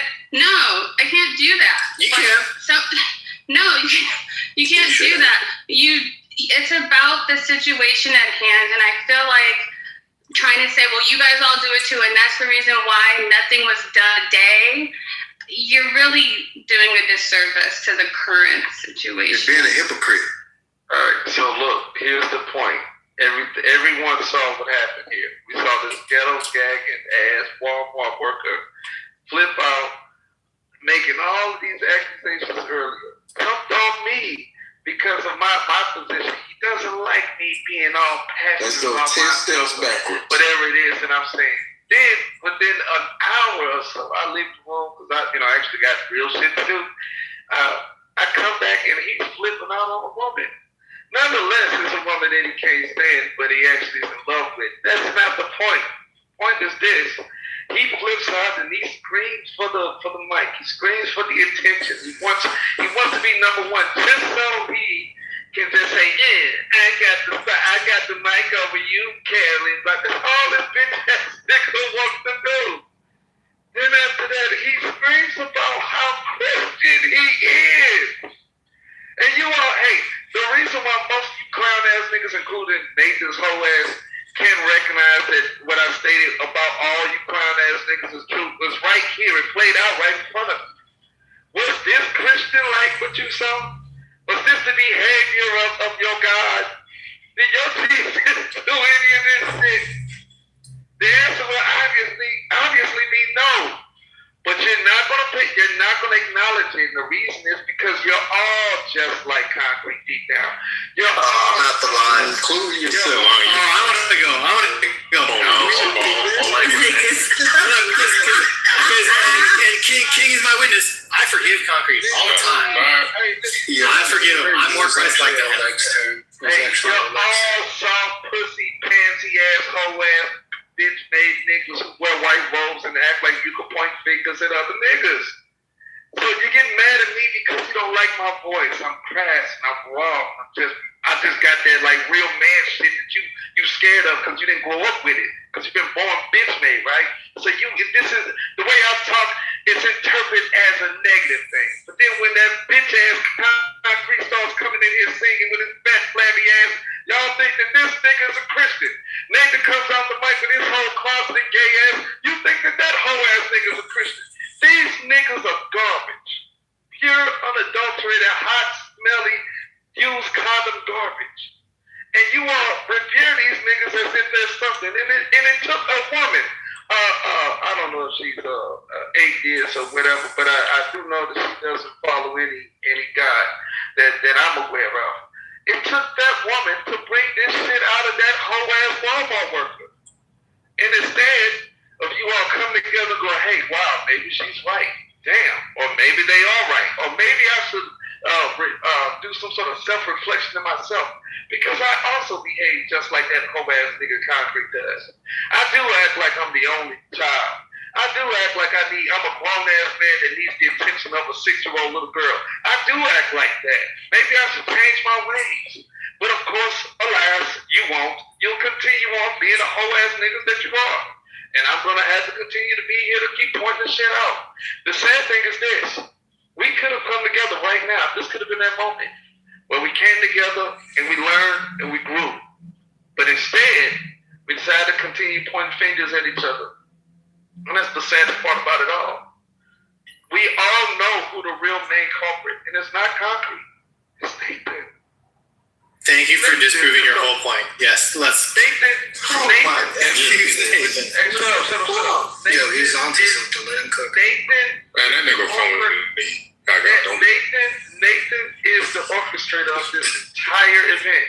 He's the reason why all over the place. Bottom of the barrel, the low tier, underachieving bastards who couldn't make it in any sport or anything in life come and they come together like Voltron in a room such as this. He's the reason. He's the nasty cum juice that dries overnight and sticks these nasty ass Lego pieces together. It's him. So I'm not necessarily saying that we should attack concrete. What I'm simply saying is we need to practice what we preach. And attack Nathan. No, let's forgive. Oh, I thought that was a takeaway. I thought this was Nathan. I thought we said the takeaway was it's Nathan's fault. Dude, yeah, you're too busy with your shovel in the dirt trying to dig another tunnel instead of focus. Yes, now blame me. Good. I'll take it. Please. So, just mute the fuck up. What we need to do right now is come together, point out the bad fruit in the bunch, and try our best to help these weird ass wayward backward deplorable bitch ass niggas before it's too late. And if we can't, throw them away and treat them as a publican, as the Bible says. As a publican? If that was a landing, yo, I got a question for you, bro. What you doing? It's okay. You could go ahead. Bro, y'all disrespectful, bro. I was the first one to say it was after. He said this way before, like, I even started. Go for it. Who did you guys hear say they were at the line first? Go for it. He said, go for it. I hate No. Who did you guys? I'm asking the room. I'll appeal to the room. Who did you guys say I'm at the line first? I heard you say it, Dolly. Yes. That's not the point. I said I'm at the line, and then someone else said, and then Guava said that he triggered all you guys. I was the first one to say it. Listen to me real quick. Just hear me out, and then I'm gonna let you go because he let it go. I gotta defend him. Before I even started speaking, when I said I'm after said he was after me, but then Lion started speaking. And Oleg was like, I'll go after Lion because Lion skipped him. Right? And then you skipped like and I'm just saying anybody, I got you did respectfully. multiple times. And I'm just saying you skipped them, but it's okay. He gave it to you. Hey. Yo, Mark, shut up. What you're saying is irrelevant. Spell irrelevant. Yeah, go ahead now. Go ahead now.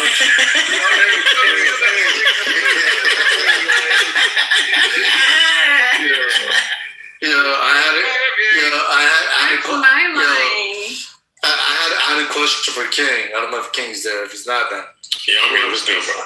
Yo, Kings. Okay. Look, if you lived in a hypothetical world, right? This is a hypothetical world. Yeah. Where the law is, if you steal a pencil, okay, not a special pencil, not a very cool pencil, just any pencil. Yeah, this is number pencil, two. Just number 2 pencil. You're punished to death. Okay. Okay. All right, and you live in this world, and you hold all the same beliefs that you do right now. No belief is different. You're the same person, all the same belief, same lifestyles and everything. Yeah. If you had a child, okay, and the child grabs a number 2 pencil, whatever, from whatever place, and the authorities knock on your door. The authorities say, King, did your child steal a pencil? And if you answer yes, they get killed. If you answer no, they walk away. There is no punishment. Zero. Absolutely zero. If you say no, they walk away. Nothing happens to nobody. That's all you gotta do. Are you gonna say yes or no? I'm gonna say no. Alright, so what if I told you King said I'm gonna say yes, kill him? Who said that? Lion said yes, let's kill him. Lion's a fucking liar. He said on everything. No, he said on he's a liar. everything. I'm not lying. I don't care. I'm saying yes. He's a liar, man. Was the example that you gave Lion also about pencils or something more serious? Yes, pencils. There's the consequences if they find out that you lied for your son. No, I said in this scenario there is zero consequence. Zero, none. What? Lion said he still will not lie. He will say my son stole the pencil. Yo, saying that there's zero consequences. Hold on, Jazzy. Did he ask you? He asked me. Okay. You know what, you stupid. So now shut the fuck up. Holy shit. I have not talked all day, nigga. All fucking day. Now I gotta get challenged by a fucking black woman talking up the side of her fucking neck. Let me speak. Appreciate it. So knowledge. In this situation, Lion's a retard because he can simply say no and then punish the kid himself. Why the fuck would you send that kid to his death when you can simply say no, close the fucking door, and whoop his ass if that's what you want to do? Agree. It's dumb. Why are you letting another authority decide that the punishment that is death for your kid when you can simply let them be on their way and you can decide what you're going to do yourself? Because I asked Lion that question, and ironically he said he is incapable of lying. He's already lied. We've seen him lie plenty of times. Exactly. That's why he could never push All right, go ahead, Jazzy. Yeah, so like I was gonna say, like, you saying that there's zero When have you seen me lacking? for them finding out that you lied. Several times. I think that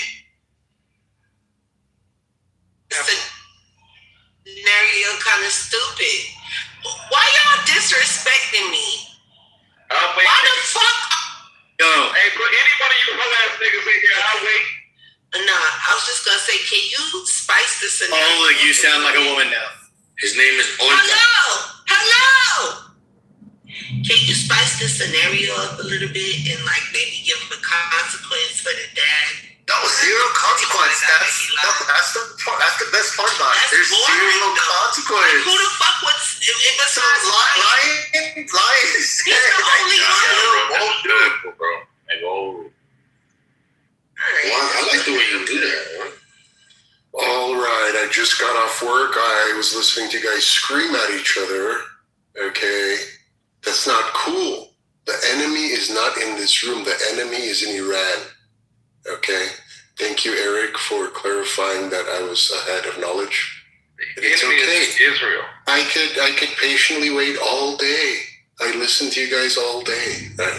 And here's the thing. Dawn is the best mod. She puts in so much work for you guys. I wanted to address Concrete, but he's not here. Yeah. Like, Dawn puts in work, yo. And if she does make a mistake, Map, fucking chill out. It's chillism, right? We're supposed to be chill. So chill out. We're doing our best, especially Dawn, right? As Eric said, I'm just like a doorstop mod. I keep this room open for you guys so you can scream at each other 24/7. I don't know if you guys realize, but I'm literally on here like 24/7 to keep the room open. Sometimes I'm the only mod, sometimes I'm the 8th mod. And we all have our roles. We try to fit in where we can. But remember, the enemy is in Iran. That's a fact. Oleg, you saw me yesterday? Oh, no, like it's been a great addition to chillism. For the record, it's insane that you guys volunteer your time. Give it up to Don. And you're not being compensated for literally killing your brain cells. Oh, look at the pimple popping body fucking person. God bless you, devil. You're literally walking pimple popper. Shut the fuck up. Shut the fuck up. So, is there somebody next in the queue, or are we popping? It's Papa, it's me, bro. It's Papa. Oh, it's Papa. All right. That's what happens when you take this I can't. Oh, it's almost like I'm talking. I came in obviously at the end of whatever drama. I don't care what the drama was, but I do want to give it up to Don. Don, I recognize you do a lot of work. If you ever do screw up, I chalk it up to human flaws and everybody flaws because we're all human. And the best thing to do, honestly, is to just say, I forgive you, Concrete. Because that's his only power. He likes the animus, and if you just forgive him and move on, it's over, and everybody can move on. I'm sorry, I have to say this. It's not a flaw. Yeah, adults. When I was just to behave yourselves, listen to your mods, and don't just scream at each other. You can wait your turn. The world. All right, Granddaddy. Simple. That's how it is. So the mods are doing a good job. Well done, mod. Well done, Don. Well done, Oleg.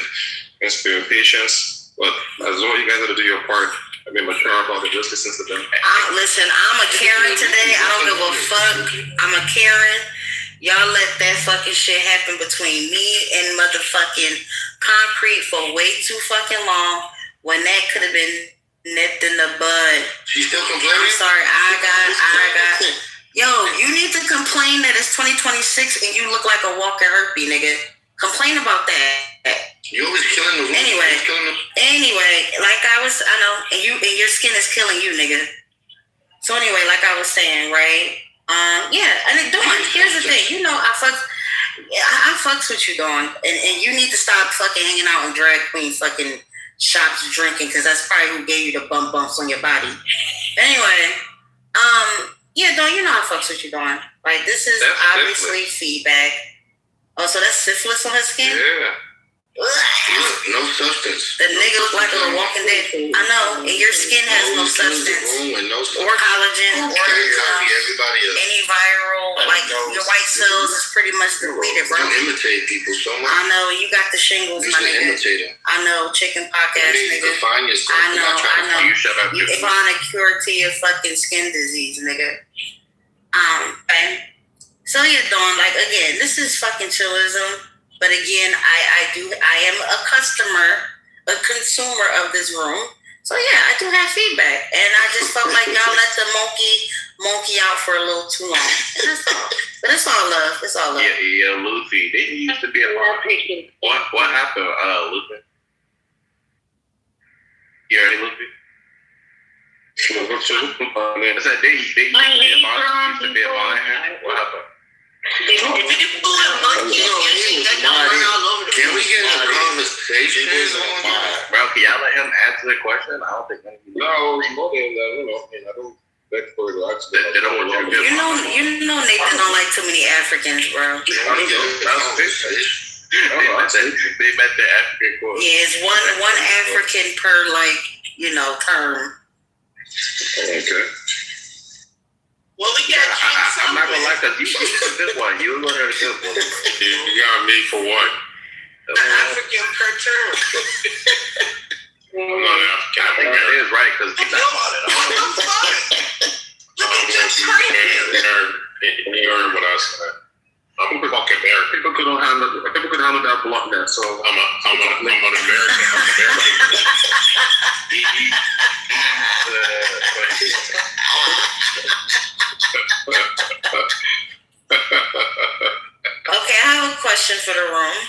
changing the topic.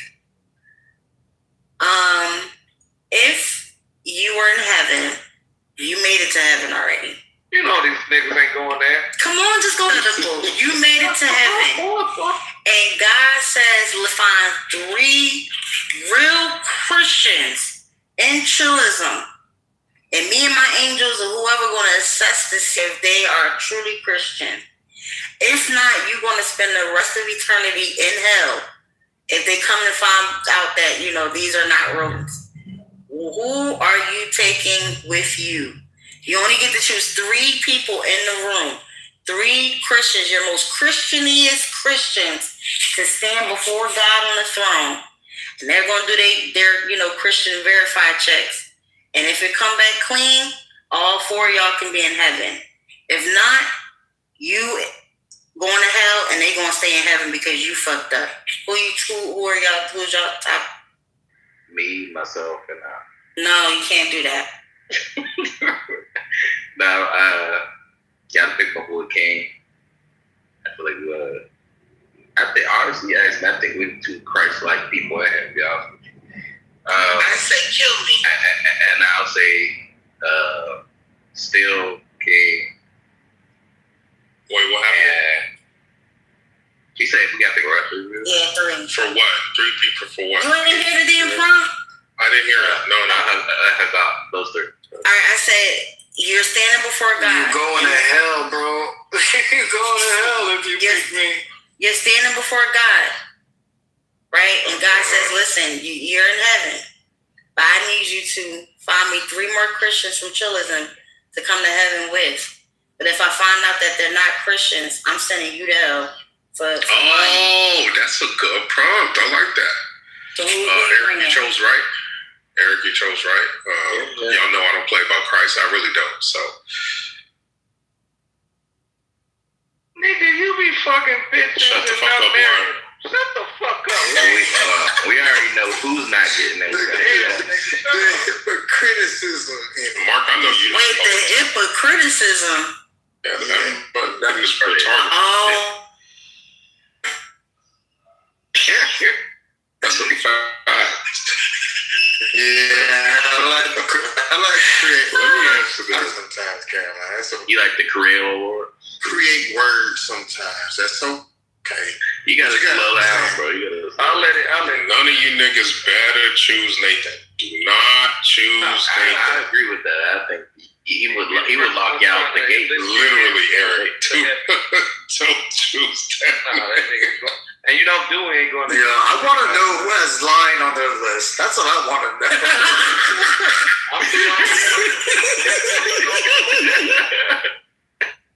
I'm literally the only one legitimately going to go so far. Maybe it's. I already have my 3. I'm taking. Could you imagine the look on Lion's face, hypothetically speaking, if he goes to heaven and God is not black? Could you imagine the look on his face? He gonna open scripture. He gonna go into a coma. He gonna open scripture. He gonna open scripture and tell Christ why he has to be black. I would know for a fact that they have it. I know that. You see, I told you. I fucking told you. This is exactly why I can't pick one. That's why you see, King. I said that earlier. I'm choosing Ashley to go to heaven with me because she's one of the purest souls in this room. I'm choosing Ashley. I'm choosing Chaos, and I'm choosing Ashley. No, sir. You atheist, bro. Knowledge is a dirty atheist. I'm choosing Chaos, I'm choosing Ashley, and I'm choosing Mr. Finley. That's it. I'm going, yeah. That's a good That's a good list. That's a good list. Yeah, everything has to Mr. I didn't Finley. hear any of the big 3 there. I don't know about that. Oh, wow. Just saying. I'm already going to hell. I'm going to hell. Simone, shut your back. You ain't going to heaven, nigga. Anybody's put Lime on their list? No, I'm not putting Lion on my list. I just wanted to I don't think y'all got a better list Playing with than your me. life if you put Lime. You're just playing with your life. Yeah, I feel like if That's something He's too big of a risk. back down.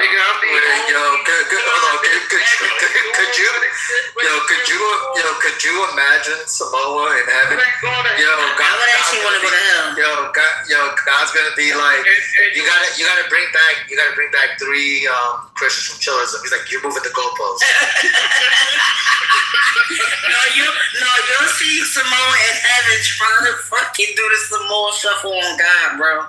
That's what you will fucking see. He's like, righteous? You mean righteous? What context? Come on, wait. Hold on. Righteous. I'm sorry, God, but this is horrible. This is horrible. This is terrible, God. This is bad. I'm picking Solomon, Chaos, and Finley. I think Chaos and Finley and Solomon are the most. I don't know, man. I think King Solomon be doing all that righteous shit, but he be doing some fuck shit behind closed doors. You know what's funny? So, I don't need to lie about shit. I believe in Christ and I don't play about it.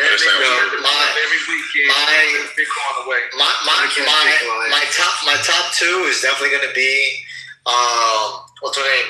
Ashley and Finley. The third one, I don't know. Third one's like, it's up in the air, but I'm choosing Chaos. We have I don't know. Chaos snapped at me a couple times. I don't think Indians get into heaven.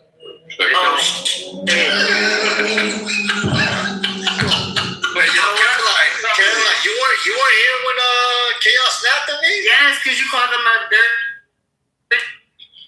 Yeah, fuck you, blood. Yeah, what's wrong with that? He called you a celebrity. God's gonna be like, you gotta wash your hands of feet before you get in. He's like, I can't do that. I'm fucking crying. I would have said Alaska, but Alaska is like a super leftist. She's kind of a freak now. They ain't gonna let no freaks in heaven. You ain't getting there. Why y'all keep choosing Ashley, bro? Ashley's not that. And Ashley is an innocent, pure soul. I would fight for Ashley. I don't know that though. She might be like the biggest. Nah. Like y'all gonna put her up there. She's gonna turn into like an Alaska. I'll be honest, dude. I don't think Catholics are going to get into heaven unless they not have the Pope. I agree with that. I think Catholics. They got to be the Pope. So that nigga. So Shasha pack your up. Wait, she not even wait till she. And Matt ain't going. That's for all Catholics. Yo, King, you know what's funny? You almost made my list, but I was like, nah, King is way too many. One too many nappy-headed hoes. Because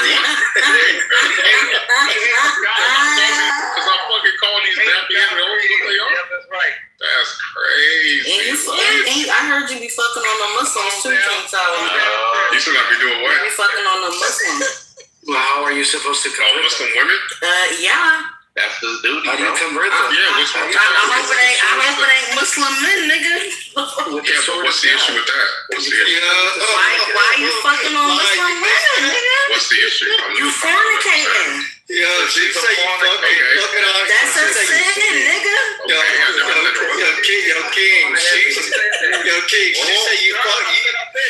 King. She said you fucking on the Muslims. Your response was the woman? Come on. That was not my response. That's what you said. You said Muslim woman. That was not my response. That was not my response. That is not what I said. What's wrong with it? Yes, that was my response. What's wrong with that? You fornicating, man. That's okay. I never said it wasn't a sin. Yeah, so that's why I wouldn't include you. Okay, everybody sins, ma'am. I know, sir, but I'm listening. I don't know.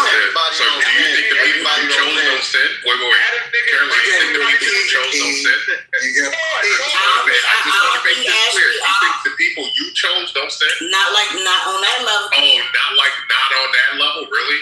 So you think God makes a distinction between someone sinning? Ashley out here calling people nappy-headed hoes. Okay, that's not a sin. Yes, it is. Y'all must not know in the Old Testament. I don't commit adultery or fornicate. Yeah, but you lied. Definitely do lie. You blaspheme God. You accuse correct. Lying being a God too. You lie. I ain't lying like you lying. He's a blasphemer. That's correct. I love this. Sabbath and every holy day. You still blaspheme I make Christ. sure that my family does as well. I'm literally reaching out to each and every one of these dumbass niggas to get them to wake up as well. I break no single law or commandment. Blaspheme Christ. Which one of us in this room, remember what you just said, all of the stuff you just heard, which one of us is actually following the commandments of God? That is true. None of that matters if you blaspheme Christ. Niggas who do not. None of that matters if you Jesus said, keep my commandment. He said more than that. Yeah, but he ain't say Moses' commandments. He said, if you deny me before men, I will. He said his commandments. He didn't say Moses. And then Lion denied Jesus. Lion denies that Jesus is Lord. He denies that Christ is God. Yeah, Lion don't believe in the Trinity. Lion don't believe in the Trinity. Correct. He's a blasphemer. It's not a salvific issue, though. Yes, it is. No, it's not. No, it's not. No, it's not. No, it's not.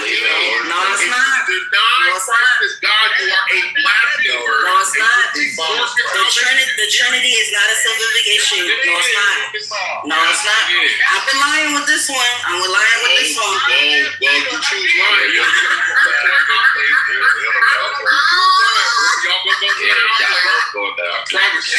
The Godhead is not a salvific issue. No. Yes, it is. Trinity is, if you deny Christ is God, you do not. Y'all inserting the Trinitarian thing. That ain't come. We're not. There's nothing in the Bible that there's nothing in the Bible that explicitly talks about the Trinity. Y'all have to go all in between, few in between to prove that the Trinity is a thing. That came from early church father bullshit. That is irrelevant. No, it is not. That's not. No. You are not the arbiter of what. And neither are you. Neither is you. I know. The scripture is correct. Okay, and the scripture does not explicitly say about the Trinity. They formalized and understood. I'm with it. No. They formalized. You can be with them. That's fine. At the end of the day, you're not leading the church. At the end of the day, if you deny Christ is God, listen, Jesus didn't die on the cross for you to be his spokesman. I don't know about no ChatGPT. I don't care about that. ChatGPT ain't Jesus. I don't know fuck. I don't ChatGPT. Not Adam, so the woman is the seed, not King. Listen. It's garbage. Now they're moving the point. See? That's not a salvific requirement. It is a salvific. The lion is the serpent. The serpent is the See, King Solomon, I be with you on some shit, but this, I'm drawing the line. Yeah, but that's only because you want to give Lion. No,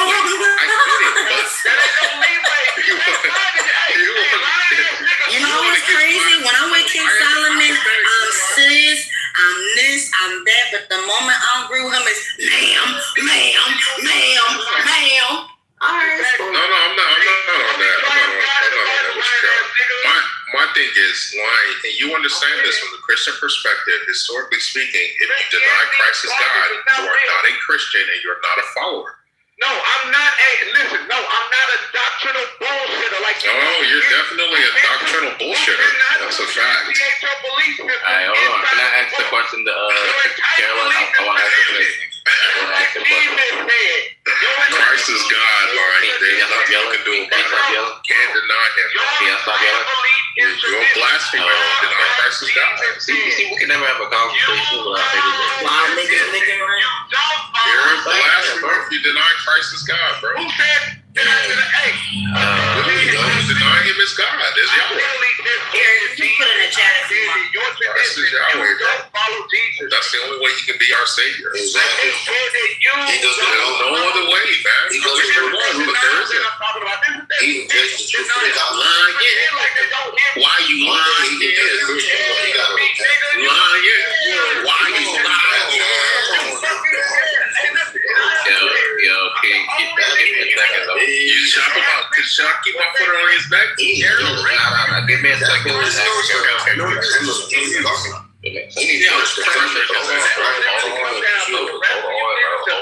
up, because I'm about to play The Sims. Hurry up. So Carol. Yes. In the Bible, But first, let me say, right?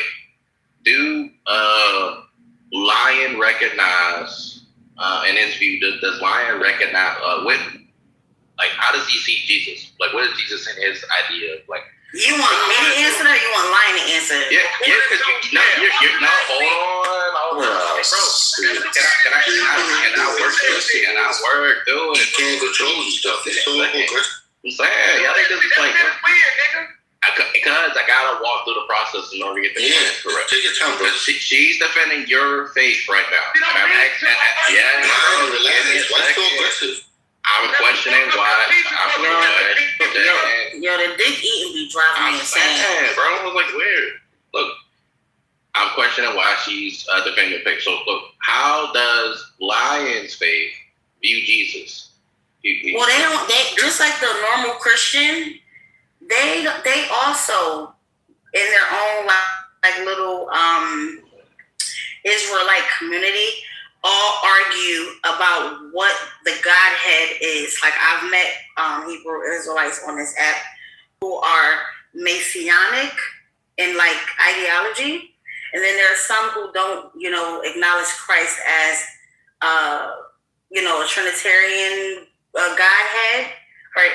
They have what am I trying to say? They have Hebrew Israelites who believe in oneness. Old Testament only. They don't believe that the Messiah has come yet. And then they have some that believes that so what is his role? God and Jesus is one. What is like the modalist. So what is his role? Yeah, what is Jesus' role? So what does Lion believe though? So what Jesus' role is, it depends on who you're asking. Right? I think if you're asking me what I think Jesus' role is that Jesus came and died on a cross for the sins of humanity. That's what Jesus came to do. Is he a prophet? Is he a disciple? Or is he the incarnate? So is she speaking for me or herself? Bro, I'm questioning her, bro. So if you're asking what I think, yes. I don't believe that Jesus is God incarnate. I don't believe that. Yeah, I'm asking you, what is his role? Like, what is he? Who is Jesus? Yes. Jesus was like Martin Luther King. Say what he said, like he's like a disciple or something. Yeah.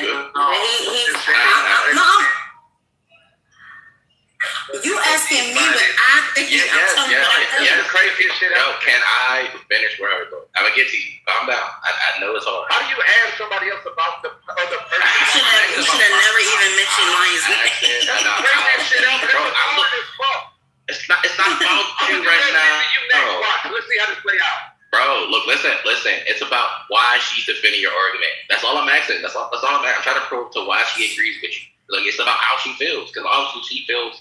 Okay, so and the reason why I align with Lion, I would align with Lion more than the actual Trinity for a various of reasons. One of them being that the Bible does not explicitly say what the Godhead is. In fact, because I used to talk to this is not Jews true. on this app. Come on, King Solomon, come on. The Jews, all of that. They before the Trinity, they had what do they call them? There's Unitarianism, there's Binitarianism, and then Trinitarianism, right? Prior to the Trinity, there was it was before the Holy Spirit, rather. It was just Jesus and God. The Holy Spirit didn't come until later on, as it pertains to the Godhead. They would qualify the Holy Spirit and God as the same thing. That's what the Binitarians believe. Unitarians, they believe that Jesus is just an ordained prophet from God, right? And that he had a special relationship with God, but he is not, right? Because Unitarians do believe the same thing that Muslims believe, but, right? So this whole idea of Trinitarianism came later on, and there's nothing in the Bible that's correct. So Carolyn, how do you explain John 14 and John 3 with like that perspective? I have to read. I would have to read it. And all right. Well, I'm not gonna go with John 1:1 because I argue with Greeks on this app. the Greek translation. So John 14 says, I can bring Pastor Anthony Rogers in here. He knows Greek. John 14 can break it down. We can go to the concordance. We can do all that. We can do all of that. So John 14. Keep in mind, I'm reading this from the King James version. And somebody read it because I'm playing the same. So I was about to read it, but this is I just had. Not only that, Eric, there's plenty of scriptures in the Old Testament. Yeah. Stop lying. I literally cooked you on it. No, hold on. Just let me read it. You're lying. They're gonna have to infer. There's nothing that explicit saying. Yeah. Let me read it. Let me read it. Well, I mean, nigga, that's exactly what you do with your state curriculum. Like, you infer a lot of things. Exactly, Eric. Like, what type of argument is that? Everybody infers. You can let me speak. No, I don't. I don't have to. Yeah, you gotta be quiet. You got to be quiet. You gotta be quiet. Yeah, anyway, that was a dumb argument. Everybody infer everything, especially if people infer the most. But anyway, John 14 says, Jesus saith unto him, I am the way, the truth, and the life. No man cometh into the Father but by me. How do you explain that? Easy. I'm not talking to you. I'm talking to Carolyn. You calm down, bro. You gonna get your chance, bro. I know it's all right. Yeah, you got it. Yeah. How do you explain that, Carolyn? Can you read it one more time? Yeah, I got you. Jesus saith unto him, I am the way, the truth, and the life. No man cometh unto the Father but by me. Okay. Can you read one scripture before that? Hold on, give me a second. That's 14. Go to that again. I just want the full context before I get an answer. Are you want me to read the whole? No. You just read the scripture before. The previous verse. I got to isolate scriptures in order to create the. Think what you do, bro. This is a horrible rebuttal, bro. You do that. Hold on. Let me read it. You do the same thing. So it's a horrible. Anyways, you do. And I'm going to point out when you do this every time. Anyway, John 14:5. Thomas said unto him, Lord, we may not know whither thou goest, and how can we know the way? Right? So basically, Thomas is asking him, how do I get there? Or like, how do I get to heaven? Right? That's the conversation that they're having. Right? And then the verse that I previously read, Jesus' response to him that the only way into heaven, or like gets salvation, is through the Father, in which he's referring to God, right? So like I asked, how do you explain that from like a binary or Unitarian? Or Unitarian? Yeah.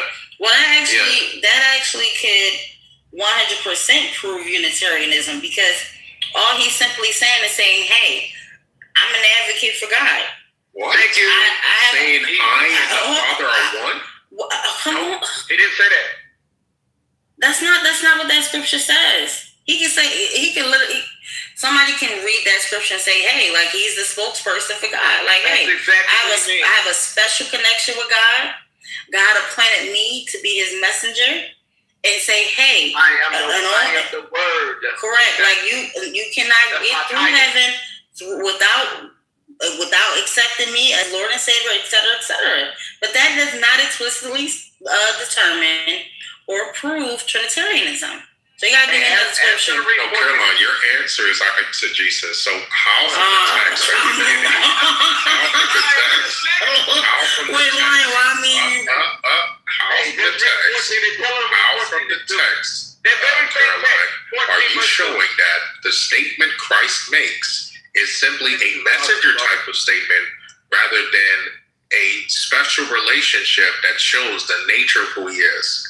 How are you showing that? Where in the scripture shows the special relationship?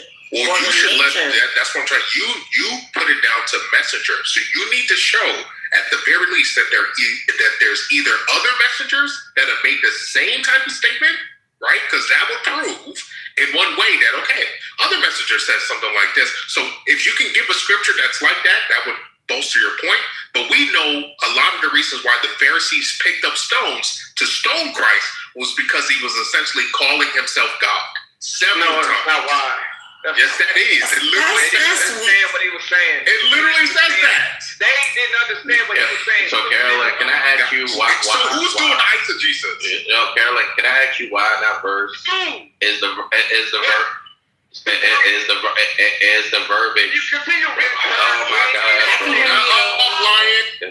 Yeah, we can hear you. Why in that verse is the verbiage? Go ahead. Yes, why is the verbiage? If it's supposed to be, if he's only primarily like a spokesperson of like God, why is the verbiage says, what is it? Instead of saying, "I will show you the way," what Thomas asked, why does he say, "I am the way"? Right? Yeah. So the reason why he's saying "I am the way" is because going to what King was trying to get me to prove is the special relationship between him and God. There is no other way, according to the scriptures. So, it's the special relationship between God and Jesus that he only has access to, that God appointed him to do and become, is the reason why that's verbiage. Or in other words, we say divine unity. We can say divine unity or as the well. words, i.e. Trinity. Wait, hold on. Divine divinity. Wait. You didn't catch me there. Divinity so would you? Okay, if that's the case, if divinity is a thing, then are the angels and God the same? No, they're not. Are they both divine? Hold on. Are they both divine? Not in the same class. You see what happened there, Lion? You see what happened there? Okay. But they're not. Got him. I said they're not. But no, that was towards Eric though. That was towards Eric. Yo, what's up? Oh, Eric, what's your response? I said no, it's not the same. It's not the same concept. Okay, so we both and read verse 2. No, it doesn't though. You mentioned divinity as if that's a special qualifier when it's not. That's because it's No. So Caroline, one more time. You have yet to show, because you made two statements that there's messengers and now you brought up angels. Can you show in scriptures other messengers or prophets or angels making the same claim that they are the way and no one else can come through them? Because you know, or you should know as a Christian, that claim is exclusive to God himself. That is what made this so egregious to the Pharisees who were blinded by the Spirit. They couldn't see that they were speaking to God in the flesh. All they could see was their retarded oral traditions that got so far away from what the scriptures were. So this is why we say you can't make up your own criterion of, unless it says explicitly, well, no, it's not you making up the criteria for how God is going to. No, he does, or he says in scripture, throughout from the Genesis to now, how he is to be identified. One of those things is, I am the way. I make all things. I've done this. So if Christ is coming and saying, now I am the way. I did all things. He is calling himself. He ain't the only nigga that got crucified by saying, I am the way, the truth, and the life. Okay, who else? Yes. Who else? I mean, it was blasphemy during that time. What you say, Lion? Who else, though, Caroline? Who else in scriptures, an angel or messenger, called themselves the way, the truth, and the life? Who else? So this is the scripture. He decided he wanted John 14. What I'm saying is he isolated. Notice we didn't get an answer, Eric. No. I'm going to give you an answer. I want Lion to say what he needs to say. Lion's just going to say some bullshit. No, I'm not going to. You know I ain't no runner. Go ahead. All you have to do, listen, tie that in to what he just read. He wanted you to read in John 14. Just go up to verse 2. Y'all, I'm playing the Sims. Can y'all be my readers for this evening? I know, because I know that bitch lying ass nigga won't. I'll read it for you. How are we eisegeted? I read 14:1 to 14:18. How is that? Be quiet, Eric. Hold up. Eisegeting is taking one verse and reading it. House are many mansions. If it were not so, I would have told you. I go to prepare a place for you. And if you go to prepare a place for you, I will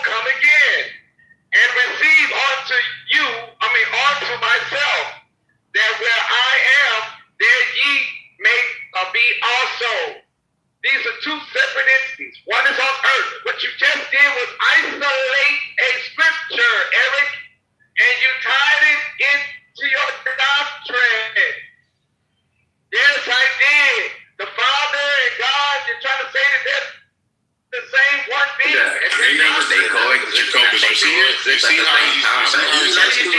or Lion, what about the scripture that says, God, why have you forsaken me? Yeah, that was from Psalm. That's from Psalm 22. Oh my God, this is how I know that he was quoting Psalm 22 there. He was quoting Psalm 22 there when he says, "My Father, why have you forsaken me?" He's gonna act out now. Watch. Get out the way, Jacobus. Jesus is saying, why do you come to me?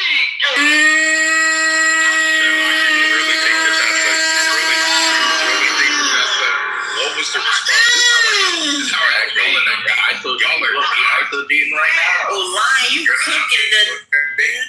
Because what does Christ say? What does Christ say? Yeah, we can do John 50. There's a reason why you niggas never like to go to 38. There's a reason why. There's a reason. You know what I'm talking about, Jacobus. There's a reason why. They always stop at 34. They never reach to 38. If you read John 10:30, you see, read John 10:30 all the way to 38. Don't stop at 34 like you niggas love to do. Read all the way to 38. All right. We're going to the scripture where this nigga said that the Pharisees wanted to kill him. You're gonna, once I read it, you'll understand that the read to 38. Understand what he was talking about. So let's go to John 10:34. Notice what I just said. Notice what I just said. And he went to 34. I said read from John 10:30 to 38. And what did he do? And I said don't stop at 34. And what did he do? He went straight to 34. You niggas are the same line. You're the same fucking thing. You're talking about the same fucking thing. I said read from John 10:30 all the way to 38. And he went straight to 34. But let's get there. You're trying to go straight to 38. But you're the same. You love to isolate scripture too. And Eric said he was going to call you out when you do it. Eric said he was going to call you out when you do it. You just did it. 29, even better. My Father, which gave them me, is greater than all. And no man is able to pluck them out of my Father's hand. I and my Father are one. There you go. Meaning, there you go. Reach. Watch this. Then the Jews took up stones against him. Then Jesus answered them. He says, many good works have I shown thee from my Father. From my Father. For which of those works do you stone me? The Jews answered him, saying, for a good work we stone thee not, but for blasphemy. Meaning, we're saying that you're saying that you think you're God. Yeah, that's what he said. You heard that? You heard that? Stop. Even the law understood it, but now you can't understand it. Because you're saying you're God. And then he was God because they say that he think he is God. No, that's only Oh my God. He literally says, we picked up stones.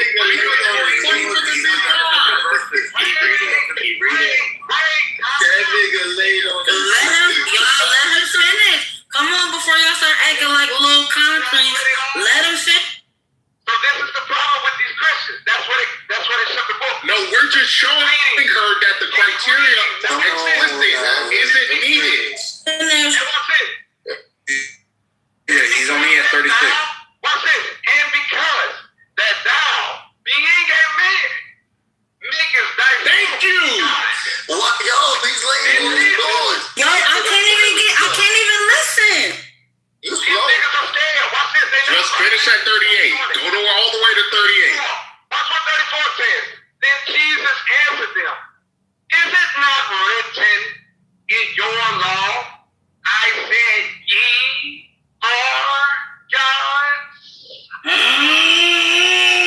Finish at 38. Hey, watch this. If he called them gods, he's talking about the Israelites, all of them gods, unto whom the word of God came. He's talking about himself now. The word he's calling his title, the word of God came, and the scripture cannot be broken. Say ye of him, who the Father has sanctified and sent into the world. He's talking about himself. The Father Still not the Trinity. I know. Keep reading. Because I said I am the Son of God. He said, so you're saying that I'm blasphemy because I said that I'm the Son of God? Keep reading. And when it says that you are all God, keep reading. That's what he's saying. Verse 37. If I do not the works of my Father, separation. If I don't do the works of my Father, believe me not. But if I do, though ye believe not me, believe the works. Believe the works, that ye may know and believe that the Father is in me, and I'm in him. So wait, hold on. Okay, wait. Hold on. So Lion, can we do a little history lesson? Can we do a quick history lesson? Because we gotta provide context. Okay, I'll wait. Lion needs to. All right, go ahead. I'll read it. The last verse said they sought to arrest him, but he escaped from their hands. So they sought, when he said, I am in the Father, they sought to arrest him again because he was blaspheming again. No, that is yes, because he was blaspheming again. So they sought to arrest him for saying, I am in the Father, which is blasphemy if you're not God. So thank you. Yeah, that's why I don't want to read that verse. That's why he did. Y'all let me know when y'all ready for history lesson. Hey, wait. Now, if that is true, and they understood exactly what he said, he was calling himself God. Then explain why he said that ye are gods. That's a simple. So, Caroline, this is a great place for this. I'll explain. It's very simple. Christ is showing Caroline that if there's a scripture, it's not the same sense as God, right? Yahweh. It's God in the sense of royalty or high priest or someone who is. Please, Lion. I know you don't like the. I wanted to ask. Hold on. The scripture is saying if your text can call these lowlifes, because they're lowlifes. If you see the psalm he's actually quoting from, he's showing you that there are even wicked people can be called gods. Wicked people, not good people. People who are destined for judgment. They can be called gods. Why can't I, who's doing works from God, why can't I be called God? That defeats your argument, bro. This is not a. That defeats your argument. This scripture is not Christ trying to equate that you and I are God. It's showing again. There's a reference. Please, Lion. There's a reference psalm that Christ is speaking to, where the people in that, because he's saying, isn't it written that ye are gods? And that's scripture. When you go read it, the people that are being called gods are not gods. They're actually wicked men. So he's saying, if these wicked men can be called gods, why can't you see that the actual Son of God? He used the word actual. He used the word actual. The actual Son of God. You put the word actual in there. Okay, so let's do it. Hold on. Okay, you put actual in there. That's not. I am in the Father. Yeah, no. All right, so look, check this out. Congressman. Check this out. They're just gonna ignore that, of course. So let me ask you. No. You put that in there. But anyway, check this out, right? Yeah, you put that. Was Jesus in that time the only person that was considered a son of God? Nope.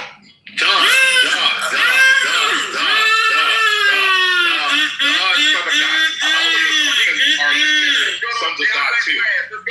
All you're doing is that's equivocation. No, ain't no equivocation. You're the one that's making the so there's not you're doing the sons of God. You're doing the what do you call that fucking fallacy? No Truman Scott's the Bible doesn't. Whatever the fuck that shit is called. The Bible doesn't make a distinction between the Son of God and us as Christ followers being sons of God, adopted sons of God. The Bible doesn't make that distinction.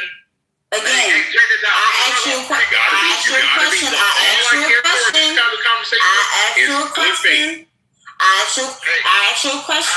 question for you. Look, all we gotta do is see these niggas don't know. I know. I just know that you make you are just wrong. We read scripture where they literally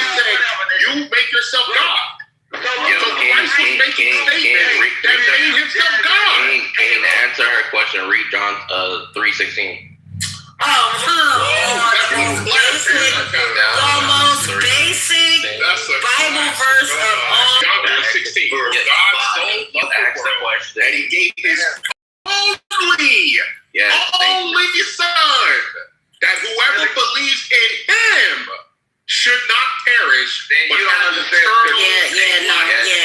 You know what's crazy? You know what they do, Lion? You know what they do? They don't read the full context of 3:16. They love isolating 3:16. They never read the context before 3:16. What's the context before it? I can read it. Sure. No. Yeah, just start from 13. Before you do that, you wanted to know in other places in New Testament where other We already know other places. We already know. I literally. No. Don't try to jump on my. No. For the sake of the room, please provide that, Lion. Yeah, but all of them are called. Okay, but let him get it out though. Let him get it out. The devil is a god too. Satan is called a god too. Come on, y'all, let him get it out. He's called God. Why can we read this whole playbook? Come on, if we gonna do a 2-on-4 or 2-on-6, be fair. Let the two concrete PTRs get it in. None of these niggas knew when anybody else was called sons of God. That's not true. I literally represent Saul. Why are you lying? Lion, stop engaging and just go to the scripture, bro. Just go to the scripture. I literally referenced the song. I'm waiting on them to say. But you lied. It's all good. Lie again. Hey, lying ass puppet. You just lied. I referenced the song. Don't catch the bait, Lion. Stick to the plan. I'm pointing out that these Christians don't know anything. You're a liar. Program isolated scripture, and they don't know anything. Now watch this. The answer is Luke. This is to your question, King. Show me anywhere else where somebody else called the Son of God. I didn't say that. You lied. I did not say that. Why are you making shit up? I did not say that. Look at that. You're making shit up. I didn't say that. It's pretty words in your mouth. Exactly. Nobody said I said to Caroline, show me another place where someone says, I and the Father are one, or says, I am in the Father. That is what I said. I never said, show me a place where another person is called the Son of God. I already said that the Bible makes a distinction between sons of God and the Son of God. Those are not the same thing. That's not the truth either. So, check this But it's all good, Aaron. They gotta lie. They have to lie. They have to lie. Wait, look, Lion, you have a man. Hold on, Lion, you have a man and then you have the man. So Caroline, are you at least gonna be honest and say that I made the distinction? Are you at least gonna be honest? Yeah, absolutely. Lion thinks I did it. Lion thinks I did it. Yeah, you have a man and then you have the man. Thank you. Everybody understands that distinction. Hey, man is not the man.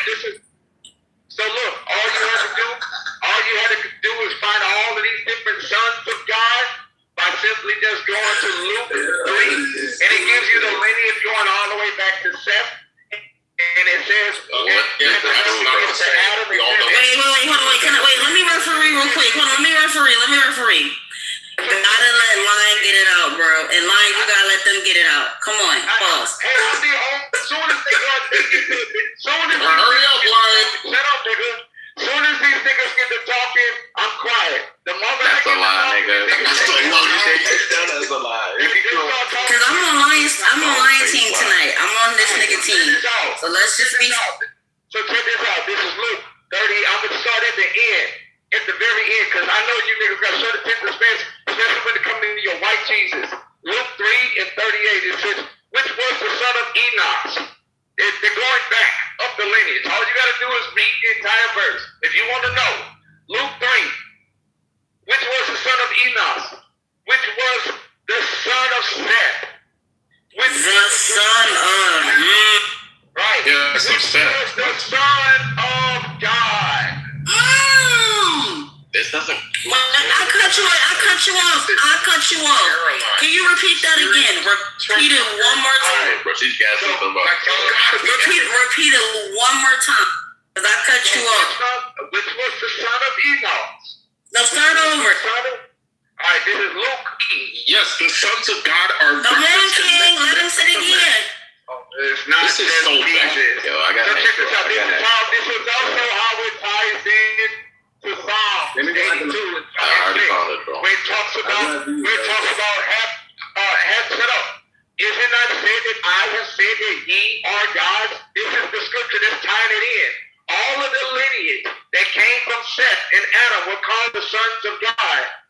This is a sacred relationship between the men that were following God, which came from the bloodline lineage of Seth, all the way to Adam. These were the sons of God, which created Abraham, Isaac, Jacob, and then the 12 tribes. Those were called the sons of God. All of them were the sons of God. Hold on, Ashley. Wait, no, I'm just asking for the chapter and verse. Luke 3, let's read through. So everybody else was not called the sons of God. Other people were called the sons of the wicked. Although they came from Adam, they had another lineage. Some of the ones that came from Cain were called the sons of the wicked. Boom. So you don't know because you're a this is so bad. Like it is so bad. Verses, please. Actually, hold on. No, I just want chapters and verses. Don't tell her that.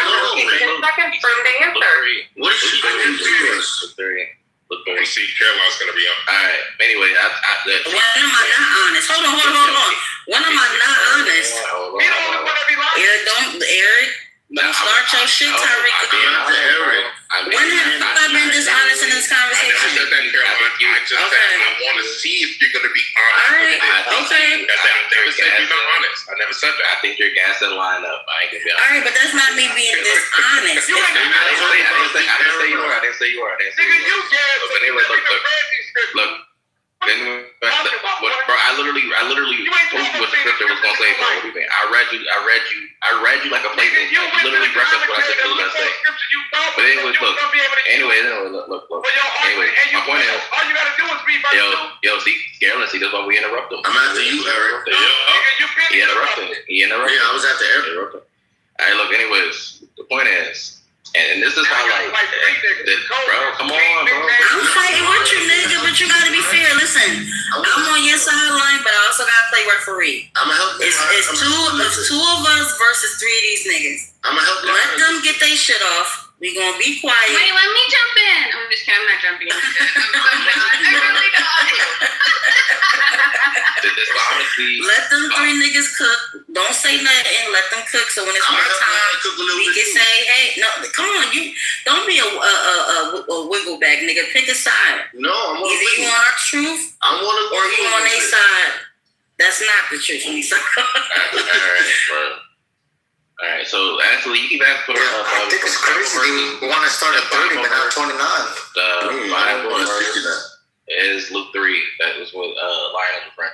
But anyways, I think this is where the disingenuous comes in, where I talk about the lies people.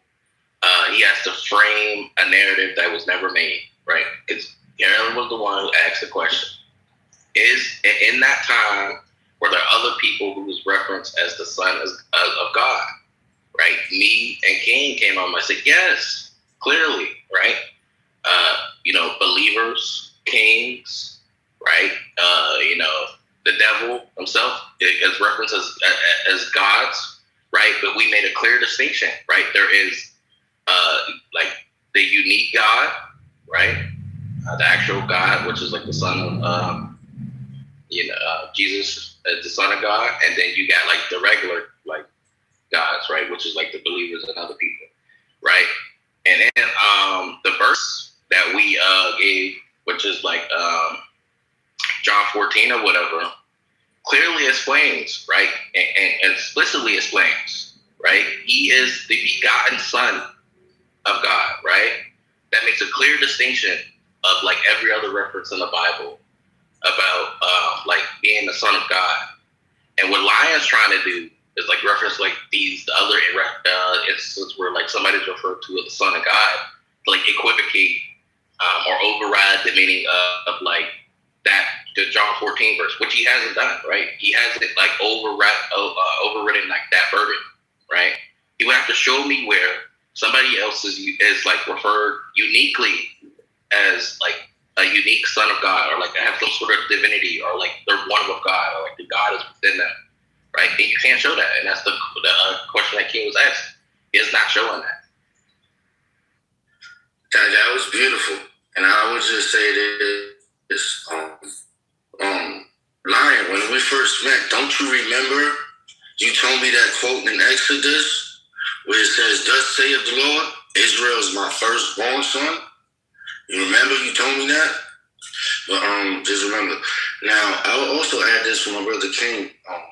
This is a beautiful verse right here where it says, "And without controversy, great is the mystery of godliness. God was manifested in the flesh, justified in the spirit, seen of angels, and preached unto the Gentiles, believed on in the word, and received unto glory." So even Paul iterates whose writings are much older than the Gospels. So if we wanted to understand the Gospel, we would actually read Paul's writings, who tells us that God was manifested in the flesh, justified in the spirit, and seen by the angels. So the angels see this. The angels.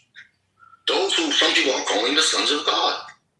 But even though Israel is called the firstborn son of God, thus saith the Lord, one must wonder, did God manifest himself in the flesh? Is this a controversy? No. For the verse first says, without controversy, great is the mystery of godliness, of how God manifested himself in the flesh. Just as it says in John, in the beginning was the Word, and the Word was with God, and the Word was God, and it was manifested in the flesh, and it was witnessed among us. Yeah, so this controversy we have now is something demonic. Yes, demonic. We'll say Jacobus. Sorry, you hopping in, and then is it on me and Lion next? Yeah, absolutely. Okay. Yeah. And so, I love what the two gentlemen did previously, because it's showing how dishonest Lion is. And I told you, Caroline, I'm going to see if you're truthful. Anybody who's read the scriptures, you say what? Yeah, fair enough. Anybody who's read the scriptures knows sons of God, when they are referenced in the Old Testament, this is speaking to created beings who are either angels or part of the divine council. For instance, with Job 1:6, the sons of God came to present themselves before the Lord. But these are references to created beings, right? This is not reference to the Son of God. And we know the distinction, right? When we see how the New Testament defines the Son of God. For instance, we already read John 3:16, which makes it very clear that the Son is unique, and only through him do we see salvation. But there's more. There's not just that. We also have John 1:18, where it says, the only begotten Son, the only begotten Son, who is in the bosom of the Father. But it doesn't stop there. We have way more. Hebrews 1:5, to which of the angels did God ever say, you are my son? You see that, Caroline? So anyone trying to argue to you that using the titles for the Nephilim, which are created beings who were angels, and the divine council, which are all created, anyone trying to say that you can equate that with the divine title, the Son of God, which is the uniqueness that we see from Hebrews, John, and other places, where it literally mentions only, where it mentions exact imprint. For instance, I think that's Hebrews 1:3, I believe, where it says something like, he is the radiance of the glory of God and the exact imprint of his nature. To which of the Nephilim was there ever said, these created beings are the exact imprint of God? None of them. So please, let's not do this terrible hermeneutics where we don't take into account that words can have several definitions and titles can look similar but have very different meanings. We all know that is the case. We don't need to play like Lion and his ilk does, where, every word that we see is the same, whether in this situation versus this situation, that confirms the crazy shit that we believe. But at the end of the day, non-Son of God title is unique in the sense that, when you look at the scriptures that it's referencing, it's saying things like only begotten, exact imprint, these things that no other person shares. Go ahead. All right, Lion, did you want to go, or I can go? Disagree. No, wait, hold on. It's an ISO right now. What are you doing? Nigga. All right, so this is real simple. Check this out. Remember what King just stated. All right, Exodus 4:22. That's funny you come and mention this shit. And thou shalt say unto Pharaoh, thus said the Lord, Israel is my son, even my firstborn. Yeah. Don't say I never gave you nothing, nigga. I'm sorry, what did it say? Only son? Yeah, it said firstborn. Okay, where did it say only son? So stop. So who was the firstborn? Israel. I thought Jesus was God's only son. Okay, yeah. All right, here's another one. This is John 14:28, same chapter that Eric brought up. Real simple, easy shit. Ye have heard how I said unto you, I go away and come again unto you. If ye love me, you would rejoice, because I said, I go unto the Father, for my Father is greater than I. Is Jesus the Father, the Most High God that created all things? Because if he is, then he just stated out of his own mouth that there is a God greater than he is. Let's go to Exodus. Not Exodus. Let's go to 1 Timothy. Y'all like this New Testament stuff. 1 Timothy 2:5. For there is one God and one mediator between God and men, the man Christ Jesus. So there's one God, the Most High, and then there's a mediator. That's the bridge you dumbass keeps talking about, which you're trying to find in Hebrews 10, but you don't know where to go. The mediator is Christ. Write it down, 1 Timothy 2:5. He's the mediator. That's the way to God. He's the way to God. You must go through the way to get to the Most High. That's a totally different other entity. And finally, let's go to Matthew 19, another scripture that says the same thing as in Mark 10. Matthew, hold on. Matthew 19. No, yeah, I know it's bad for you. Yeah, absolutely fucking right. Terrible hermeneutics. Yeah, nigga. And when it's my turn, I want to cook. Yeah. So here's the fucking thing. This nigga is talking about terrible hermeneutics by using exact word phrases to dismantle his argument. While that's all this clown is fucking doing himself. That's everything this nigga is doing. He's just projecting on me. So I'm going to show you something. This is Matthew 19, verses 17. This is a conversation between this nigga's God and a man that was in the court. This is verse 19, and it says,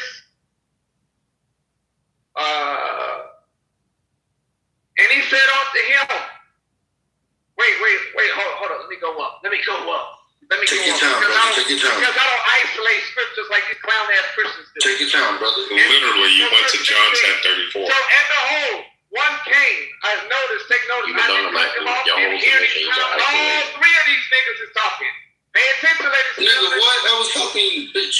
And behold, I don't need your help, bitch-ass nigga. You fucking parasite test-ass nigga. You sick, syphilis carrying bastard. Curse be you, Philistine. One came and said unto him, Good master, what good thing shall I do that I may have eternal life? And he said unto him, this is Jesus responding. Jesus responded. Remember these niggas wanted to run to John 10, where he calling himself God Almighty? Watch this. Jesus responded in 17. Why callest thou me good? There is none. N-O-N-E. None. Zero. Zilch. Nada. Nothing. Good but one. But one. But one. But one. And that is God. But if thou wilt enter into life, keep the commandments. The same commandments I keep. Keep those commandments. Watch this. To go into detail, he said unto them which? Jesus said, watch this. Watch how you know what commandments they are. Verse 19, stupid nigga. Thou shalt do no murder. That's Old Testament. Thou shalt not commit adultery, King. Thou shalt not steal, Jacobus. Thou shalt not lie, Ryan. Thou shalt not bear false witness. Everything that he's mentioned. Thou shalt not commit adultery, nigga. Come on. Everything that Jesus is mentioning comes from the Old Testament for some reason. Honor thy father and thy mother, Old Testament. Thou shalt love thy neighbor as thyself, Old Testament. The young man says unto him, all these things I have kept from my youth and up. What lack I yet? The point is simply this. Christ is saying that there is one that is greater than him. There is no co-eternal, co-equal, co-nonsensical bullshit that you try to make up. Everything that the Bible is talking about is that he was created by the Most High. And then he began to create, essentially making him a God, but not the God, stupid nigga. Why does thou call me good? For there is one good, and that is God. He's not taking blame, you stupid dumbass. Really, Caroline? Go right ahead. That last part he could. Oh, it's not. Read the actual scripture. He didn't. All right, so I got a lot to cover. Sound just like the Pharisees, bro. All right, I got a lot to cover, y'all. I got a lot to cover. All right, so going back to the Sons of God part, right? So you mentioned that the Son of God's could be and is, or excuse me, are angels and heavenly beings, right? So we knocked that out the ballpark. Cool. We talked about the Nephilim. Cool. Where that's mentioned in the Sons of God. Where I kind of want to focus on is how that also, that term Sons of God was used to talk about the royal or the Messiah or Messianic, right? People who were appointed kings were considered sons of God. That's kind of where I want to work with, right? So in a royal sense, right? When they say you are my sonship, y'all probably heard the term sonship before. That comes from like a royal lineage, right? Because when you are a king, right? The next person in line is typically who? The son, right? So these are royal terms that are interchangeably used when talking about Jesus, who is the sons of God, right?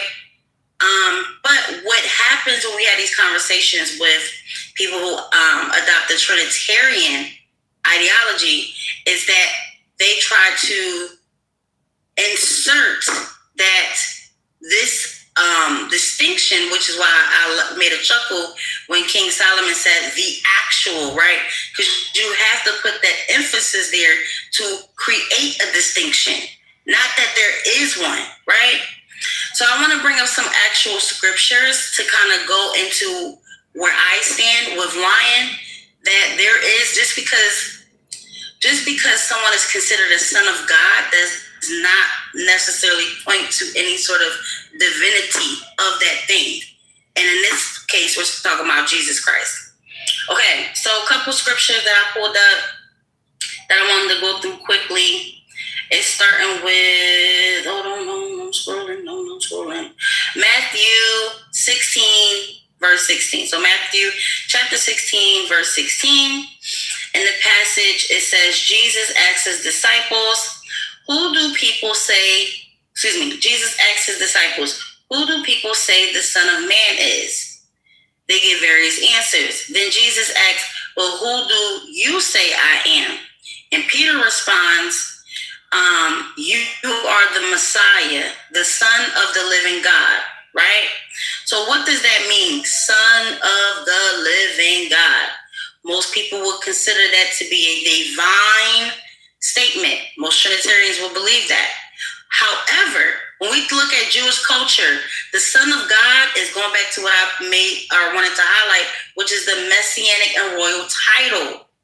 Right? It meant that this king of Israel, this long-awaited king that they've been talking about since and prophesizing and since Isaiah, that Peter is talking in the language from the messianic Messiah royal person, not necessarily a Trinitarian relationship. Y'all have to put that in there, right? So that's one thing. Secondly, that I want to bring up is Philippians chapter 2, verse 6, where that says, who being in the form of God, wait. Is that? Yolanda, you know your Bible? Can you read Philippians chapter 2, verse 6?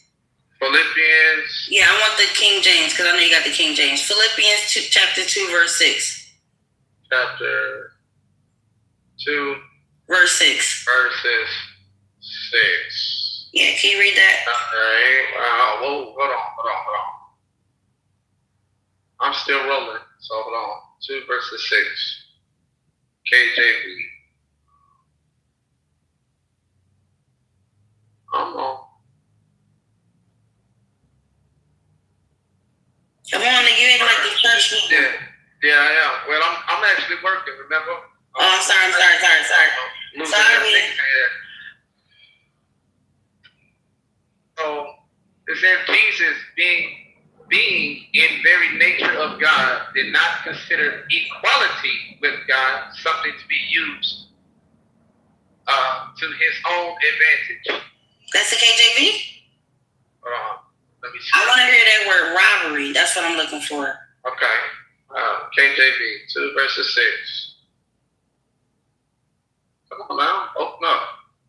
It's not my fault. That's some grandpops, man. It's not my fault. KJV. That's not, bro. KJV. You messing up my momentum. Come on, nigga. I'm not trying. All right. Got it. The pressure. All right. Who being in the form of God thought it not robbery to be equal with God. Okay. So basically what that scripture is saying, right?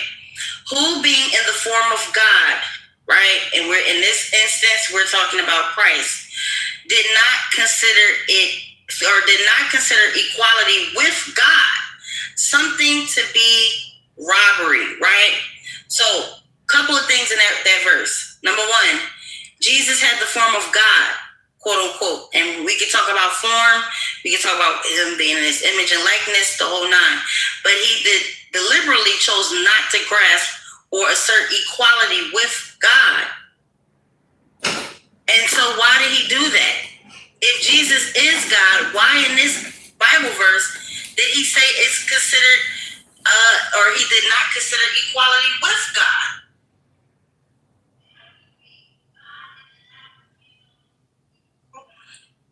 But has people who are incarcerated or who are commuting sentences or liberating people from incarceration, federal crimes, or is that too restrictive? Or Abby, you're saying get rid of that even? I'm just saying it made sense in its time in English history when the Crown was not monitoring and aware of what the magistrates were doing in the different fiefdoms around England, it made sense. Go read, I don't know, Grok or Google, or just read the history of pardon and where it came from. It doesn't make sense.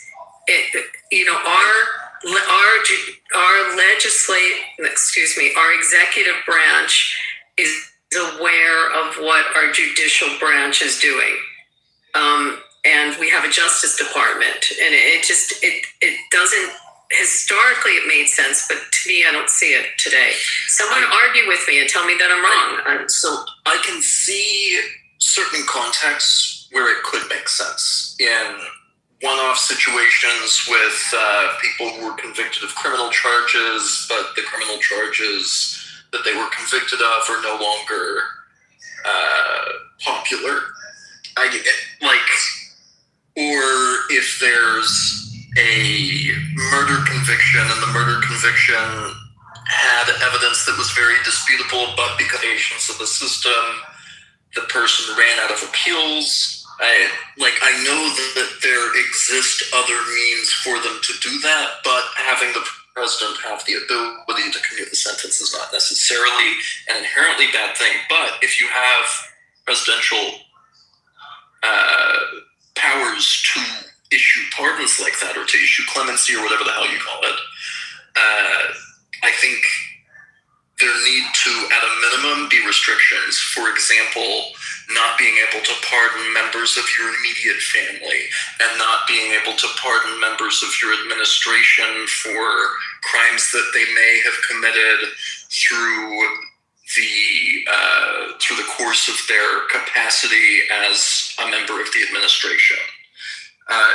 There have to be some levels of checks on it, because it has proven itself not to be balanced. I disagree with you, because if new evidence came out in a case, you could seek a new trial. You can motion the court based on new evidence. Our legal system enables one to go through the process when a circumstance like that comes out. Look at who Biden not only pardoned, but commuted. He commuted 37, was it 27 or 37 death row? I mean, people that were cop killers, children killers, that he commuted off of death row their sentences because he didn't believe in the death penalty.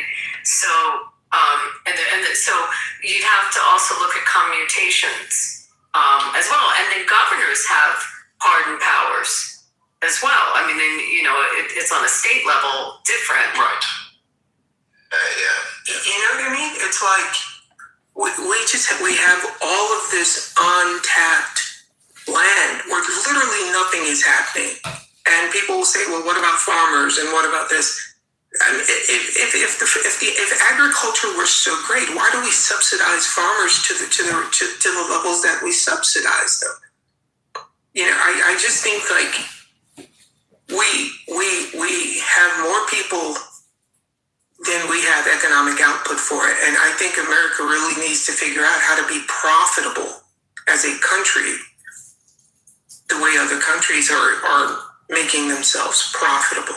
But I also think Americans don't want to pay for anything. Don't ever say it, but they don't want to pay for anything. They don't want to pay. People bitch about immigration, but if you had to go and blueberries were like $20, people would bitch about that too. Americans are just bitching about everything. That's just my opinion, though. We tried to bring Jarl up. He said he wanted to talk. Marshall, you're mine. You can bring him up. I know, but I invited him and it didn't work, so somebody else has to invite him.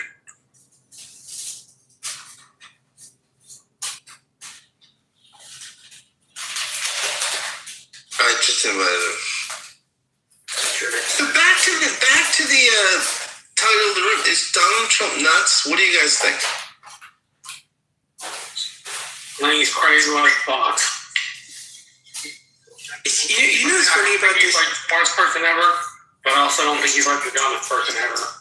So here's my thing, right? Who's really running the show? Who do we really think is running the show? Like we go. Susie Wilds is running the show right now. Yeah, Susie Wilds doing her thing. And we go from videos of him literally falling asleep in a meeting to then other people saying, "Oh no, he's playing like 5D chess." Which it can't be both. So I think he likes to fall asleep in meetings. Which one is it? Right? Did you guys see the clip that they tried to block where I guess the meeting was over and he says, "I could use a good shit," right? And they cut it off, but they didn't get it. I think Susie Wilds is really running the show right now. I think it's Jared. I really think it's Jared. And maybe it's a combo, but I mean, I think she's exceedingly capable, and I think it's interesting because as chief of staff, she has kept below the radar, which he loves, right? He does not like to be outshone, and I think she's actually managing the ship. I mean, and you're right. There might be some Jared Kushner feedback, but I think Susie Wilds is running the show, and I think she's. I think he can trust her, and he can go be blusterous and crazy and insane. And I think she keeps the ship, steered straight. So I think that we have to decide if he really is like running the show, or if he pops in, or they put him in the chair when something has to happen. I struggle to understand the argument that he's just this, the fucking greatest thinker. And then at the same time, they're calling for the 25th Amendment. Like, it can't be both. So it's like, in my brain, like, which one is it? Is he crazy? Or is he crazy as a fox? Which one is it? Yeah, I think I think Trump is impulsive and crazy, and once in a while he just it's I don't know, Daryl, I don't know if you play poker, right? Like sometimes you win hands, and I think that's how Trump is. I think he loses more hands than he wins by far, but he wins some big hands. I think, and I don't think it's any particular skill. I just think once in a while he gets at the poker table and wins some big hands. So, it's for me, right? It's like, so I've got a former CIA buddy who lives in New York, and the CIA is everywhere. They're not just like running clandestine things. The CIA owns companies. The CIA is involved in a lot of shit, right? And so they're in everything. Yeah, they're in everything, right? And so it's like, we had lunch the other day, and there's stuff he will never put in writing, but he'll only say like on the phone, like in person. And he says like he just doesn't think that he's running things. He's like, because everyone said that this conflict with Iran was not winnable. Everyone said, every analyst said do you know what, Daryl, do you know what size their army is? No. I looked this up. I couldn't believe it. They have a bigger army than we do. Yeah, army. I thought you said armor. Yeah. Total they have 1 million soldiers. Like personnel, yeah. Yeah. We have about 900,000 and 950,000. They outnumber us. No, I'm sure they're Keystone Cops, so a lot of them, but they have a bigger army than we do. Yeah, it's so does North Korea and China. I think Russia has a larger set of armed forces than we do. It's kind of like so this whole thing about